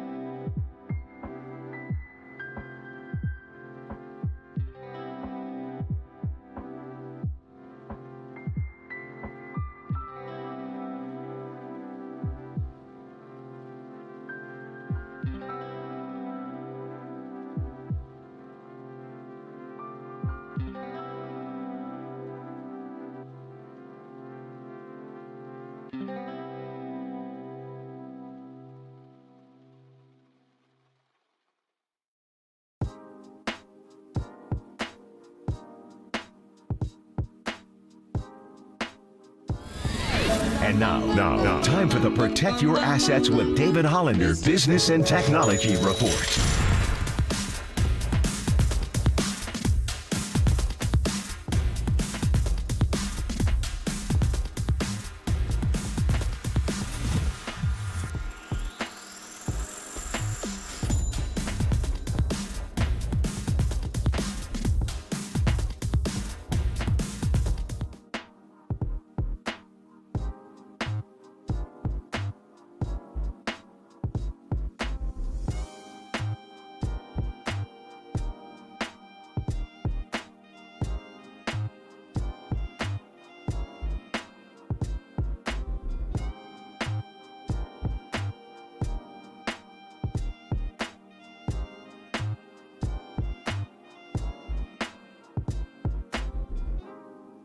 Now, back to Dirty Work. Adam Copeland and Derek Papa on KNBR 104.5 and 680 AM, the sports leader. Mercifully, the 2024 49er season has come to an end. Yeah, it was time. It's tough to, it's tough in every sport to play out the string. For this Niner season, it felt really tough in the final. Again, they lost 4 in a row to end the season. What'd they go, 1-6 down the stretch or something like that? And what game did you think, okay, this is not happening this year? Early on, or when we came back, when it was the 3-game losing streak right around Thanksgiving when they lost to Seattle? Well, the Seattle game was where I really thought this season, something drastically has to change. And remember what we talked about basically all through and up to that Seattle game when they lost. That was a game they lost at home to Seattle. Yes. Gino scored the touchdown late in the game. Late in the game. And that was another one they coughed. They only scored 17 points in that game. They lose 20-17. Don't forget, Gino hit him with a night-night. Yep. That was tough. Yeah, that was tough. And at that point, Seattle, I think, put themselves in first place in the NFC West. They did, I believe. Or gone up near the top. They were at 1 or 2 based on tiebreak or something. Yeah, and then, it made the Niners 5-5, and then the next 2 games, like we were talking about, they needed to win that game. But Seattle at 5-5 too, but it was that the Niners had lost to the Rams. Yes. They were 1-3 in the division. And the Arizona Cardinals before that. They beat Seattle in Seattle, right? Yes. But they were 1-3. So at that point, that's when I thought, And we had said this prior to this. This is a funky season. Not just was it a funky season, but in order for them to remain contenders in our minds, and that was what? That put them at 5-5. It was like week 11. Yeah, and then after that, they had to go to Green Bay and to Buffalo, which we all thought were going to be tough to begin with. And we were like, we got to see something from them that we have not seen all season long. Yeah. And you had to do it without Christian McCaffrey at that point, right? Yeah. I mean, look, yesterday, it is what it is. Like, yes, you want to finish the season strong, and you want to get a look at Josh Dobbs as he goes into free agency and what your backup quarterback situation is going to be. But that was primarily a preseason game. And don't forget, coming off of the, jump back real quick, coming off the Buccaneers win, Jake Moody missed 3 kicks in that game. They had a couple of really bad penalties at the end of the Cowboys game. Remember that? Which they won 30-24, and I felt that they probably should have beat them a little bit worse. Turns out the Niners and the Cowboys are pretty comparable. Yeah, they were. In terms of where they stood this year in the NFC. But that Buccaneers win, well, the Niners beat them 23-20, and I believe that's the only team they beat that's in the postseason this year, correct? To my knowledge, yes. Jets, Patriots, Seahawks. No, they didn't beat the Rams. No, I'm saying of the teams they beat, of their 6 wins, Jets, Patriots, Seahawks, Cowboys, Buccaneers are a playoff team, and then the Bears. That was it. Yep. Yeah, so, I mean, yeah. It was 7 of 8 to end the season after that Bucs win. So, yesterday, like, I know, Juwan Jennings got ejected and everything. That's pretty sick, by the way, dude. What'd you think of that first? What'd you think of the? I mean, he basically blocked and pissed off 2 different corners on back-to-back plays so badly that they wanted to fight him. Yeah, and this comes after he pancaked the dude out of the back of the end zone in Detroit or against Detroit last week. No, I mean, he shows that he's a tough blocker. At the same time, he's a badass. No, he's a badass, and he's tough, and he was showing it to the other guys. He wasn't going to be intimidated. At the same time, I thought that Sean Murphy-Bunting kind of baited him into it a little bit and wanted to get him out of the game. So I think that Juwan Jennings needs to be a little smarter about it. But at the same time, he's probably the most physically intimidating blocker as a wide receiver I've seen since Hines Ward. Just like beating up the crap out of guys like that. But you can't do it too much. So the first one, like it seems like it's a really hard pancake, but I don't know why he got an unsportsmanlike flag or a roughing, whatever there was. Because he did it twice. Unnecessary. No, but he got it on the first one. On the first one? On the first one, I'm like, what is the penalty? Because they were looking out for him from last week when he got into with Terry and Arnold. But my point is that you can't get that doesn't matter. Like I didn't understand, was there anything wrong with the block itself? No. So then why was he? Because he gets up immediately because the guy shoves him off of him. It was unfair. Was it Thomas? No, it was totally unfair. Yes, it was Thomas. So Thomas shoves him off of him and starts like his helmet, like he's walking away and he is doing the come at me. Like if you want to get him for the taunting and all that, fine. But it's like those 2 penalties are not created equal. And, no, they're not. JD brought up a good point on the postgame. This is very much like an NBA double tech where somebody starts it and instigates it, and then somebody else then responds, but then you both just get the same penalty.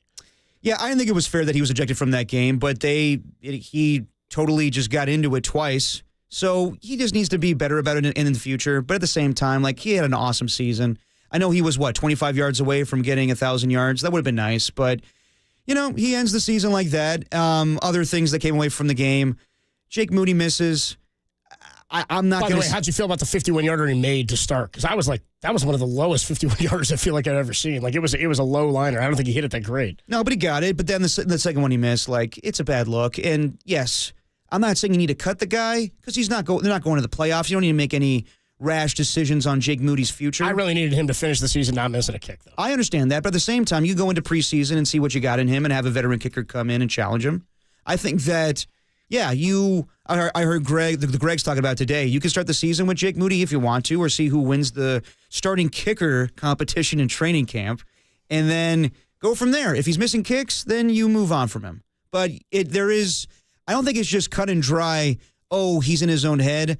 I think the ankle injuries had really affected him down the stretch. I think to me, it's probably the biggest factor. If you look at how many kicks he missed before the ankle injury, which was 1, and I think he finished with 9 misses then. Is that right, Tim? Because I think he was 8 misses going into yesterday after the ankle injury. Because he missed 3 games or 4 games. I think he missed 11.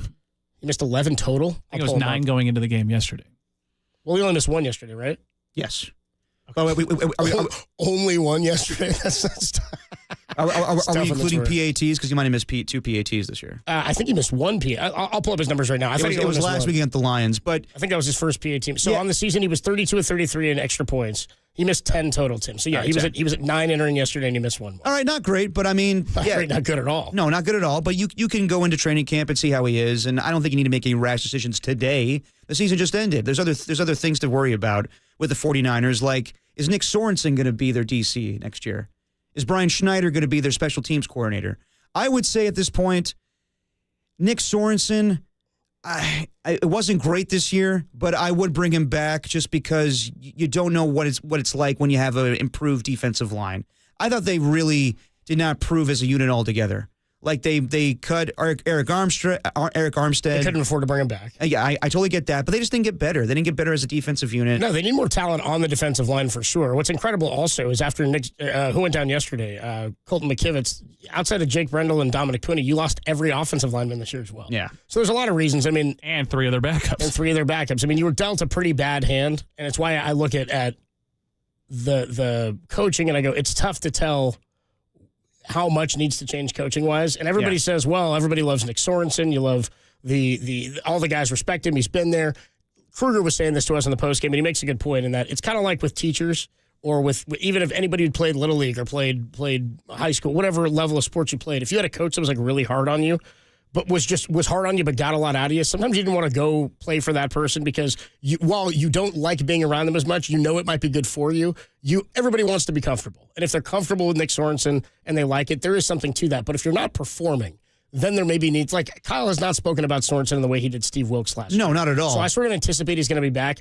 I also we don't know what the impact of Brandon Staley is. Obviously, it wasn't great. But does he move on to somewhere else? Does he get a DC job and they bring somebody else in? Maybe, but I would think I don't really know what the body of work looks like for the defensive room. I mean, there's so many factors. I thought the secondary played pretty well this year for having a lot of inexperience there with rookies, Malik Mustafa and Renardo Green. We'll see about Travarius Ward. He actually just said in the locker room today that given everything that happened with his family this year, it may be in the best interest for him to not remain in California. I think he's from Dallas, so he wants to. Who is this? I'm sorry. Travarius Ward. Yeah, Well, I think Mel kind of anticipated he probably needs a reset year. He's probably going to go somewhere on like a 1 year or a 2 year and maybe try to reset his market. Most likely, but yeah, I would say there's so many factors. Drake Greenlaw not being there, just the defense wasn't the same. Javon Hargrave. And I don't think that you can give an honest assessment of Nick Sorensen in his first year as DC. So I do anticipate that they'll bring him back. I know that people are going to be like, well, Robert Saleh's out there. I saw today that the Bengals fired their DC, Lou Anarumo, and I would say that's the perfect spot for Robert Saleh to go. You mentioned that last week. Go to the Bengals. It might prove that you could do without Kyle. It might behoove him to do that somewhere else, and then he'll get another head coaching opportunity. Because I don't think he was viewed across the league as like a bad head coach. I personally don't know how. I mean, none of us know how good he is as a head coach. He was with the Jets. I don't think anybody buys into anything that's ever going to happen with the Jets. Similar to that of the Giants, but he did not have the quick turnaround in the way that like Mike McDaniel did or that D'Amico Ryans did. He's back in the playoffs. D'Amico is now for the second consecutive year. So for him to go prove he can be a great DC elsewhere and just be like, this is who I am, I can be a great defensive-minded coach, I think that helps him in terms of getting another potential head coaching opportunity in 2 years. Yeah, I would think so. And also like Brian Schneider, I know that everybody complained about the special teams this year. I don't even know, the thing about, we all have complained about special teams, I feel like, for years. So I look at the special teams and I go, but what does a special teams coach do to improve special teams? Well, I mean, to me, it was about discipline. Yeah, but breakdowns, that's my point. It's player execution stuff is one thing. First year of the new kickoff scenario is another. But in terms of their mistakes, to me, that was more discipline stuff this year. Yeah, it wasn't holding on to the ball. It was committing penalties. But you can overlook that stuff when you're having a winning season. How many illegal formations do they have on kickoffs? I don't remember. Yeah, but a handful. Yeah. Yeah, but when you have a 6-11 season, that stood out a lot. Sure. So I wouldn't mind if the 49ers did move on from Brian Schneider. I'm sure he's a great coach and everything. John Harbaugh. He's a good special teams guy. John Harbaugh? Yeah. He'll just walk away from that Ravens head coaching job. How about that, dude? That guy getting the head coaching job after being a special teamer. Hey, it works sometimes. It did. I think Bill Cowher was a special teams coordinator. Was he? Yeah, he was a DC before he was the head coach, but he had to become a special teams. Like Belichick learned special teams. But bottom line is, for the 49ers, I know everyone's disappointed. This was supposed to be a win-it-all season, especially after the way things ended last year. And it was a total disappointment. They went 6-11 when they were supposed to win the Super Bowl. It was a total disappointment. Yes. That's what we were talking about yesterday. Well, massively, it comes to an end. No, but I totally get it. But I think you also have to put into factor how much crap was thrown at them this year. Can you think of any other team dealing with how many things that the 49ers had to deal with this year? No, you mean off-field and on-field, plus holdouts, plus... The injuries, not to mention, 2 players having children pass away is awful. That's what I mean. The off-field, the real-life stuff, the Ricky Pearsall shooting at the start of the season, And again, it really does start with a Super Bowl loss, right? You're coming off of what's potentially. the hangover looms over, and then all of that stuff. All the stuff that's out of anybody's control happens, which is, frustrating. In terms of injuries, yeah, it's tough, but I look at the Lions and I go, they're dealing with injuries too. The Lions are the one I said next year, losing a potential DC and their offensive coordinator. To me, they don't look as sustainable, especially now being the number one team in that division. They're going to play a first-place schedule across the league. I'm intrigued by that. The Niners have the potential, I think, if they make the right moves here, to bounce back, and they're in a division, to your point from last week, that doesn't boast any team that's like on the rise, right? The Rams at some point are going to run out of gas from Matt Stafford.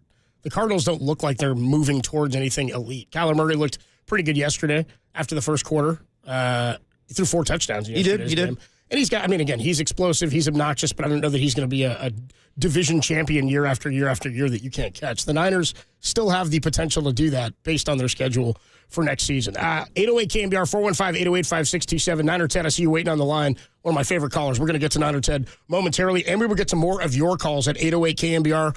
Biggest change for the 49ers in 2025. What do you need to see, and do you have any faith that they can legitimately return to being a Super Bowl contender next season? 808 KNBR, 415-808-5627. When we come on back, who stays and who goes from the 49ers roster from 2024? We'll do that next. It's Dirty Work on a Monday on the Sports Leader.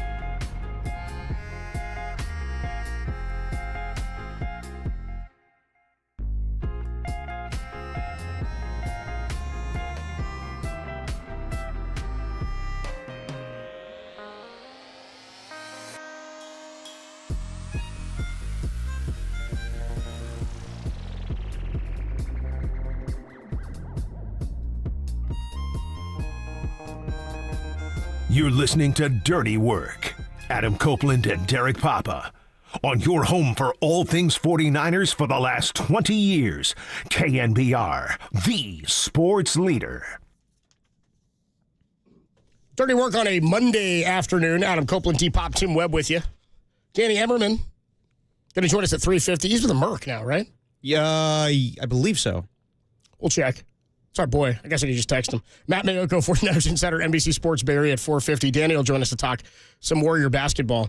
And just because of his former ties to the KNBR family. He is part of the KNBR family, and his time covering the Giants, probably pick his brain on some Giants stuff. I looked up today. I was like, January Bay Area 6th. News Group. It's all over. Yeah, there you go. Yeah, I was like, he's already 49ers season comes to an end early. I was like, damn, we're like a month away from pitchers and catchers. How about that? Right around the corner. We'll get into that a little bit later. Not today, but maybe a bit with Danny. Okay, so 49ers are going to have to make some major changes this offseason. Nick Sorensen, you think if you had to go confidence level, you and Walter played the confidence game. Walter was very confident Corbin Burns. Yeah, lock of the year for Walter was Corbin Burns is a giant. There were rumors about it, Copes. Don't just scoff at that. With the lock. It's just you cackling away on this one. I forgot about it until I said it right now. Then it just was funny to me. He's absolute confidence and did not before he got off the show that day. Corbin Burns was a D-bag. The man had faith. Level of confidence 1 to 10. 10 being most confident. Sorensen back as DC. I'm going to say about a 7, just because I don't think they want to go through another DC change. What would that would be 4 in the last 5 seasons? And as you said last segment, Kyle was very outspoken about Steve Wilkes last year. And I think that he was likes... there's going to have to be some discussions. There hasn't been anything about that with Sorensen. No. I think that he likes the scheme that Nick Sorensen runs, and also he is an in-house guy. So to move on from him, I think a lot of the players would be upset about that. At the same time, I understand that there are attractive guys that are out there, Robert Saleh and Jeff Ulbrich, but I just don't think that they want to make that move again. So I think they want to build up the defense. They want to improve it and then see if Nick Sorensen is actually a good defensive coordinator. I don't know about Brandon Staley. What if Jim Schwartz is available? Again, we don't know. It's all about relationships with coaches and whatnot. And I do wonder, I don't know that Kyle would be gun shy about this, but I do wonder, because I think with the way he operates, and I think the way football teams operate, unless your ego is so big that you will not allow something else to happen. And usually this happens when guys have been in one place for a super long time. But I wonder if he's got any reservations about it based on bringing in Wilkes from the outside, or if he looks at that and goes, it's kind of a one-off. Because usually it's if they'll help us, we'll bring him in. Yeah, I think he probably was wary about that initially, and then after the fact, he was like, okay, well, never again. I'm going to go with in-house guys, and that's why Brandon Staley ultimately did not get that job. Yeah, I wonder if it's never again, though. Well, probably not never again, but I don't think he probably doesn't think it's fair. He didn't have Dre Greenlaw. The defensive line was different. He had a lot of, inexperience in the secondary. I think that he wants to, let's give Nick Sorensen a fair shot. Let's give him I don't want to just go one and done again like Steve Wilkes, where I knew that me and him were not going to get along. I've known this guy for years. Continuity is a thing. And so I would understand that notion too. And that it was his first year as a coordinator. It's his first year calling those plays. Let's give him an opportunity to build some continuity here and see if he can make the adjustments. Because, again, they had a lot of young guys playing out of necessity early this year. Right. They also had, at times, talent that was out because of injury, or a lot of talent that was out because of injury, or Javon Hargrave lost for the year. Now, the thing is, I'm not convinced, and the Hargrave loss was a major one because of the hole that it plugged and what it forced onto other second-tier linemen and third-tier linemen at the D-tackle spot. But based on what we saw 2 years ago, or last season, I should say, in 23, I wasn't, all that confident in it being that much better anyway, right? I thought Malik Collins was a nice addition. Yeah. And even if Hargrave had played the whole season, I just can't imagine it's that much different of a performance from the D-line. He was the best defensive tackle by far. Of course. So when he was gone, you had a lot of plug-and-play guys go in there, like Malik Collins and Jordan Elliott and different guys. But Collins was starting there anyway, wasn't he? He was. But, it was different. It was not like you're having two great... Peter Grossmantis missed a lot of time. You weren't having, two grade 3 techniques in the middle there. So that's a position they need to upgrade, and it sounds like, for what Matt Mayoko says, that they're probably going to cut Javon Hargrave. $10 million cap hit. Yeah. So I would assume that, they just got to improve the defensive line altogether. Everybody on that line right now, I would say you could change with the exception of Bosa. Yeah, they need to add. It's really what it's about. That's what we're talking about with Sorensen, is how much can the scheme change, or how much can he do to improve the roster, improve the performance of the defensive roster, if the talent just isn't there. And that's where I think everybody believes it's got to be about line when they go into to free agency and the draft. It's got to be, and I'm talking both sides of the line. It may be that you focus on line and free agency because that might be a little cheaper. And then in the draft, you can go, who's the best pass rusher, where you can draft them at number 11. And find your next left tackle, by the way, too, at some point. I don't know what happens with Trent Williams this offseason. I sort of feel like he'll be back. I would assume so, but you never know. I feel like he'd be back. Again, I don't know. We don't know the severity. But you definitely need to find his replacement. Yeah, and Jalen Moore was okay. He's probably going to leave in free agency. Yeah, and that's why with the 11th pick, you're talking about pitchers and catchers. We need to get excited for the combine, my friend. Get excited for the combine? Oh, yeah, baby. I will never get excited. I'm getting all in on the Underwear Olympics, my friend. Why? Okay. Finding that new pass rusher opposite Bosa at the combine. Explain to me why the combine is intriguing to you. Because it obviously it's taken not less. Really. Yeah, it's obviously taken it's not. For evaluators, I know they look at it for stuff, but I feel like now a lot of it is about pro days. Yeah, It's about the workouts. Most of it's about pro days, but like the Wonderlic, of course. NFL Network every year makes a big deal out of it because it's football. It is a form of football that gets you closer to the draft. There's no balls. I understand that, but like it's track. It's a track event. I know, but it's like a form of like off-season stuff. It's a track meet. Again, I'll never understand that to football, the most watched game in America and the most watched sport. Everybody's in on it. We choose the best players by having them play another sport, dude. There's no other sport that evaluates talent. Like, we're going to go to the baseball draft. We're going to hold a bowling tournament here to see who's the best. Like, half the stuff they do doesn't matter. Yeah, I know. It's all about athleticism stuff, like their 40 time and what they do in the cone drills and everything. You never see Bosa chase anybody down from 40 yards? No, I know. But believe me, I think a lot of it is ridiculous. But you got to bone up. Bone up on the combine, my friend. Me and Larry Krueger. I don't have to bone up on the combine. All right. How about, okay, so you're going like a 7 on Sorensen. I'm going like an 8 on Sorensen probably. Staying? Yeah, staying. Brian Schneider, is he here or gone? 1 to 10. I think he's probably gone. I would say probably an 8. I 8 that he's gone. Yes. So you're saying confidence he's back is like 2. Well, I mean, I'm kind of surprised they didn't make an announcement today, and I think that's why we're not hearing a press conference date yet, because they're mulling things over as far as who stays, who goes from the coaching standpoint. But yeah, I just think that the special team stuff stood out too much this year. So yeah, I think that after 3 seasons now with Brian Schneider, it's probably best to move on. 408 checks in on the Golden State Lumber and Building Materials text line. We're going to get to some of these calls, Jacob and 9 or 10. I see you guys waiting at 808 KNBR 415-808-5627. Also, the YouTube chat is open with the at KNBR 1045 YouTube channel, Twitch, all that good stuff. Anyway, 408 checks in on the text line, says Derek talking 3 technique. Just give me flashbacks to Greg Papa. Weird. We're talking 3 technique. I learned from the best. Sometimes I talk 4 and 5 techniques too. Let's go to, how about this, Brock Purdy. Your confidence that the Purdy contract, his eligibility starts today. I'm trying to figure out what a good date is that, like, he gets this done by. Well, is the Purdy contract done by the time the Super Bowl is played? I would say no. I think the Purdy contract is done probably close to the start of free agency. Okay. But you're confident the contract is signed this offseason? I am definitely confident that I'm at an 11. Yeah, not only am I confident that it's done this offseason, I'm confident it is done way before training camp, way before OTAs, way before the draft. The Niners are not messing around with this one because they talked about it for a year now. Yeah, I'm with you. They're going to get this done. You're confident that it's over $50 million? 6. Yeah, I think he's going over 50. I think he's topping 50. I feel like he's like 52. Like he's going to be like around. He's getting 50.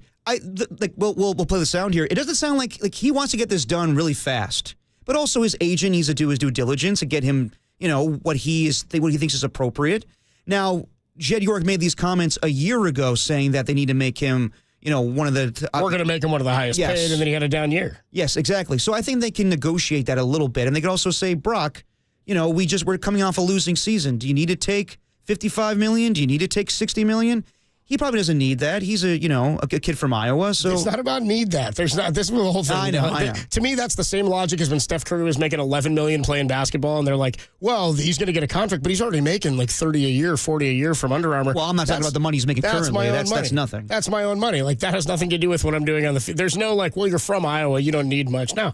He's going to earn every penny, and he has earned every penny that he's going to get offered or that he's going to negotiate for. Here's Brock Purdy when asked about the contract extension plans for this offseason. I mean, everybody's different, just with the timing of, getting something done and whatnot.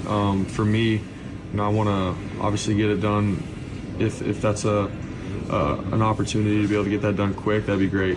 Just so we can get back for phase 1, get after it with the receivers and our team, and just continue to grow. Because man, we all got to grow together. We got to come close and learn and just be the best versions of ourselves as fast as we can. And phase 1 is my mind of OTAs, coming back, getting all the guys back, and let's roll. Let's get after this offseason together.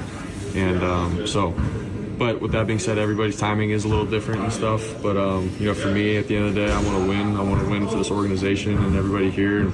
I'm not the kind of guy that wants to have any kind of drama associated with anything. I'm here for this organization, for my teammates in the locker room. And, I want to be very professional about it. We play professional football for our living. And I want to keep the main thing and not get distracted by all the chaos that can go on within it. But I want to just be clean about it and respectable and get something done and get back to work. See, it's my quarterback. Yeah, see, Brock is not messing around here. He wants to get to work. He's got OTAs to do. He's got Toyota commercials to do. Applebee's. Corn seed. Trucks to buy. Exactly. Was he doing Applebee's commercials? Oh, yeah. Did I miss one? Oh, you haven't seen that when he's the server? It's him, Dan Campbell, and Saquon Barkley. Oh, that's pretty good. Yeah, so I think that Brock is all business, and they'll get the deal done fairly quickly. Well, I'm coming in low. You know what I mean? I'm coming in like 15. Hey, Brock, what do you need? What do you got, Tim? As long as we run by your guy Greg first. I'm the one who was on to Brock before anybody else was, Tim, Ryan, and I, and obviously the coaching staff, but we knew what he was in that offseason after he was 262. He knew. He knew before all of you. Come on. I'm the one who was on to Brock before anybody else was. I'll say this. He's right. But we also were like, this is ridiculous. Like John London and I were sitting there in the post games because he was saying it like after the game. Remember the preseason game when he turned to hand the ball to J.P. Mason the wrong direction? Mason ran behind him and he was like facing one way. It's just like, dude, but it's never, ever, ever, ever, ever, ever, ever happened before. Like 262, the final pick of the draft. Yeah, I'm the one who was on to Brock before anybody else was. I don't know. I mean, there's some truth to that, I'm saying he was the first to tout it. He said, the 49ers could win a Super Bowl if Brock Purdy was the quarterback. And we're like, what? What are we talking about? Still haven't, by the way. Just saying. But I'll say he and Tim, I think the issue is that when you're hyped on a lot, stuff to be individualize like one thing you were hyped. Dang it! You know what I mean? Yeah. Well, either way, they're going to pay him this offseason. 408 says Purdy is not an elite quarterback, not worth $50 million. I don't know how many times we got to go through this and say it's not about elite quarterbacks. It's about what the price of quarterbacks is. I don't believe that Tua is like an elite quarterback. So who would you rather have then? In what? In terms of what? A quarterback. Everyone that says, like, okay, Brock's not elite, don't pay him that. Okay. Who would I rather have? So then who would you rather have? Yeah, the elite. Everyone's going to be like the elite guys. Joe Burrow, Patrick Mahomes. Well, I'm sorry. They're Lamar on other Jackson, teams, my Josh friend. Allen, yeah. Justin Herbert, maybe. So who do you want? You want Kirk Cousins? You want Aaron Rodgers? No. Okay. So then you might as well just go with Brock Purdy. Well, like 831 here says, does Brock want to win a Super Bowl? Then take less money. And I'm like, but if I'm Brock, I'm like, but why do I have to take less? Brandon Ayuk got paid the most, and no team's winning Super Bowls with receivers that are making the amount that he's making. He's like, Nick Bosa got paid. Yeah. Trent Williams got paid. McCaffrey got paid. Why do I have to take less? Yeah, 49er fans, I'm sorry to tell you this, but like these guys want to get paid. I'm sorry. It's not all about the team sometimes. They care about the team. They care about their brothers. But they also do this every day. They grind in the offseason way more than all of you do. So I would suggest that they are allowed to make them as much money as possible. Yeah, I'm with you. 916 checks in and says it sounded like Brock was kind of taking a shot at Ayuk with that drama comment. No, I don't know if he's saying it specifically to him, but we all know that when there's holdouts, it creates drama. And Brock has been here for a handful of these, and I am Two consecutive seasons. I don't think Purdy's throwing out any snide comments. I don't either, but I am sure that when you say stuff like that and you mention that is drama, that you're aware that, I mean, everybody was within the team had to be frustrated that Ayuk was not showing up. Of course. Guys who want to win and guys like Purdy, like, dude, I'm out here making nothing. I'm trying to win. Well, his contract negotiation was ridiculous. It became a point where, okay, we're going to trade you. Well, I don't want to go. I want to get traded now. Okay, well, that's the part that's ridiculous. At the end of the day, Brandon Ayuk wanted to get paid what he thought he was worth, and I still question if $30 million is what Brandon Ayuk is worth. But that deal's done. Whatever, move on. Now get Brock paid. The funny thing is, everyone's like, he's not worth 50. If he gets like 48, everyone's like, what a deal. What a steal. What a bargain on that. 808 KNBR 415-808-5627. What do you think needs to be the biggest change for the 49ers as they enter 2025? And what's your level of confidence or faith in that they can return to being a Super Bowl contender next season? Again, they will open next year with, based on strength of schedule due to record from this season, the easiest schedule in football. Their opponents have a combined from this year 415 winning percentage. Kind of an ugly schedule. Next season. 9 or 10, I promise we will get to you, Jacob, in Yuma City. Yuma. 310 to Yuma. Yeah, I was about to say that. I was like, what, did Derek write it? No, it's a Yuba. You got it. Yuba City. We'll get to you. 808 KNBR. How confident are you in the Niners returning to prominence? That's next on the Sports Leader.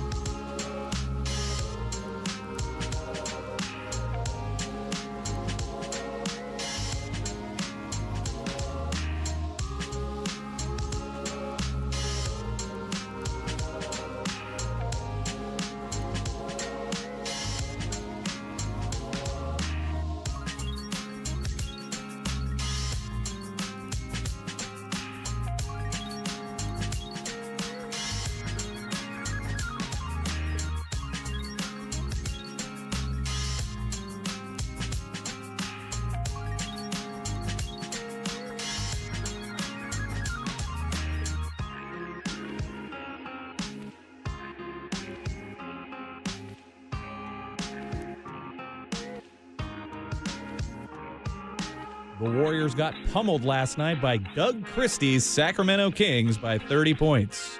Have you ever lost to Sacramento? Tell us how it all went wrong at 415-808-KNBR.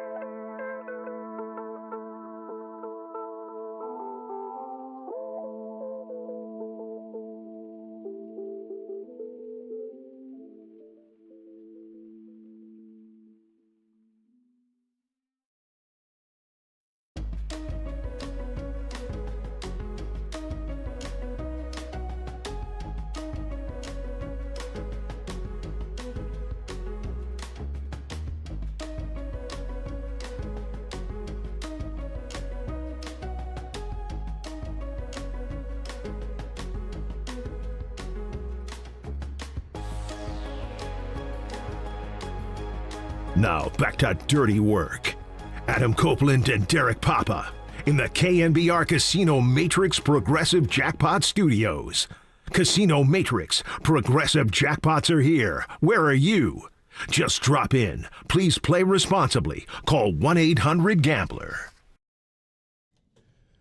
415-808-KNBR, 808-5627 is the number to call. Tim, what's your What's your wine line number? 995-6998 for your unbridled hate. You crushed me last time for not saying it completely. It's 415-995-6998 for unbridled hate. There you go, Tim. You can just check in and leave a voicemail on the wine line.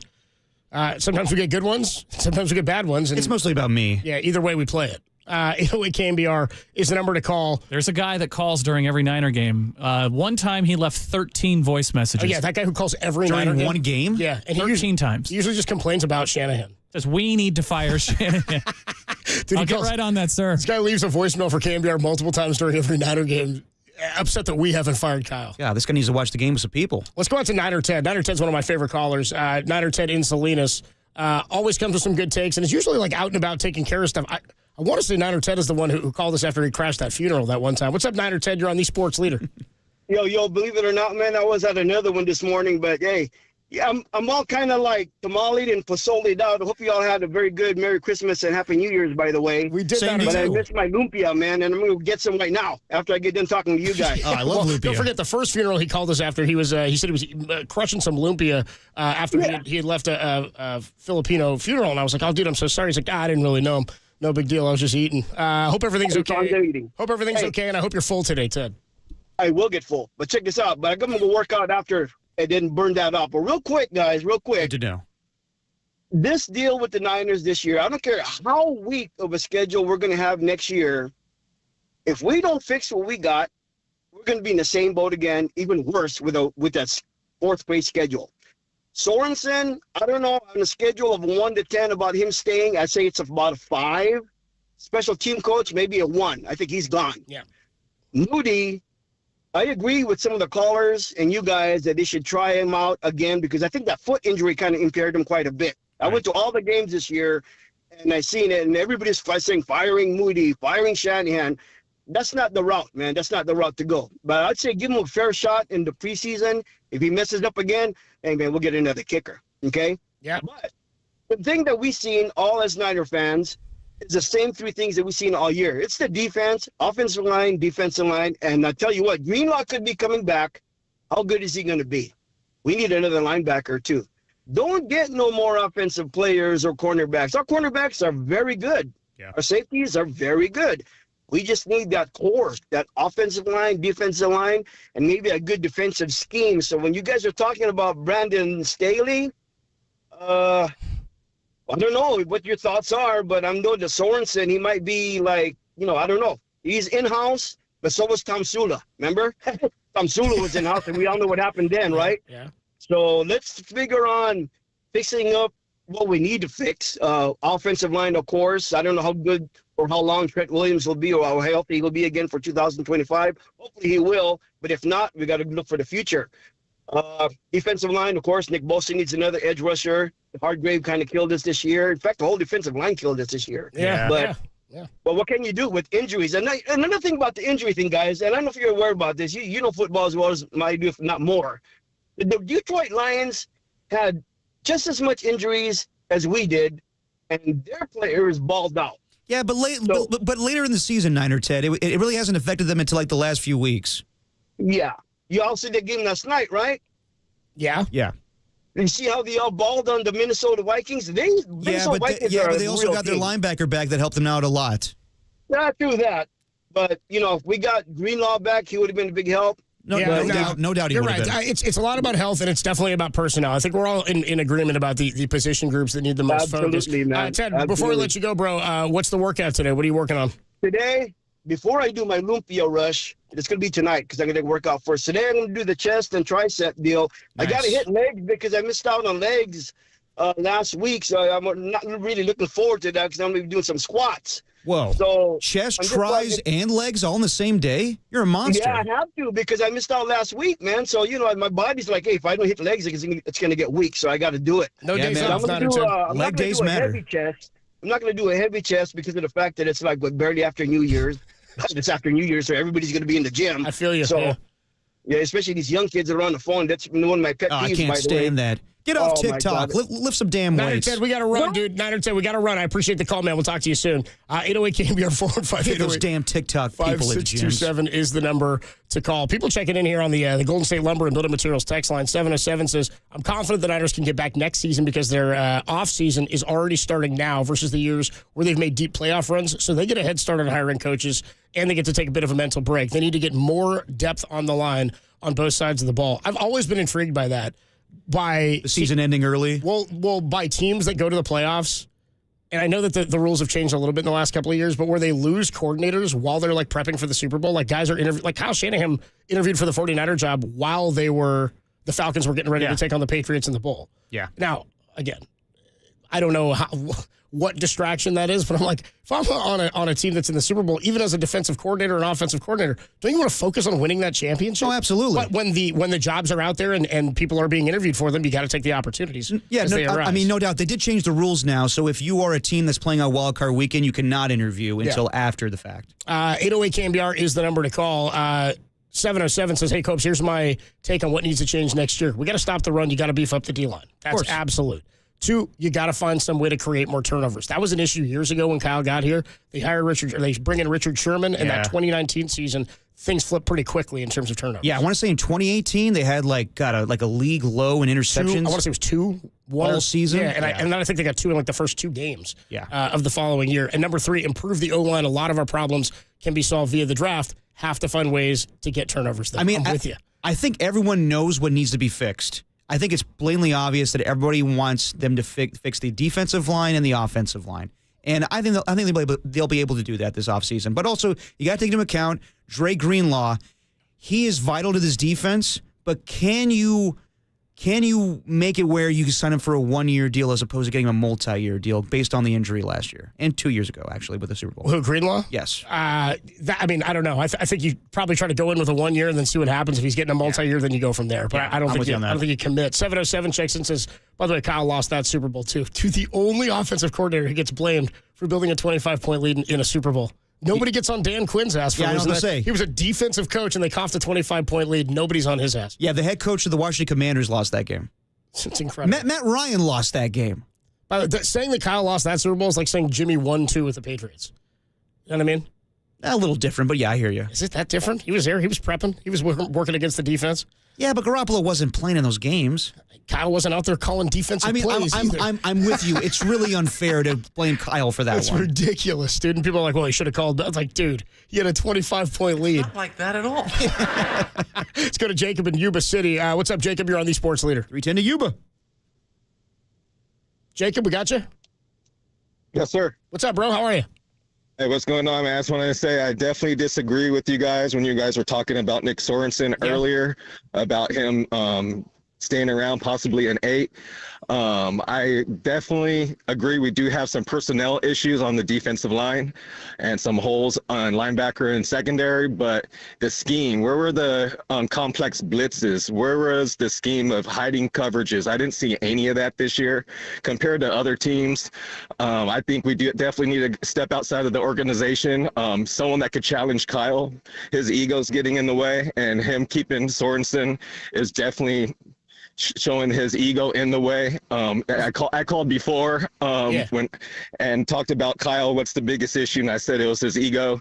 I'm hearing a lot more noise about Kyle's ego, and I just think he needs to do a self-reflection in the mirror this year. It starts with him. Starts at top, and then it rolls downhill. Yes, S rolls downhill, but it starts at top. If you have a bad manager, the company is going to go down. So we need to do some self-reflection, have a long off season, which is going to help, and just get right back to basics. I didn't see the basics, tackling, the fundamentals.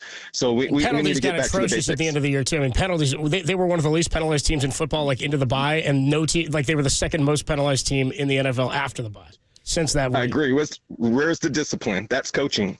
Okay, yeah, but Jacob, do you want to move on from Kyle Shanahan, or you still want him to be head coach, right? No. Yeah, I still want Kyle to be head coach. I just need him to pull his head out of his you-know-what and go back to the drawing board, change the offense. The people are playing man against Kyle, and it's stopping our offense. It's hurting Brock.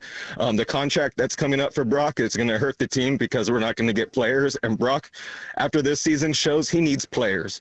So I just think it just needs to go back to the drawing board, get creative in the run game again, and do something different with the passing game, because man coverage is totally stopping the passing game. You're totally right about that, Jacob. I agree Appreciate with the you call, on that. Jacob. Thanks for it, man.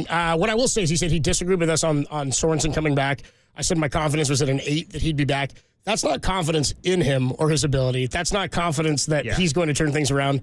That's my, like, if I were going to bet on whether or not I thought he was back, I'm pretty confident because we haven't heard many rumblings about potential changes relative to what we heard last year with Steve Wilkes. And that's really all I'm basing it on, because Kyle hasn't fired any coordinators like that in his time. And everybody who's left is left for a promotion. Wilkes, at the end of the season, there was a lot of, we're going to have some discussions and blah, blah, blah, blah, blah.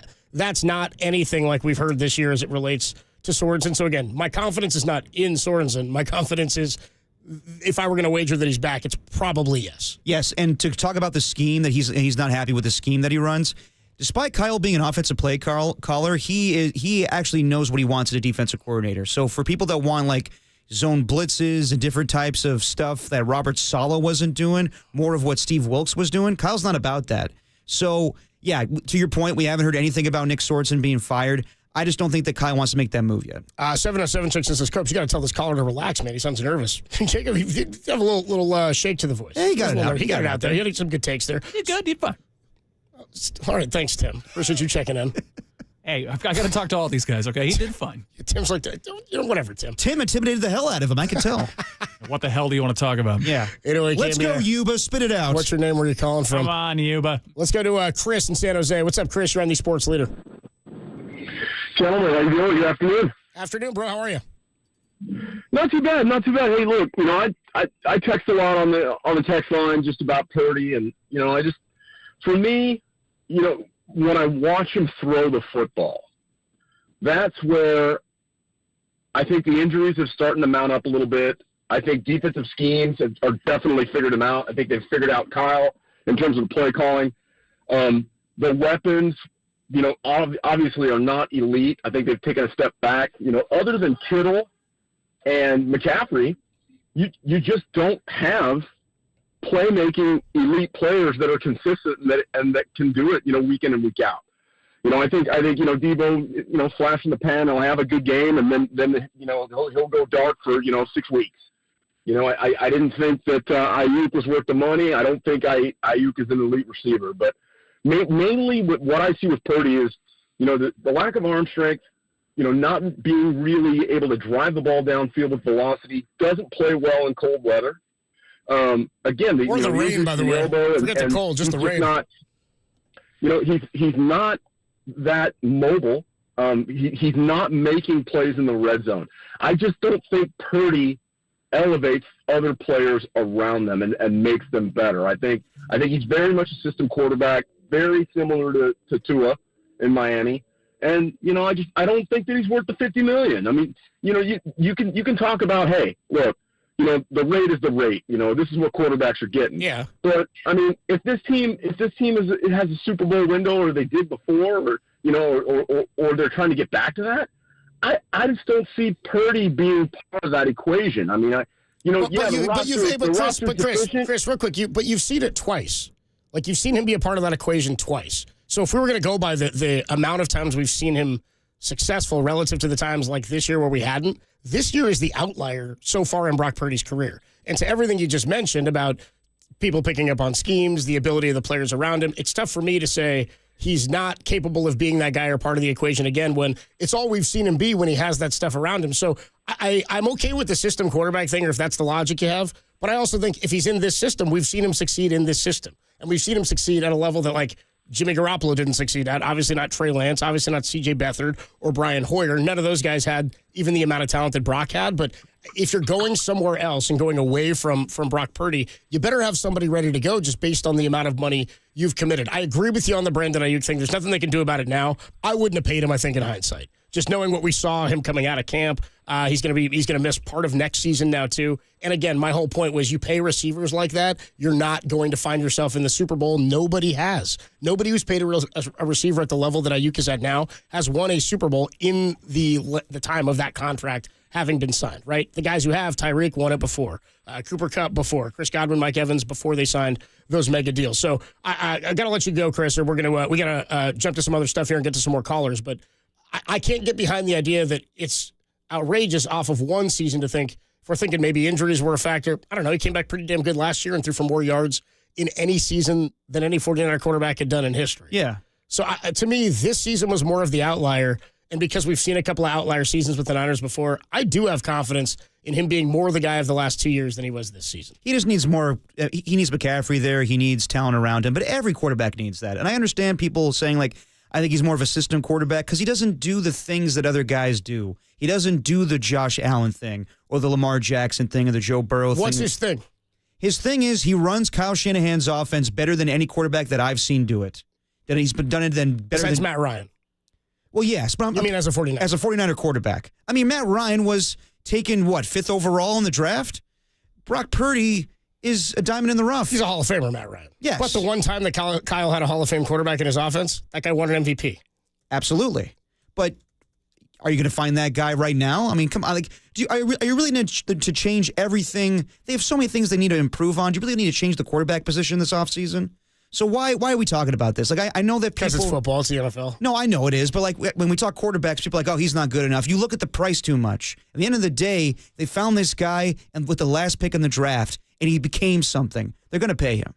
Matt Ryan, he was 3rd overall, by the way. 3rd overall. 3rd overall in the 08 draft. 808 KNBR, 415. Darren McFadden 4th? You tell me, bro. Yeah, Go Razorbacks.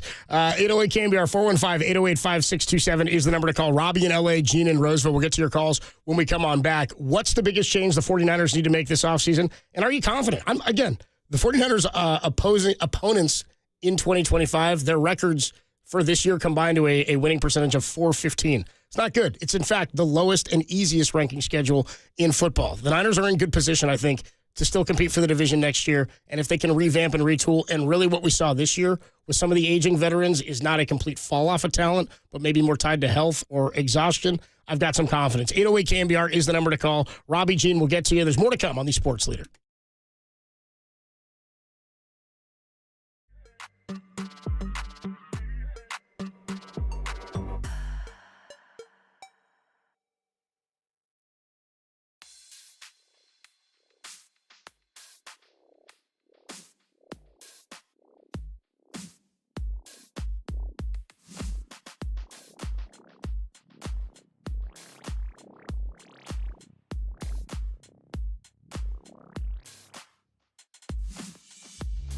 Are you a masochist for pain? Check out both Tim Ryan and David Lombardi from the KNBR Morning Show on the 49ers 6-11 season at KNBR.com and the KNBR app.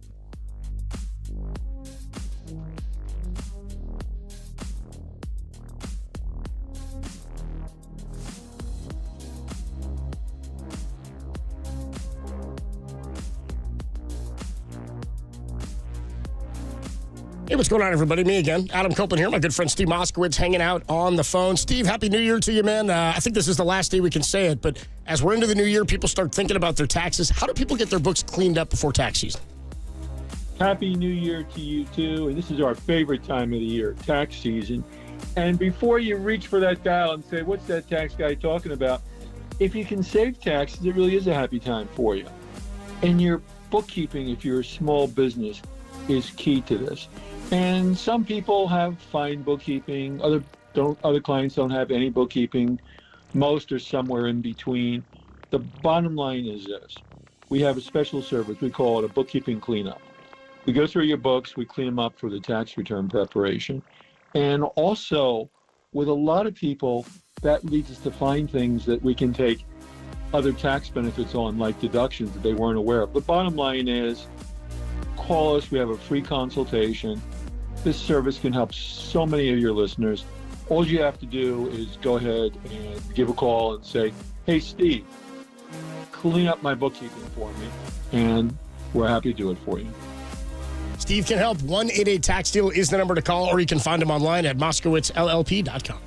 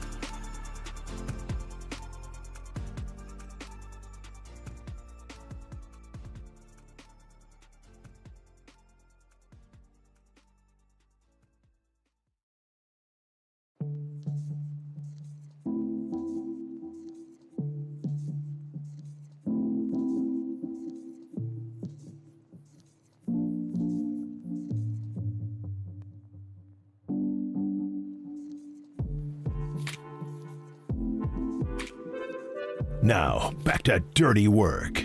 Adam Copeland and Derek Papa on KNBR 104.5 and 680 AM, the sports leader. Dirty Work on a Monday. Happy Jan 6th. To those who celebrate. Came in today, Mike Holler was like, yeah, dude, they already certified the votes. I was like, how'd they do that? What? It's already done? No fanfare? Great. 808 KNBR 415 808-5627 is the number to call. The Niners season comes to an end yesterday. 6-11 is the way they wrap this season up. What has to change, and how confident are you in them becoming contenders again for next season? Matt Mayoka is going to join us at 4:50, and they're doing all their exit interview stuff today too. So a little media session down there, and we'll hear from him, get his thoughts on who stays, who goes, and we'll run through some of these players as well. Debo, George Kittle, Juszczyk, Leonard Floyd, Javon Hargrave. Leonard Floyd, by the way, yesterday needed a sack and a half to get the extra $500,000. Didn't get it. It's tough. No sacks yesterday. Tough deal. Tough break for Leonard Floyd. I don't know. How about Mike Evans, by the way, dude? Oh, yeah. That was one of the most fun things to watch at the end of a game where he goes for 1,000, try to get to 1,000, but really he needed to get that 85th yard or whatever because he was making $3 million if he got there. Now, the 1,000 yards. Now, the irony of the situation. Okay, I totally get Mike Evans getting that. But do you remember what happened last year when the Saints were running the score up on the Falcons? Yeah, and Jameis Winston did he audible a play at the end of the game? He audible a play where they ran a touchdown at the very end. A meaningless touchdown. And then Arthur Smith got into Dennis Allen's face being like, what are you doing, man? What are you doing? Come on, what is this? Dennis Allen on the other end of that, game's in hand. They were running up the score, but I could see him being like, why don't you just kneel the ball out? But I totally understand Mike Evans wanted to get his money. I also think it was funny. Well, and it wasn't just money. It's that he's had 11 straight 1,000-yard receiving seasons. Like, there was some history involved. He ties Jerry Rice for the most consecutive ever. That's pretty impressive. Which is, if you're tying Jerry Rice for anything like that, it's like when Shohei Ohtani does something and it's him and Babe Ruth are the only two. Yeah. To me, it's that level. It's like if you're doing something that only Jerry Rice has done, and that's a streak. Like, if it ends, it's over. Yeah, I know. You know what I mean? Which was funny that they were feeding him the ball, but also they're only up 8, right? Yeah. Put the season on the line a little bit. They're throwing that pass, dude. Like, no, I mean, if that gets fumbled and one of those defenders get it, picked off or something like that, and they take it the other way and they get the 2-point conversion. Well, then you're in overtime and he's probably getting it anyway, right? Mike Evans, but you actually would have benefited from it. Was it Bucky Irving who scored that rushing touchdown? I don't remember exactly, but all I know is it was pretty funny. We were watching that, and he was like 5 yards short at the time. Was Mike Evans? He immediately went up to Evans. He was like, "Oh, dude." Yeah, Bucks win and Falcons lay a big old egg. Good Lord, that was tough. Panthers. Here come Tim's Panthers. On the rise. Tim's Panthers, dude. Let's go out to Panthers versus my Falcons. I forgot Tim's Falcons. He didn't know who to root for. Big Penix. Let's go out to Robbie, who's in L.A. Robbie in L.A., what's up, man? You're on the Sports Leader. What's up, guys?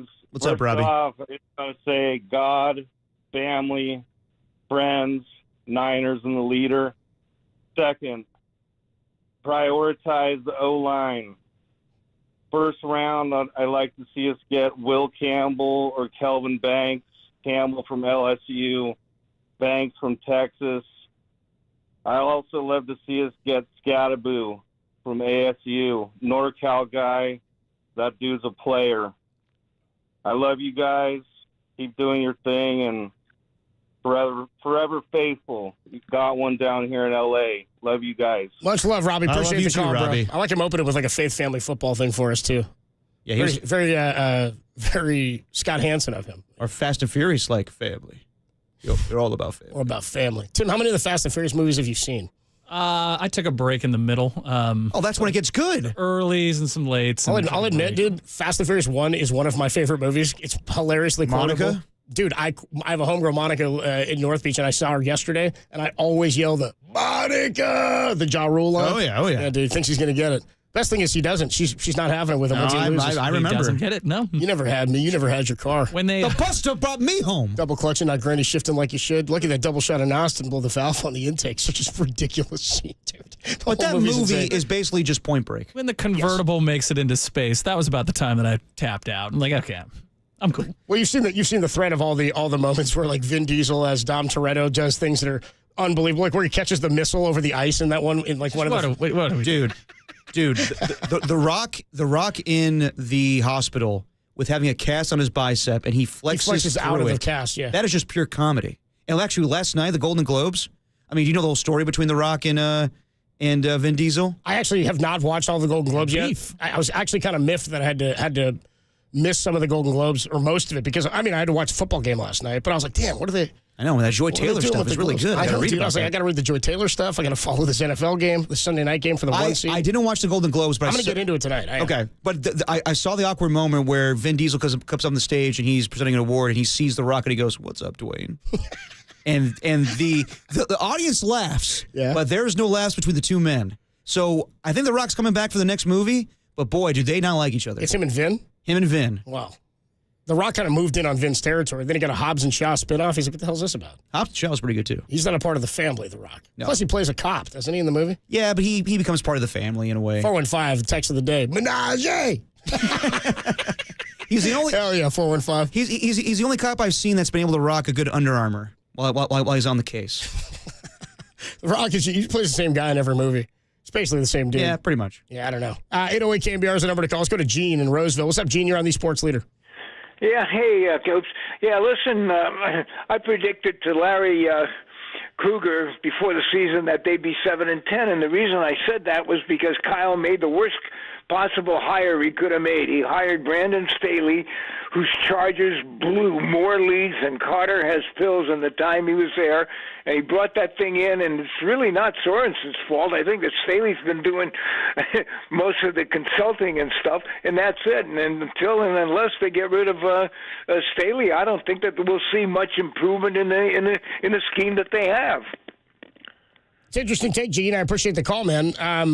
I mean, I don't know how. I mean, Brandon Staley is consulting and also like helping out with first-year coordinator Nick Sorensen. It's on him too. I mean, again, if you're in the defensive coaching room and he was brought in to be a consultant, means that you're an advanced defensive mind, is the thought, or could add something to the team or the defense that hadn't been there before. I also think, and we all agree, it's like looking at the Warriors right now. Why aren't they good? They don't have as good of players. Yeah. Why aren't the Giants good? Their players aren't as good. The Niners defense isn't as good when it comes to individual talent. Now, let me throw this at you, because I thought the same thing years ago. So when the Raiders had Ken Norton Jr. as defensive coordinator, every Raider fan hated him.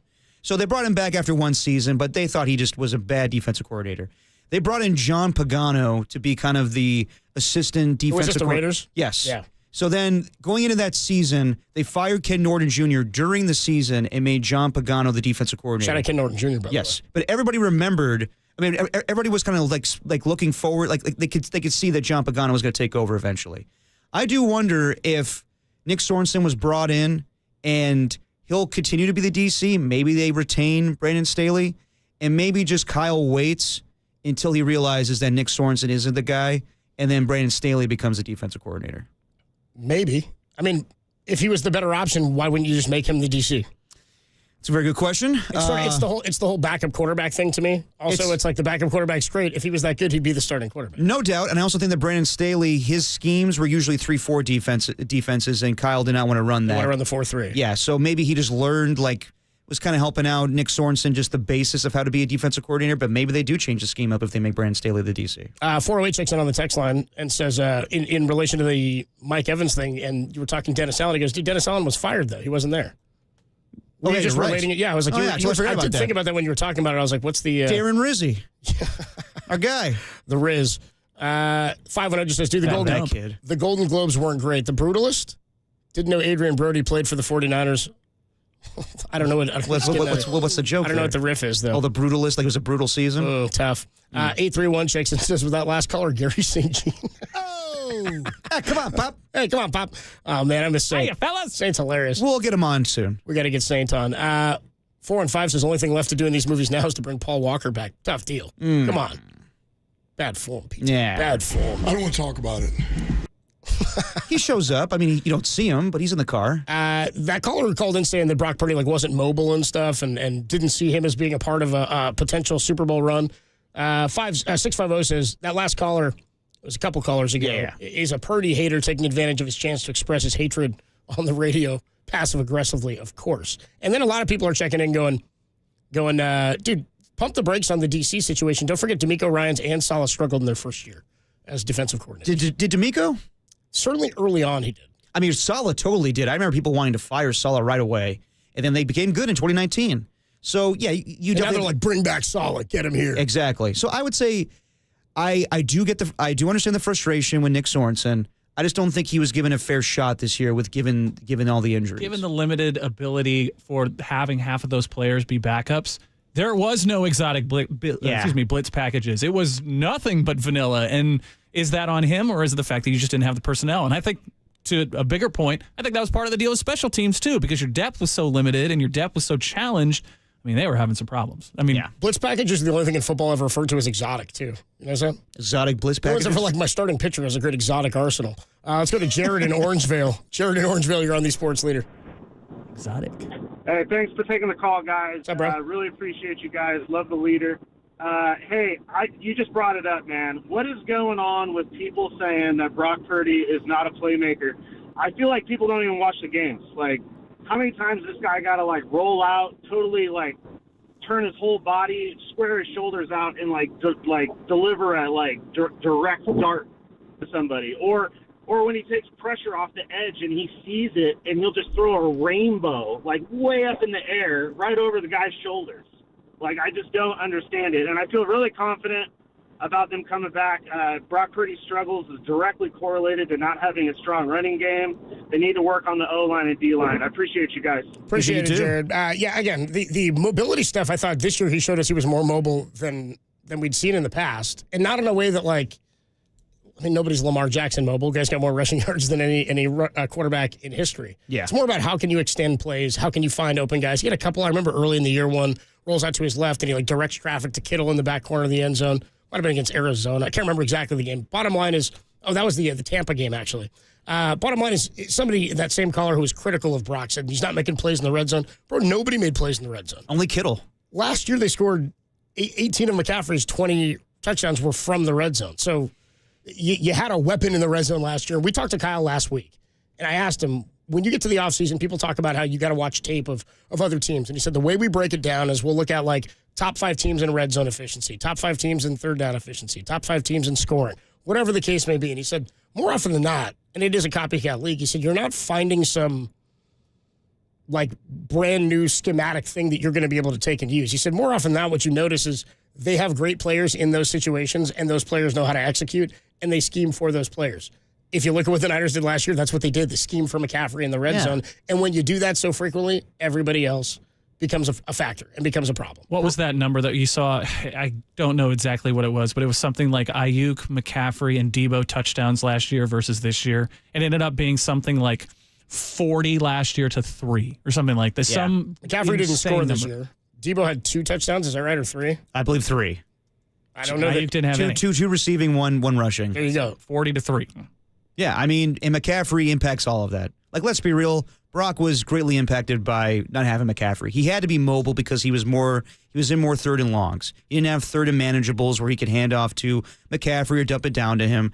And yeah, I mean, I hear everybody saying like, oh, you know, he's a system quarterback and it's just like Tua. This guy is different than Tua Tagovailoa. He actually makes plays on the fly. So the truth is, I wonder myself if it comes to a Super Bowl, and we've seen it twice with Mahomes, is he going to beat a Josh Allen? Is he going to beat a Joe Burrow? I don't know about that. I do have questions about that. But at the end of the day, he gives you the best shot. Well, it's why the defense has to be – I never look at it like that. Like, can he beat Joe Burrow? Can he beat Josh Allen? Well, it's never a head-to-head thing, but like – it's why the defense is so problematic. And everybody who's critical of Brock this year, again, can we remind you that every player on the offensive line, with the exception of Jake Brendel, who many people are down on, and a rookie Dominic Pooney, at some point fell off. They were playing with Charlie Heck. I mean, Chuck Heck was out there, dude. Who the heck? Austin Pleasance. If you could spell Austin, by the way, I'll give you credit because Is it it's T-E-N? not what you think. How about Morris Norris? That's an interesting spelling, too. Yeah, I'm trying to get you the full numbers on the touchdown differences from last year to this year, but it can't all be put on. And, you know, Brock give Purdy credit where now. it's due. George Kittle and Juwan Jennings definitely had up seasons in terms of that. But that's going to happen when you lose your primary receiver. Yes. This is your Debo problem. You would expect Debo in a season that has no Ayuk to be more of an option, more, you know, in the statistical categories that you would expect, and he wasn't. And that's why I believe that this will probably be Debo, or we already saw it, Debo already played his last game with the 49ers. So it's last year, the numbers are this. Last year, Ayuk, Debo, and CMC. Yeah. Between them, 40 total touchdowns.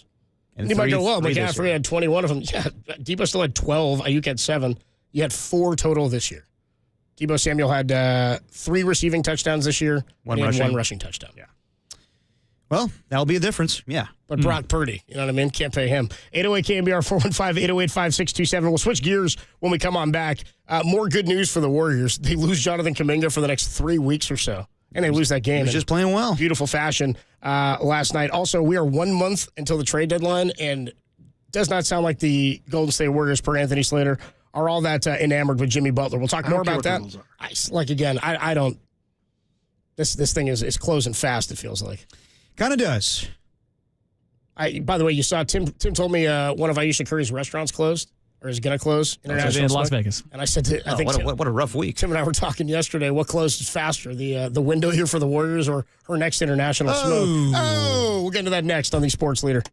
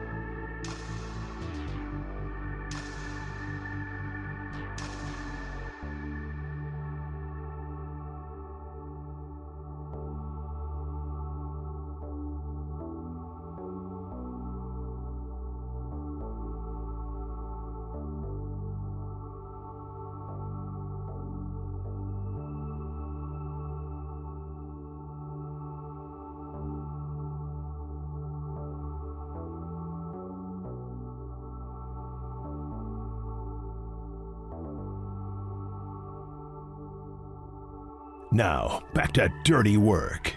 Adam Copeland and Derek Papa on KNBR 104.5 and 680 AM, the sports leader.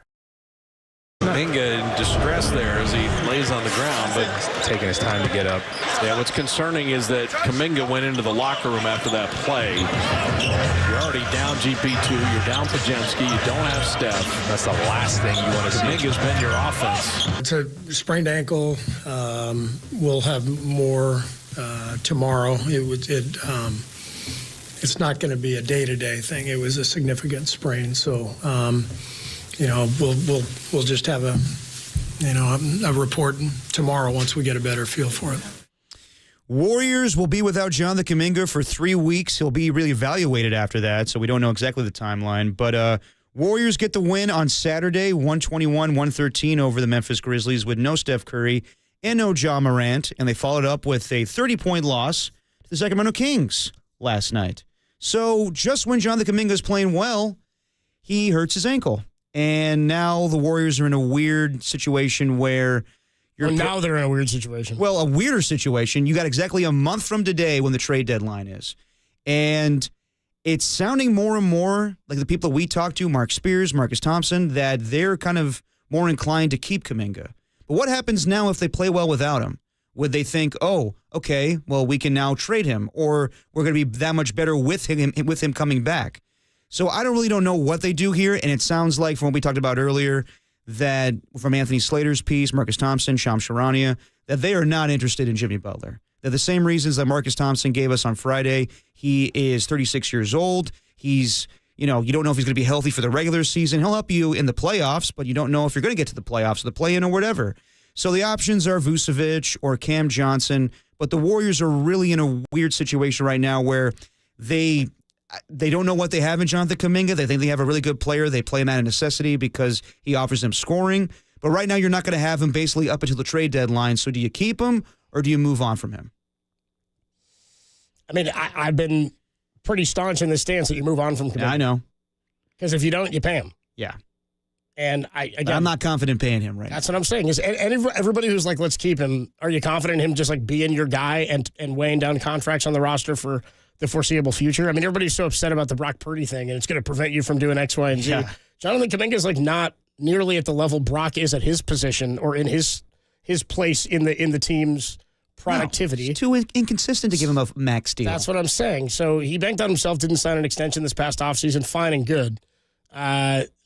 Again, I don't know what you can get for him. And I just wonder, like, whatever you get for him, is it enough to improve you enough either this year or in the future for next season? Because you still got to be playing for this year. You're 18 and 17. No, of course. And I think that you also have to think about, are they thinking about different players to move off of? So like Andrew Wiggins or Gary Payton, a GP2. Probably. Or Brandon Pajemski. But I think in any scenario where they're going to trade for somebody, they have to include Kuminga. If you're the Chicago Bulls, like, I want Kuminga. Well, if you're taking money that's just a salary dump for teams, sometimes that's the move. Of like course. if it's Vucevic but again, you've got to move something back in return and expiring contracts. Yeah, but if you're the Chicago Bulls, don't you want an up-and-coming player? You don't like Andrew Wiggins is nice, but I want some guy that's going to. Anybody who trades for him is then like, well, then I got to sign him, right? Not necessarily. I mean, you would think so, but you could see what you have in him, and then you make that determination if you're going to sign him to a long-term deal. But if you're going to give up, I guess if you're giving up something like a Vucevic or a Zach LaVine that's expiring. You would think that you want to sign him. Yeah, but you're also their expiring deals. You would have more, a team like that would have more freedom or leeway or rope, I guess, to decide that, because you're like, well, if we don't want him, we just don't want him, and we were going to lose these players anyway in free agency. Well, a guy that I think that they should really consider putting in a trade package is Dennis Schroeder at this point, because he has not done well as a Golden State Warrior. Yeah, Schroeder. Dude, his high in points, like entering 12, 13? Something like that, dude. I think he was a scorer. Since he showed up, how many times have they not scored 100? That's my question. Well, my thing is, if Brandon Pajemski is healthy by tomorrow for this Miami Heat game, do you consider Dennis Schroeder coming off the bench? Because he doesn't give you a lot offensively. No. I know he was supposed to be that starting two guard. It'd be hilarious if we put Schroeder on the bench now. This is the whole reason he was here, to be the two and take it off. I know, but at this point, he's not shooting well. He's not. Remember the Kerr criticism about pass the ball and we don't need any 18-footers? He's doing it too. How many 18-footers did you see yesterday? I was like, oh, Jesus, why are you taking that shot? No, I know, and that was a good point made by Dieter Kurtenbach and John Dickinson one morning, where they were like, that message was for the young guys, but also it's for Dennis Schroeder, who's coming to this team who is used to playing ISO ball. But that's what they acquired. Like when Draymond made that statement or that comment when they acquired Schroeder, he's like, we're not asking him to come in here and we need something different. We need whatever he can bring us that is unique to him. And change the offense. Right now he's getting in the way. Yeah, he's getting in the way. I mean, Dennis Schroeder's not Kevin Durant. That's the only guy that they've let do that. His value is lower now than when they traded for him, though, right? Yeah. Well, my question to you is, what is Kuminga's trade value right now? Because going into him being injured, he was playing very well. So can you put him on ice for 3 weeks and teams are still clamoring for him? It's not an injury that changes what you think of him, I don't think. Of course not. It's a rolled basketball ankle. injury. Yeah, it's a rolled ankle. Like, Kevin Durant couldn't pass a physical when he was traded to the Phoenix Suns. So at this point, it doesn't really matter. It's just, do you feel comfortable? Like, okay, we know we have the Kuminga. Let's see what we can do for 3 weeks. And I don't know what the urgency is for the Miami Heat to trade Jimmy Butler. So the whole timeline of, okay, well, let's get Kuminga healthy. Let's see what Jimmy Butler's doing. Not happening. Well, you saw the reason that people believe for the 7-game suspension for Jimmy Butler? No, what is it? Is I believe that the date of that 7th game is when guys who can be traded now officially, like there's restrictions that come off of potential trade partners. Like, certain players can't be traded before a certain date if they were signed like last offseason. So I think the 7th game of that suspension matches and aligns with the date where other teams become available to trade players. Perfect. There's also, I heard some NBA reporters say that there could be a situation where Jimmy Butler just takes it and says, like, okay, you win, Riles. I'm going to come back and play for you the remaining season, and then I'm leaving in free agency. But, yeah, I mean, at this point, the Warriors are in a really tough spot. Dennis Schroeder, by the way, his numbers since he showed up, dude, he's been terrible. Exactly. He was 18.5 points a game when they acquired him. He's at 9.9 now.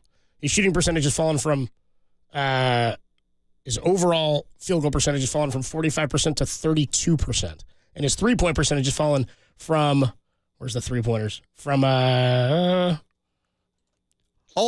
get you this. 38 to 28. All you need to know is that Draymond Green is shooting better threes than Dennis Schroeder right now.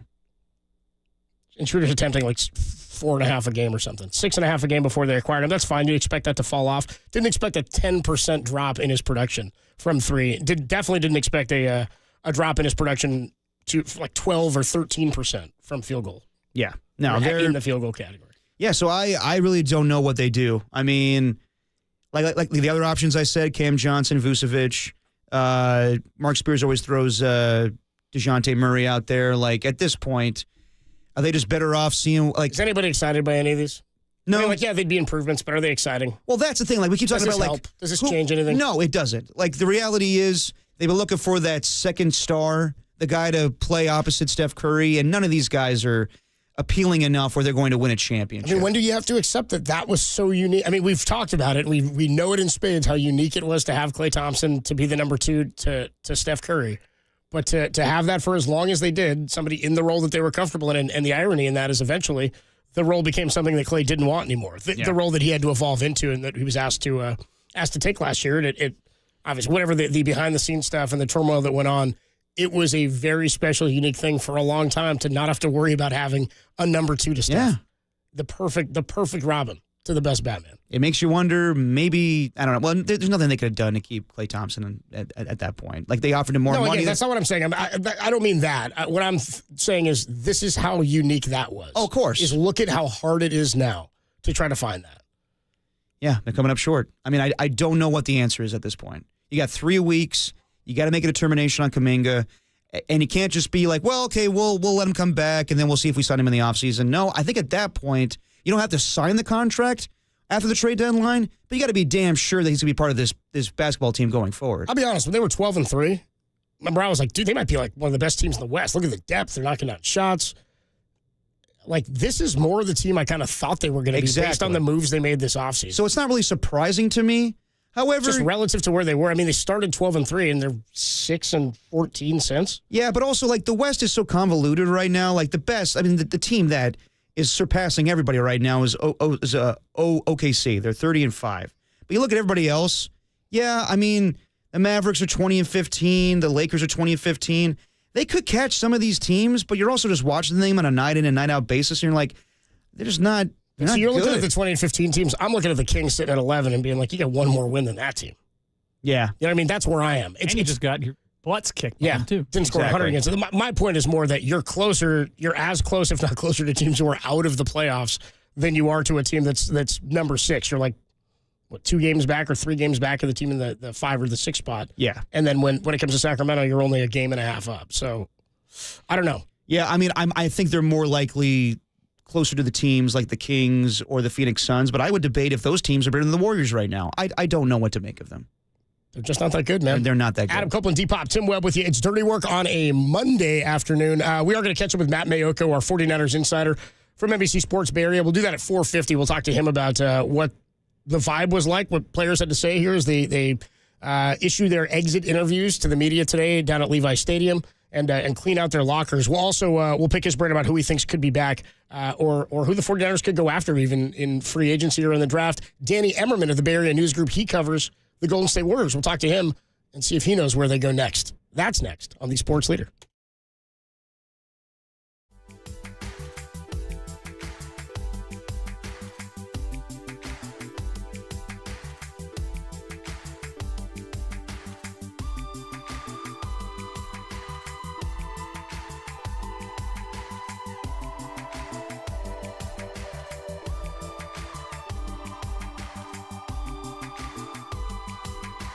Doug Peterson and Gerard Mayo are out of the NFL coaching ranks. 5 NFL teams will currently be looking for new head coaches.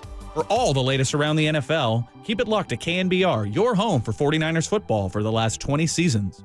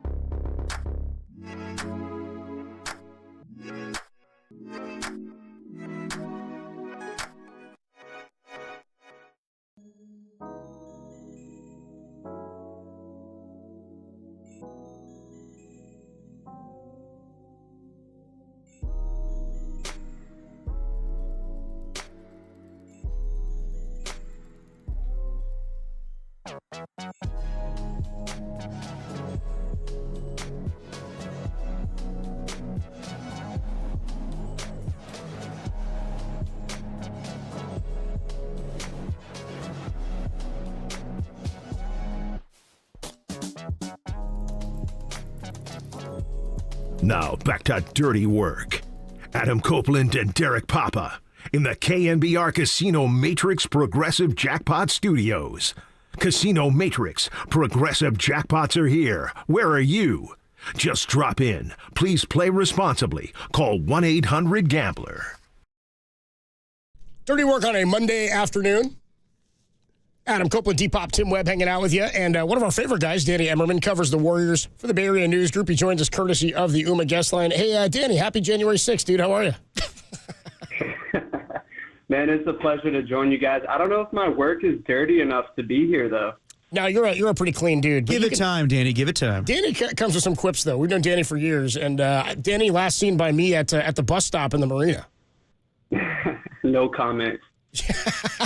We'll leave it at that. All right, let's get into some Warrior talk. Derek and I are basically like, I don't know where they go, man. I mean, the reports are that they're not interested in Jimmy Butler, which would be a hard trade to pull off anyway. Dennis Schroeder is not been anywhere near the player they wanted him to be when they signed him. Jonathan Kuminga is now out for 3 weeks.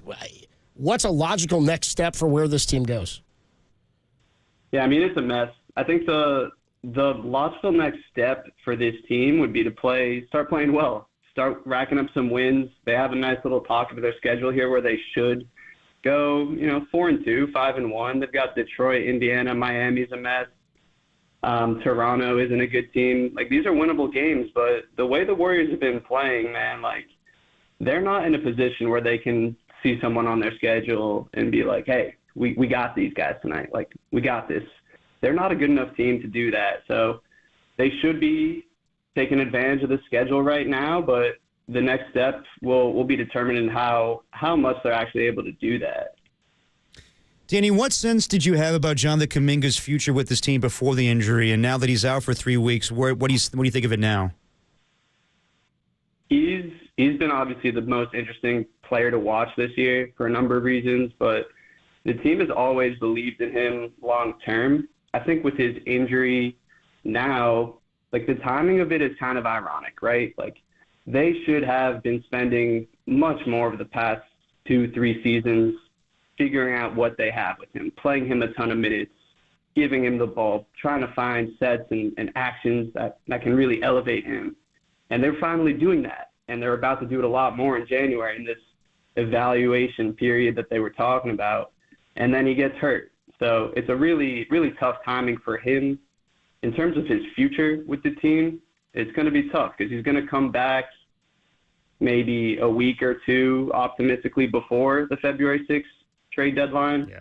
I can't imagine they'll change what they view about him or what other teams think about him in those games after he comes back from a pretty significant ankle sprain. But the team believes in his potential long term, and I think they would be.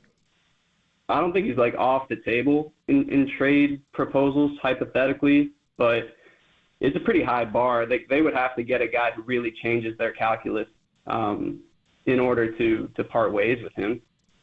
Talking to Danny Emmerman on the UMA guest line, if they were to move him, do you think it's more likely that a team would acquire him that's in a position, and again, not for Jimmy Butler at this point, but I'm thinking a team like the Miami Heat that maybe had an expiring contract and wanted a young player in return? Or could it be a team like the Bulls who has the sort of the leeway to just sort of sit and wait and see whether or not they'd want to pay him? Or do they have to pay him if they acquire him, you think? I think a wide variety of teams would be interested in a guy like Jonathan Kuminga. Like, he just has so much potential, and he's proven this year that he can play at the NBA level. He can be a winning player. That price tag, whatever it's going to be, like, whoever acquires him, or if it's the Warriors and they hold on to him, like, they'll be able to afford it. Like, it'll be steep, but he's the kind of player you're going to want to pay.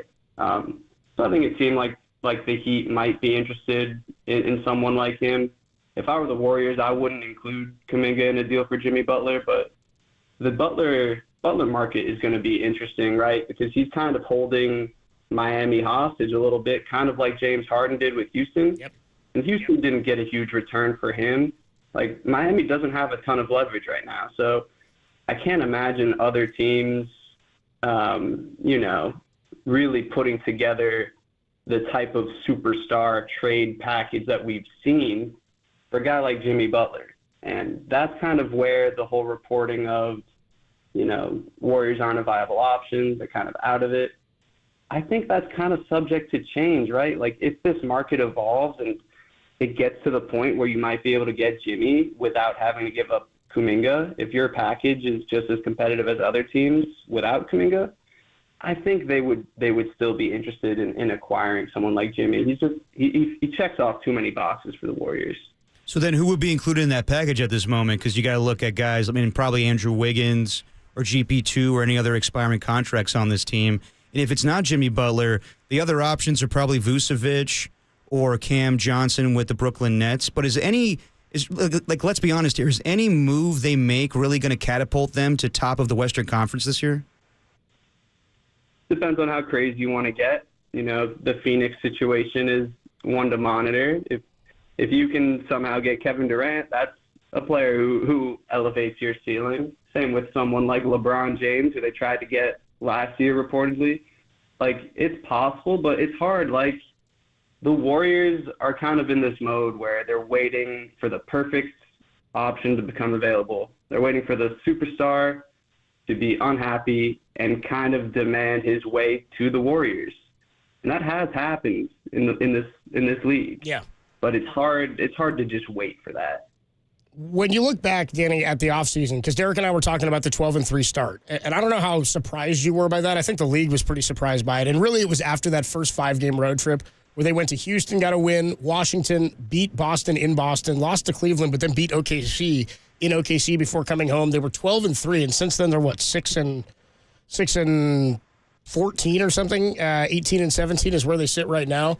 I don't know that they're anything like the team that was 12-3, but when you look back to the offseason, were there missed opportunities, or was the correct deal or the right deal to improve this team to make them elite just not there? I think they had a really successful offseason. They turned a lot of nothing into something with Buddy Hield and Kyle Anderson and DeAnthony Melton. The Melton injury was really killer. They were really rolling with him. He's a two-way guy, can put the ball on the deck, make plays happen offensively. They're really missing that, and they're hoping Schroeder can replace some of that. But with the 12-3 start, I was really surprised, and not only that, I was sold. Yeah, like I was one of these people who were hoodwinked. The wins over the Thunder and Boston, that's when I was like, oh wow, like this is real. Yep. And they were playing fast, and they were hitting threes, and they were a top 5 defense. And I thought that was sustainable because, hey, like if you stop hitting threes at this ridiculous rate, you're still a good defensive team, and you're still going to be able to run. Or vice versa, if your defense slips, maybe you'll still hit threes. And I thought they might not have all 3 of those factors all year, but the other 2 could maybe prop them up. And that just hasn't happened. It's kind of all fallen apart as the shooting has slumped. The regression monkey really came for them, and it bled into every other aspect of the game. And that's why we've seen a 12-3 team go immediately into a 3-12 stretch. Well, the last 23 games, they're 8-15, and they've scored fewer than 100 points in 8 of those games. So, like, I look at that and I go, and to your point about DeAnthony Melton, I think a lot of us look at that as sort of the linchpin for when things started to go awry. And I mean, Buddy Hield was playing out of his mind at the beginning of the year. We didn't think Podziemski, I think, was going to have the regression, at least scoring-wise, that he's had or shooting-wise to this point. And he's made some mental and physical mistakes on the court. But I feel like if so much of the success was hinged on DeAnthony Melton, and I think we all were hoodwinked by the 12-3 start, then maybe your offseason wasn't as good and as deep as you thought. Yeah, you're right. Like, great teams don't rely on DeAnthony Melton, who has played 20 games over the past 2 years or whatever it is. He's a really strong, like, productive player, but the best teams aren't built to collapse on one pin just like that. Like, it's a very fair point, but they didn't have that many assets going into this past offseason, and I thought that Dunleavy did a pretty good job revamping this roster. They had a bunch of, like, if you look at their roster, they have NBA players up and down the roster. But that's great until it's just Steph and a bunch of role players.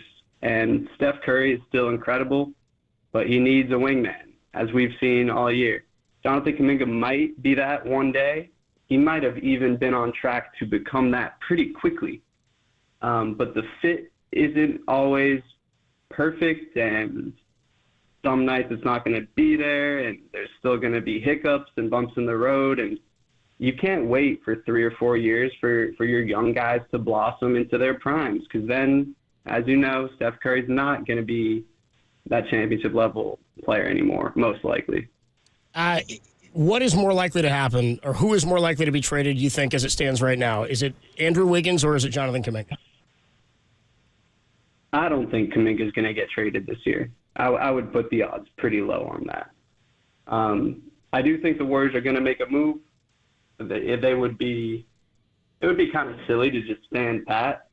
It would be pretty pointless to not pick a direction either way. This roster needs a shakeup, but I would be surprised if they moved Kuminga, because the type of move that would involve Kuminga would be a major surprise. It would be a major splash. Stand pat, such a funny strategy, or lack thereof. Yeah, we're just going to ride with this, I think. I think we're good. Yeah, I think they've seen enough where they can't stand pat. Speaking of the only trade that they have pulled off this year, Dennis Schroeder, he has not panned out as a Golden State Warrior so far. And there's rumors of maybe Brandon Pajemski coming back tomorrow. Do you think they would ever make a move at this point so early of him becoming a Warrior that they maybe have him go back to the bench, or have him go to the bench and have Pajemski have him go back in the starting role again? I think the look with Schroeder and Curry in lineups together has been okay. I think it's understandable for Schroeder to take some time to figure everything out. I'd imagine Steve Kerr would want to see a few more games at least of Schroeder playing alongside Curry, because it does make sense on paper. And before the Kings game last night, he had been playing a lot better. He looked a lot more comfortable. He was fitting into more of the actions the Warriors like to run. His shot was starting to fall finally, and I do think there's a little bit more there with Schroeder than he's shown generally, and he's going to start to turn a corner. I'm fairly certain. Where's the relationship right now with Steve Kerr and Jonathan Kuminga? It's always been tricky, right? Kuminga's someone who's generally said all the right things, and I've been really impressed with the way he's carried himself this year in the locker room, in a variety of settings and in a lot of ways. He's been really professional, and I don't think he would be temperamentally like this 2, 3, 4 years ago. And I think that's a major stride he's taken. I think he's content with coming off the bench as long as he's playing the way he is and getting the ball a lot and playing 30-plus minutes a night. And I think the relationship has had its ups and downs, but this year I think it's been pretty rock solid. There were some hiccups earlier this season where I don't think Kuminga's camp was thrilled with some of Steve's decisions. But right now I think it's all quiet and people are kind of settled in their corners. Last one for you, Danny, from me. How'd you feel last Friday when you heard that Greg Papa called you his biggest man crush? Oh, man. All I've got to say is... How'd you feel? I've got only love for the G-Spot show on KNBR Sports League. Don't you dare. Don't you dare endorse that. We're getting it started. Don't you dare endorse that. It's got the Danny Everman stamp of approval. I'll just say that. The Danny Everman seal of approval. Danny Everman, you read him in the Merck and the Bay Area News Group. He does a great job covering the Warriors, and always appreciate when you come by, Danny. I'll see you around, dude. All right. Thanks, guys. Catch you later, bro. Thanks, Danny. Great stuff from Danny Everman. Yeah, the G-Spot coming to you on KNBR. Is that what they're calling that show now? I'm going Greg and Greg. No. There's no way. That's the rumor. I can't endorse. I cannot. Of the show that one Greg wants to call it. By the way, I can't endorse that now. The show's been going. Like, do it as a segment. The G-Spot? Yeah. Yeah, you can't call the show that. Come on. Coming up next, the G-Spot. Like, dude, can you imagine that? Like you could never have certain guests. You know what I mean? You could never invite certain people on the. You'd be like, it'd be offensive. Come on, everybody's down for the G-Spot. In their defense, they have been looking for it for a long time. Oh my gosh! Somebody knows if it actually exists. They've been searching for a name, and that's what they came. That's what they came up with. So they still haven't found it. Oh, dude, terrible. Good stuff from Danny Everman. Check it out, KNBR.com, the KNBR app. The podcast will be up there. He says he does not think Kuminga's getting traded. Yeah, I'm starting to think that too. I mean, I don't know how much is out there. And the funny thing is, like, it seems like if they keep him, you're thinking, okay, I guess he's our best option. But how good is that option, and what does it mean for the future? Well, it's really out of necessity, honestly. Somebody checked in here, 415 on the text line, and says, Jonathan Kuminga is going to end up like Carlos Rodon or Blake Snell, not get traded and then leave. Well, the Warriors do have the right to match him this offseason. Yes, they do. He's a restricted free agent. So that's the issue is what if he goes and he agrees to a massive deal elsewhere and you want to keep him? Now it's going to cost you a boatload of money. Yeah, but sometimes players just don't fit with a certain style of offense. And that's what I've thought about with Jonathan Kuminga for quite some time now. So I think that if you can trade him, I would. But then again, I don't know what's out there. You can't.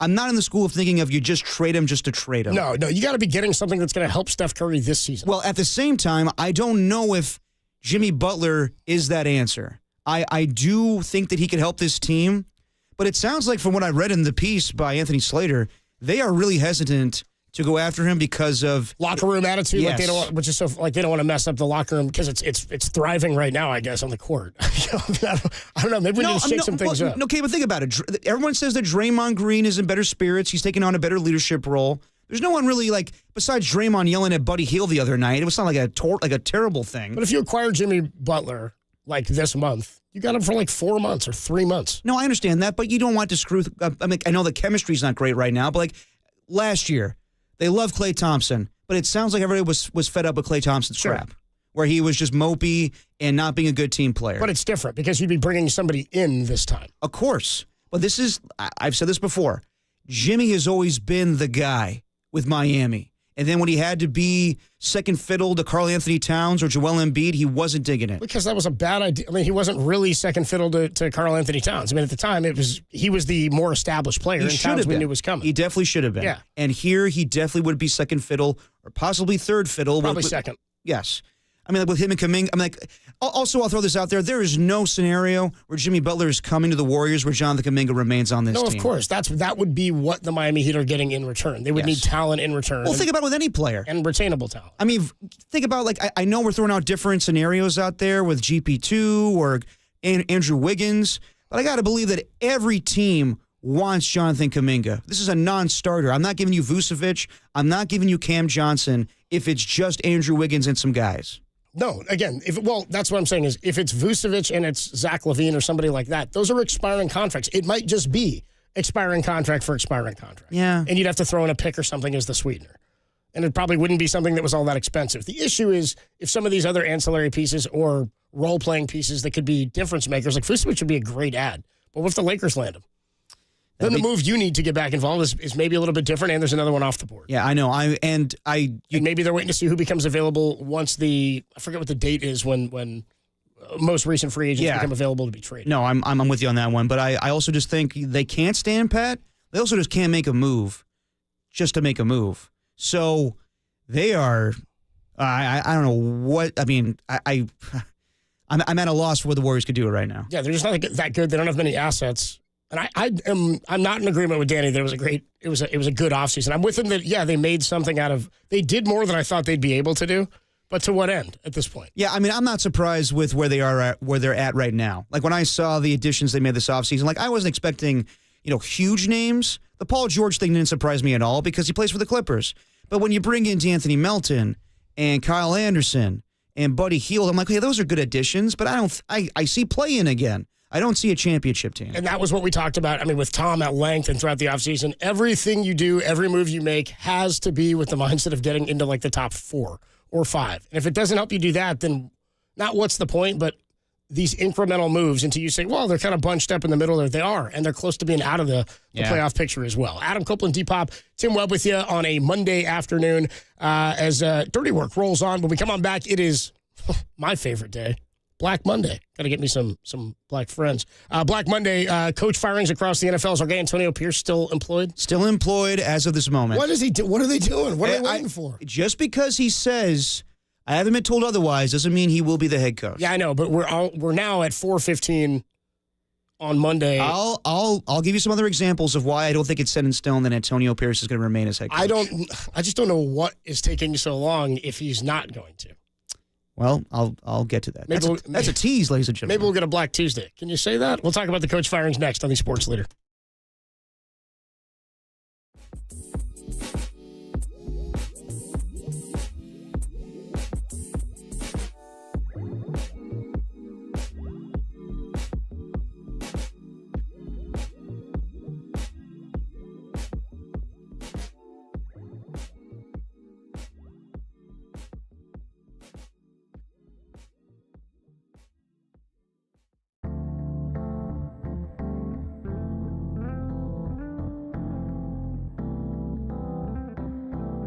The 49ers' loss season came to a close yesterday, mercifully, with San Francisco's 7th loss in 8 games. Tell us what you think the biggest offseason priority is all day on our socials at YouTube and Twitch. Is it kicker?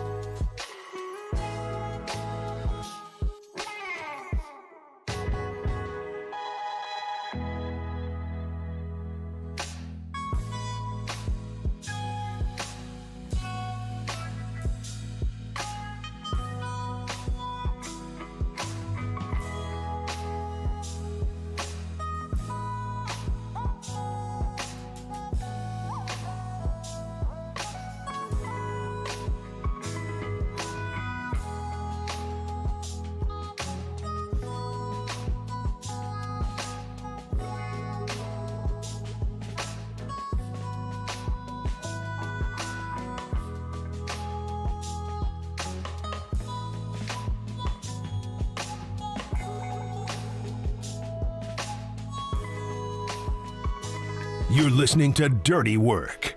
Adam Copeland and Derek Papa. On your home for all things 49ers for the last 20 years. KNBR, the sports leader. one of Tim's favorites. Right, Tim? Oh, I'm big in the trap scene. I don't call him Trapper Tim for nothing. Adam Copeland. Trapper Tim. Adam Copeland, Depop Tim Webb with you on a Monday. We're going to catch up with happy 420, too. Look at that. Perfect timing. Catch up with Matt Mayoko at 4:50. Talk some 49er football. Perfect timing. Get Spark up here in the studio. And off-season with him. Dude, I'm not Greg Papa who once lit a cigar in the damn studio. You remember that, Tim? Oh, yeah. Was it like 2 years ago? 3 years ago? Yeah, I remember the reaction, too. It's like, oh, man, the engineers are going to be pissed. And we were looking around like, I'm pissed. What Dude, the hell are you the doing? fire marshal's going to be pissed. Like, that's elite. You can't do that. Hey, come on, guys. The Warriors just won the championship the day before. Isn't that what he did? I do what I want. Danny Emmerman is my man crush, and I light up cigars in the studio. I'm the one who was on to Brock before anybody else was.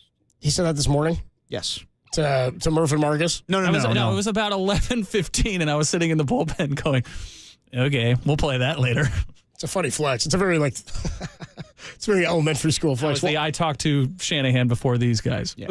Sure, you're the play-by-play guy for the team. You should. There was like a major debate in my family at one point about, and the only reason I'm going to say is I don't care, but in my mind, I was the one who turned everyone in my family on to the show Breaking Bad. Like, after season 1 had come out, I was, loaning the DVD. Oh, so you knew about it before everybody else. Well, so then after at one point, my mom, took a hard stance that, she turned everybody onto it once the show got big. She's like, you guys never listened to me, and I got you into this show. And then everybody, started arguing about who decided to find. And I'm like, you're telling me that you discovered one of the greatest shows of all time is a hilarious. I mean, that's such a petty story. argument. It's I know. It's similar to that of. I don't care. Similar to that of. Well, I knew Brock was good before everybody else knew Brock. I'm the one who was on to Brock before anybody else was. I mean, I'll give him credit. I do remember him saying that. At You're the a little same biased, time, aren't you? Well, I might be, but at the same time, you don't need to flex about it. Yeah, 3 years later at the end of the season, it's just weird. I don't care. Yeah. It's a weird flex. It's weird to stand by that now, too. You know what I mean? Where there's questions about his contract. So down year, I knew first. Yeah, I knew about Brock Purdy, so I'm going to give Jake Moody a chance. Give Jake Moody a pass. Yes. Not giving him a pass. Well, he had it first. Maybe you should throw a pass. Maybe they go a little better than some of the kicking. I really do think the ankle was the injury, the issue for him after the injury. Yeah, I mean, like I said, I'm not going to go freak out over this season. I understand that. I think guys fans look at Jake Moody and say, this guy was drafted in the 3rd round. What a waste. What a waste of a kicker that's going to miss 10 kicks in a season. Can we do better than that? Can we get some guy, a free agent, to come in and make field goals? Matt Wright, Anders. Yes. And the argument could be that who are the other guys? Matt, yeah. Well, I guess I look at it this way. The year they drafted Jake Moody, which would have been before last season, right? Last year was his rookie year. When they drafted him, I wonder if they looked at the free agent market and were like, we'd either have to overpay for somebody that we don't want to pay for, or we're willing to gamble on what we see from this guy in evaluations. Because, again, evaluating kicking is whoever your special teams evaluator is or kicking evaluator is. Remember, Kyle, when they had to sign somebody in Matt Wright, first they signed Anders Carlson, right? Yes. Then they signed Matt Wright after Carlson got hurt. Yes. Or is it vice versa?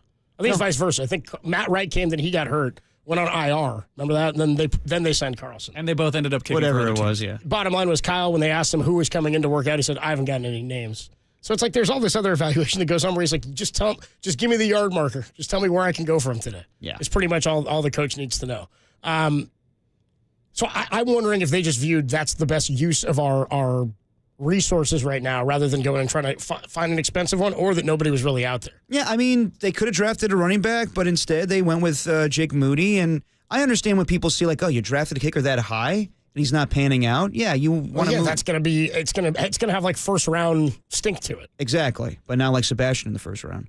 They also took a punter in the 5th round, mind you. Yes. So I would say there's no harm, no foul right now. Have him on the roster. Bring in somebody in training camp. You could do that anyway. You bring in extra players regardless. And I was wrong. I said last week that they brought in Zane Gonzalez this year to compete. It was last year. Yeah, it was 2 years ago. It was 2 years ago after they'd. So do it again. Whatever Zane's doing now, or Anders Carlson, or Matthew Reich, bring them all in and have a kicking competition. We'll see who's the best guy. And the other guys they've brought in recent years due to injuries for Robbie Gould. Joey Sly was here at one point. Joey Sly. Chase McLaughlin was a rookie, and now he's established himself as a pretty good. Sly was in New England this year. Yeah, didn't he hit a 60-yarder? They ran him out there for a 68-yarder. Didn't quite work. Didn't hit the 68.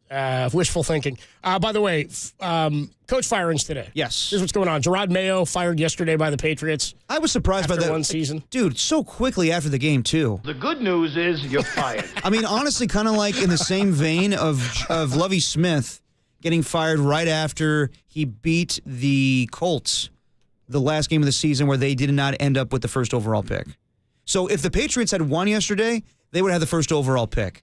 I wonder if there was like a little bit of, I mean, I don't know, like Drake May sat in that game. What was his name? Joe Milton started. Dude, at one point, Joe Milton went for mine and Tim's favorite thing yesterday while we were watching the Niner game was watching all the scores from around the league with guys you'd never heard of. Tim said, "Who the hell is Joe Milton?" Hell is Joe Milton? He goes, "Who's Joe Milton?" We had another one too. Who was Payne Durham? Is that again? Payne Durham. Payne with a Y, Durham with an H. Playing for who? I don't even remember. He was a tight end. He got a touchdown. Bring the pain. Yeah. So there you go. I mean, it was a bunch of random dudes. Yeah. It totally was. But at the same time, like, I don't understand firing. I mean, okay, Gerard Mayo was weird this year, no doubt. There were. What do you mean weird this year? Was it a weird hire? He just didn't know how to handle being a head coach. It's an impossible situation. We also got to call it what it is.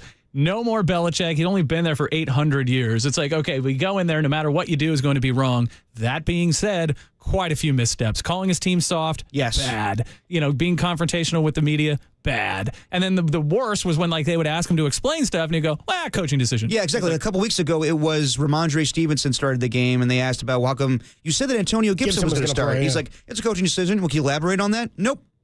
And that's the whole reason. Like, it's not the whole reason. Is that but Mayo or Pierce? Jesus. Well, that's the thing. Like, Robert Kraft was not happy with Bill Belichick being so cursed with the media. So he decided to bring in Gerard Mayo, who that first press conference was so, he was talking with them and was laughing and everything. And then as the season went on, he's called, like Tim said, he's calling out the team for being soft. He's not giving answers. And there were some coaching decisions. I'm not going to act like I watched every Patriot game, but he just didn't fit as a head coach. Well, and not only that roster is wildly limited. They probably should have had the number one pick, which leads to what Adam was saying, which is they probably wanted the number one pick, and Mr. Kraft decided now's the time to take over business because they didn't get it. Yeah. And so wait, what do they need to do to get the number one pick? They need to lose yesterday. To lose yesterday, and they won. They fell to 4. Yes. There's a 4-13. Gotcha. Yes. So Tennessee gets the 1, Cleveland 2, Giants 3. Now, they don't need a quarterback, but you can say that was equity that they could have built up to trade with another team like the Raiders, who need to move down. 4, not as great as 1 or 2, for sure. And Tom Brady and Robert Kraft know each other very well, so you could have done a deal there. However, now the guy that the Raiders fans wanted to be their head coach is now available for the Patriots, and Mike Vrabel. Mike Vrabel, has he interviewed yet? Oh, no. I know they just fired yesterday. Is there rumors he's going to interview? Yes. There's rumor. I mean, that's probably going to happen. Mike Vrabel's going to interview. Ben Johnson, sounds like they requested to get an interview with him. And that job is really attractive right now. A year ago, it wasn't. Now it is with Drake May as your starting quarterback. So the thing, though, with Robert Kraft is he was really quick to name Gerard Mayo his head coach. So he wanted somebody safe that he knew. Yeah, but he also put I don't think it was safe. I think he wanted somebody that he knew. Well, he also went behind Belichick's back, and this last season with Belichick went to Gerard Mayo and said, "You're my head coach next season." Never planning on Mike Vrabel being available. Yeah. Now he's regretting the decision. So I understand the decision, but I also like Robert Kraft coming out to be like, this is on me. He wasn't ready. You should have known he was ready. Like, I wasn't ready. Yeah, like, I don't understand. It's kind of the similar situation with Antonio Pierce, where Antonio Pierce, they're both guys are leader of men, former players, but who cares? Like, at some point, you got to beat the best of the best when it comes to head coaching. Look at the AFC West, and you got 2 Super Bowl winning head coaches, and you got Jim Harbaugh, who's been there before. And I know Antonio Pierce came out today and was like, I haven't been told otherwise. He said, I'm going forward as though I'm the head coach, or I'm operating as though I'm still going to be the head coach. Because, what's he supposed to say to the media when they ask him and he's still not fired? Or there's rumors that he will be. He's just got to operate and go forward. I get his statement about it. But that also tells me that he hasn't been told anything. He's kind of been left in the dark. That's what I kind of thought a couple weeks ago when they won that game. And he was like, they were asking him, What do you tell fans that were hoping you get the first overall pick? He goes, go talk to Tom Telesco. Yeah, he said it's not. It's true. He's like, what's he supposed to say? It always felt a little placeholdery. It's the same thing with Gerard Mayo. Yes. It's like your placeholder. And everybody, the other thing is everybody wants Dan Campbell, right? You want that guy who gets through to your team and gets them playing like they haven't. I mean, the Lions had been they were terrible in perpetuity for a long time. All of a sudden, they show a little bit of heart. Now, what's the difference? He had 2 awesome coordinators with him, and now they drafted exceptionally well. Yeah. Yes. Exceptionally well. So, it did, to me, the Gerard Mayo thing felt placeholdery. Kind of same thing with Pierce. Yeah. Well, with Pierce, it never felt like it was a placeholder to me. It felt like it was a bad decision because they've had to lose and replace so many head coaches in the last few years. It didn't feel like a placeholder. It felt like a reaction to what the players wanted after last season. And I felt like absolutely it was. Because you don't give a guy a 3-year deal as a placeholder when you're already paying John Gruden and you're paying absolutely. What's his name? Former Patriot, Josh McDaniels. Yeah, Josh McDaniels. Well, also, it's Max Crosby going on his podcast saying, I'm going to demand a trade if Antonio Pierce is not named head coach, which is ridiculous. Well, then, that's reactionary and listening to your players rather than doing what's best for the organization. And again, if I have any sliver of, and I've said this before, any sliver of I don't totally blame Mark Davis for the situation they're in, even though this is a bad situation now. He thought he had his guy for a decade. He doesn't want to pick a new head coach every other year. He wanted Gruden to be the guy, and he wanted to hand him the keys and get out of the way. And do some analysis on that roster coming into the season. I mean, they had the lowest win total for Vegas all year. They surpassed it, which is, in itself. But that was a bad team, and they were going into this year as a bad team. Minshew and O'Connell were their starting quarterbacks. Yeah, but they were banking on Michael Penix being available. And but now they're in a bad spot where they have the 5th overall pick, and it's not guaranteed they're going to have a quarterback there. Dude, I hope you take Milroe. That'd be so funny if the other 2 are gone and the Raiders end up with Milroe. You and young Tony's guy. So Gerard Mayo has been fired after a 4-13 season, first year as head coach of the Patriots. Doug Peterson out in Jacksonville. No surprise there. I can't believe he made it through the end of the season, to be honest with you. Yeah, there was talk about him getting fired after the Detroit game. Yeah. A bigger surprise you mentioned earlier. Trent Baalke hanging on. So they say they're not doing a complete teardown. That's going to limit the head coaches that would be interested in that job. Yeah. I haven't seen who they're tied to yet in terms of... Well, I mean, the name that I saw for a while before he took the UNC job was Bill Belichick. For the Jags? But you would also probably have to fire Trent Baalke in that situation. Now, what about, you were mentioning the other day that people are saying watch out for John Gruden to potentially get some interest. Dude, I think that's a place that they're talking about potentially Tampa. Jacksonville. I wouldn't be surprised with Pete Carroll. I wouldn't be surprised with John Gruden. I think that team needs a culture overhaul. And those guys having winning cultures and winning Super Bowls could help with that. Now, John Gruden is a harder sell with his... What about his relationship with Baalke?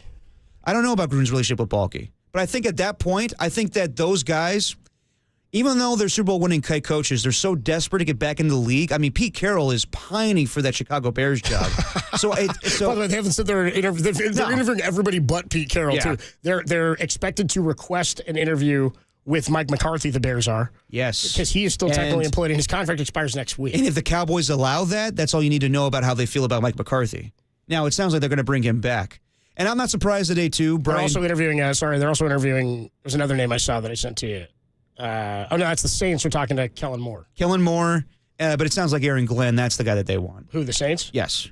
And then I'm not surprised. There was a report from Diana Rossini over the weekend that the Giants... Giants could fire Brian Dable, but bring back Joe Shane, which I'm like, that's a mistake. Should go the other way. Well, they brought back both guys, which I think is the right move, even though both of them royally screwed up in letting Saquon go and signing Daniel Jones. What's really saving Brian Dable is that HBO Max series, the Hard Knocks, where he talked to those quarterbacks at the Combine. Joe Shane tried to get a quarterback really, really badly. And at the end of the day, the Patriots didn't want to move. They wanted Drake May. And now that they have, the 3rd overall pick? They may miss out on they may miss out on Shador. They may miss out on Cam Ward. But they have to get a quarterback.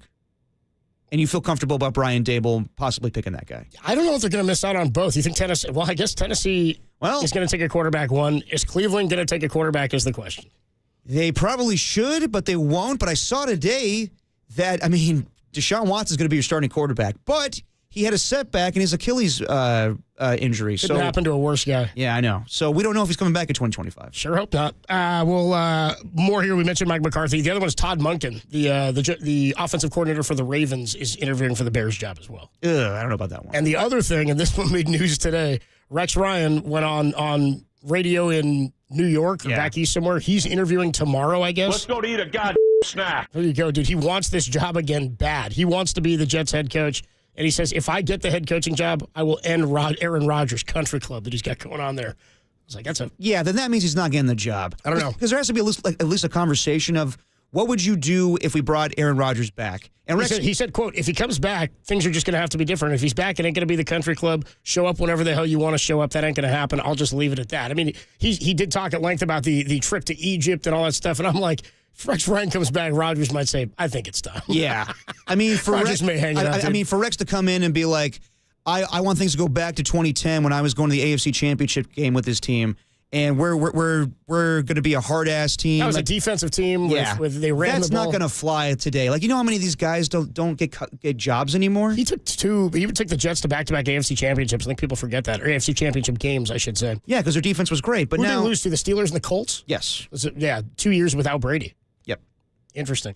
Forget about those games that happened in there. The Colts, Jets AFC title game, and, of course, the Steelers getting one done as well. We will take a quick break. We're going to catch up with our guy, Matt Mayoko, 49ers insider from NBC Sports Bay Area. In about 15 minutes, we'll talk through a bunch of this offseason stuff with him and the 49ers and what he thinks about the coaching positions. Nick Sorensen, I feel like confidence-wise is probably coming back just based on the lack of noise around that. Can talk as well about the special teams coordinator position for the 49ers. But when we come on back, Lions beat the Vikings. They take the number 1 seed. Playoff schedule is out. We can get into that a bit. And this has become a topic in the last day or so. And somebody texted in about it a while ago. Should we be considering a change in how we see the NFL postseason after we now have a 14-team win team as a wild card team on the road in the Minnesota Vikings? We'll talk about it next on The Sports Leader.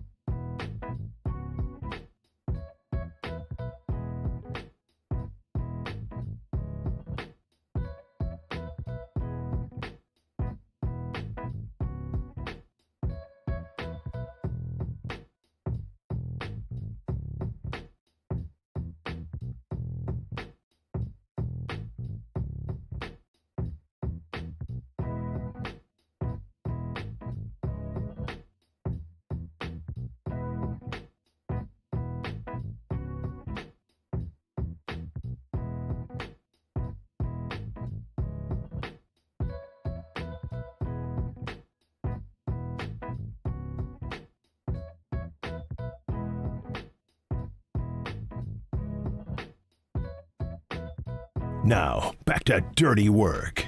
Adam Copeland and Derek Papa on KNBR 104.5 and 680 AM, the sports leader.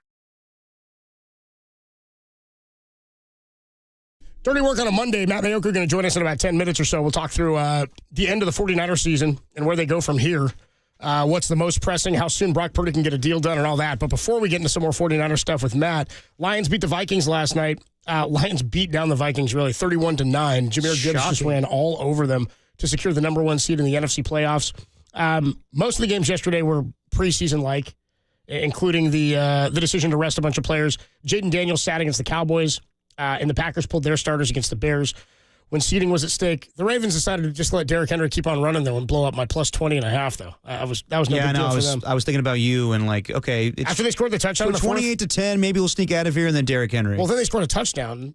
Once the Browns had scored that touchdown, He scored a touchdown. I was like, oh, I'm in, dude. I'm in this fourth quarter because I just figured the Ravens were going to kind of milk it out, and they let Derrick Henry break one for a touchdown. Then the Browns and Bailey Zappi drive down to like the 20. Dude, who was that nose tackle who dropped back into coverage? 355 Michael Pierce. I was almost like, you know what? If that's how it's going to go down watching that for guy me. drop into coverage. It was hilarious. Dude. It was fun. Nearly broke his back, like sliding. Spinal. Yeah. Good deal there. Wanted no part of that run back. Yeah, that game was hard to watch, and the Ravens are going to be kind of screwed here. I don't know if Zay Flowers is going to play in this playoff game come Saturday. Doesn't sound like it. Yeah. Doesn't sound like Zay Flowers can be able to go. That's a big loss. Well, dude, how about that? We'll talk more about the injuries a little bit later, but how about the Eagles? They're saying Jalen Hurts' status is in jeopardy. Yeah, with the game being on Sunday, I think they have enough time to get him out of concussion protocol. I think the news today was not positive for Jalen Hurts. I think they were weren't confident. It's not linear, so it's tough.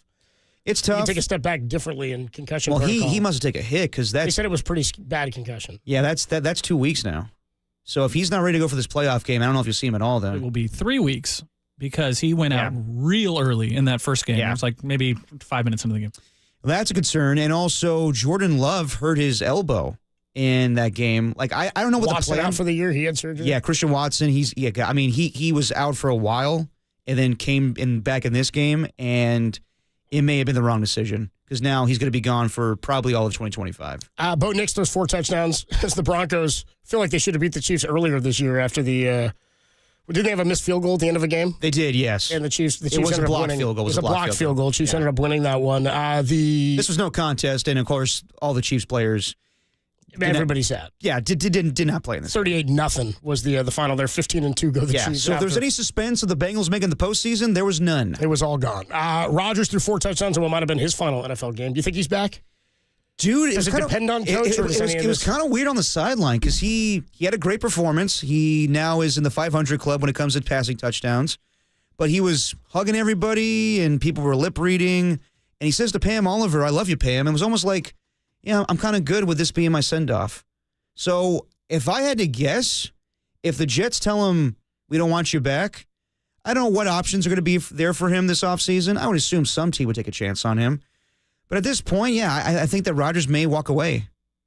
Yeah, he's not going to be a backup. No, he's not. No, if he were to sign again, I think he would sign to a team that would have a young quarterback. That he'd be. I don't know if he wants to be a bridge quarterback. And does he want to do that again? Because again, there's not many teams out there that are like the Vikings were when Brett Favre did it, or the Jets when Brett Favre did it, where you're like, having this guy join us can make us. There's not a Kirk Cousins Falcons team I can think of right now that'd be looking for that. And honestly, the Falcons now regret that decision because I think more teams would rather go with drafting a guy, a more mobile quarterback, than a older 40-ish quarterback that can't move in the pocket. It's a statue. Yes. And so... And he's not a statue, but he does not have the Rodgers mobility that he had before. What was supposed to be the most exciting game of the day, Vikings-Lions. I was shocked how good that Lions defense played last night. Alex Anzalone made a hell of a difference. Aaron Glenn, he definitely should get a head coaching job. The blitzes he was throwing at Sam Darnold. And the secondary was insane. The coverage in the secondary yesterday, I know Darnold was making some terrible Robertson, throws. old Raider, like shutting down Justin Jefferson. It was... I mean, how many times did the Vikings have opportunities in the red zone? They had 2 4th and goals that they didn't execute on, and they had to kick the field goal on that other opportunity. Yeah, I mean, they should have kicked more field goals, but like Justin Wouldn't Jefferson... have changed much. No, it wouldn't have in the grand scheme of things. Yeah. But like, okay, there was a point in that game, I think it was 17-9, and that defense was doing enough to keep him in that game. Jared Goff was thrown off a couple times where he threw that pick when he was in the back of the end zone. He almost got called for I thought he was going to get almost a intentional grounding in the end zone. Yes. On the play right before he throws the pick. But the play that could have changed the game, Andrew Van Ginkel would have been his 3rd pick 6 of the year, just drops it. That would have changed the game. And I know that they routed him yesterday. You hear Dan Campbell when the game ended. We'll see you in 2 weeks to Kevin O'Connell. I would not be the least bit surprised if they play each other again, and it's a different story for the Minnesota Vikings. Well, let me ask you this then. Of the top, we could say seeded teams, or we could say best teams. Like, again, this is where we get into the seeding argument. Is the Vikings are going on the road. Minnesota goes to the Rams, right? Yes. They're going to go to L.A. and play the Rams. So if they beat the Rams, they'll end up going back to Detroit. Yes. Well, that all depends. It all depends on the 6th seed. Yeah, like I'm banking on with the injuries with the Green Bay Packers, and I got to see what happens with Jalen Hurts. I'm going to assume the Eagles beat the Packers. I'm going to assume the Buccaneers. Even if they don't have Jalen Hurts? We'll see what happens with that. But if everyone plays like I'm anticipating, then yes, I would take the Eagles over the Packers. Although he's got to practice this week too, so we'll see about that. Watson on Green Bay was lost. For he's done for the year. He had surgery. And so the Buccaneers, the Commanders, the Bucks lost, or the Bucks beat the Commanders week 1 of this season. Commanders at the Bucks. Commanders are playing better now. I mean, they look dangerous. But I mean, like it's also a rookie in his first playoff game. Also the Rams know how to beat the Vikings. They beat them earlier this year. Kevin O'Connell. Two similar schemes we're going to see offensively. Sean McVay knows Kevin O'Connell very well. I wouldn't be surprised if the Vikings win that game. So yeah, I would anticipate in 2 weeks we see Vikings Lions again. But I mean, I'm not confident in that either. Okay, the AFC side, who's the most likely to get upset in the playoffs? Chiefs, Bills, or Ravens? Ravens. Just because of the matchup and the familiarity with the Pittsburgh Steelers. I told you, the Steelers are the team I don't want to play. Yeah, but you may want to play them lately. Like, as of late. I just think if you're a division opponent, too, that's always weird. And by the way, I feel like all the time it happens with the Steelers and, like, an AFC North opponent. Yeah. I feel like it's always, like, Steelers and Bengals in the playoffs or Steelers and Ravens. Like, feels like you get these division matchups out of the North for some reason a lot. Yeah, and I wouldn't be surprised if Pittsburgh, I mean, in the past, Pittsburgh has definitely, made things hard on Lamar Jackson. But, lately, God, Russell Wilson and what the hell is George Pickens doing? Yeah. Like, I watched that game, and he's always, like, demonstrative, wanting to get the football, but, like, did absolutely nothing in that game on Saturday night. And they're going to need – Russ is going to have to show up. Now, the offense for the Ravens is also – they don't even have to play that good on defense. Now, I know maybe no Zay Flowers for this game, but they've had huge games and huge days where Lamar has found a variety of different pass catchers throughout the game. Bateman has come on really strong late in the season. Yeah, but he's also hit or miss. Andrews has like 11 touchdowns, doesn't he? Yep. Yeah, but I would also say there's plenty of games this year where we saw the Ravens receivers just drop balls. They lost some brutal games. Didn't they lose to the Raiders and Cleveland? Yes. That Raider game, yeah. The Cleveland game is where they dropped a ton of balls. But like the other AFC matchups, you got the Chargers going to Houston. I would assume the Chargers win that game, just of what I've seen from the Texans lately. And then what's the other one? Broncos are at the Bills. Yeah, the Broncos. The Broncos beat up on the Chiefs yesterday, but we all know the story there. The Bills, this is their classic 1 o'clock Sunday morning game. Jim Nance and Tony Romo on the call, and they just annihilate the seventh. That's kind of what I'm anticipating. So we'll see what happens. Just real quick, I am opposed to reseeding based on a record for the NFL playoffs. If you do that, you lose all value for winning a division. And this is what I hate about the bye for 2 teams in baseball. Either give all 3 teams a bye and figure out how to do the playoffs like that, or don't give anybody a bye unless it's the number 1 team, because it makes no sense to me to play 162 games in a baseball season, win your division, and then you still got to go play a best-of-3 wildcard round, and all you get is to be home field for that, for the best-of-3, just like one of the other wildcard teams. Yeah. So what's the benefit? If you reseed or you don't allow divisions to mean anything, you just become the NBA. Where Pacific Division doesn't mean anything. No, exactly. It's all about record, which is fine, but we don't play a balanced schedule. No. So divisions have to matter. They're messing with a good thing if they decide to change this. I didn't like if the Vikings don't like it, win the game last night. Exactly. I didn't like it when they went to this new format where the second seed doesn't get a bye. I liked it originally where you had the first and second seed get the we only had byes. 6 teams in each conference. Exactly, but now you change that. So I understand expanding the playoffs and everything. But yeah, you have to put value in winning your division. Otherwise, it is the NBA. And I don't mind with the NBA doing that because I never really cared about the divisions in the NBA. Well, because they made you not care. Yes. If they said winning your division gets you in the playoffs, we'd be looking at the Warriors like, how do they catch the Clippers and the Lakers right exactly. now? And they're close in record. But like with baseball, I don't like the buys for the first 2 teams. And you're seeing that buys don't help. You're seeing the CFP right now. CFP, every team that got a buy is out. Yes. It's a little bit different. There's more time there, but still. Yeah, but also in basketball now they're talking about, let's get rid of conferences. Let's just do an entire 1 through 16 with the West and East. I'm like, that's insane. Well, they're hemorrhaging money, the NBA. There has to be tradition of this as well. Like, the NFL playoffs is the perfect thing. You have 4 division winners. They all have home games. Yeah, and then you have 3 wild cards. Perfect. Yeah. Shout out the Saints rolling into Seattle and losing to the 7-9 Seahawks. Exactly. The beast quake. Now, there was talk about that back in the day when a 7-9 team won the division. Like, should you reseed that? Should the Saints be the home team? No, they didn't win their division. They were the best team in their division. Yeah, and by default, the Seahawks, 7-9, they won their division, and they won the game. So, Yeah, don't mess with a good thing. 808 KNBR, if you got thoughts on that. Adam Copeland, Depop, Tim Webb with you on a Monday. We're going to catch up with Matt Mayoko. We'll get his thoughts as the 49ers, all the players, where they're cleaning out their lockers, doing their sort of their exit interviews today with the media. We'll see what Matt's thinking, and we'll ask his thoughts on which of these players could return or be gone next year. George Kittle, Deebo Samuel, Kyle Juszczyk, Leonard Floyd, Javon Hargrave, and how much is Brock Purdy getting? That's next on the Sports Leader.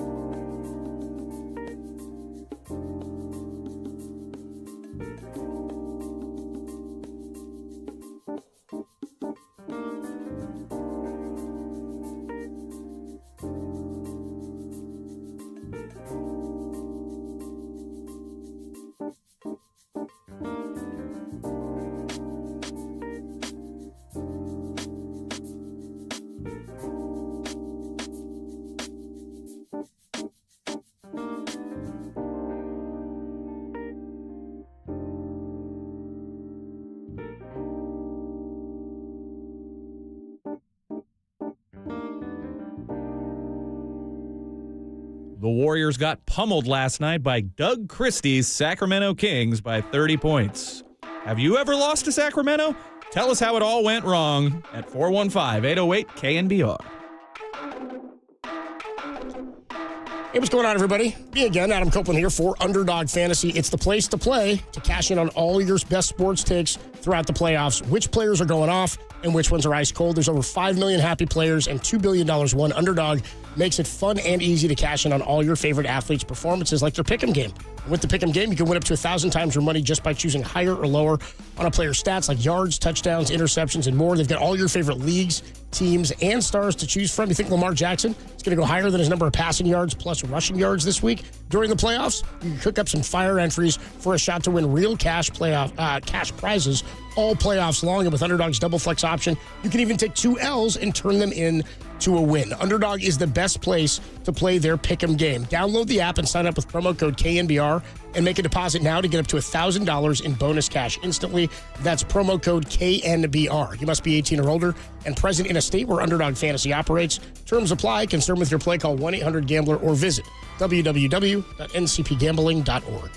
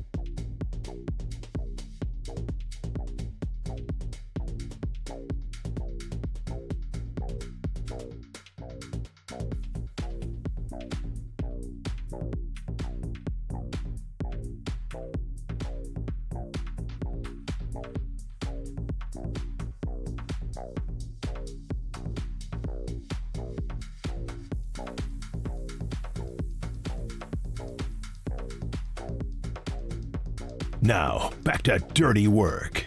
Adam Copeland and Derek Papa on KNBR 104.5 and 680 AM, the sports leader. 49ers wrapped up the 2024 season yesterday in not so exciting fashion, but a lot of preseason light games across the NFL. And here to talk about where the Niners go this offseason and what the sort of exit interviews were like today as the team was down there cleaning out their locker. It's our NBC Sports Bay Area 49ers insider, Matt Mayoko. What's up, Matt? How are you, bro? I'm doing okay. How are you guys doing? Doing all right, man. Were you down there today talking to the players? You know what? I think I have bronchitis or something. So I've been under the weather. So when I landed, I just didn't feel like heading down there. So I tried to catch as much as I could off some of the videos posted and hearing what some of the guys had to say, but it sounded like everybody kind of hit the right notes as far as, being appalled at what happened and, using it as motivation and lessons well learned moving forward. So how do you, I think we're all in agreement. We all watched the season about where there were deficiencies and where they need to get better, what talent needs to improve. What's the number one, I don't want to say shopping list item. What's the number one issue that has to be addressed? Is it the Brock Purdy contract? Is it simply player talent? Is it D coordinator? Is there coaching stuff? Where's the number one place the Niners need to focus as they start the offseason? Well, you could probably ask 10 people that and get 10 different answers. I think the Purdy stuff will take care of itself. I don't see that being too big of an issue because he's going to be on the team in 2025 and beyond. I just kind of go back to what Bill Walsh would always say is that, you can coach offense, but you need players on defense. And so, I expect at this point that they'll probably make a change at defensive coordinator, but I just think they need more guys up front and, probably defensive tackle, certainly, an edge rusher too. But I just kind of think that, they wore down or they just weren't as strong, weren't as stout up front. And so I think they need kind of a game-changing talent there, somebody who can be a three-down player, but might even be more important at this point. Just get a guy who's a two-down player to clog up the run, to make sure that, what happened right after the 2-minute warning, yesterday when the game was out of hand, obviously, but, make sure stuff like that doesn't happen and keep defenses or keep offenses in third and long situations. So to me, I think that's probably the number one area. I do think that, the offense should be fine. McCaffrey will be back. He says he's feeling good. Ayuk will be back at some point, but you don't know, what he's going to bring to the table as far as how he recovers from the ACL. But I think with Purdy and with that offensive coaching staff, they should be able to figure out some answers offensively and to get back to a level that they were, that approaches what they were doing last year. But I think defensively, that's where they really have to figure things out. And, that starts with the coaching staff, which, we should have an answer, I would guess, on that Thursday or Friday, maybe even as early as Wednesday. And then it's a matter of bringing in more talent. As crazy as it sounds, I think the defensive backfield might have been improved from last year, but the rest of the team wasn't. The rest of that defense, the front four, the front seven as a whole. And so It's a priority to bring back Dre Greenlaw, pair him with Fred Warner. I thought Tatum Bethune looked better yesterday than maybe D. Winters. So, that gives them two young guys that are kind of waiting in the wings there as well. But I just think they need more beef, more talent, more disruptors up front. I want to stick on the defensive coordinator topic for just a sec, because we were talking earlier in the show, and Derek and I were asking callers and going with each other about like your level of confidence that they would bring back Nick Sorensen. Like, how likely is it? And I said, just based on how there's not really been noise from Kyle Shanahan about it, and you and I have talked about this, and relative to how he spoke about Steve Wilkes last year, I just felt like it's not something that is like, it didn't seem like it's something that they're trending towards. Now that the season ends, and we're January 6th right now, how beneficial is it if they're going to look for a new defensive coordinator to have this extra time? And do you anticipate that it would be somebody from outside the organization if they do make a change? I would think if they make a change, it'd be outside the organization. And I'm with you.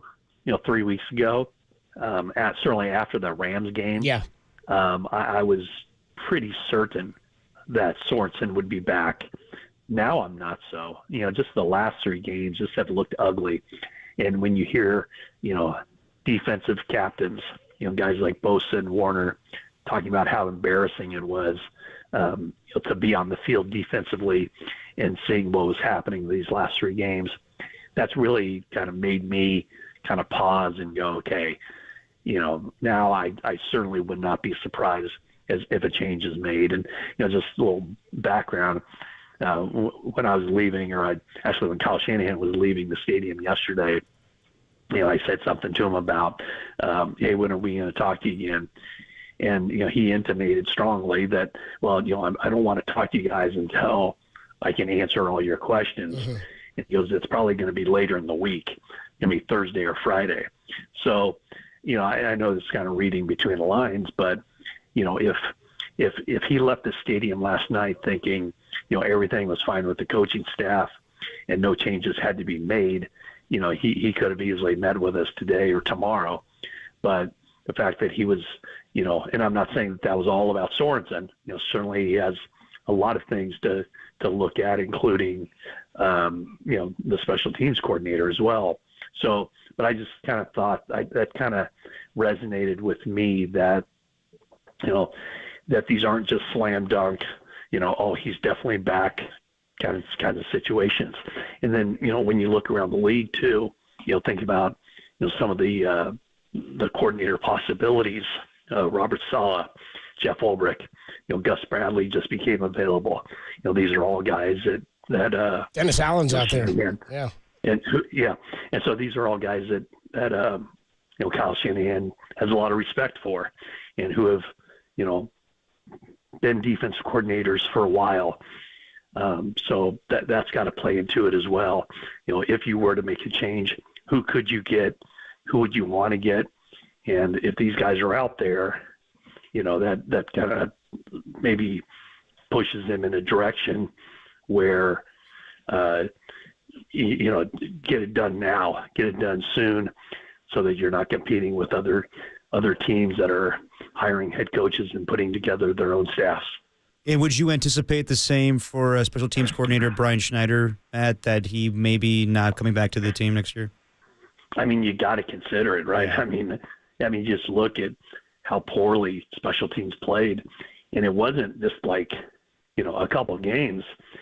It was basically every week, and I'm being literal. I mean, it was every week since week 2 of the season, where even in wins, special teams were having lapses and repeat mistakes. And mistakes, they were inventing new ways to mess things up on special teams. So, I think they have to send a signal. And I do think that special teams have been just kind of sloughed off here, since Kyle Shanahan took over as head coach, and he has made a couple of changes there. Most recently firing Richard Hightower and hiring Brian Schneider.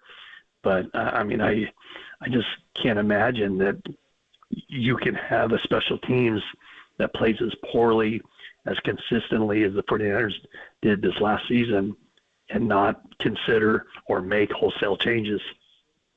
One more for you, Matt, and then we'll let you go.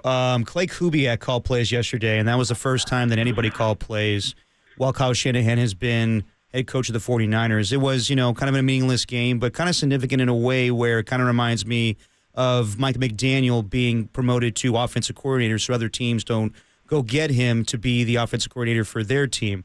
Would you possibly anticipate Clay Kubiak gets a promotion? Yeah, the promotion in that name possibly this offseason?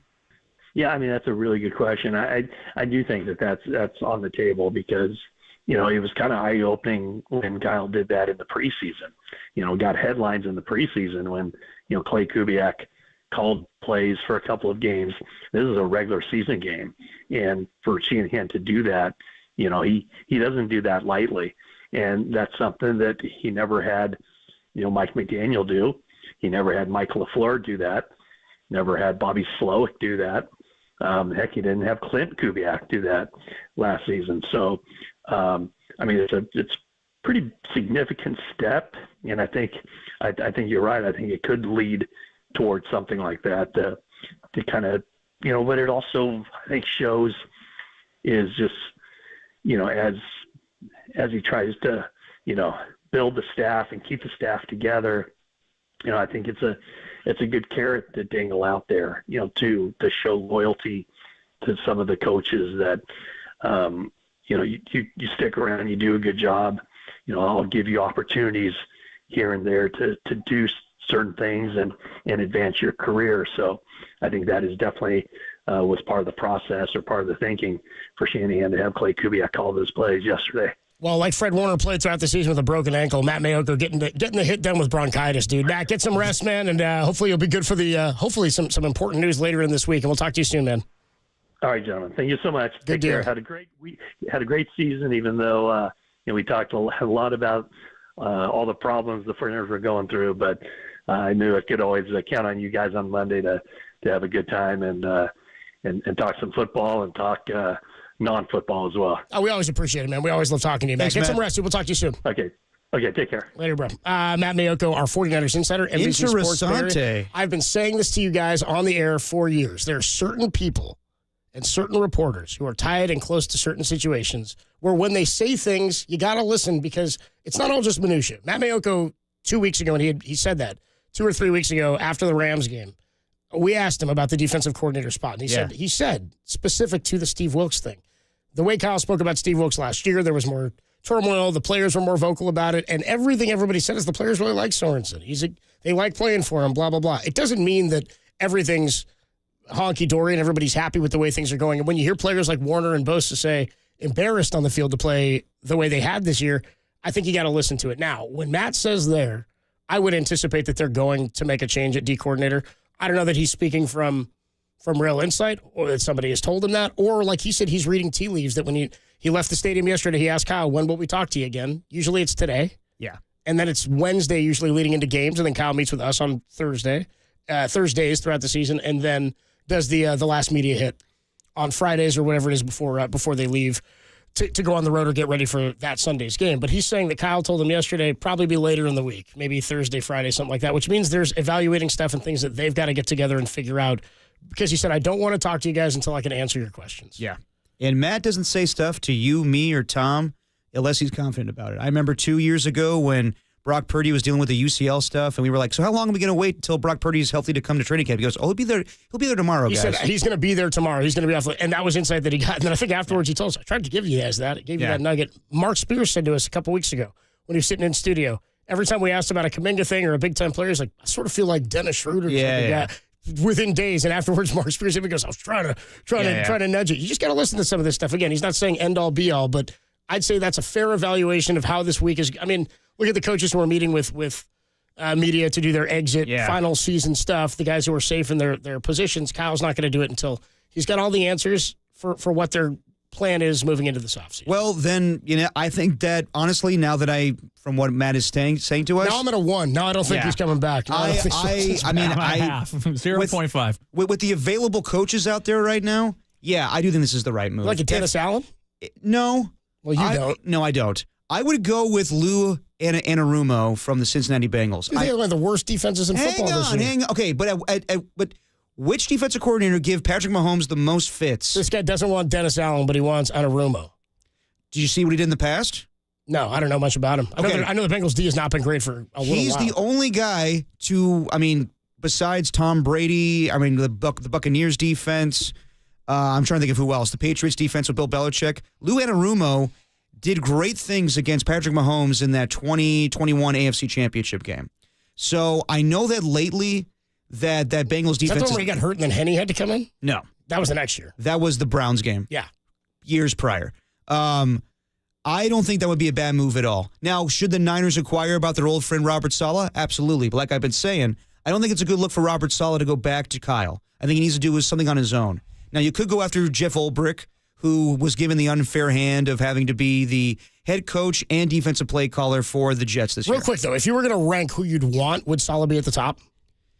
Just because of familiarity, yes. But if I was Robert Saleh, I'd be like, I got to do my own thing, man. I don't think it behooves him to come back here because I think you said this last Friday. It just then looks a lot like Matt Patricia leaving Bill Belichick coming back. Yes, exactly. But now I do think it's a little bit different because you may be able to argue that like D'Amico Ryans and Mike McDaniel have already had more success than any Bill Belichick disciple ever. You know what I mean? Like Charlie Weiss didn't go do nothing. If you don't count Mike Vrabel, but he never coached for Cornell. You know what the great equalizer here is the Niners just pay him a ton of money. They just say, because it's not part of your salary cap, we just say, hey, we'll just make you the highest paid guy. And if another opportunity comes along, cool, but we want you. Yeah. I think that Ulbrich would be another guy, too, because they tried to get him from the Jets. They wanted Steve Spagnuolo, but he stayed with the Chiefs.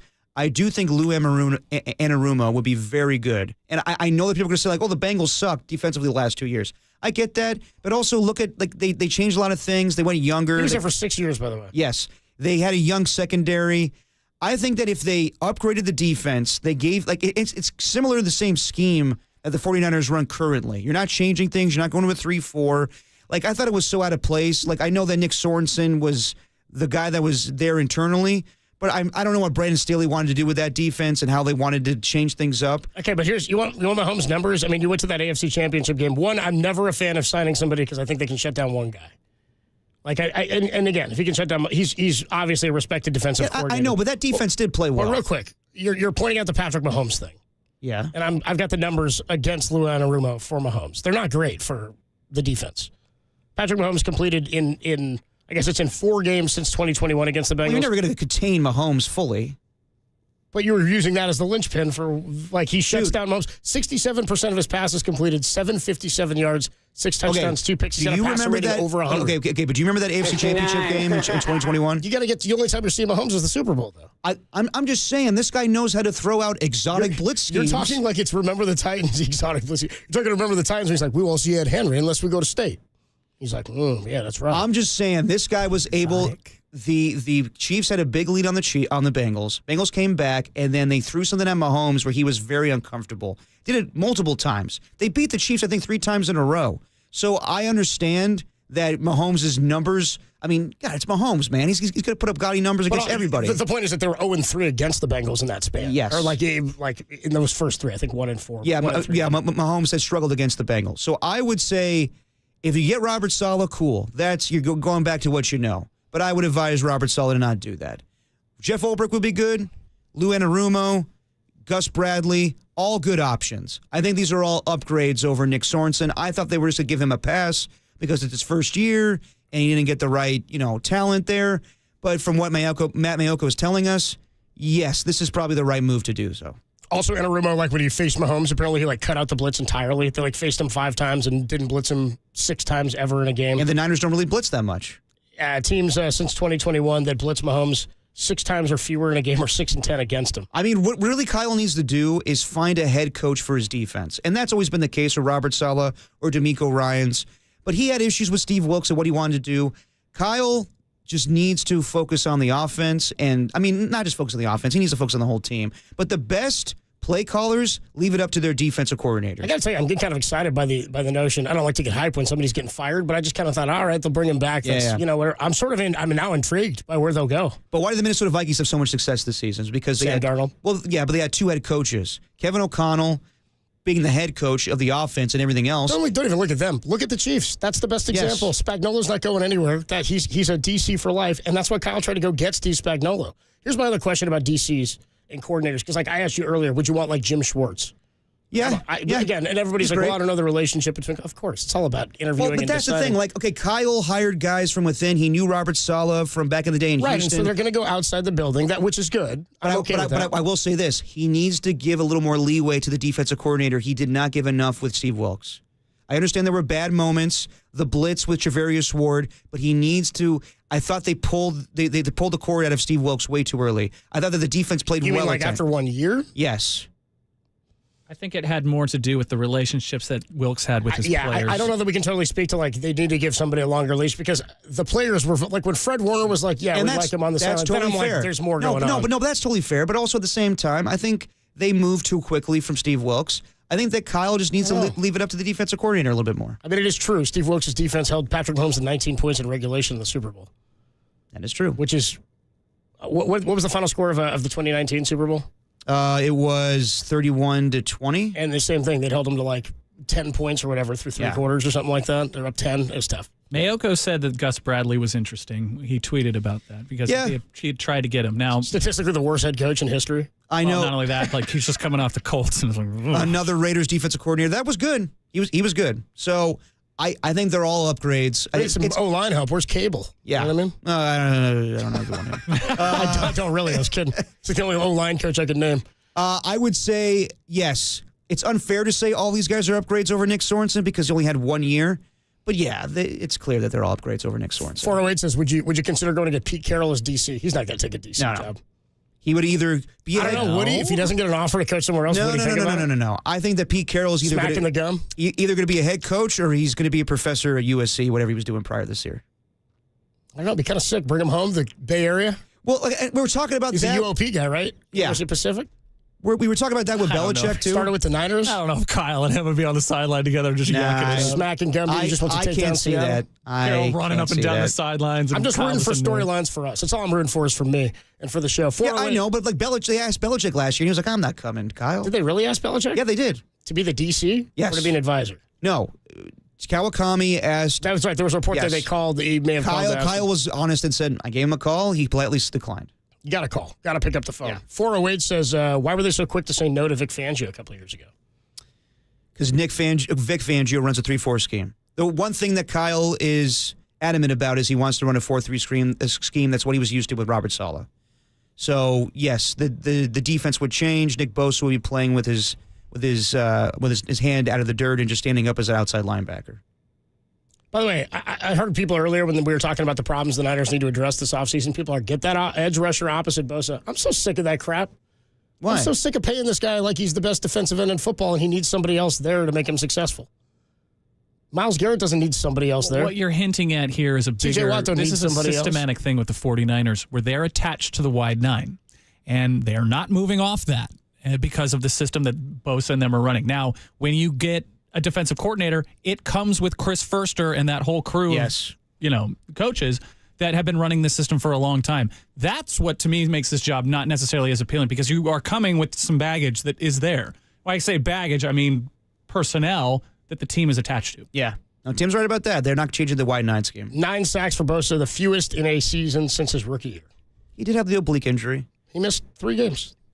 He also missed 2 defensive tackles in the middle. Yeah, but Bosa is incredible as a passer. 10.5 last year. Again, but he's not doing what the other incredible pass rushers are doing. He doesn't. He's not getting the quarterback not filling up the stat sheet as consistently. He doesn't cause as much forced fumbles, but you're not getting rid of him. No. I'm not. I didn't say get rid of him. I said I need more.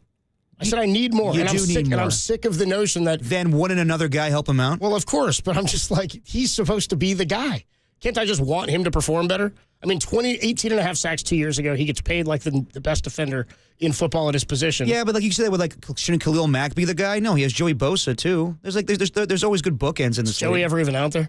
Fair enough. Joey's hurt a lot, and Khalil Mack's been paid twice now. He got the contract from the Bears first. With the Bears and Chargers. Yeah.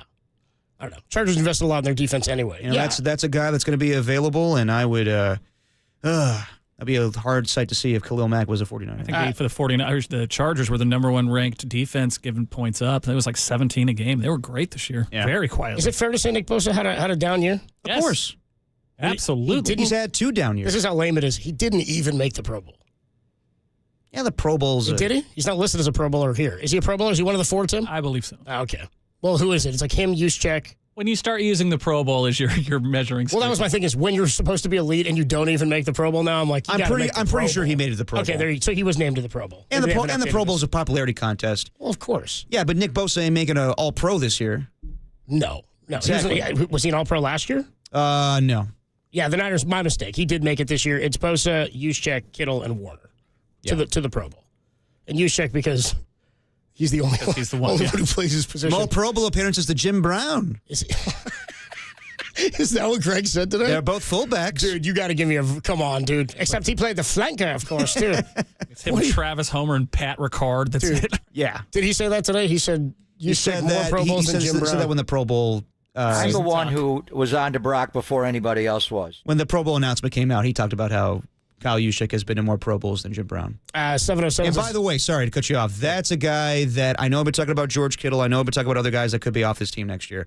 George Kittle should come back, but there is an argument to be made with the cap hit and him not having a contract past next season. Kyle Juszczyk is a guy that they've asked to take less money. I don't know about the last 2 seasons, but definitely last offseason. So how much I know, like, fullback, like he's very vital to this offense. At the same time, I could see them moving on from him. Yeah, I mean, or finding somebody else who can do it at a cheaper rate. Yes. 209 says, Copes, my sister's 27. She knows absolutely nothing about football, but she agrees with you. Her only comment ever during Niner games is, Bosa's overpaid. Oh! It's kind of where I'm at. I'm like, since he got paid, he's not been nearly as good. I just don't like when guys get money and they're just not productive anymore. That's what I'm getting at here. It's happened to this point with Brandon Ayuk. It happened in the immediate with Deebo Samuel. Yeah. Fred Warner got better. George Kittle got better. Trent Williams is already established. Christian McCaffrey's here. We'll see what happens with Brock, but I'm gonna need Bosa to rack up 15 next year. That's what I'm looking for. 15 Saccaroonies, baby? Yeah, I'll take that. Hell, I'll settle for 10 if that's what he's going to do. Adam Copeland, Depop, and Tim Webb with you on a Monday evening. Can't agree more. Wouldn't call it like news, but Matt Mayoko of the belief that the 49ers will move on from defensive coordinator Nick Sorensen, and we are not likely to hear from Kyle till later in the week. That's per Matt Mayoko, and thinks that they may go outside the organization to find a DC. We will talk more about that, obviously, as the week goes on. When we come on back, the Sound Soiree, some of the best sounds from across the sports world you might have missed. George Kittle checked in on the Niners season. Steph Curry talked about losing to the Kings by 30 points as the Warriors fall to 18-17. Tyreek Hill, is he asking for out with the Dolphins? We'll talk about it next with the Soiree on the Sports Leader.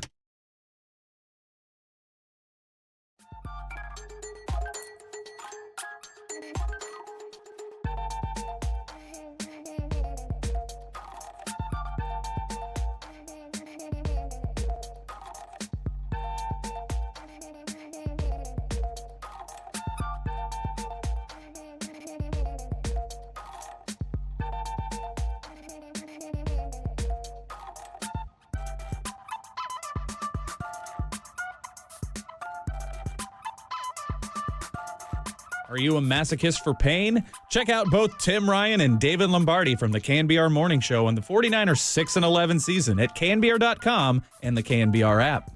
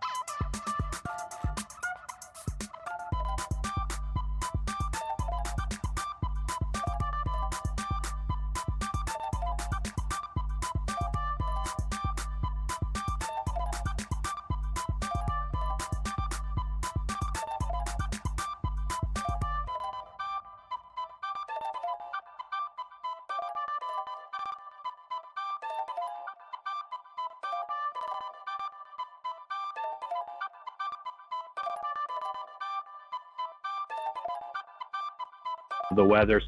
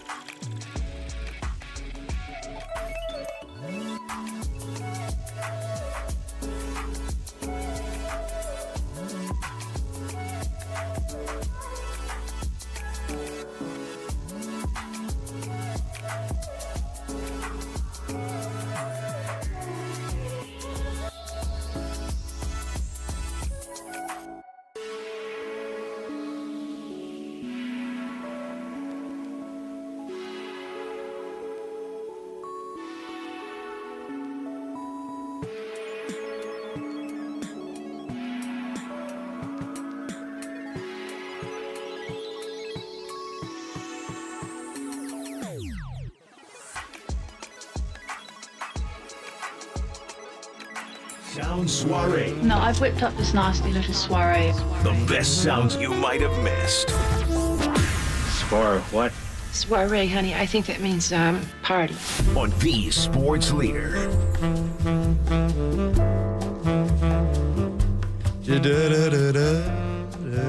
Sound Soiree with you on or for you on a Monday. Dude, you know what I'm stoked about tomorrow? What's that, Copes?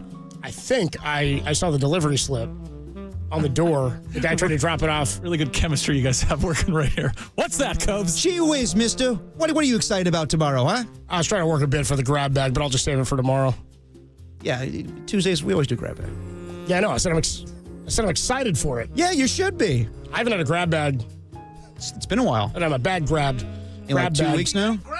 Yeah, it's been a few. It's been longer for me, honestly. Because I was with you, I think I was with you until the 23rd. It's been longer for me, obviously. Honestly, is that what you said?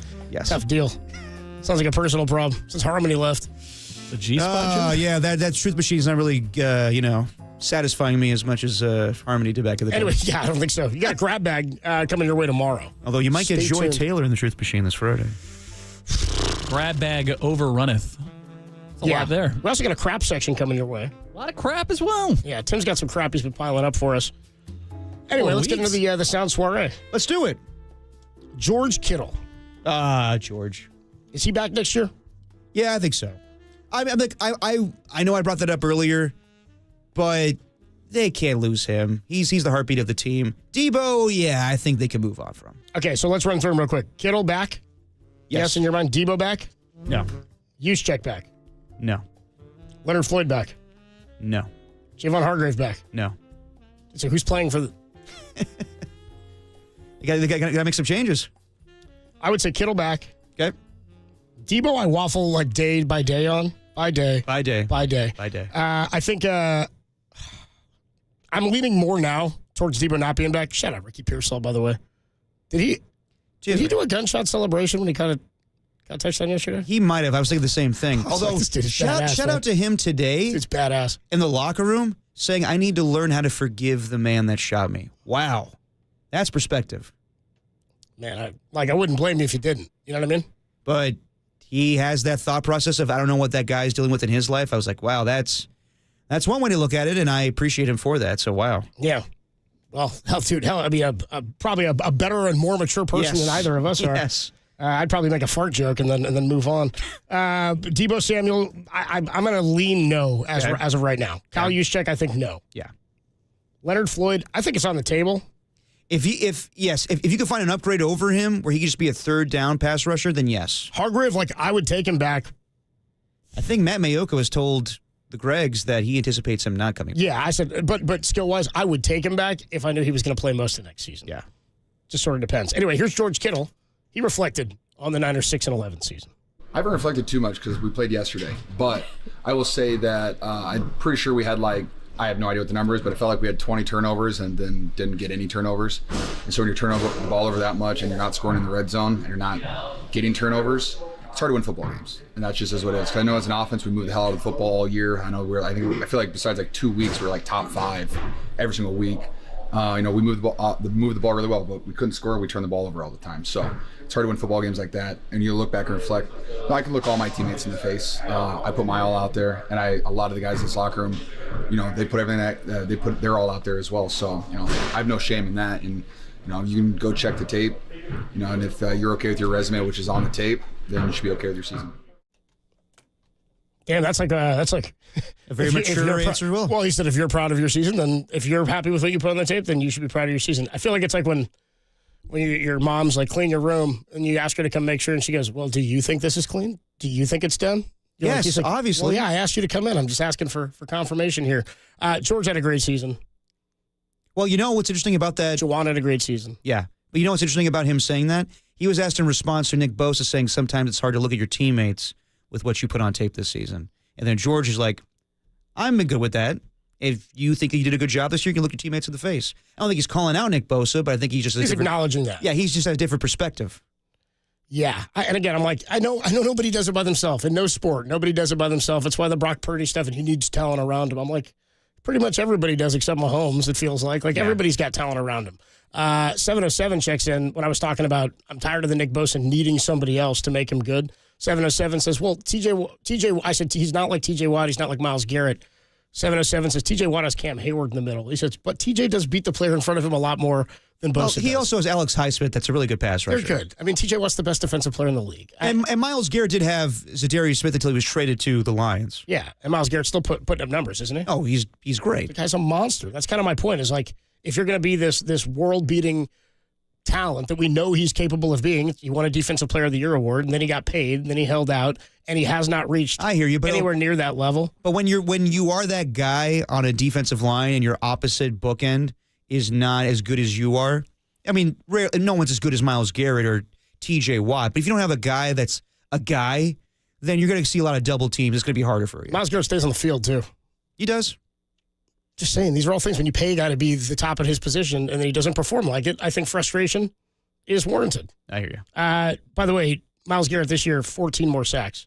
He's only had one season of not double-digit sacks, and that was his rookie year. I mean, TJ Watt's probably going to be your defensive player of the year, but I would not be the least bit surprised if Myles Garrett gets second place votes because of what he's had an impact on that team, despite them only winning 3 games. He won it last year, and again, 22 tackles for loss. That's the most in his career, and 14 sacks this year. That's pretty incredible. Yeah. I mean, again, when you're paying a guy like Bosa, this is what I expect. And he's doing it on a 3-win team. That's where I'm like, show me something. Well, I think we all would argue that Myles Garrett's a tad bit better than Nick Bosa. Well, that's my point now. Obviously, like but he's paid like that. Is the point I'm trying to make. He should be, and I want him to be, and need him to be top 3 in defensive player, at least at that position in Defensive Player of the Year voting. Then by your argument, when Brock Purdy gets paid, he should be top 3 in touchdown passes.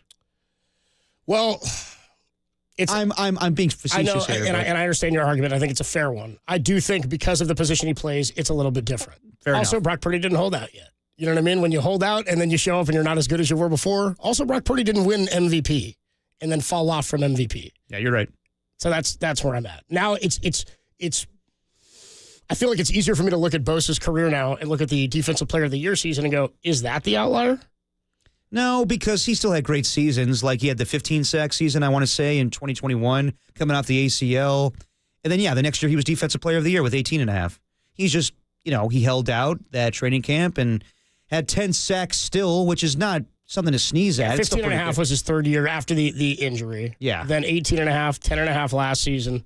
But Bosa's kind of different where, he had 18.5 sacks, but he's never been a consistent, like even his rookie year, I think he had 9 sacks. It wasn't like some 9 in 16 games. Yeah, so I would say it's different. Now, does he need to force fumbles a lot more than these other guys? Yes, because that's what TJ Watt does. That's why he's going to win Defensive Player of the Year. TJ Watt didn't get 19 sacks this year. He got 11.5, but it's the 6 forced fumbles that's going to separate him from everybody else. The difference also in the Nick Bosa thing from Brock Purdy when you make that argument is Nick Bosa, when he got paid, I think everybody looked at him as a top 3 player at his position. Yeah.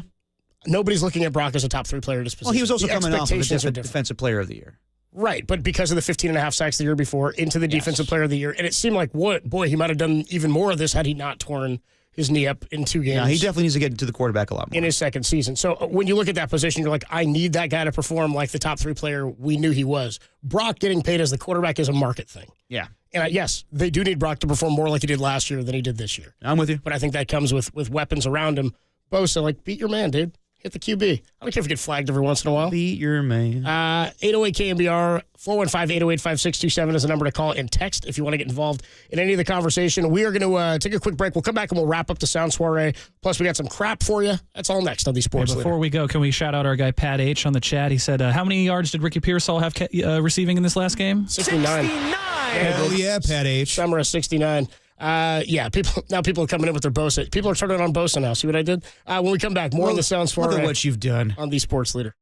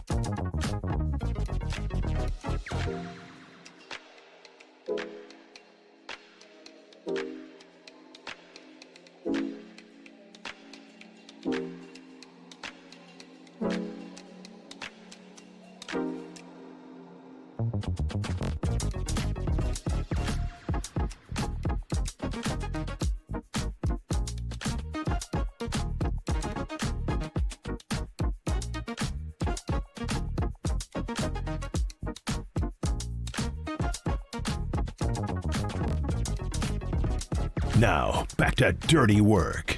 Adam Copeland and Derek Papa on KNBR 104.5 and 680 AM, the sports leader. All right, we're gonna wrap up the sound soiree, but Derek called the audible. Didn't you during the break? Weren't you like, no, we won't do the rest of the soiree? No, I was saying let's do the rest of soiree, and we'll do. Oh, we will do the rest of the soiree. A little crap to end the show, and then we'll do what we learned today, or time to put the show to bed. Yeah, we'll put the show. Note to self: what we learned today. Sorry, I was thinking about the morning show. Why? I don't know. We got stuff going on. Ever since young Tony got in your guys' head about Jalen Milroe, it's been nothing but morning I know, he's show. really flustered me. He's not in my head. He hasn't been in my head since he texted me Pro Football Focus rankings on college quarterbacks entering the draft, and then admitted I didn't even know what Pro Football Focus was till Murph mentioned it. Taking it as a way to get against you, and then not even knowing what it is. Yeah. Just take the W at that point. Well, when Tony's like, you think Shedeur is better than Jalen? I said, yeah. And he goes, well, how much? He's smaller. How about their size? I was like, they're literally the same height and 10 pounds apart. I will say, he's moving the goalposts on me. I saw Tom Pelissero say that some scouts do not have a first-round grade on Shedeur Sanders. I saw that. And Cam Ward. I'm like, what? Then who's going to draft a quarterback this year? Maybe there's always why all these teams were playing so hard at the end of the season, didn't care about the number one pick. Maybe. I mean, look at the Trey Lance draft. Trevor Lawrence won. What's his name? Zach Wilson 2. Trey Lance 3. Trey Lance 3, who played yesterday, by the way. I thought he looked atrocious. Oh, dude, there was a play. God, Rico Dowdle was wide open in the end zone. You talking about the moment he threw it right at his feet? Yes. Yeah. What? I was watching that. He evaded a sack, and then he just rolls to his left, and he just dumps it 2 yards shy of Dowdle's feet. He is not good. He's not a good quarterback. And then later on in that same first round, you get Justin Fields and you got Mac Jones. Yep. Only one of those guys is starting in the NFL right now, and his head coach. 4-13 team. He's about to have his third head coach in the last 4 years, right? And Shaq Condé was like, hey, I'm picking the head coach here. We're not giving Trevor Lawrence the Aaron Rodgers treatment. He actually said that today. None of those coaches still have their job except for who drafted a quarterback in the first round of that draft, except for Kyle Shanahan. That is true. Bears have had a different coach. It was Nagy at the time, right? Yep. The Jets have a new coach. Now the Jags have another new coach. It was Urban Meyer when they drafted him, and the Patriots. The second new one. What happens when you hit on number 262? There you go. And a couple of those guys aren't even on the same teams anymore. 3 of them, right? 4 of them. Trevor Lawrence is the only one who's still on his team. Yeah. They drafted him. Yeah. That's incredible. Yep. That's incredible. Steph Curry. Oh, poor Steph. Yeah, poor Steph, dude. Yeah, he'll be all right. I guess. I don't know if the Dubs will be all right. 18 and 17. I heard Mr. Comeback's having a second season. He'll be fine. Mr. Comeback's having a second season, but international smokes are getting snuffed out by the minute. Here's Steph Curry on post game yesterday after losing to the Kings by 30. I mean, we haven't shown that. It's just one of those things where you don't want to be in that situation. Like I said, especially a back-to-back where the guys exerted a lot of energy last night to get that win. So we would love to have started the game a lot better to give ourselves a chance and not be in that situation where we've been where, yeah, you're having to have crazy offensive fireworks to even have a chance to come back. Like, that's not our MO. Kind of interesting that he says It's not our MO to come back in games. So that's another kind of... To be frank, Steph, it's not really your MO to be up in games and close them out either. I know. Really, that's my thing is I don't know the one thing... Is there one thing the Warriors do well? No, they're just frantic. Some games, they... Wildly inconsistent. Score a ton of points, and then last night they scored 99. Mid? Exactly. They are mid. Like, I go back to Steph saying that, and he's definitely, like, kind of alluded to, I need a lot of help. And I'm sure he's telling Mike Dunleavy that and Joe Lacob that, but, yeah, when you say we're not a team that has the MO of coming back from large deficits, when you did before with Klay Thompson, he's asking for another three-point shooter to help him out. And he's not getting that in a shooter right now. They're 12-3. They're 18-17. They're 6-14 since they started 12-3. They've had 8 games already in their 35 where 8 of their 35 games, they've all happened within the last 23 games where they've scored fewer than 100 points. I think they've won one of those games. I think Danny Emmerman was onto something. It's time to call the Phoenix Suns about Kevin Durant. I don't know, man. No, I'm kidding. I don't know why. I mean, I was down with that last year. 2 years, I was like, hell yeah. I didn't want him gone the first time. Yeah. I mean, I'd be all... It's up to him. You know what I mean? I mean, looking back on it now, a couple summers ago after they won the championship where that was on the table, probably should have done it. He just said keep an eye on the Phoenix Suns. But again, this is about does he want to be here? That's more about what it is. It's not about it's not just you should do that. He's going to want to be here too. No, I know. What I would say is Danny said keep an eye on the Phoenix Suns, just that situation. They're out of the playoff picture right now. I think they have 15 wins. They've been way more disappointing than the Warriors, I'll say. And they have far more talent, at least on paper, than the Warriors do. I mean, they had NBA Finals aspirations. They were in the finals like 3 years ago. I've never liked Bradley Beal on that team. I didn't even think it was a good piece when they traded for him. It's like they don't know what to do. Yeah, they definitely don't. And now they're trying to move him. And he brought Washington with him. Yeah. Right. It's Jordan Poole, but brought the rest of the team. Yeah, it's not good. Like what Danny was saying, I think more appropriately is the way the Warriors get better or land a superstar is some superstar is going to have to force his way to them. Somebody's going to have to say, I need to get traded to that team. Yeah, but some GM's not going to say, like, all right, well, we'll let you go. Right, but it happens. It's happened many times. James Harden, Kevin Durant, Kyrie Irving. I mean, guys have done it. The NBA is the sport where that happens. Yeah. More here from the Sound Soiree. Tyreek Hill had a rough season relative to last year. Yeah, and I forgot how it started, too, with him getting arrested on the sideline. I brought that up to you yesterday. On the sideline, but, like, came on the way to the game. Yeah, the Miami-Dade police. And then, dude, still maybe the best celebration of the year, him pretending to be handcuffed after he goes for a touchdown after he was detained before the game. But that was only his big play of the year. That 75-yard touchdown week 1 against the Jaguars. Nothing quite like that since. I believe that was his long catch of the year. Anyway, his numbers on the season, after last year in 16 games, he had 119 catches. He had 2 straight years of 119, 3 straight seasons of 100 or more. So last year he goes 1,799 yards, so nearly 1,800 yards, 13 touchdowns, 112 a game. This year, 81 catches, and he played all 17. 959 is the yardage, 6 touchdowns, and an average of 56.4 yards a game. Now, part of that is the quarterback play. They were severely hampered when they did not have Tagovailoa in there. Skylar Thompson and Snoop Huntley. By the way, here's your riff. If you're playing well, you're Snoop Huntley. If you lose, you're Tyler. Yeah, fair enough. And he was your number 1 top player in the top 100. Who's that? Tyreek Hill. Well, don't forget, he said he other ideas about his career after football. I want to be a porn star. Maybe he still wants to be. Here's Tyreek Hill on his future with the Dolphins. This is my first time I haven't been in the playoffs, man. So, I mean, for me, like I said, man, I just got to do what's best for me and my family, dog. If that's here, if that's wherever the case may be, man, I'm finna open that door for myself, dog. As I'm opening the door, like I'm out, bro. You know, so it was great playing here, but. I mean, you thinking about leaving here? If it is, hey, it gets. What did he say at the end? Yes. Well, hey. He's trying to skirt the line there, but that is 10 times worse than Jimmy Butler. Give me. It gets. I want the him and hawing up to it. I want the whole part of it. If it is, hey. It gets. Dude. I'm trying to be diplomatic, and that is the most honest. Like James Harden, Jimmy Butler. That I have never heard a player say, "I am out. I don't want to be here anymore. I got 1 year left on my contract." There's been players who've said that, haven't they? No, but I like 1 year. Andre Campbell didn't say it; he just left. I know, but like just straight up like it's a good situation for him. Like, but not as good as the Chiefs. But like, he wanted to get paid. He wanted to go to Miami. He's from Miami, I believe, or Florida, or whatever area.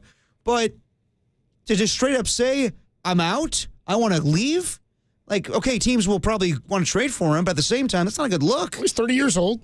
He's been an All-Pro 5 times, and I feel like he probably thinks that this year went the way it did because the team just wasn't good enough in the quarterback play. You thinking about leaving here? If it is, hey. Yes. Dude, it's the A for me. Yes. Yes. I mean, again, he had...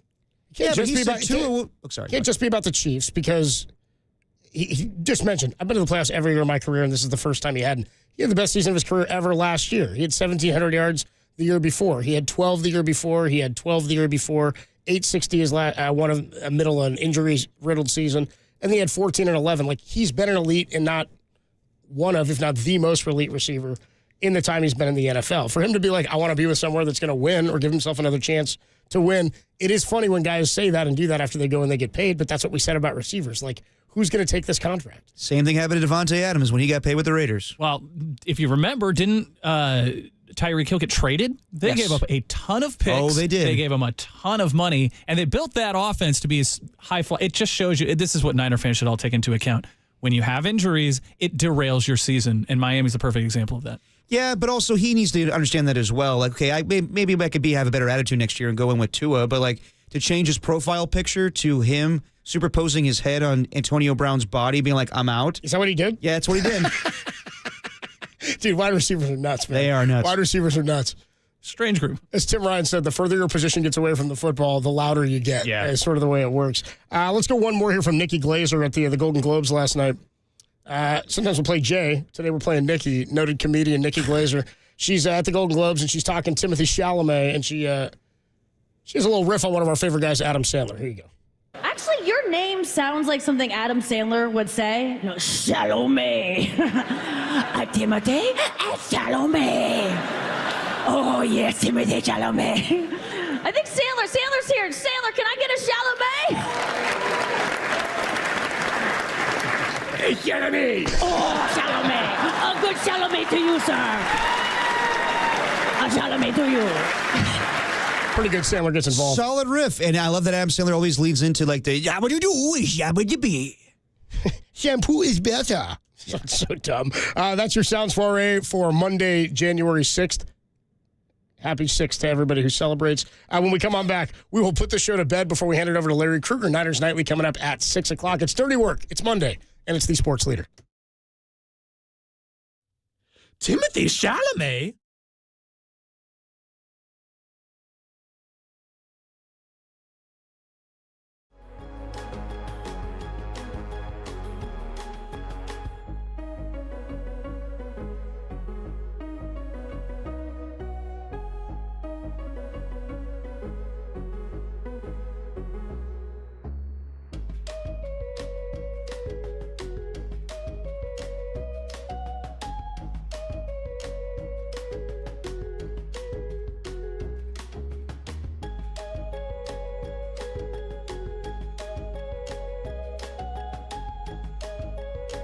Doug Peterson and Gerard Mayo are out of the NFL coaching ranks. 5 NFL teams will currently be looking for new head coaches. For all the latest around the NFL, keep it locked to KNBR, your home for 49ers football for the last 20 seasons.